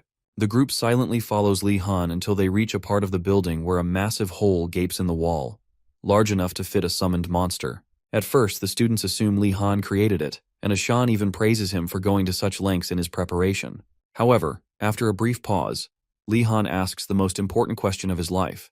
What is this? Both Yoner and Ashan are stunned, realizing that Li Han wasn't the one who made the hole. Irritated by their assumption, Li clarifies that the original plan was for Ratford to unlock physical locks while he handled magical ones. Although this unexpected development is troublesome, the presence of debris inside the Horned Beast Tower means that something, or someone, has broken in. In other words, something that should have remained outside has now infiltrated the tower. Understandably, the more timid students begin to panic, asking if they should turn back. But Li Han firmly shuts that idea down. Instead, he declares that they are no longer secretly infiltrating the Horned Beast Tower. They are now on a mission to stop the summoned monster that has invaded the tower and to protect the professor's belongings. If they are ever questioned about it, they will simply claim that they volunteered to help. This shift in perspective boosts the group's morale, and they charge in, now convinced that they are heroes protecting the professor's property. Li Han doesn't mind the misconception. If anything, it'll make the search go faster. However, as they step inside, one of the students immediately complains about how dark and eerie the place is. To keep them from getting scared again, Li Han conjures a light with his wand and warns them that darkness isn't their biggest problem. It's the fact that they have only explored the first floor and have no idea what awaits them on the second. Despite the uncertainty, Li Han urges them to keep moving. He notices the nervous expressions on everyone's faces, but knows that turning back is no longer an option. As they ascend to the second floor, Li Han remains on high alert. While everything looks normal on the surface, there's no telling what could be lurking ahead. And sure enough, as soon as they reach the second floor, they come face to face with a bizarre, ominous portal. The entire group stares at it, wondering just what kind of nightmare awaits them beyond this gateway to hell. After watching Li Han stand in front of the portal for too long, Yoner asks him what's wrong. Li tells her he senses the space is filled with powerful mana and is curious about what lies beyond the portal. Though unsure of what to expect, Li Han bravely walks through and surprisingly finds himself in a large garden on the other side. Once the others join him, he explains that the magic in use here is called space expansion magic. Sienna marvels at the horticultural wonders and the vast size of the garden, while Nilia comments on the number of plants she's never seen before. Although Li spots several dangerous plants, he's relieved that this building is a workshop and not a dormitory, so he won't have to worry about traps like in previous encounters. Li urges everyone to calm down so they can search for the path the professor might have taken. He figures if they can find it, they'll easily locate what they're looking for.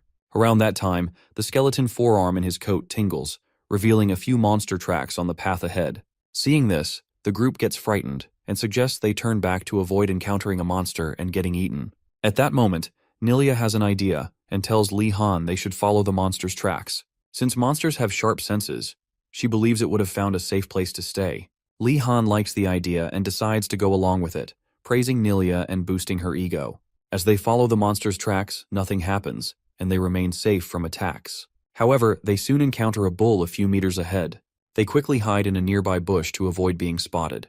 Yoner quietly asks Lee Han if it's truly a bull, and while Lee confirms it is, he doesn't think it's a normal one. Radford then asks what they should do. Lee realizes that since the bull is blocking the path to the upper floor, they might need to take action if they want to proceed. In response, he tells Radford there's no need to fight it, as it seems hungry and might leave once it's eaten. Yoner disagrees, and they watch as the bull spits out some grass it had been chewing before angrily trampling the plants further. Seeing the destruction, Yoner gets angry at the bull for ruining the professor's workshop. She warns that if the professor finds out, they'll be in trouble. Lee Han agrees, so to prevent further damage, he decides to stop the bull. He casts an incantation to increase his speed, charges at the bull, and attempts to paralyze it. However, the bull dodges the spell. Realizing the situation has escalated, Ashan and the others jump in to help. Ashan tries using fire magic, but Lee warns against it, reminding him they're surrounded by plants and the flames could cause more harm than good.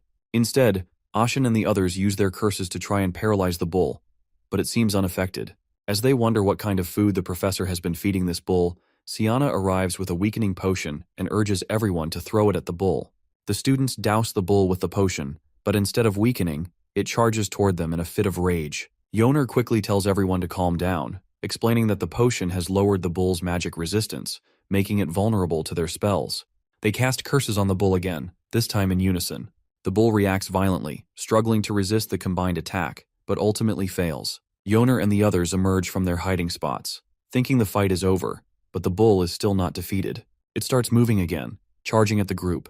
Most manage to dodge, but a few don't, and Lee Han watches as the bull begins harassing his friends. Realizing his friends are in real danger, Lee Han understands that he needs to cast a much stronger spell than what he's been using. In this critical moment, something within him awakens. His magic activates even before he finishes the incantation, and as he utters the spell, this small yet mysterious shift becomes a miraculous moment, one that will shock everyone in the future. As the bull goes down, a creature watering the plants in the garden hears a disturbance nearby and decides to investigate. After paralyzing the crazed bull, Lee Han heaves a sigh of relief and nudges his colleagues to come out of hiding. As soon as they emerge, they check if they're all right and thank him once they confirm they're good to go. However, before they can relax, Lee Han warns them to stay on their toes.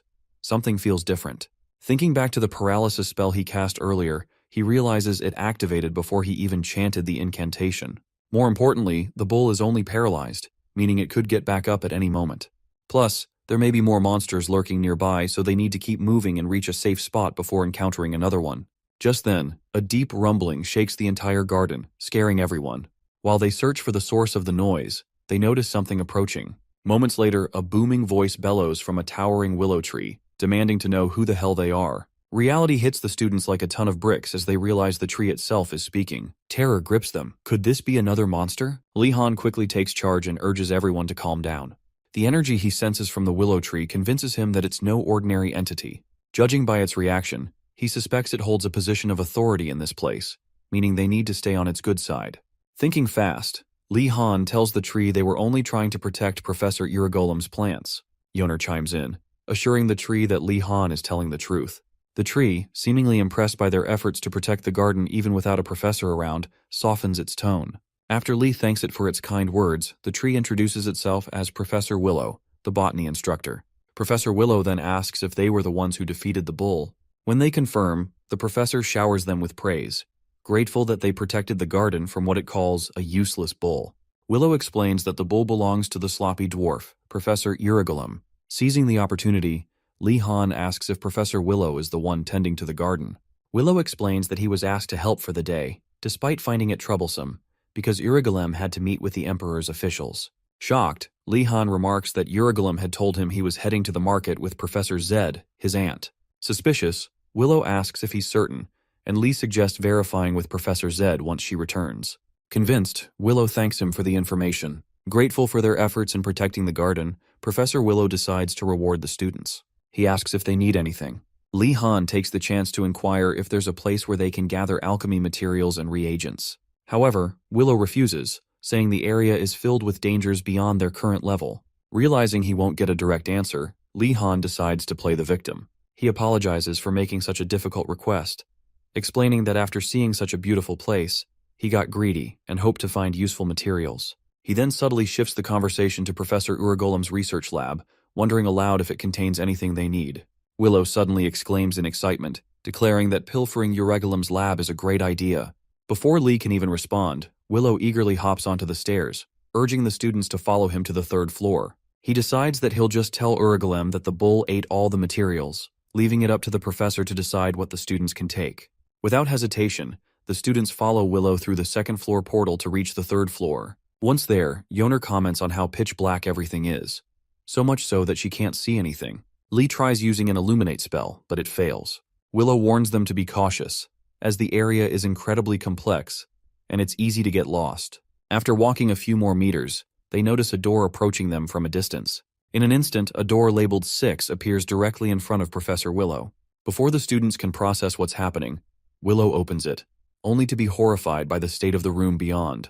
Whatever's inside unnerves him so much that he immediately slams the door shut, declaring that this particular research lab should remain sealed forever. Similar incidents follow as Professor Willow summons a few more research labs, only to find that most of them contain bizarre, reality-defying horrors. Lee Han, now grasping how things work, takes detailed notes on why the first and second floors lack traps. After recording the method for summoning research labs, he figures they've learned enough for now. Eventually, they locate Professor Euregulam's research lab and receive their well-earned rewards. They thank Professor Willow for his generosity, and when he asks if he gave them too much, Lee assures him they are truly grateful. However, just as they think they're done, Willow reveals his mischievous side, reminding them he is, after all, one of the Academy's crazy professors. In exchange for his help, he orders the students to water every plant in a particular area on the second floor. Lee Han is devastated as he wonders how the hell things end up like this. Lee Han's bad luck begins a while back at Euregulam's lab, right after getting all the materials they need for whatever Sienna is trying to make. Back then, Professor Willow instructs Lee Han and his group to return to the first floor while he finishes up in the lab. However, just as Lee is about to leave with the others, he notices the professor watering the plants in the lab as well. Curious, and greedy for more than he needs, he asks the professor if he can help, thinking that nothing bad could come from earning extra brownie points with a professor. Around that time, Yoner also offers to help, claiming she's pretty good at watering plants and such. As expected, this thoughtful gesture melts Willow's heart, and he is touched by their sentiment. So, he promises them a reward and urges them to follow him through a passageway. The very expectant Lee Han and Yoner follow Willow, fully expecting something cool, but when they step outside, they soon realize why one should never get too close to an Einrogard professor. To their horror, Willow orders them to water all the plants in the area. Lee is stunned, not seeing this as a worthwhile reward at all. Before they even get started, he turns to ask the professor a question, only for Yoner to inform him that Willow is already long gone. Cursing his own greed, Lee Han apologizes to Yoner for dragging her into this. Already watering the plants, Yoner asks him what's wrong. Lee hesitates before asking if she thinks this is too much work. To his surprise, Yoner says she actually enjoys tending to plants. Besides, there are so many rare plants in this garden, some she has dreamed of seeing. So, for her, this is a great day. Remembering that she is a plant lover, Lee Han stops asking questions and simply gets to work. Eventually, he too picks up a watering can and starts helping. Meanwhile, as the students work tirelessly around a particular pond, bubbles begin to surface from the water, almost as if something is watching them from below. After several hours of exhausting labor, the duo finally finishes watering every plant in the area. As they stretch their sore muscles, Lee Han realizes the task is far more grueling than he had expected. He feels even worse for Yoner, who got dragged into this mess because of him. But before he can dwell on it too much, Yoner asks if he found watering the plants fun despite the exhaustion. Her question makes Lee Han reconsider feeling sorry for her. Now that they're done, the duo put on their coats and prepare to leave. Just then, the spirit in the pond suddenly stirs to life, manifesting as a large water sphere. Yoner and Lee Han freeze as the mysterious entity speaks, declaring that it has been watching them for a while now. Alarmed, they demand to know who is speaking. Revealing itself, the spirit introduces itself as Farakis, the guardian spirit of the pond. It then recognizes Yoner and Lee Han as students of the dwarf, Euregulum.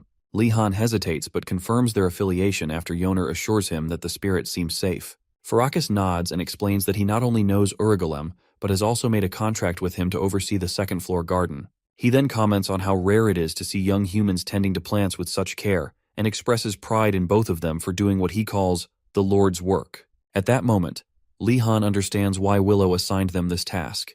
It was so that the pond spirit would take notice of them and acknowledge them. Feeling generous, Farakis offers to grant Lee Han a favor. Before Lee can ask for anything, Farakis clarifies that he can also provide advice if needed. Taking this opportunity, Li Han asks if there's a way to stop spirits from always running away in fear of him. Farrakis considers this and admits that he understands why spirits would flee from Li Han. However, he notices the tree spirit inside Li's staff and asks about it. Li Han explains that it was a gift from an oak tree. Farrakis reassures him that, although the tree spirit is also afraid of his power, it is still vouching for him as a good person. Li is taken aback by this revelation and glances at his staff, feeling a pang of guilt for coming off as a jerk. Just then, Yoner asks if there is a way for Li Han to form a contract with spirits. Farrakis replies that low-rank spirits will likely continue to flee upon seeing him. To avoid this, Li Han should seek out high-ranking spirits instead, preferably those that are fierce or violent. Li Han thanks Farrakis for the advice, but Farrakis quickly warns him that there's no guarantee that even high-ranking spirits won't run away. He's merely saying that they are less likely to. Li Han, seeing through Farrakis' poker face, starts to take his words with a grain of salt. Since the topic is already on spirits, Yoner boldly asks if Farrakis could personally make a contract with Li Han. Embarrassed by Yoner's intervention, Li Han quickly dismisses the idea, insisting there's no need. Yoner argues that opportunities like this don't come easily, but Li Han refuses to admit that he feels like a child whose teacher is trying to help him make friends. As for Farrakis' answer, he explains that forming a contract with him is impossible since he is already bound to Urigalum. Li Han understands. Not wanting to send them away empty-handed, Farrakis offers to introduce them to another spirit he knows. He warns that this spirit has quite a unique personality, but if they mention his name, it should at least be willing to talk to them. Lastly, before sending them off, Farrakis expresses his hope that the encounter will prove beneficial for them all. Without hesitation, Li and Yoner step inside the pond space and find a passageway in one of the walls. Before entering, they thank the spirit for his help and proceed. Just as they're about to step through the portal, Farrakis tells them to wait and give him their hands. Once they do, he places some of his power in their forearms, hoping it will be of use to them someday. Both Li and Yoner thank him once more. As they waltz into the portal, Farrakis reminds them not to forget the love they have for plants. Shortly after entering the portal, Li Han reflects on his experience with Farrakis and notes that he is far more benevolent than most of their piece-of-shit professors. Illuminating the dark cave system with some light, he wonders if he should have asked Farrakis whether he was afraid of him. Together, Li and Yoner press forward, eager to meet the spirit. Yoner comments on Farrakis' choice of residence, the pond, before asking Li where he thinks the spirit they're looking for might be living. After considering it, Li Han suggests it would be under a lake or a river, given its affiliation with another water spirit. Li Han hoists himself up, pushes the slab aside, and is immediately shocked by what he sees. Hearing his exclamation, Yoner asks what's wrong. However, when she climbs up and sees for herself, her face twists in fear. She realizes they have just busted into an abandoned section of the infamous headmaster's punishment room. Judging by the spirit's choice of residence, Li Han concludes it's not a river spirit at all. Fearing they might be in trouble again, Yoner asks if this is the place where Li was locked up before. After checking the rooms in this section, Li reassures her that they're fine, as the area doesn't seem to be in use at the moment. This calms Yoner down slightly, but she still urges him to get the hell out of there as quickly as possible. By then, Li Han tells her there are no exits. All the passageways are blocked. Understandably, Yoner freaks the hell out, terrified of being trapped in such a creepy place, and asks Li if there's truly no other way out. Since he has a rough sketch of the layout from the last time he was there, Li tells her it's okay, and recalls having a similar experience on his last visit. Soon, they reach what looks like a dead end, and Li tells Yoner it's actually a magic passageway. Unlike last time, though, there aren't any eye-catching devices lying around. With no other options, Li Han takes out his staff, determined to break their way out of this hellhole by force. He instructs Yoner to stand behind him so she doesn't get hurt. If a technique doesn't work, then brute force will. But this time, he needs to control his mana output carefully, just like when he blasted the defense of the White Tiger dormitory. He prepares to unleash just enough power to reveal the passageway out of this sorry-ass building. But just as he's about to blow a hole in the wall, a voice suddenly shouts at him to stop whatever the fuck he's doing. Startled, Li stops in his tracks and looks at Yoner, who immediately demands the voice identify itself. The voice responds proudly, stating that it doesn't reveal its name to those who aren't qualified. Instead, it asks Li why they are there. Li explains that Farrakis introduced them to this place, saying there would be a spirit here that he might be able to form a contract with. After a brief pause, the voice mutters that both Li and Yoner look like the kind of young mages Farrakis has a soft spot for. However, it immediately declares that it won't be making a contract with Li Han and advises him to crawl back to whatever hole he came from. Then, without another word, the voice falls silent. Yoner wonders if it has disappeared. and, disappointed by the rejection, she tells Lee that this is turning out just like last time. Another spirit afraid of him. But at the mention of fear, the voice suddenly returns, angrily demanding to know what she's talking about. It insists that it's not afraid of anyone. Relieved that the spirit is still present, Yoner challenges it, asking why it keeps avoiding Lee Han if fear isn't the issue. After all, Farakas already explained that most spirits are terrified of Lee's presence, and that seems to be the case here too. This time, Lee Han stays silent, curious about the real reason for the spirit's rejection. After a brief pause, the voice returns, stating that it simply doesn't like meaningless fights. Clearly, Yoner and Lee Han don't buy this half-assed excuse, and the spirit can tell. Sensing their doubt, it finally starts to explain itself.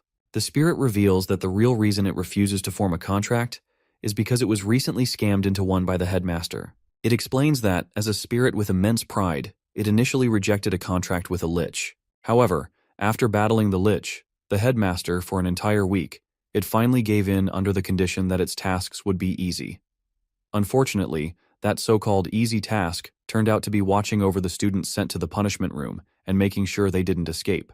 But the students of the academy were no pushovers. So many of them managed to escape that the spirit eventually started retreating to the abandoned section of the punishment room just to get some rest. Feeling humiliated and exhausted, the prideful spirit became traumatized by the experience. That's why it refuses to make contracts anymore. It simply can't take another humiliating loss. In any case, the spirit gets the feeling that Lee and Yoner are doubting its strength, so it decides to show them a portion of its power by asking Lee Han to gather as much mana as he can and transform it into the most destructive element he can think of. Since the most destructive element he can think of is fire, Lee readies himself for the test. However, before doing anything, he thinks back to what happened with the golem during his time in the mountains and refuses to let that happen again. As such, he compresses his mana as much as he can to create a miniature fire that should impress the spirit.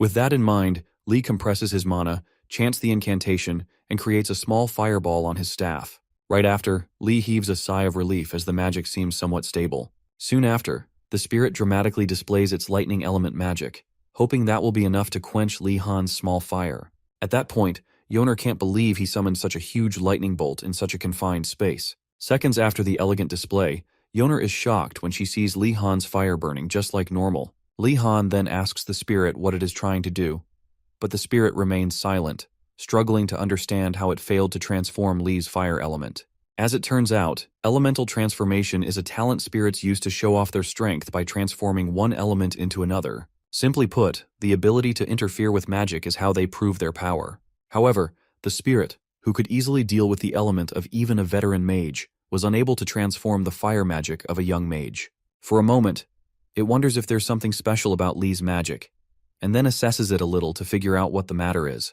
Suddenly, it hits him. The spirit realizes that while Lee's flame may look normal on the outside, it contains a vast amount of mana inside, almost comparable to a dragon's flame. The idea that this young mage, Lee Han, created such a dangerous flame is shocking. Knowing that young mages typically have weak magic control, the spirit sees Lee as a child holding onto a ticking time bomb, or worse, smoke poisoning. Now the spirit knows it's no longer a matter of pride. He needs to cancel the magic before Lee Han panics and loses control. Meanwhile, Lee Han compliments the spirit on its lightning magic, but asks if it can open a path for them to leave. The spirit, now on high alert, tells Lee Han not to move his staff. Confused, Lee moves his staff slightly, and the spirit screams at him not to move it. When Lee Han asks what's going on, the lightning spirit realizes that if it tells him how dangerous the flame is, he might get startled, causing the flame to explode. To avoid this, the spirit lies and says it just doesn't like people waving their staff around in front of it. Hearing this, both Yoner and Lee think the spirit is acting strange, while the spirit keeps worrying about how to cancel Lee's magic. Given Lee's poor control over magic, he probably can't easily cancel such a strong spell. If he panics when the magic doesn't dissipate, it could result in a huge explosion. After thinking it through, the spirit decides it has no choice but to do what it originally refused to do. With this in mind, it tells Lee that it has changed its mind and will now make a contract with him. Confused, Lee Han wonders why the spirit has had such an abrupt change of heart. He eventually asks the spirit why, and the spirit responds by saying it has recognized his infinite potential. As if that weren't enough, the spirit flatters Lee Han, claiming his mana is so great that it'll be difficult for any mage to catch up to him. Lee Han, unconvinced by the spirit's obvious ploy, questions the sudden change in attitude, and the spirit insists it's because it didn't realize his power earlier. Now that it understands, It wants to make the contract quickly before the flame goes berserk. Yoner asks Lee what he's going to do. Though Lee still sees the spirit as exceptional since Farakis recommended it, he's concerned about the spirit's mental state, which seems a little questionable. However, since he's not in a position to be picky about which spirits he makes contracts with, Lee agrees to form the contract. The spirit praises him for making a wise choice. With the stage set, the spirit instructs Lee Han to open his soul and accept him, and so the ritual begins. While forming the contract, the spirit grants Lee the authority to summon it, but makes it clear that it is a partner, not a servant. As the contract nears completion, Lee Han suddenly realizes the identity of the spirit he's been dealing with. It's the spirit of lightning, Furkuntra, or Furk for short. Once the contract is sealed and the lightning symbol is imprinted on his forehead, Lee wonders if the elemental affinity with lightning is the reason for the spirit's erratic behavior. Now that the contract is complete, Furk warns Lee not to push his luck, as the spirit can now sense his doubts. Yoner, who witnessed everything, congratulates Lee Han for successfully forming the contract, and Lee thanks her. Moving on, Furk decides to show Lee Han his true strength. While Lee asks what the spirit is up to, Furk enters Lee's arm, the one holding his staff, and tells him that he will help him control the fire until he gets a handle on things. Furk then urges him to extinguish the flame as quickly as possible, leaving Lee Han wondering why the spirit is in such a rush to get rid of the fire. As soon as the fire is extinguished, Lee Han continues to wonder why the spirit is in such a rush. The spirit, Furkuntra, angrily calls out to him and asks if he truly understands how dangerous what he just did is.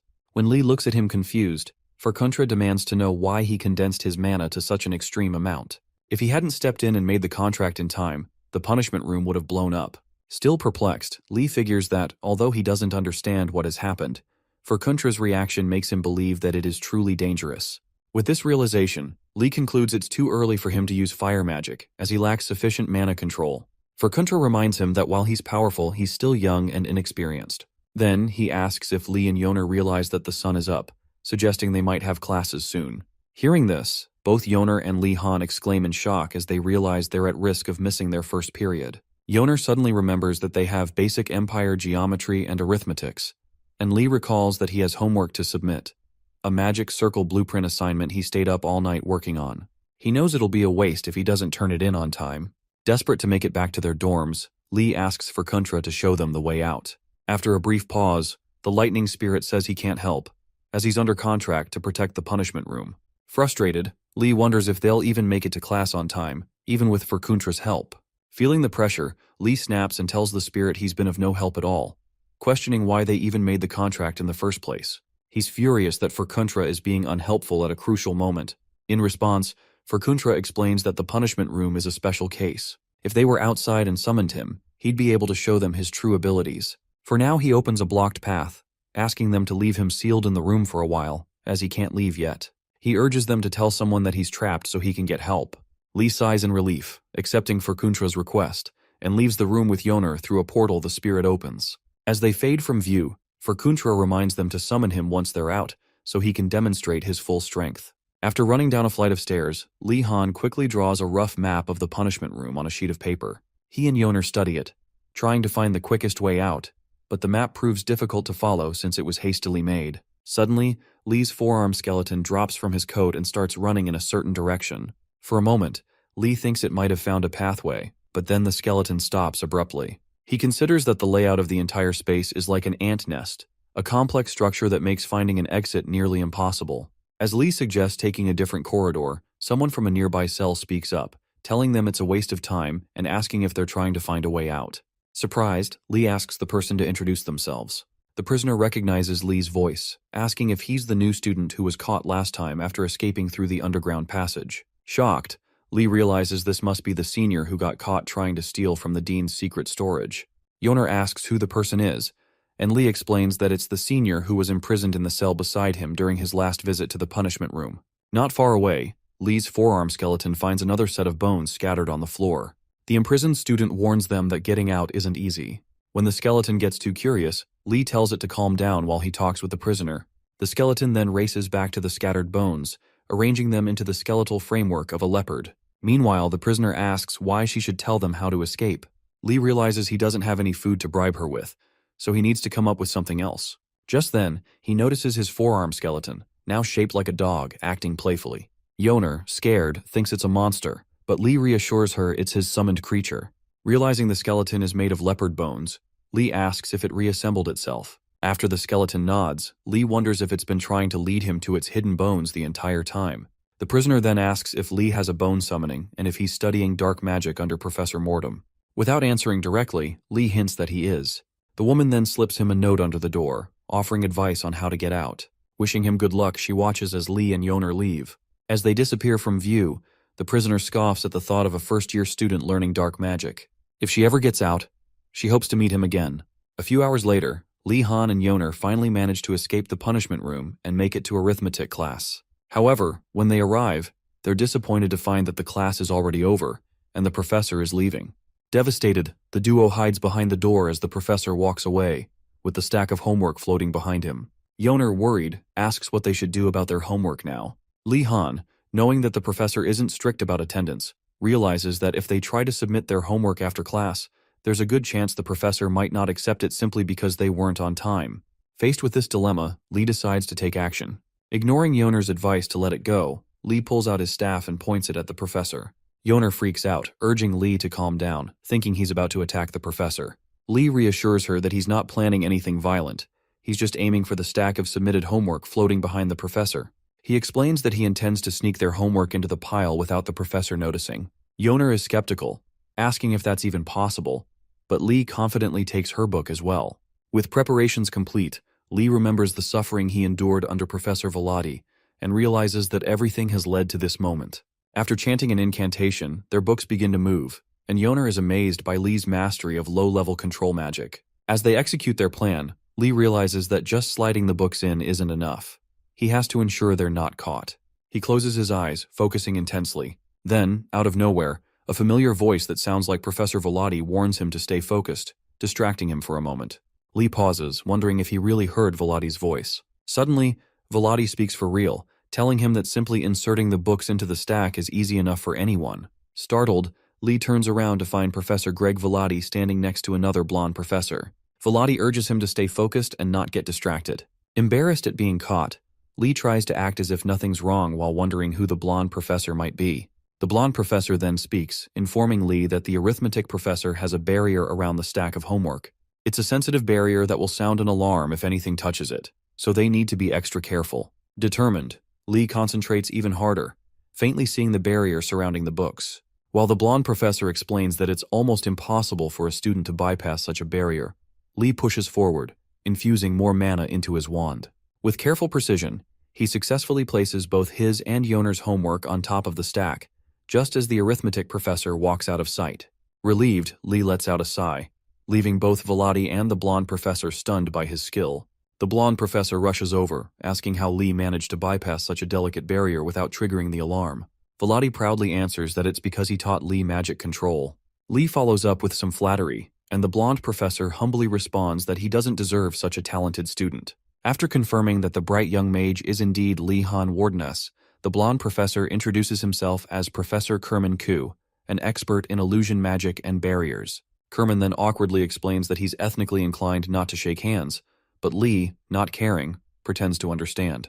Having heard Kerman's introduction, Lee realizes he needs to make a good impression on him to gain some future favors. Kerman, on the other hand, promises to meet him soon in Professor Garcia's class to show him how fun and interesting illusion magic can be. At that moment, Velati butts in and harshly criticizes illusion magic, calling it useless and ineffective against veteran mages of a certain level. Lee notices Velati's attempt to undermine Kerman and wonders how the blonde professor will react. To his surprise, Kerman ignores the jab and instead asks Lee why he was trying to bypass the barrier and sneak the books into the pile. Lee explains that they were late submitting their homework, which impresses Kerman even more. He tells Lee that, in his shoes, he wouldn't have bothered with Professor Alpin's homework. When asked why, Greg explains that Alpin is a former high-ranking administration official of the Empire, meaning he's more proficient in politics than magic. Kerman then complains about Alpin taking half of his research budget, but Lee sees this as an opportunity and decides to get on Alpin's good side from now on. Kerman warns Lee to be careful not to let Alpin drag him into becoming an Imperial official. Greg instantly interrupts, declaring that Lee would never choose such a lowly path. Lee, whose #1 dream is to become an Imperial official, realizes that he must never reveal his true ambition, no matter what. With that, the meeting ends, and the students return to their tower. As Lee prepares to distribute items to his colleagues, he finds them gathered outside. Just then, Ashan rushes toward him, delivering the shocking news that Gainando and Darugu have been kidnapped. Without hesitation, Lee Han, Yoner, and the rest of their colleagues run toward the main building to report the incident to the professors and hopefully get their help. On the way, Ashan explains that a summoned monster appeared out of nowhere while they were returning from class and attacked them. Most of them managed to escape, but Gainando tripped and fell. Lee Han figures that's typical of Gainando but asks how Darugu got caught. Ashan explains that the orc was captured because he tried to rescue the foolish Gainando. As they near the main building, Ashan urges everyone to stay focused so they can ask the professors for help. However, upon arrival, they are shocked to find that the Tiger Tower students are already there. Anrago had rushed in earlier to report the incident, hoping the professors would intervene to help rescue Darugu. Unfortunately, the professor told them to handle it themselves. Now the Blue Dragons are left wondering what to do, knowing that asking for help won't change anything. Lee Han, who expected this outcome, notices tracks left by the summoned monster. Wasting no time, he tells his group that their only option is to follow the tracks and rescue their friends on their own. Before they leave, Lee Han invites the Tigers to join them in the rescue mission. Normally, the Tigers wouldn't cooperate, but they put aside their differences and follow Lee Han to rescue one of their own. As the group rushes to the scene, one of the students nervously asks Lee Han if they can handle this on their own. Lee reassures him, knowing that if the professors won't help, he has other methods up his sleeve. Lee Han takes out his staff, confusing his colleagues, and bends down. Placing his hands forward, he begins chanting a summoning spell to call forth the lightning spirit, Furkuntra. As he continues chanting and praising the spirit, Ardenard observes the incantation, noting that it's used to summon powerful spirits. She marvels at how long and complex the incantation is. Lee Han chants for what seems like forever, only to summon a small ball of lightning. Embarrassed by the underwhelming result, Lee is further humiliated when the other students mock the tiny lightning spirit. Frustrated, Lee asks Furkuntra why only a small part of him appeared. Furkuntra reminds him that he's still trapped due to his orders. Despite the spirit's excuses, Lee feels betrayed, as Furkuntra is always unreliable when he needs him most. Furkuntra, irritated by Lee's complaints, longs for the days when he could shock and burn arrogant mages to death. Ignoring Lee's whining, Furkuntra warns that an enemy is nearby. Lee, still invisible, asks where, as he doesn't see anything. Moments before chaos erupts, Furkuntra tells him the enemy is beneath them. Suddenly, the summoned vine monster from earlier emerges, its tendrils reaching up to ensnare students standing above it. Upon closer inspection, Furkuntra notes that the monster shouldn't have the ability to blend into the ground, suggesting that the Academy's mages may have experimented on it, granting it new powers. He warns Lee to be careful, as the monster will drain his mana if it captures him. Lee, still invisible, confidently declares that he'll handle it, but Furkuntra cautions him not to use fire magic, as he might accidentally burn the other students. Tired of Furkuntra's warnings, Lee sarcastically asks if the spirit would prefer to take care of it himself. Furkuntra replies that it would be difficult in his current state, but there's still a way. When Lee asks what that is, Furkuntra offers to teach him magic. If Lee can master it, he'll be able to use it to defeat the monster. Lee hesitates, wondering if it's dangerous to use newly learned magic, but Furkuntra impatiently tells him to shut up. To begin the lesson, Furkuntra instructs Lee to imagine lightning, not as a gathered force like other elements, but as something that strikes down from the sky and splits in different directions. Using magic typically requires controlling mana by gathering it in one place, but lightning is the opposite, always moving and unpredictable. Furkuntra warns that imagining lightning that doesn't split is difficult, but offers to help by controlling Lee's arm. Once Furkuntra takes over Lee's arm, lightning materializes at the tip of his staff. Surprised, Lee asks if he'll have to lend Furkuntra his arm every time they want to cast magic. Furkuntra, equally surprised, asks how Lee managed to summon the lightning, and Lee nonchalantly replies that he just thought of batteries. Furkuntra is impressed by Lee's talent with lightning, but Lee is unimpressed. With that sorted, Furkuntra instructs Lee to chant the incantation he'll teach him next. Despite the violent and unpredictable nature of spirit magic, Lee Han, with Furkuntra's guidance, is about to cast a powerful spell. Just before the counterattack begins, it's revealed that the second circle magic Furkuntra is teaching Lee is called Furkuntra's low-grade lightning. Luckily for them, the constitution of the summoned monster is unstable due to the various experiments performed on it, so the current lightning spell should be sufficient to subdue it. Knowing this, Lee Han decides to act immediately. Furkuntra instructs him to carefully manifest what he's imagining, and Lee Han chants the incantation, "Strike, Furkuntra's lightning." Just as the lightning is about to be released, Furkuntra notices an unusual amount of condensed mana on the staff. Realizing that the young mage, Lee Han, is unaware of the dangerous situation he's in, Furkuntra begins to worry. Unfortunately, it's already too late.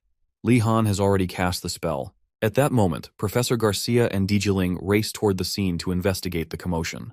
Upon arrival, Garcia is horrified to see so many students caught in the summoned monster's tendrils and immediately moves to rescue them.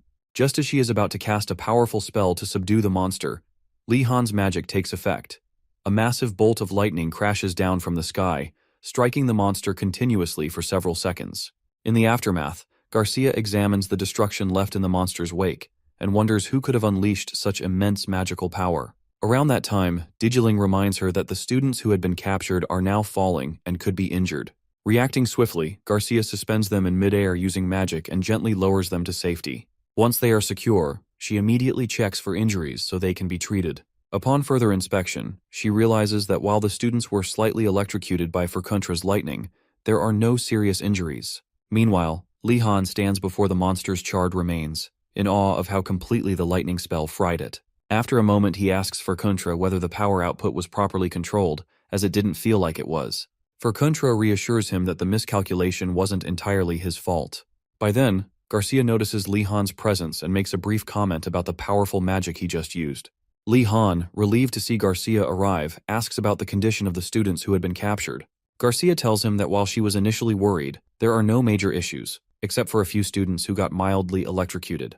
At this, Li Han freezes, watching as Garcia prepares to heal the affected students. However, judging by her reaction, he figures that the situation isn't as serious as he initially feared. Besides, seeing her use recovery magic surprises him, as he knows that most professors usually don't specialize in magic outside their field. In any case, Garcia successfully heals all the injured students, restoring them to full health. Once they recover, they all express their gratitude to her for saving and healing them. However, Garcia redirects their thanks to Li Han, explaining that he is the one who bravely defeated the monster and saved them all. Looking at the grumpy faces of the white tigers, Li Han expects them to be angry, especially since they suffered more from his lightning spell than from the monster draining their mana.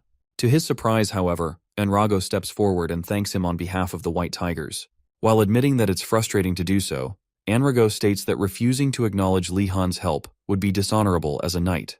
Then, in a more sincere tone, Enrago thanks Li Han warmly and admits that he's beginning to understand why Darugu considers him a friend.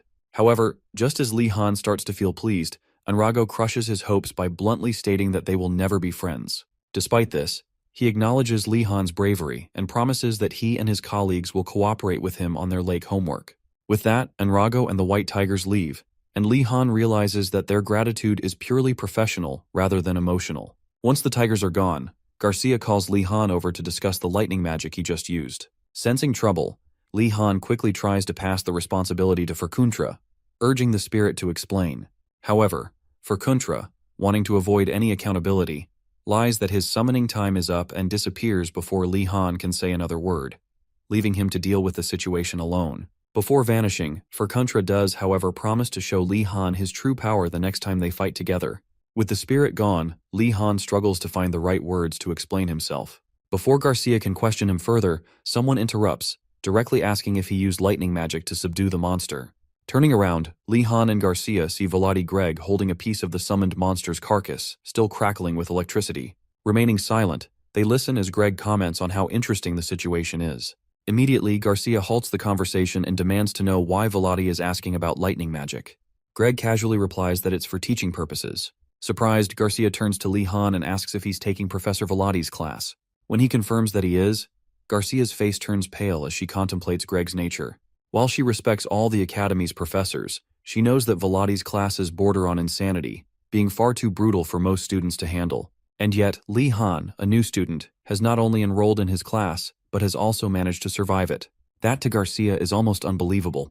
Upon noticing the dread on Garcia's face, Greg reassures her not to worry about Li Han, as he has been able to follow his teachings successfully. When Garcia looks at him in surprise, Greg explains that Wardenus has not only learned the magic he teaches, but has also figured out how to manifest a water shield entirely on his own. His desire to learn has reached a level where even Greg has to rein him in. At this, Garcia stares at Li Han. With a groggy sigh, she asks Vladi to take care of Li Han, and Greg assures her that he simply teaches as he always has. Hearing this, she turns to Li Han and advises him to do his best. Shocked by her reaction, Li asks why she's acting this way, but even Garcia refuses to elaborate. This only heightens Li Han's fear of his next clash with Greg. A few hours later, Ashan and Gainando head toward the black market, run by the Black Turtle students carrying a basket of food items. Along the way, Ashan suggests that they should occasionally give Li Han some food, considering how much he has provided them. To get quality food, Ashan decides to visit the black market. Gainando protests, saying that there wasn't much available the last time he went. In response, Ashan scoffs, explaining that he recently discovered a surge in supplies, possibly due to deals made with the White Tigers. As they reach the market entrance, they are surprised to find an inspector at the gates checking items, especially after realizing that the two of them, being from the Blue Dragon Tower, might not be welcome. The inspector, an elven dwarf, introduces himself as a member of the Tutantha household, a well-known mason guild in the Empire. Ashan recalls that the Tutantha family consists of renowned dwarven artisans, so seeing an elf among them is perplexing. Nevertheless, he introduces himself properly and explains that they are there to trade the items in their basket. Li Han appears and asks his friends why they haven't gone inside. Gainando grumbles that the inspector is refusing to trade with them. Turning to the elven dwarf, Li Han asks for an explanation. The dwarf states that, under new rules, merchants in the black market no longer accept items that weren't obtained through hard work. Understanding the rationale, Li Han wonders if this dwarf is the leader of the Turtle Tower. Regardless, he presents his produce and explains that he grew it himself, then asks if he may enter. After inspecting the produce, the inspector allows him through, and Li bids Ashan and Gainando farewell. Watching him disappear into the market, Ashan grows frustrated, realizing he has once again failed to repay Li Han for his help. Inside, the elven dwarf, who is now escorting Li Han, questions whether he truly grew the food himself. Given Li Han's prestigious background, it seems unlikely for someone of his status to engage in farming. Li Han dismisses the concern, saying such matters are unimportant, then reveals that he intends to share his produce with the turtle students as well. The elven dwarf, baffled, asks if he truly plans to give it away for free. Li Han confirms. In response, the dwarf pulls out a potato from his coat and offers it to Li Han, claiming that it has received high praise, even from the notoriously picky princess. Li Han, suspecting that the dwarf is a follower of the princess, hesitates. The dwarf admits he has nothing else to offer at the moment, but Li Han insists he is happy to share without expecting anything in return. Upon hearing this again, the Tutantha dwarf snaps, warning Li Han not to insult him. Every member of the Tutantha household, he declares, believes in fair exchange and never accepts something without giving something in return. With that, the dwarf leaves in a huff, leaving Li Han puzzled about why he insists on calling himself a dwarf when he is clearly an elf. Shrugging it off, Li Han visits Ratford's shop for an update on the market situation. Settling in, Ratford laments that these are tough times for thieves like them. Curious, Li Han prompts him to elaborate.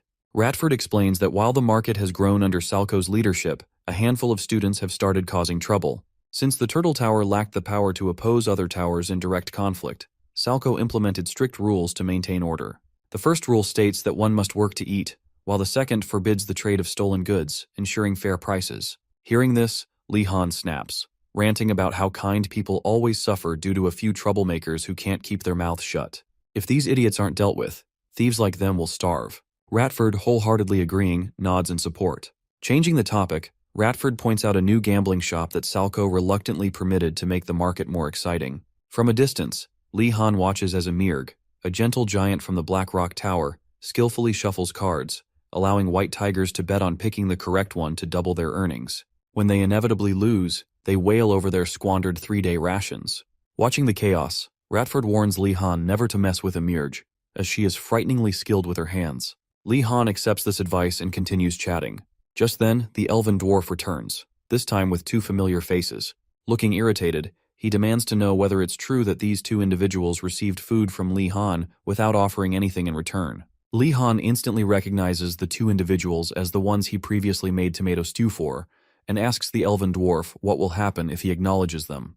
The dwarf assures him that he's not trying to blame him, but is instead there to apologize on their behalf, stating that living an idle life is irresponsible. Though they want to pay for what they eat, their circumstances are currently difficult. Li Han, feeling guilty for accepting their gratitude despite them not being from his or the Tiger Tower, reassures them that it's fine. Moving on, the dwarf insists that he cannot let this slide and offers to pay on their behalf. Confused, Li Han asks how he plans to do so. The dwarf explains that he's heard about Li Han's habit of roaming the academy at night. Since he knows this, he claims to have information that could be of use to him. Intrigued, Li Han expects the dwarf to divulge everything immediately. But instead, the Tutantha elven dwarf instructs him to meet him later that night to learn more. That night, Li Han meets the dwarf in the main building and follows him through a series of winding staircases, their footsteps the only sound echoing through the halls. After walking in silence for a while, the Tutantha dwarf reveals a secret. The path to the third floor of the main building is unknown to new students. Each time someone tries to ascend, the structure shifts, confusing them. However, after much trial and error, they discovered a hidden method to navigate it. He explains that there are 5 corridors leading to a staircase, but merely finding them isn't enough. The key to unlocking access lies in meeting 3 conditions. First, the clock's hour and minute hands must both be on odd numbers. Second, the moon must be visible and unobstructed by clouds. Lastly, the caster must hold their staff with their left hand. If all 3 conditions are met, the corridor to the third floor will open. Demonstrating this, the Tutantha dwarf performs the ritual, and sure enough, a previously invisible passage reveals itself. Li Han, watching in amazement, acknowledges the brilliance of the Academy's magical structure. However, despite his fascination, he turns to the dwarf and asks if he brought him here merely to show off. The dwarf denies it, explaining that this is only a preparation step before introducing him to someone. When Li Han presses for details, the dwarf remains cryptic, telling him to be patient. Li Han, growing suspicious of the vagueness, senses something might be amiss. The dwarf suddenly mentions that he has asked other students about what kind of person Li Han is, making Li Han wonder what rumors might have spread about him. If he had to guess, nothing good. As paranoia creeps in, he briefly considers the possibility that this is a trap, a setup by those pesky tigers to ambush him. He tries to shake off the thought, convincing himself that things won't take a turn for the worse. The dwarf notices his uneasy expression and asks what's wrong. Li Han dismisses it and instead asks what others have said about him. The dwarf replies that he has heard about Li Han sharing food with others. Concerned, he advises against this, believing that people who don't procure their own food or clothing won't understand their true value. Surprisingly, Li Han agrees without hesitation, acknowledging that those who don't work cannot appreciate the worth of labor, especially professors. The dwarf, taken aback by such a thoughtful response, immediately apologizes for misjudging him. As it turns out, the students from the Tiger Tower had painted Li Han as a heartless, cruel, and evil mage. But now that he has met him, he realizes those rumors were baseless. Li Han, playing along, thanks him for thinking so, all while doubling down on the insistence that those rumors are entirely false, because they are. After their conversation, the duo continues walking until they arrive at a statue of a woman seated on a throne. Li Han carefully examines the intricately carved stone and notes its striking beauty. Yet, despite never having seen it before, it feels oddly familiar. The elven dwarf inspects the statue, pointing out that it's broken in certain areas. He explains that Bro had repaired it last time, yet, upon returning, found it damaged once more. Given his workaholic nature, Bro attempted to fix it again. Li Han, curious, asks why the statue keeps breaking. However, the dwarf has no explanation. He, too, is perplexed by its repeated damage. Determined, the dwarf inserts a missing stone piece, and the moment he does, the statue moves. With a deep grinding sound, a hidden entrance reveals itself beneath the statue, unveiling a dark cave system previously concealed from view. The dwarf turns to Li Han and urges him to enter alone, stating that someone inside has been waiting to meet him. Li Han hesitates, peering into the pitch-black cavern, unsure of what awaits him. Yet trusting Tutantha, he steels himself and steps forward. With the dwarf's reassurance echoing behind him, Li Han ventures deeper into the cave. As he moves further inside, a hidden presence within the darkness stirs. An unknown creature, lurking in the shadows, immediately recognizes the arrival of a new visitor. Soon enough, Li Han meets the unknown creature and is a little confused about what to call it. Upon seeing Li Han, the creature appears friendly and introduces itself as the statue of a forgotten beast. It refers to Li Han as the student who repaired the stone statue and asks him to swear that he won't tell anyone he's seen him in the cave. Li Han promises to keep its existence a secret, but then asks the forgotten statue why it's hiding in such a dark cave. The statue explains that it's simply killing time since the room it was protecting was shut down 187 years ago. Li Han, even more confused, asks why it's so important to keep his presence a secret. The statue answers that the professors might make him do more work again if they found out. Understanding, Li Han appreciates the statue's wisdom and asks how he can leave the academy. To avoid seeming suspicious, Li Han quickly flatters the statue, saying he's heard of its great wisdom and could use its advice. He then asks if the statue knows the location of the stable in the main building's spire. With a smug look, the statue claims to know at least 3 locations. Excited, Li Han is about to ask for the 3 locations when the statue interrupts and challenges him to a game for fun. To Li Han's surprise, the challenge turns out to be a chess match. The statue happily invites Li Han to play, and Lee realizes the statue must be incredibly bored to challenge him to chess. As the match begins, Tutantha is outside repairing broken statues, thinking deeply about how skilled the Forgotten Beast statue is at chess. Even Tutantha, who never found a rival in his family, had never managed to defeat the statue. Unsure of Wardenas's skill, Tutantha believes Li Han will still lose. However, when Li Han emerges from the cave with an emotionless expression, Tutantha starts talking about guiding him until he wins and comes back again. Li Han surprises him by revealing that he actually won the match and received a map made by the statue. Shocked, Tutantha listens as Li Han explains that the statue was far less skilled than he expected, even worse than the foreign professor in the research lab next door in his previous life. Thanks to the statue's low standards, Li Han feels he'll get a good night's sleep. After a brief pause, Tutantha expresses relief that Li Han won and suggests they return to the dorms before they get caught. As they walk, Tutantha asks Li Han to explain how he won the chess match, eager to talk about the Tutantha family's chess strategy, the dwarf gambit. Feeling reluctant, Li Han agrees to help, all while sensing that he's gotten involved in something he'd rather avoid. Back at the academy, the Tutantha dwarf continues pestering Li Han to discuss chess, viewing him as a grandmaster. Thankfully, despite the endless conversation, Li Han manages to spend the rest of the night peacefully. The next day, which happens to be a Sunday morning, Li Han visits the lake for an assignment given by the headmaster. Upon arriving, he marvels at its vastness. Judging by its size, Li Han realizes he'll need a potion to help him cross. He had searched through his potions earlier, only to find Western Empire grape wine, which is useless, a Cantus potion, and one other odd item. The previous night, after Li Han returned, he hung out with Gainando and Yoner.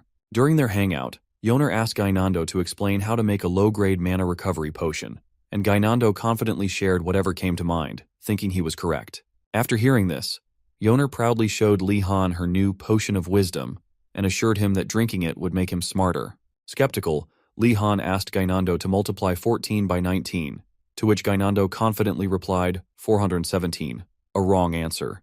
To test again, Li Han asked the blonde fool to repeat the recipe for the mana recovery potion, hoping he'd give the same wrong answer. Unsurprisingly, Gainando spouted nonsense, and both Li Han and Yoner realized in horror that Yoner hadn't created a potion of wisdom, it was a potion of confidence. Realizing the potions he has are useless, Li Han focuses on the pressing issue of the lake, wondering if there is a way to build a small boat using magic. Suddenly, he hears someone shouting at their partner to be careful. Quickly hiding behind a tree, Li Han watches Anrago and his friend Dumak struggle to push a makeshift boat toward the lake. Anrago reassures Dumak, boasting about his boat-making skills, while Li Han, still hidden, calls out to them, appearing menacingly. Anrago and Dumak are immediately terrified of the evil mage, and Anrago exclaims that he won't give Li Han his boat for anything. Li Han, regaining his composure, wonders why he is even threatening them in the first place.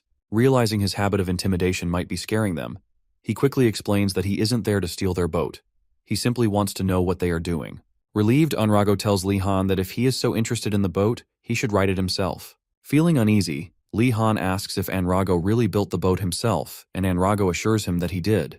Moments later, all three of them hop on the boat, and Anrago sails it toward the island.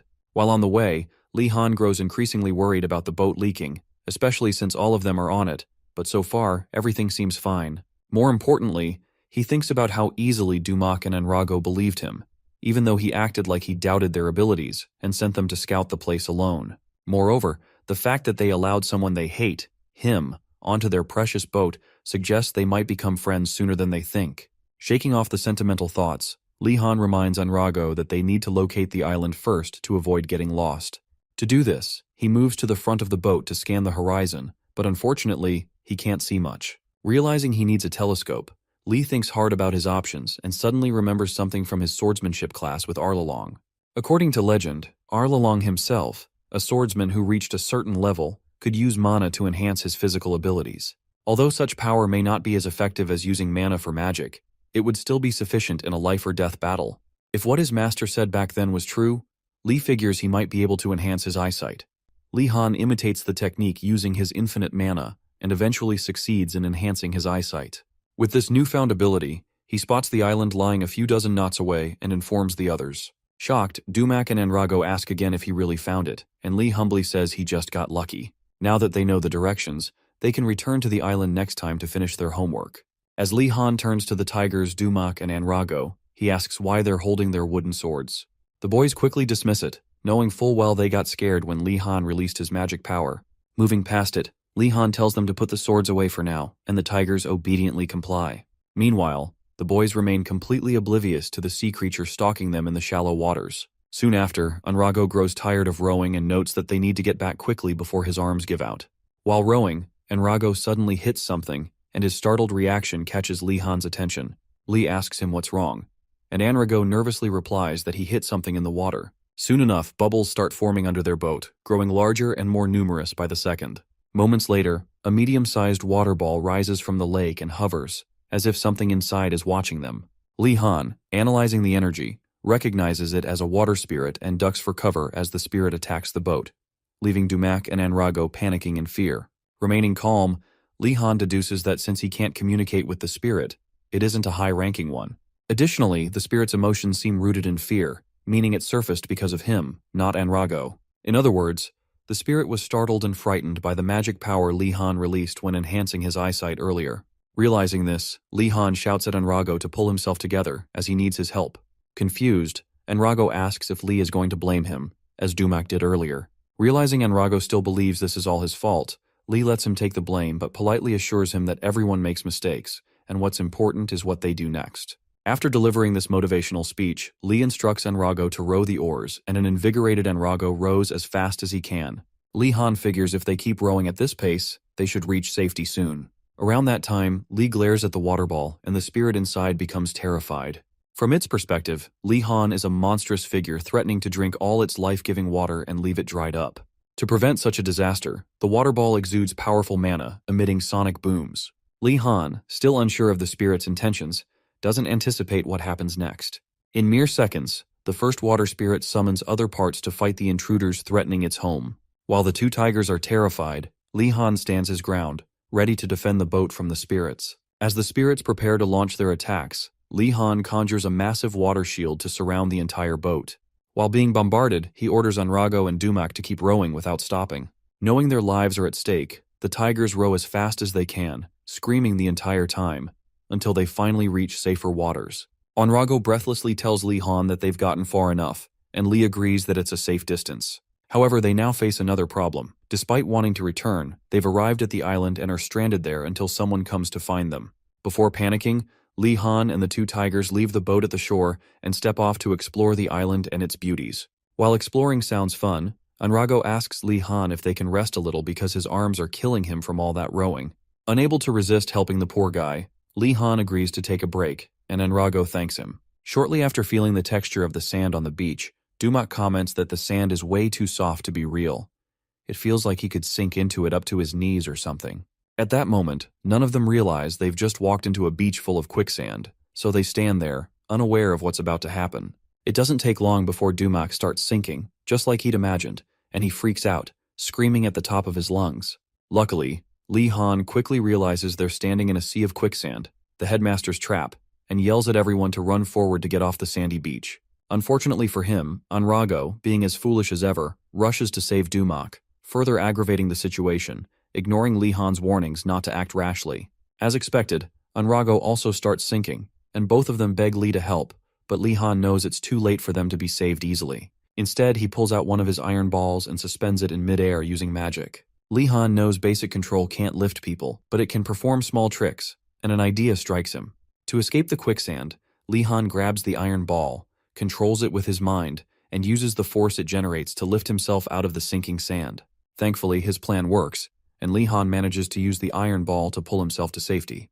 By now, more than half of Dumac's and Anrago's bodies are submerged, so he can't use the same technique to save them yet. When he finally lands on an isolated rock, Li Han surveys the area and sees that their boat is also sinking into the quicksand. He realizes escaping the island by boat will now be quite difficult. Soon after, he notices movement in the sand and wonders what could be causing it. Moments later, a skeleton creature emerges from the sand, revealing itself to the confused Li Han. Who the hell is this guy? He thinks. The skeleton creature commends Li Han for successfully escaping the quicksand trap.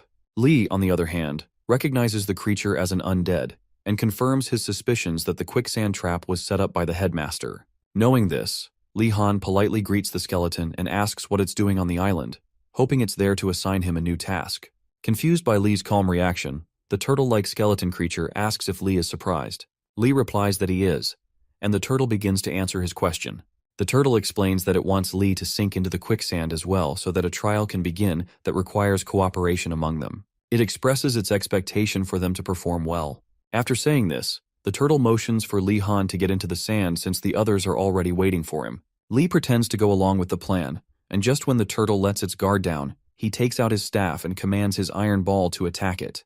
The turtle skeleton is hit by the iron ball, but no visible damage is done. Confused, it asks Lee Han to explain himself. Lee lies and says the attack was a mistake, further confusing the turtle creature. As it hesitates, Lee Han commands the iron ball to strike again. This time, the turtle reacts quickly, setting up a sand shield to block the second attack.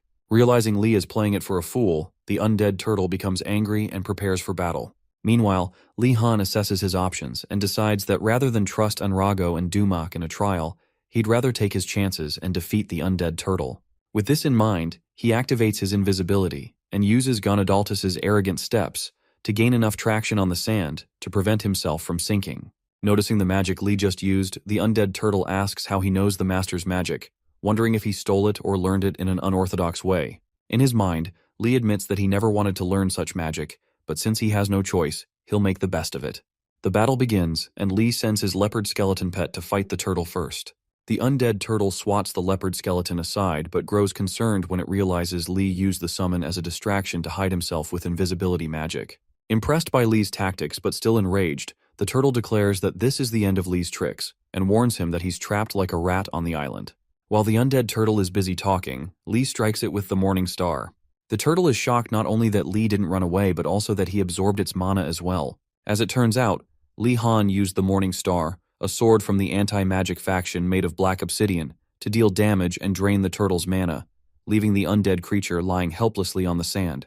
As it gathers more mana into its body, the turtle skeleton calls Lee a bastard for using an anti-magic sword against it and questions his pride as a mage. Lee Han, who doesn't care what an undead monster thinks, attacks the turtle again, but this time the turtle narrowly dodges. Lee Han silently blames the headmaster for turning him into this evil version of himself, and tells the turtle to take it up with the headmaster instead. Shortly after, the undead turtle strikes back, but Lee Han effortlessly dodges, further enraging the turtle. Realizing that its summon might be dispelled at this rate, the turtle decides it can no longer go easy on Lee Han just because he's a new student.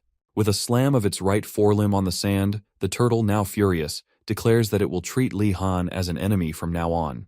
It invokes the honorable glory bestowed upon it by its piece-of-shit master and transforms into a four-legged, ironclad, armored undead turtle monster. After its transformation, the turtle, now calling itself Jorvan II, vows to take down Lee Han. Lee begins to regret not going easy on it.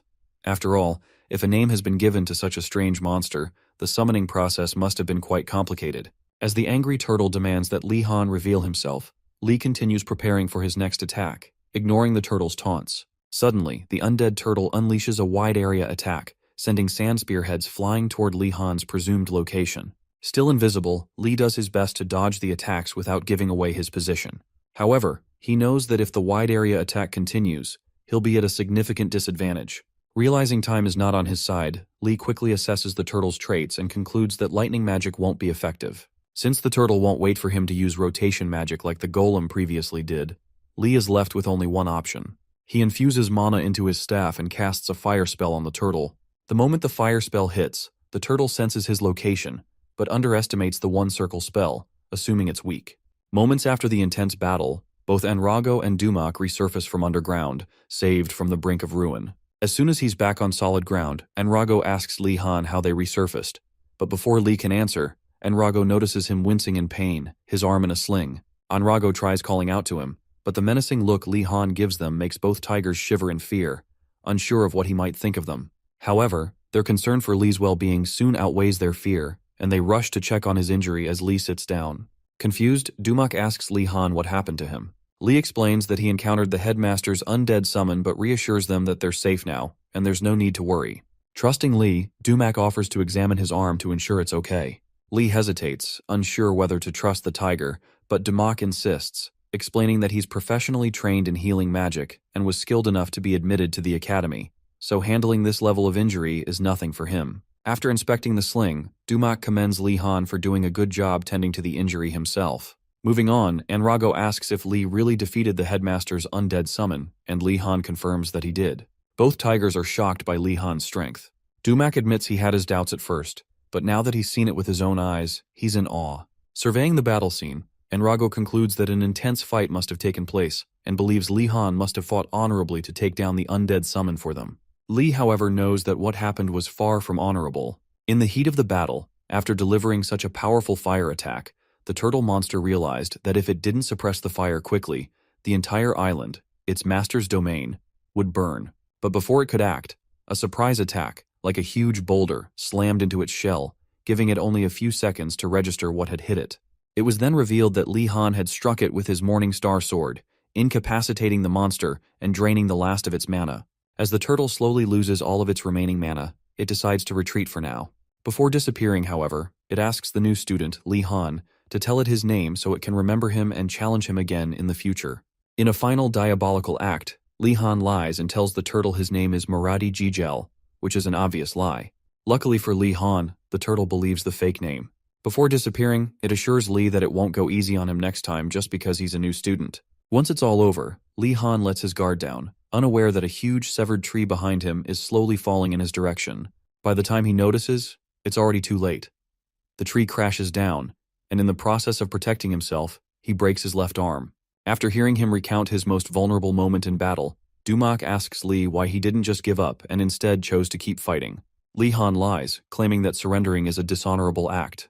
While the other two marvel at his words, the real reason Lee fought the turtle was to avoid going through the trial with both tigers. As a way to repay him for his honorable actions, Anrago offers himself and Dumak to be Lee's arms while his real arm recovers. Almost immediately, Dumak asks if he can carry Lee's backpack, but Lee Han stays silent, making things awkward between the three of them. To avoid seeming ungrateful, Lee suggests they eat something first.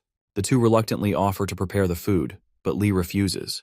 About an hour later, Lee Han cooks up a nice tomato stew for the boys and has them eat it right in front of him. As they collect their bowls, Dumak and Anrago apologize for not being able to cook for him. Apparently, Lee took over cooking because, despite volunteering to help, they had planned to eat tree bark. Watching the two enjoy the aroma and flavor of his stew, Lee Han tells them to listen carefully as they eat. He reminds them that their boat has been destroyed, meaning they're stuck on Hell's Island, and they need to come up with a plan to get off the headmaster's island. With that said, Lee asks if there's any way to build another boat. When they all answer no, he realizes that escaping on their own will be incredibly difficult, a serious problem. Recognizing the gravity of the situation, Anrago, recalling that Wardenus defeated the headmaster's undead, figures whatever Lee is worried about must be serious. He and Dumak press him to reveal what's on his mind. Lee tells them that at the rate they're going, they will miss their lessons the next day. At this, Anrago and Dumak are dumbfounded. They never imagined that the great Lee Han Wardenus looked so serious simply because he might miss a few classes. Dumak suggests that given their circumstances, missing a few lessons might not be such a bad thing. Lee Han, however, insists that no matter what happens, they must not skip any lessons. At that point, Anrago lays out the reality of the situation. There's no way they'll be able to attend class, even if they try. Lee then asks if the rest of the tigers might come to rescue them once they realize they're missing. Anrago explains that even if the others know they're missing, there's still no way for them to come to their rescue.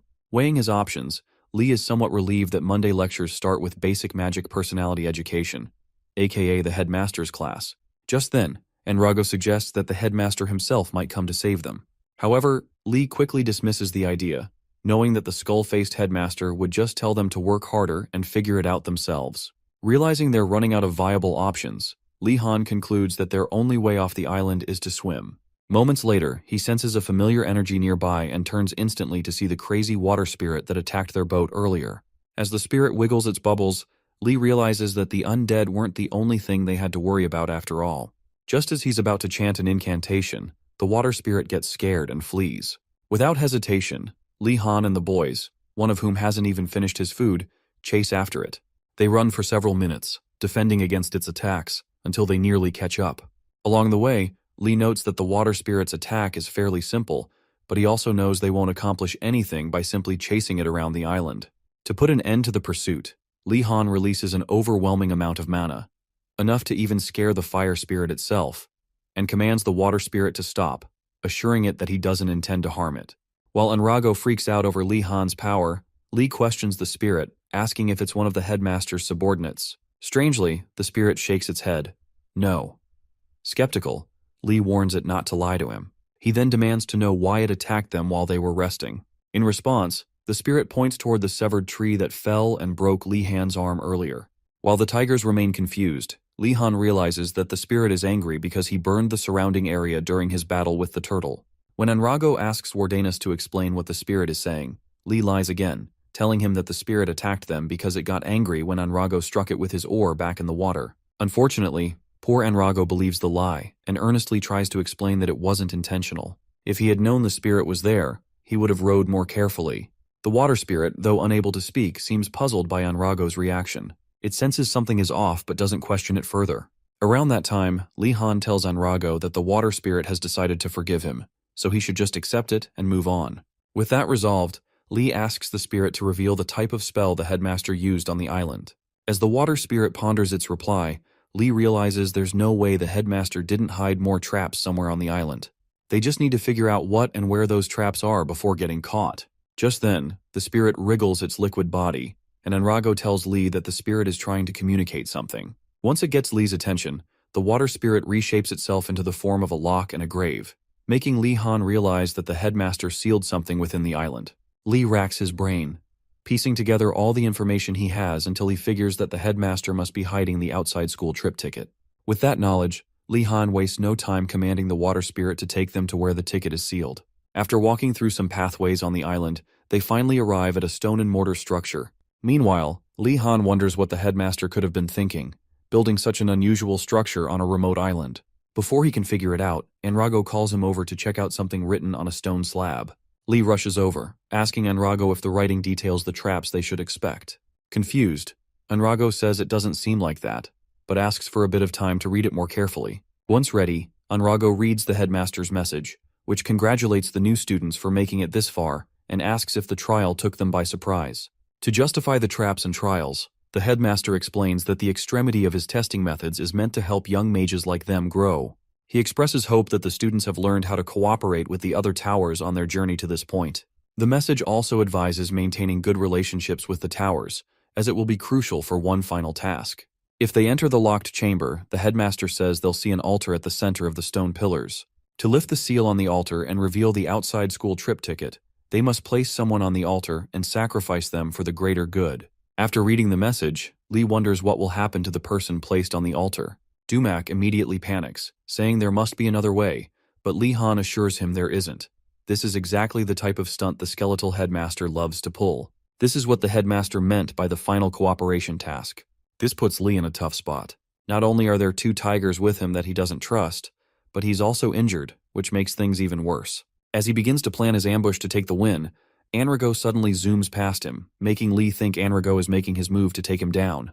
However, upon closer observation, Lee realizes Enrago isn't trying to bring him down at all. When Dumak asks what Enrago is doing, Enrago explains that, while he can't forgive Wardanus for his past misdeeds, he has to help them all.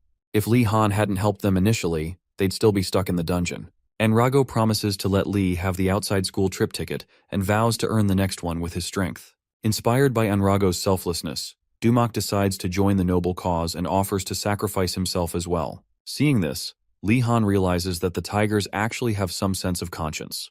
Just as he's about to observe the situation, the water spirit catches his attention, urging Lee Han to stop the fools from sacrificing themselves needlessly. Without hesitation, Lee agrees and restrains both tigers using water magic. Enrago and Dumak scream at Wardanus, accusing him of sabotaging their noble sacrifice, and demand to know why he did it. To avoid being seen as the bad guy again, Lee Han commands the water spirit to explain why it wanted them to stop. Through demonstrations, the water spirit reveals that even if someone sacrifices themselves on the altar, the seal won't be lifted. Thankfully, Lee Han catches on and relays the message to the two boys, who are just as shocked by how deranged the headmaster is. Even Lee is in disbelief when he realizes that the whole sacrifice is a trap.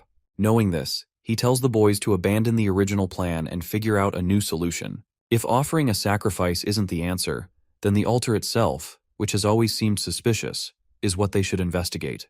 The altar appears too well maintained, almost as if it wants to draw attention. Lee, suspecting something's amiss, points his staff at the altar and decides to destroy it, just as he destroyed the Tiger Tower's barrier a few weeks ago. Once he's ready, Lee Han pours as much mana as he can into his staff, ignoring Dumak's warnings about the dangerous power he's unleashing. He fires the gathered mana in a blast at the pristine altar. However, even after that powerful attack, the altar remains untouched, leading Lee to conclude that it's no ordinary altar. After the attack, Enrago asks Lee what just happened. Lee explains that he tried to use magic to dispel whatever enchantment was placed on the altar, but it didn't work. He speculates that the magic cast on the altar might be different from the one used in the dorms. In that case, his last resort would be to use Greg's forbidden technique, but he acknowledges the risk.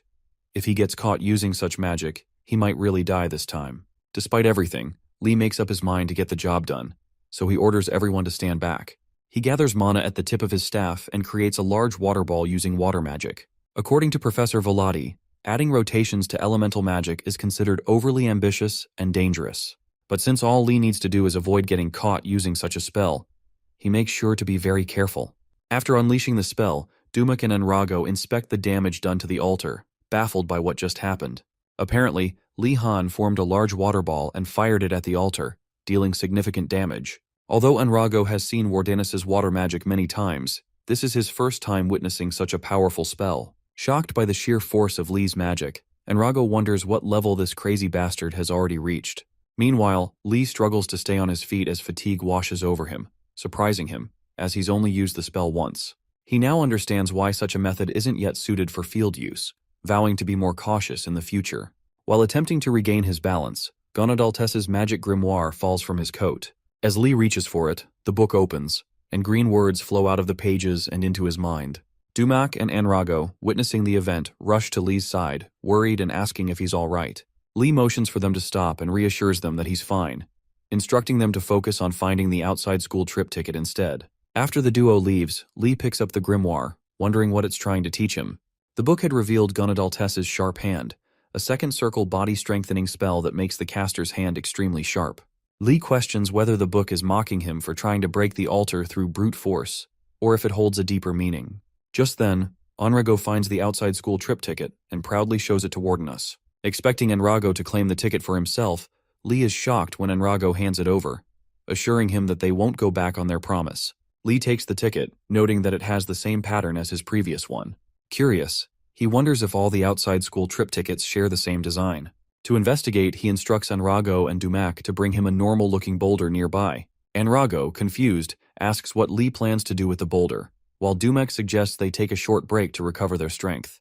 Lee flatly refuses, insisting that whatever he has in mind must be done immediately, holding a quill pen in his hand. Meanwhile, at sunrise in the academy, the remaining students gather in the headmaster's lecture hall for the basic magic personality education class. Shortly before class begins, students from the Blue Dragon, Phoenix, and Turtle Towers surround Jijel, questioning her about Lee Han's whereabouts. Startled, Jijel asks them to explain, and Ashan says he saw Wardanis disappear at the lake, along with other Tiger Tower students. Believing that Lee has been kidnapped, Jijel freaks out, telling them to stop with the nonsense. But in her mind, she recalls that Enrago and Dumak had also been missing, leaving her with even more questions about where they might be. As Jijel tries to figure out what's going on, the headmaster appears out of nowhere, greeting the students. The shocked looks on their faces prompt him to ask why they're being so loud this early in the morning. Immediately, the students bow and greet him, claiming they were just happy to meet each other after the weekend. In their minds, though, they're all worried that the situation will escalate if the headmaster gets involved, believing that problems between students should stay between students. Fortunately, the headmaster believes their story and, after calling them boring, asks if they've brought back the outside school trip ticket. Realizing they haven't, the headmaster expresses disappointment, telling them that their seniors always complete their assignments on time. Reluctantly, he gives them another chance, and seeing their hopeful expressions, he leads them to the lake. On the way, the students from White Tiger Tower comment on how they were initially worried they'd be punished, but the headmaster is actually giving them a break. Jiel, however, knows better. There's no way the headmaster would be this lenient unless he had an ulterior motive. Although she's sure he's up to something, she doesn't know what it is. Begrudgingly, she wonders if Lee Han would have figured it out by now if he were with them. Meanwhile, the headmaster is scanning the students, wondering why Lee Han Wardanis, the little dragon of the Wardanis household, is absent. He figures that Lee might be lucky if he just missed class, but if he went to the island, then he's in trouble, likely trapped in the underground dungeon all weekend. The headmaster, who thrives on others' misery, eagerly anticipates watching Lee struggle and cry for help. When they arrive at the lake, the headmaster creates an ice road across the water using ice magic, allowing the students to walk to the island. Once done, he instructs them to pair up as they cross, turning the homework into a group class activity. It turns out the headmaster never expected the students to complete the homework. He figured that some would try to escape if asked to go to the island alone, so he crafted this entire scenario to prevent any attempts. By acting helpful, even the smartest students won't suspect anything. As they arrive at the island, the headmaster grows excited at the prospect of hearing the students scream as the trial begins. But as they step on the island and no one sinks, the headmaster becomes uneasy. Something is off. He can't feel the mana of Jorvan II, as though it's been unsummoned. After thinking it over, he realizes that only one student could have pulled off something like this: Lee Han Wardenus. Just then, Lee Han emerges from the bushes, his arm in a sling and walking with the aid of his staff. The headmaster is visibly shocked to see him still standing and then wonders what could have happened to his traps. As the headmaster is about to blame Lee Han for robbing the other students of a valuable learning opportunity, his worried colleagues, relieved to see him alive, rush toward him to check on his condition. For a moment, Ashan asks if Lee was kidnapped by those two tigers, leaving Lee Han confused as to what he's talking about. Around that time, two of Enrago and Dumak's tower mates rush forward, dragging both of them away from the so-called evil mage. Once at a safe distance, the two random tigers ask if Lee Han used any strange magic on them. Tired of all the nonsense, Dumak assures them that nothing happened, while Enrago adds that Lee Han actually helped them a lot. If he hadn't defeated the headmaster's summon, they might still be trapped underground. That's a fact. Upon hearing this, the two tigers start suspecting that Enrago and Dumak have been brainwashed. After all, there's no way the headmaster would do something so extreme. Just then, the headmaster speaks, telling Lee Han in front of everyone that he did great. The fact that he single-handedly defeated a summon prepared for the lesson proves that he truly brought his A-game. Understanding that the headmaster is pissed at him, Lee Han apologizes for defeating his summon. However, the headmaster recounts how Jovan was supposed to drag them underground the moment they stepped on the island, subjecting them to a harsh but educational trial. The other students overhear this, and the two tiger bozos, who had doubted Enrago and Dumak earlier, immediately realize they were telling the truth. In any case, the headmaster expresses his shock at discovering that Lee Han managed to retrieve the outside school trip ticket hidden at the altar, acknowledging that the feat alone is worthy of praise. With that said, he heals Lee's broken arm, prompting the first-year genius to thank him profusely. Before long, Lee Han informs the headmaster that he didn't accomplish everything on his own. He points to Dumak and Enrago, naming them as his accomplices who helped retrieve the ticket. The two try to be modest, insisting they didn't do much. But to their surprise, the headmaster tells them he already knows that. There's no need to state the obvious. Moving on, the headmaster calls Lee Han by his full name and offers him special marks as a reward for being the first to complete the homework. He then asks for the outside school trip ticket, which Lee Han hands over. Almost immediately, the ticket vanishes and the other students freak out upon realizing it's gone. Some question whether the headmaster really took it back, while others accuse him of going back on his word. At this point, the headmaster urges them to recall his exact words in class. After thinking back, they remember that he never explicitly stated he would give the ticket to any of them. Devastated by this realization, the students wallow in despair. Amused, the headmaster laughs at them before telling them to recognize the importance of words and treat this as a learning experience. At this moment, Lee Han realizes that Headmaster Skullface is a master at being annoying. To prove he wasn't deceiving them, the headmaster calls on Lee and asks if he thinks he tricked them. After a brief pause, Lee Han states that he never intended to claim the outside school trip ticket for himself, so he has no complaints. While the other students glare at him like he's a traitor, the headmaster finds his humility refreshing. Although he considers both the situation and its star rather dull, he dismisses the students, knowing another opportunity will arise. As the students make their way across the icy path back to the mainland, Lee Han keeps Enrago and Dumak close. He knows he got extremely lucky. He hadn't expected the headmaster to come in person. As it turns out, the outside school trip ticket Lee Han handed over was a fake. The night before, Lee Han had convinced both tigers to help him create an exact copy using magic. Though skeptical that the headmaster would fall for such a stunt, they agreed to give it a shot. After several failed attempts, Lee Han finally managed to produce a perfect duplicate. Back on the ice path, Dumak and Enrago ask if he foresaw this outcome, but Lee urges them to keep quiet. Soon after, they ask whether it's okay to take something so valuable from the headmaster. This time, Lee reassures them. It's fine as long as they only use it when the headmaster is out of the academy. To him, treating his accomplices well is crucial, so they don't betray him later. As he ponders whether the fake ticket will work, Lee considers his options. Since the situation caught the headmaster off guard, there's no way he would suspect the ticket was a forgery. However, Lee decides he'll wait to see if his accomplices can actually use it before drawing any conclusions. Not that it really matters. After all, he still has the real ticket. Once all the students are back on the mainland, the ice bridge disappears. Lee Han thanks the water spirit for its assistance, and the spirit, flustered by the praise, becomes shy. As Lee wonders if he's just grown closer to a spirit, the water spirit suddenly spots Nilia and rushes over to hug her. At first, Nilia is confused by its actions, but when she realizes it wants to form a contract with her, she rejects the proposal, suggesting that it bond with Wardeness instead. As soon as the students return to the academy, Lee Han takes a walk through the basement to attend Greg's class. On his way there, he's still pissed about the fact that the water spirit ended up making a contract with Nilia. However, he decides to put that aside and focus on surviving Velati's class. Now isn't the time to worry about something like that. Shortly afterward, Lee arrives at Greg's empty classroom and finds the cold-hearted instructor holding a book and staring at him. Upon spotting him, Lee greets his teacher, and Greg immediately tells him that he knows he used lightning magic. Unable to deny it, Lee confirms this while reminding himself to stay on guard. Ever since he was caught using lightning magic on the monster the previous week, he had a hunch that his next class would be just like this, so he prepared himself in advance. However, what he didn't expect was for Velati to also know about what happened on the island. Apparently, the headmaster had already informed most of the professors that Lee Han defeated his summon, Jorvin II. Shocked by this, Lee Han curses the headmaster and wonders just how many people he's told about his fight. Before long, Greg shifts the topic and asks about the injury on Lee's hand. Lee explains that some unforeseen circumstances led to it. Greg, unfazed, remarks that injuries are common in battle but reminds Lee that enemies won't care about his excuses. Once again, Lee can't deny the truth in those words, which only makes him more annoyed at the crazy professor. After assessing the state of Lee's hand, Greg walks back to his table and informs him that he's prepared something special for today's lesson. As he gets ready to begin his harsh training, Lee Han braces himself. The moment he sees the dark lightning aura surrounding Greg, he quickly conjures water, hoping to launch an attack first and block any counterattack. Unfortunately, before he can even act, Greg strikes in an instant, forcing Lee Han to use the water he summoned to form a shield instead.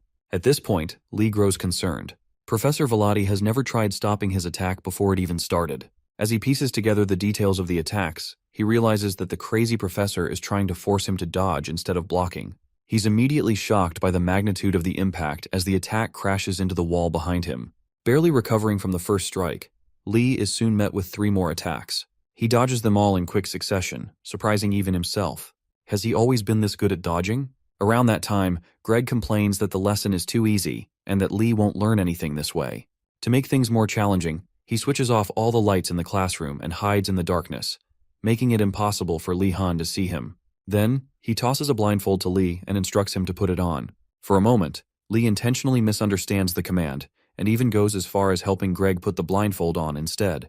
However, when Greg corrects him, Lee questions whether there's even a need to cover his eyes. It's already pitch black in the room.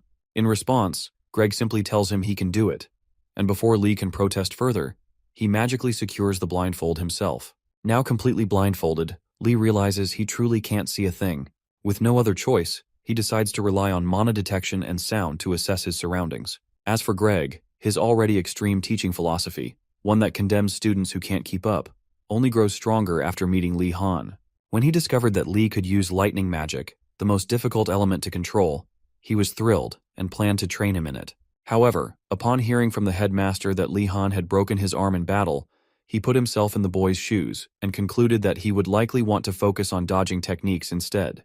And so, after a rather unusual train of thought, the two arrived at their current situation.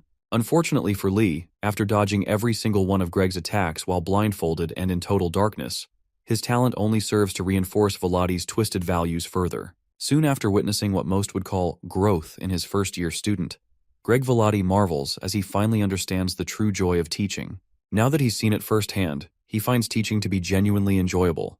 While Greg is excited, Lee Han notices some changes in his mana and asks why he's sensing traces of other elements. When Greg gives no response, Lee figures expecting anything remotely normal from him was naive in the first place. At present, Lee thinks it'll be impossible to dodge everything in this situation. In that case, he decides he'll just have to minimize the impact and pain as much as possible when he gets hit. As Greg ends his lesson with Lee Han, it is said that although Lee is gifted with an amazing mana reserve, his true talent lies in his ability to absorb everything he learns quickly. Even Greg hadn't expected Lee to master everything on the first day, but now he's been proven wrong.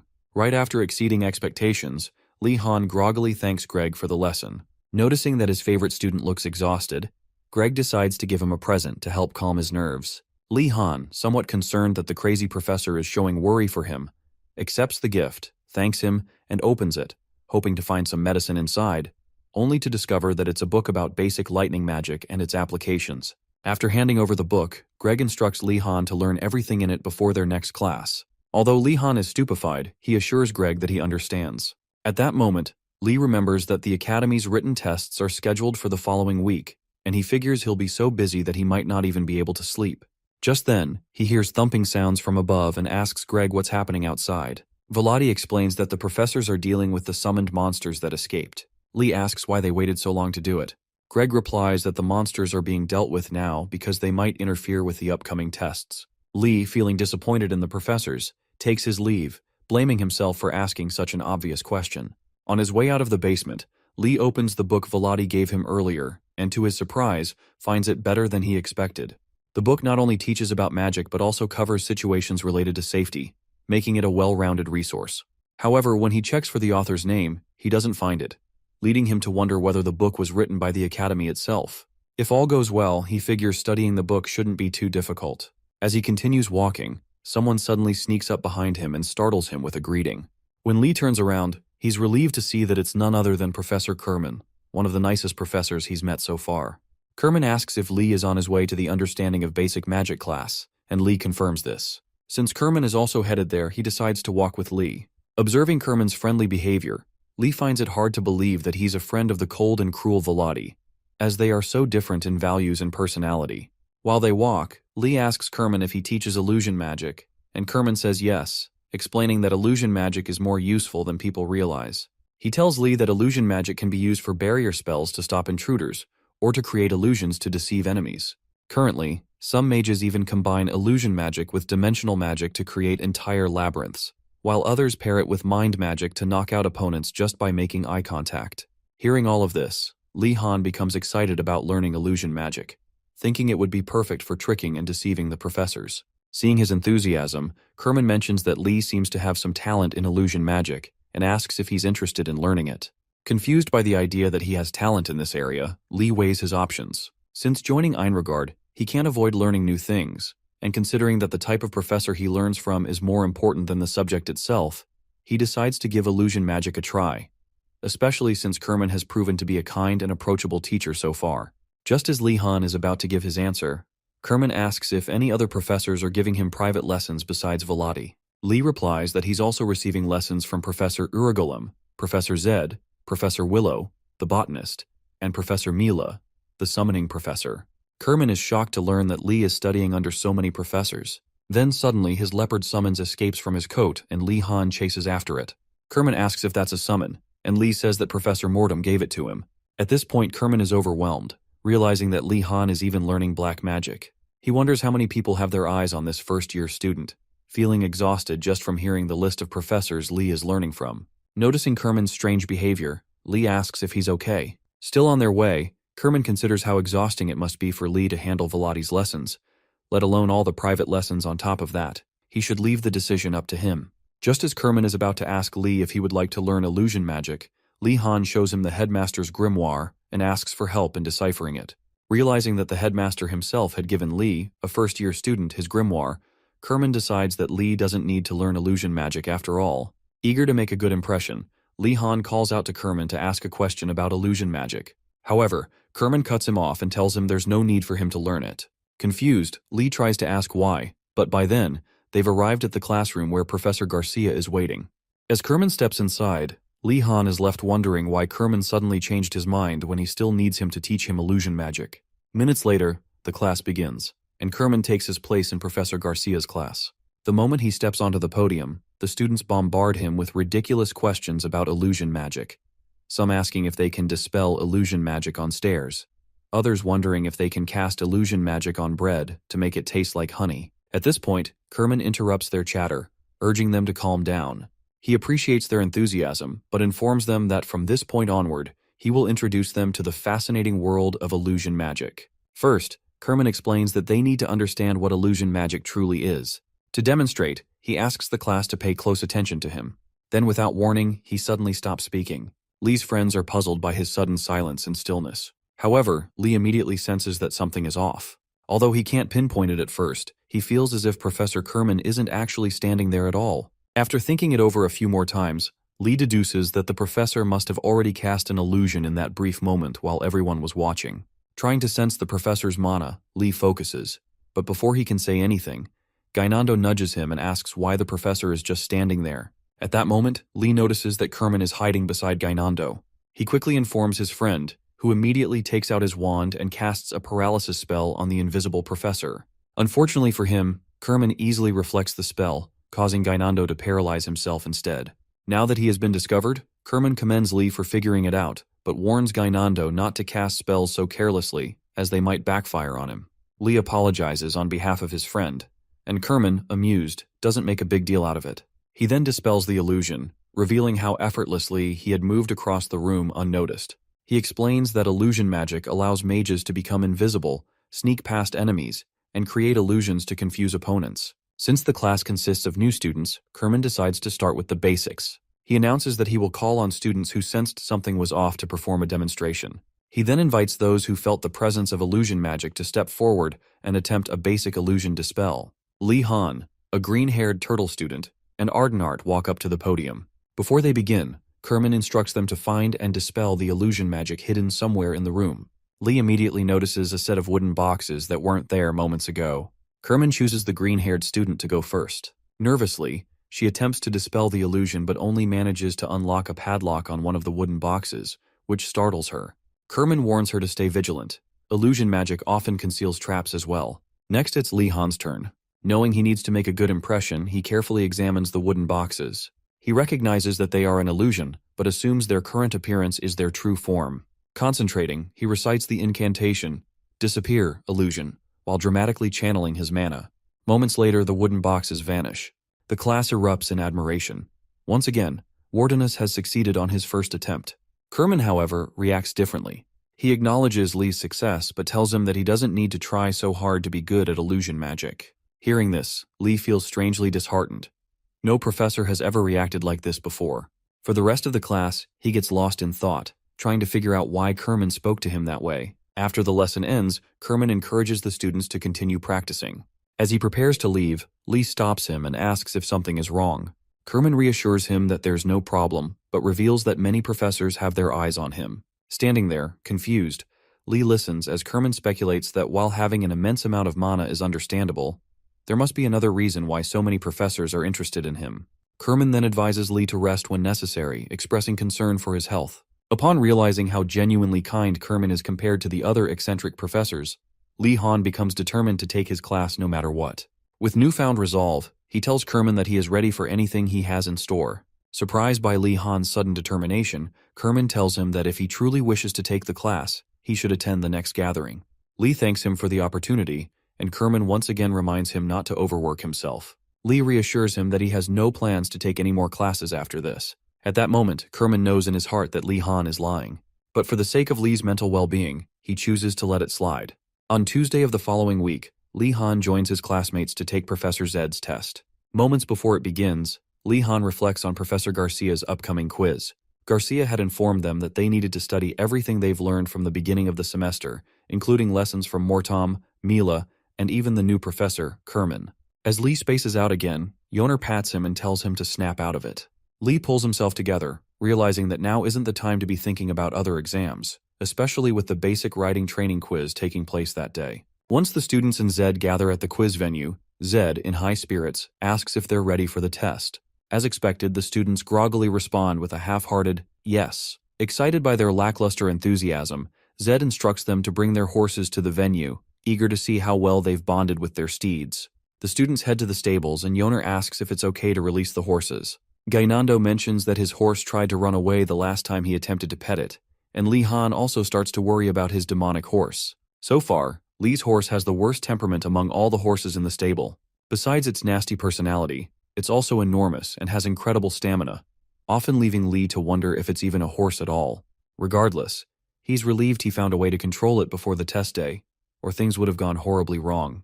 After retrieving his horse, Lee Han orders the beast to follow him back to the test venue. Along the way, the other students are astonished to see Li Han's horse behaving quietly for the first time. One student even calls the others to check out the wild horse that Wardeness has supposedly tamed. As word spreads, admiration for the horse grows, and people begin to marvel at its elegance. However, Li knows the truth. His horse is merely biding its time to exact revenge. Once everyone gathers with their horses, Zed addresses the group and shares the details of the test. Taking out a sundial, she instructs them to follow a designated path to a river she's chosen for the quiz. Once there, they are to let their horses drink from the river and return with their horses satisfied to pass. Seconds before the test begins, Gainando asks Li Han if Zed would notice if they just gave their horses water from the well and pretended they'd been to the river. Before Li can respond, Zed warns that if anyone dares to deceive her, she'll hold them underwater for hours. Gainando immediately retracts his idea and affirms that they should follow her instructions. With the test underway, Zed gives the signal to start, and the students set off. As Yoner rides her horse, she notices Li Han walking his horse beside her and asks why he isn't riding it. Li explains that riding it might tire the horse, though he knows it's because its stamina is currently limited due to a magic tool.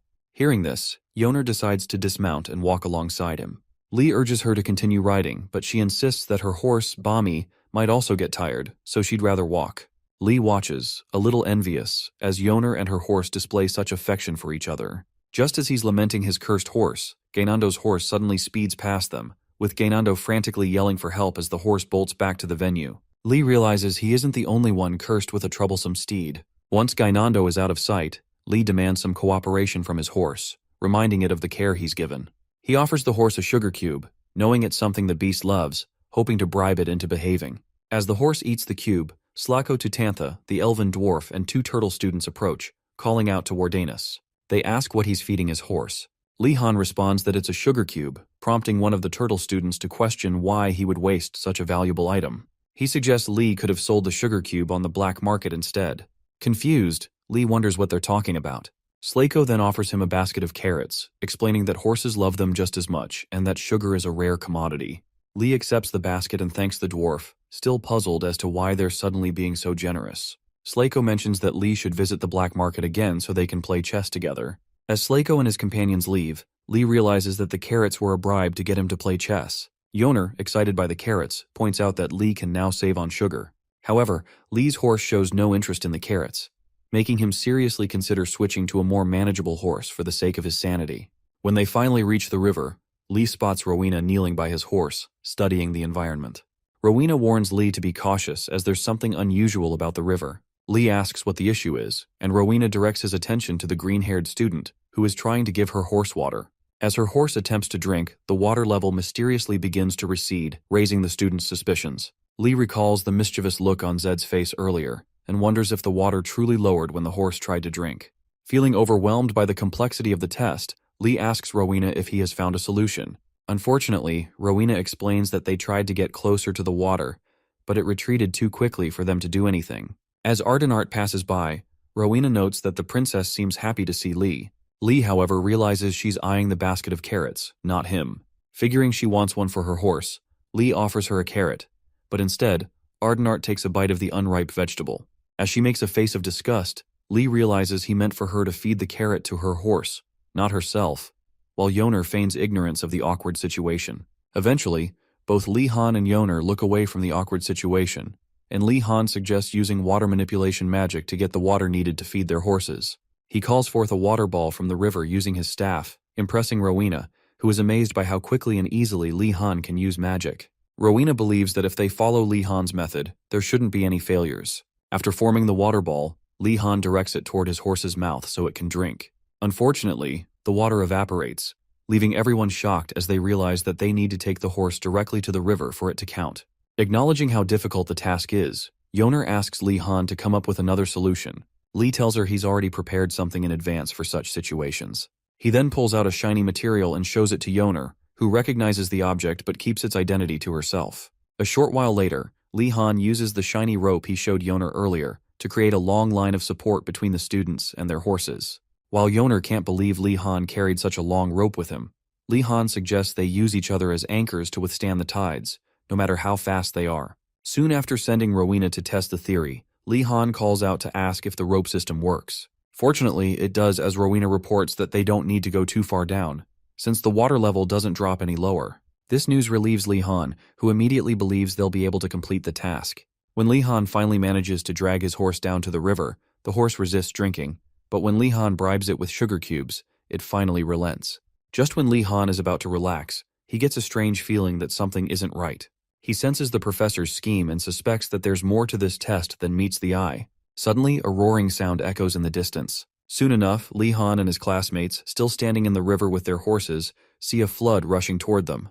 Furious at the professor for pulling such a dangerous stunt, Li Han yells for everyone to escape while they still can. As his colleagues flee the river, Li Han casts a water shield to buy them time. Amid the chaos, Yoner thanks Li Han for keeping them safe, but reminds him that he and his horse are still in the river. Li Han tries to maintain the spell and escape, but as he holds the shield up, the flood catches his horse's leg, pulling it out of the shield. Seeing his beloved horse in danger, Li Han decides to take drastic measures to save it. He allows the flood to sweep him away, alarming his friends. Rowena suggests they go in to help, but as Yoner is about to follow, Nilia stops her, warning that she'll be swept away too. Nilia tries to untie the rope Li Han had used to secure everyone, but it's stuck. She urges Yoner to pull on the rope, but unfortunately, the rushing current has broken it. In the dire situation, Rowena calls out to Li Han, urging him to abandon the horse and save himself. Worried that Li Han might have been swept away, Rowena panics until, suddenly, Li Han's horse surfaces. It becomes clear that Li Han pulled the horse out of the water by himself, shocking everyone. His water shield, though thin, is still in place, protecting him and his horse. The horse, confused, seems unsure of what's happening, but Li Han warns it not to resist. If it does, he threatens to throw it to the bottom of the river. The horse seems to question why Li Han is trying to save it when he's clearly struggling himself. But Li Han remains focused, using all his mana to keep the shield intact and prevent himself from getting swept away. Eventually, he climbs out of the ravine with the horse and places it on the ground when they reach the riverbank. As soon as he catches his breath, he angrily yells out Professor Zed's name, leaving his classmates confused about why he keeps calling for her. Unaware of Li Han's frustration, the foolish students still don't understand the reason behind his outcry. Once the horse is back to normal, it checks on Li Han, ensuring he's unharmed. Li Han warns the horse that no matter how kind it acts now, he will never remove the cursed items it's wearing. Upon realizing this, the horse panics and tries to bite him. Li Han grabs its mouth, admitting that he always knew the horse was trouble and wondering if the animal thought it could fool him. To Rowena and Yoner, Li Han's struggle with his horse seems strange, but they're just relieved that he's okay and unharmed. While Li is settling scores with his troublesome horse, the other students complain about how endangered their lives and their horses' lives are because of the test.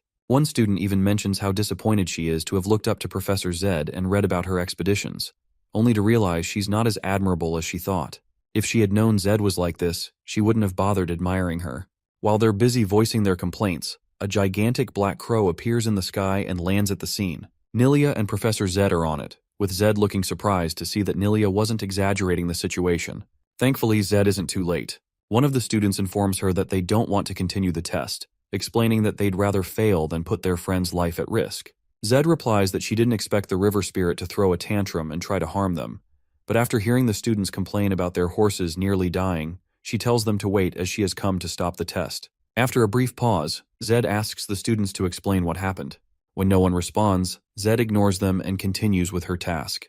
Meanwhile, Nilia notices how affectionate Li Han's horse is toward him and asks if he's grown closer to it. Still angry at his horse, Li Han tells Nilia that it's just tricking him and its behavior shouldn't deceive her. Nilia insists that she can clearly see the horse expressing affection, but Li Han refuses to believe her. At that moment, Zed overhears the conversation and asks if Nilia really just said that the white horse, actually a griffin in disguise, has accepted Li Han as its owner. To understand Zed's shock and frustration, you need to know that griffins are incredibly prideful creatures, with the traits of both an eagle and a lion. A griffin would rather die than submit to someone unqualified or evil. Even Zed, as a professor, couldn't guarantee the griffin's loyalty despite years of trying to bond with it. Puzzled by what's unfolding, Zed asks Li Han to explain. Equally confused, Li Han asks what the problem is. Yoner steps in and tells Zed that the horse fell into the river when the river spirit got angry, but Li Han carried it on his back and rescued it from drowning. To make things worse, Li Han downplays his bravery, claiming it was no big deal. This infuriates Zed further, as she realizes that the horse, or rather the griffin, does not see it as nothing. She now understands why the griffin accepts Li Han as its owner. Li's act of selflessness and courage in risking his life to save the griffin earned its respect. While arrogant mages might think that exceptional knowledge or magic is the key to taming magical creatures, it turns out that self-sacrifice and bravery are what truly win them over. As Zed reflects on this revelation, Li Han keeps telling the horse to go away, prompting Zed to intervene, calling him a frustrating idiot. After that, Li asks Zed what the horse's name is, but Zed explains that it rejected all the names they tried to give it. After some thought, Zed rearranges the letters in Griffin and names the horse Finferg. Li Han finds the name unique and asks the horse if it's happy to have its name back. Unfortunately, the horse clearly dislikes the name, and it shows. Li, tired of the horse's attitude, sighs and continues on. Meanwhile, as the other students feed their horses water from the river, Li calls out to the professor. Thinking he wants to ask about his score, Zed is surprised when he instead asks her about the monster called Sarkhan. Zed tells him there's not much to say, other than that Sarkhan is the king of leopards. Legend has it that Sarkhan was born from a rocky mountain and a leopard. Li then asks if Sarkhan is a dangerous monster, to which Zed replies that even a regular leopard is dangerous, so Sarkhan is even more so. Li follows up by asking what Zed thinks about turning Sarkhan into an undead and controlling it. Zed is puzzled and warns him that just because it's undead doesn't mean it loses its wild nature. If it finds an opportunity or becomes dissatisfied, the undead Sarkhan could break free from Li's control and attack him. Realizing the risk, Li concludes that the gift Mortem gave him is far worse than anything the headmaster has done. Moving on, Zed asks if Li is already thinking of creating undead monsters, and when he says no, she advises him to research in advance and choose something that will be useful to him. She also mentions that the third highest cause of death for black mages in the Empire is summoning an undead creature incompatible with their abilities. Hearing this, Li Han resolves to treat his undead summons with more caution from now on. A little later, Zed gathers everyone for a final speech before ending the class. After delivering the usual lecture, she informs the students that laziness will come back to haunt them, while hard workers will reap the rewards of their efforts. She also encourages those who feel they are lacking in both magic and animal taming not to feel bad, but to work harder to improve. Li Han notices Yoner taking notes, and while he finds Zed's advice reasonable, he figures that the lazy students aren't even there to listen. They're probably still at the starting point, struggling to get their horses to cooperate. As the class ends and Li Han is about to leave, Slako Tutantha approaches him with a request. Li remembers Slako as someone with a strong sense of pride, so for him to come and sincerely ask for help, it must be serious. Li tells Slako to go ahead, and after taking a deep breath, Slako reveals that he needs Li's cooking skills. Confused, Li asks for more details, and Slako explains that the dwarf Mujadin, a priest of the Shisenja order, values studying knowledge and academics above all else, aligning with his order's values. However, the problem is that the priest reads books all day and refuses to eat. Li figures this might be because of the poor living conditions at the Magic Academy, but Slako says it's not the case. The priest has never been a big eater, and back in the order, the other priests took care of him. Here no one does, which worries Slako. Slightly disappointed, Li wonders if this is truly why the proud elf dwarf is asking for help.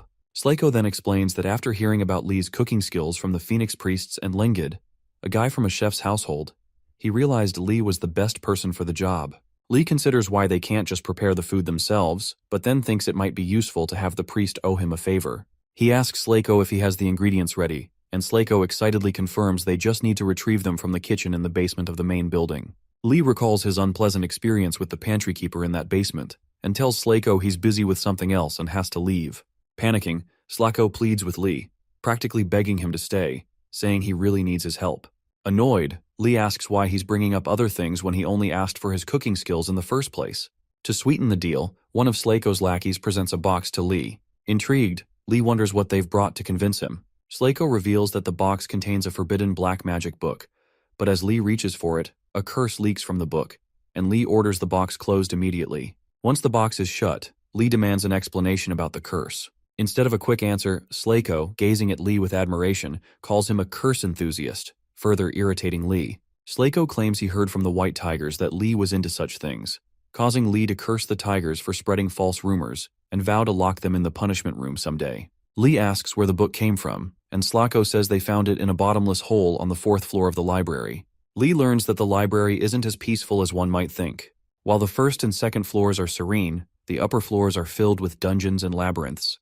Li wonders why they were exploring the upper floors of the library, and Slako explains that they were mapping the academy to make life easier for everyone. Impressed by their dedication, Li contrasts their efforts with the laziness in his tower, and even considers switching towers. Slako laments that Li didn't appreciate the book, but Lee overhears them whispering that the curse absorbs mana. Alarmed, he asks them to repeat it. Slacko confirms that the curse drains mana, and students who tried reading the book fainted from depletion. After a moment of thought, Lee decides to read the book. He opens the box again, letting the curse absorb some of his mana. Though he feels the drain, it isn't enough to overwhelm him. As he reads, he's surprised for two reasons. First, the book isn't about black magic, but blood magic, a dangerous technique that amplifies mana using blood. It's a top-secret and hazardous practice. Second, the handwriting and the cover bear a striking resemblance to the book Professor Greg gave him. Intrigued, Lee continues reading. Slacko interrupts, asking if Lee is now interested in the deal. Lee, pondering the large mana requirement for blood magic, realizes it might synergize with his abilities. He agrees to help with the cooking on one condition, though the scene ends without revealing what it is. At present, Lee Han and his crew are hiding in a corner, observing one of the summonses the headmaster lent the pantry guard. After seeing the new security measures in place, Lee finally understands why the path to the pantry was so easy to navigate. It's because the headmaster has tightened security since last time. One of the crew members points out that the new security is a walking suit of armor. Lee asks if the student knows what it is, and the student explains he's seen it catch a few students before. Attacking it is pointless because it restores itself immediately, so they need another way to defeat it. Upon further observation, Lee recognizes the creature as an inorganic type of summon, similar to Jorvin II, which means the summon can be dispelled if it sustains enough damage. However, Lee knows he can't use lightning magic, the most effective option, because the headmaster would instantly recognize it was him.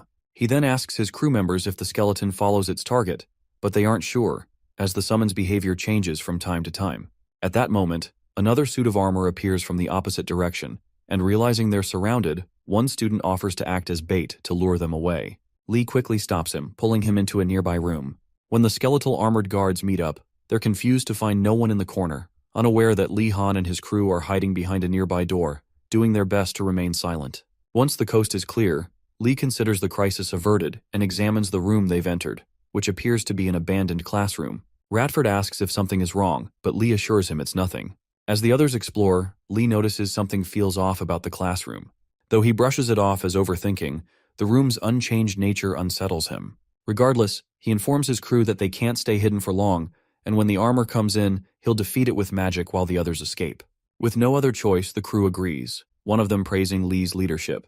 But just before chaos ensues, one of the students trips over some books and starts screaming, alerting everyone to their presence. Suddenly, a magic pen and paper float mid-air, and the mage controlling them communicates with the students by writing. Their first message tells the group to be quiet, prompting one student to assume the writer is a spirit. The mage clarifies, writing that they are a senior student, not a spirit. As Lee processes this, another crew member demands that the senior reveal himself, but the senior explains that even discussing their presence is dangerous, and that showing themselves would risk a trip to the punishment room. Lee realizes that the headmaster has made it so seniors will be punished for interacting with new students, a rather pointless measure. The senior instructs them to lower their voices and not to attempt to use magic to defeat the armor since they're just newbies. Sensing an opportunity, Lee asks the senior how to avoid the armor. Before answering, Radford asks for directions to the kitchen, while another student cluelessly inquires about a test. Frustrated, the senior tells them to focus and points out that they don't even know what the armor is. Lee takes control of the situation, urging his crew to calm down before asking the senior to explain the armor. The senior reveals that the walking armor is a summon of the headmaster, capable of moving all day and detecting heat, making it notorious among students. Lee concludes that running from the armor isn't an option. Fortunately, the senior informs them that students have learned to fight back by confusing the armor with fire magic or deceiving it with illusions that generate heat. If they can conceal their heat signatures, they can trick the armor. However, the senior is shocked when Lee confidently declares he's figured it out. Without hesitation, Lee chants the incantation and successfully casts the illusion spell, much to the astonishment of the senior. Right after casting the illusion spell, Lee Han asks the senior to rate his performance, but the senior starts stuttering, making Lee and the others wonder why the senior is nitpicking over nothing. Eventually, the senior admits that Lee is talented in using the fire element, and even asks him if Professor Garcia has told him anything similar in her classes. When Lee Han tells the senior that Garcia forbade him from using fire magic, the invisible senior starts wondering who Lee Han is to warrant such attention from a feared professor like Garcia. Regardless, the senior tells the students that there's no telling when the armored skeleton guards will return, so they need to head to the kitchen quickly while the coast is clear. Lee and his colleagues make their way to the kitchen as quickly as possible. Once there, the senior ushers Lee Han to check a specific cabinet, warning him not to scream. When Lee Han opens the cabinet, he finds some meat sausages and remains composed. Expecting the poor new students to drool at the sight of fresh food, the senior is shocked when Lee calmly thanks him and even compliments the sausages. The confused senior keeps wondering who Lee Han is, as he never expected him to react so coolly, let alone judge the food. Around that time, Slako shows up and informs Lee that it's his turn to help, now that they've found the ingredients they need. After preparing the cauldron with the solution, the senior, still puzzled, asks Lee what they're trying to concoct. Lee explains that they're making nutritious food for a friend. The senior, alarmed, tells them to stop immediately, insisting that they're dabbling in alchemy, not cooking. Lee, hearing this, looks to Slako for an explanation, but Slako assures him that everything is fine. Trusting Slako's judgment, Lee decides to continue with the process. Before they begin, Slako gives Lee Han the secret recipe from his household, detailing it as much as he can. Lee Han, astonished, stares at the dwarf, barely able to believe that Slako thinks his method will work. Despite the senior's warnings, Lee reads through the recipe. To stop the senior from whining, Lee reassures him that everything's fine, but the senior takes this response as arrogance. Frustrated, the senior decides to let Lee fail, as long as he doesn't cry after ruining the liquid in the cauldron. A little while later, Lee and his crew follow the recipe and successfully concoct something both delicious and nutritious. Shocked by their success, the senior confronts Lee, demanding to know whether he's really a new student. Lee confirms that he is, but the senior can't believe that someone like him could be so capable. Ignoring the senior's disbelief, Lee asks Slako if they've finished the task. While stirring the mixture, Slako says yes, and proudly announces that the solution is the secret technique of his household, called beer candy. Confused, Lee Han asks what beer candy is. Slako explains that beer candy is a nutritious, preserved food with great effects. It can be kept at room temperature for months, and just 2 spoonfuls provide 2 days' worth of nutrition. Intrigued, Lee takes a bite and finds it surprisingly delicious. As they munch on the dessert, Slako also mentions that it has the effect of recovering mana. Slako further explains that his ancestors created beer candy as a replacement for beer when they were trapped in a mine and couldn't get enough beer. Satisfied with their success, Lee urges everyone to leave before they get caught. However, the senior suddenly slams his paper on Lee's head, warning him of big trouble ahead. Lee asks what's going on, and after shushing him, the senior reveals that the pantry guard is approaching the kitchen. This news sends the group into a mini panic. The senior instructs them to hide in a corner while he casts an illusion spell. Lee silently questions whether the spell will work, but the senior insists on silence, uncertain himself. As the pantry guard arrives at the kitchen door, he pauses, fiddling with something. Hidden safely, Lee wonders why the guard isn't entering the kitchen despite being right at the entrance. Soon the pantry guard begins casting a spell on the door, which Lee immediately notices. When Lee asks the senior about it, the senior is surprised that Lee could detect the magic. While the senior affirms that the guard is indeed using magic, he is baffled by how Lee could sense it, given that the senior only knew because of an earlier setup outside the kitchen. When Lee reveals he can detect the guard's mana, the senior is shocked by Lee's ability to sense mana from such a distance.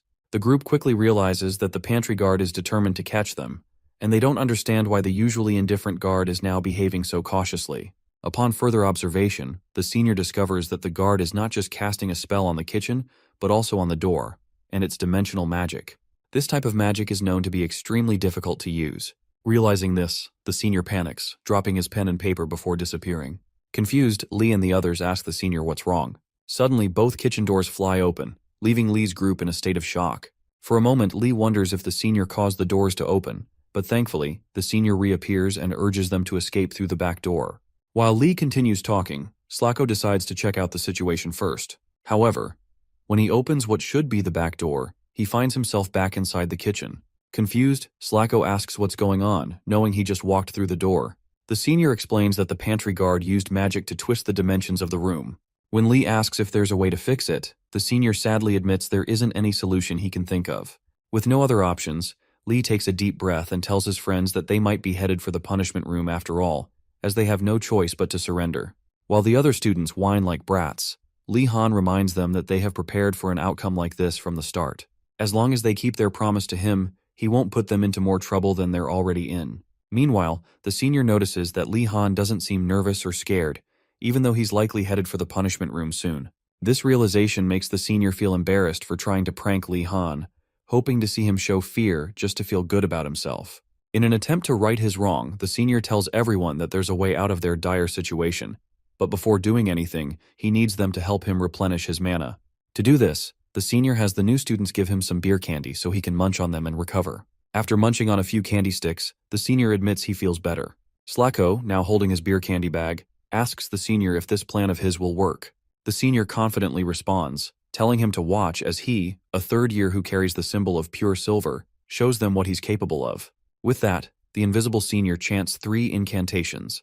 1 to enhance his senses, 1 to create a flame arrow, and 1 to increase his spatial awareness. Li-Han watches in shock as the senior effortlessly casts all 3 incantations at once. When the senior finishes, he commands the flame arrow to destroy the magic on the kitchen door. Ratford, seeing the impressive display of magic, compares it to Li-Han's skills and hopes it all works out for them. However, as Li-Han analyzes the senior's flame arrow, he notices that the form is incomplete and that the senior lost control when the arrow flew. As Li reflects on the senior's need for more training, he scolds himself for thinking the same way Professor Velati would if he were there. Eventually, the senior's flame arrow hits the kitchen door, causing a huge explosion, but nothing happens. The senior, now out of mana, begs the juniors for help, making them realize he's failed miserably. He munches on more beer candy and apologizes for showing such a pathetic side. It turns out the pantry guard's spell was stronger and covered a wider range than the senior expected, and he used too much mana. Annoyed, Slacko asks if the senior just wasted his precious beer candy to fail. The senior, feeling defensive, tries to explain how difficult the spell was. At this point, Li-Han steps closer to the door, assesses it, and asks the senior to teach him the spell so he can try it.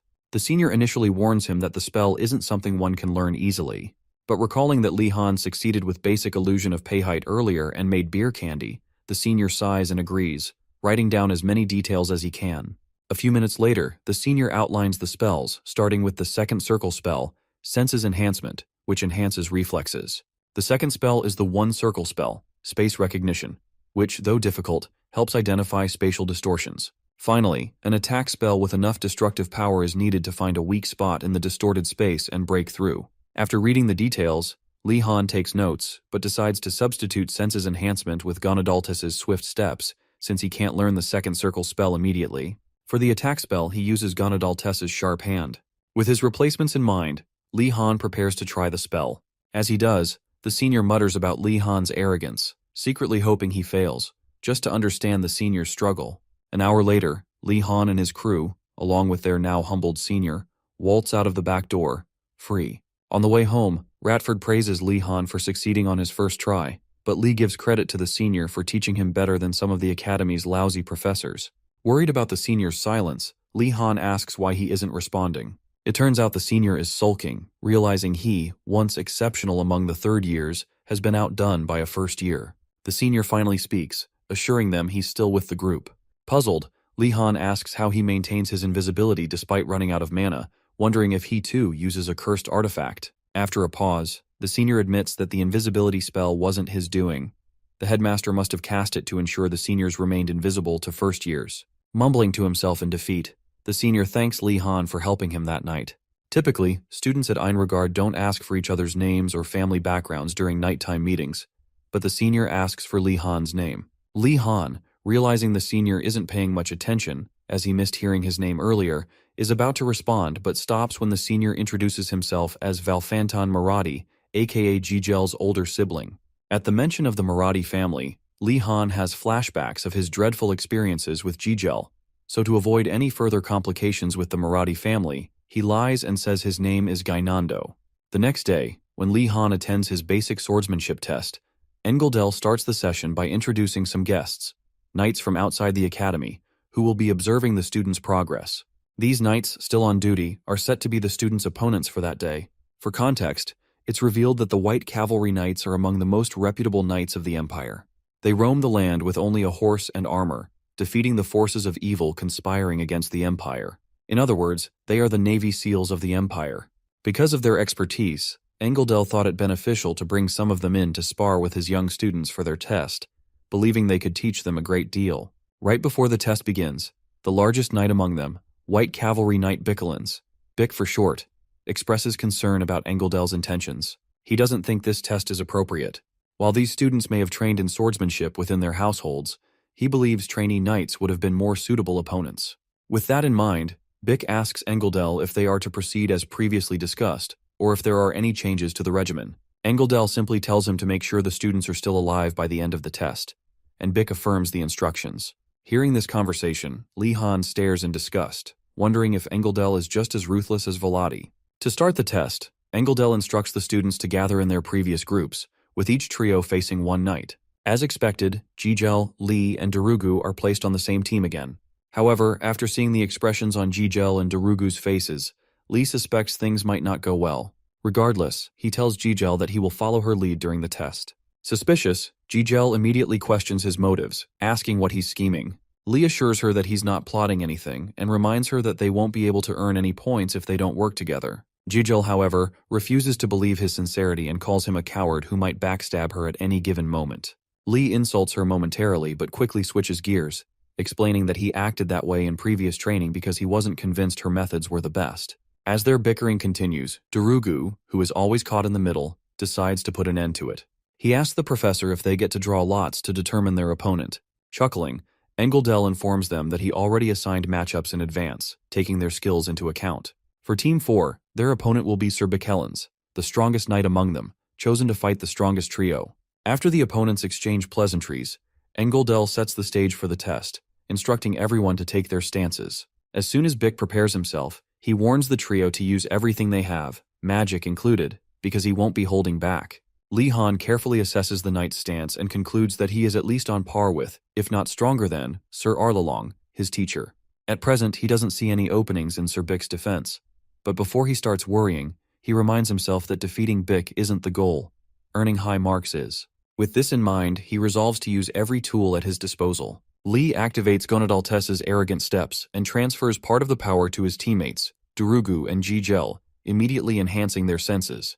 Though they thank him, Lee ignores them, knowing there are side effects they don't need to be aware of just yet. Following this, he shocks everyone, his teammates included, by casting space recognition and the illusion magic spell he learned from the senior in the school's kitchen. As if that wasn't enough, he tops it off by casting a fourth spell, Gonadaltes's sharp hands, to enhance the speed of his attacks. He isn't sure how effective these spells will be against an experienced knight, but he's determined to give it his all. On the other side of the arena, Sir Bick, having witnessed Lee's rapid spellcasting, worries that if Lee Han exhausts his mana too quickly, the test could become too dangerous for him. More concerning, however, is the fact that Engeldel isn't stopping him, even after seeing what the boy is capable of. Just as Bick gets distracted, Lee attacks him with a flash of lightning, catching the knight off guard. Jijel and Darugu seize the opportunity, launching attacks from both sides and putting Bick in a tight spot. Midair and about to land a strike, Jijel suddenly realizes her movements feel much lighter than usual. To her surprise, she admits that Lee Han's spell is benefiting them. Sir Bick, realizing the danger he's in, vanishes into thin air and reappears behind Darugu, who looks utterly confused. Before Darugu can react, Bick lands a heavy strike on his back, causing him to collapse onto Jijel and pin her to the ground. Just as Bick moves to finish them off, Lee counters with Surge. Bick dismisses the water spell as basic and effortlessly dodges it before returning to finish off Darugu and Jijel. However, just as he's about to land another strike, the water spell ricochets and hurtles back toward him. Noticing this in time, Bick halts his attack and blocks the returning water with his armor. Now genuinely impressed, he acknowledges Lee Han's abilities. But Lee Han is relentless. Without hesitation, he summons more water orbs and directs them at Sir Bick. In his mind, he silently thanks space recognition, which makes it significantly easier to control multiple water attacks. Bick, growing more astonished by the second, wonders if all first-year mages at the academy possess such talent. Then again, he realizes that's unlikely. It's rare to find someone with this level of skill, a skill that, without a doubt, belongs solely to Lee Han Wardenus. Engeldel, meanwhile, realizes he needs to speak with Professor Velati, as the level of training Velati is providing Lee Han is far beyond what a first-year student should be learning. Engeldel believes Lee Han's techniques are the result of Professor Velati's overly harsh and dangerous lessons. However, Engeldel is mistaken, as Professor Velati's class has only made Lee stronger than ever. In the meantime, the battle between Sir Bick and Team 4 continues, with Darugu, Jijel, and Lee Han doing their best to bring the formidable knight down. Despite bombarding Bick with dozens of water balls and attacks from his teammates, Lee Han quickly realizes they aren't even scratching Sir Bick. He watches in frustration as Bick slams Jijel into Darugu, who is already down on the floor. Even with his teammates incapacitated, Lee Han still can't find any openings in Bick's defense. This frustrates him to no end as he wonders what he needs to do to defeat this powerhouse of a knight. As he racks his brain in the heat of battle, an idea finally clicks. Li Han suddenly remembers a technique he can use to take Bic down. Now that it's a one-on-one fight, Bic watches Li Han and wonders why the boy has been casting the same spells from the same location. With no answer from Li, Bic concludes that despite the rumors surrounding the Wardeness household, Li is still just a first-year student.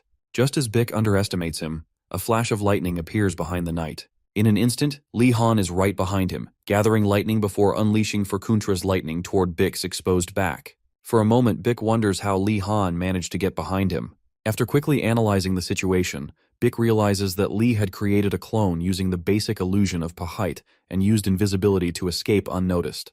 Delighted that his plan has worked, Li places all his trust in Furkuntra, hoping the lightning strike will deal significant damage to Bic. Bic, however, recognizes the spell as a fourth circle-level attack. He marvels at Li's instincts in combat, realizing that perhaps the rumors about the Wardeness household had even underestimated their power. As the lightning nears, Bic deflects it with his sword's aura, rendering it useless.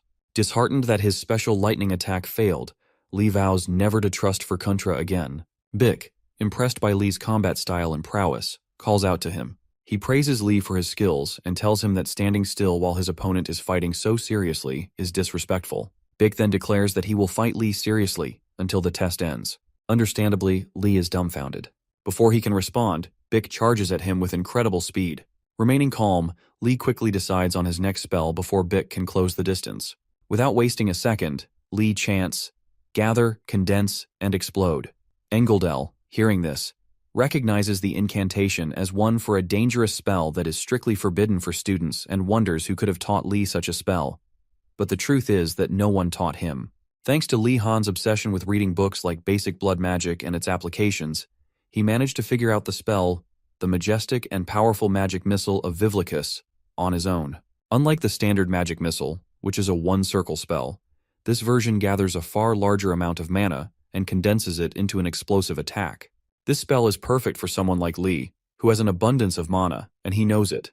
As he activates the spell, Li Han remembers that this is his first time using it in real combat, and he's never practiced it before. As the spell nears completion, Li feels a strange sensation and wonders if the spell has already failed before he even cast it. After analyzing it, he realizes that while it's forming correctly, the spell's vibrations are unstable, as if it's going to explode in his face. At this point, Bic is already behind him, ready to strike the seemingly defenseless student. Li knows his grades are riding on the success of this spell. With time running out, Li finally understands the nature of the magic missile. It's not meant to be fired, but to explode at close range. Armed with this knowledge, Li stays put and allows the forbidden technique to detonate in front of him, catching the unsuspecting Sir Bic in the blast. Shortly after the explosion, Darugu and Jijel, who have recovered, worry about Li Han's safety. Though annoyed that the book didn't explain the full details of the spell, Li Han, who remains unharmed, is simply relieved that he managed to control the blast radius at the last second. Before he can boast about sending his opponent flying several feet back, Sir Bic suddenly appears behind him and hits him in the back with his sword. Li Han drops to his knees, finally admitting defeat. Seeing this, Bic lowers his guard and asks Li Han if he'd be interested in joining the White Cavalry Knights. Just as he's about to finish his question, Li unsheathes his sword and points it at the knight's throat. After a brief pause, Bic realizes he's been tricked. Admitting his mistake of letting his guard down just because Li lost his staff, Bic concedes defeat, ending the match with his loss.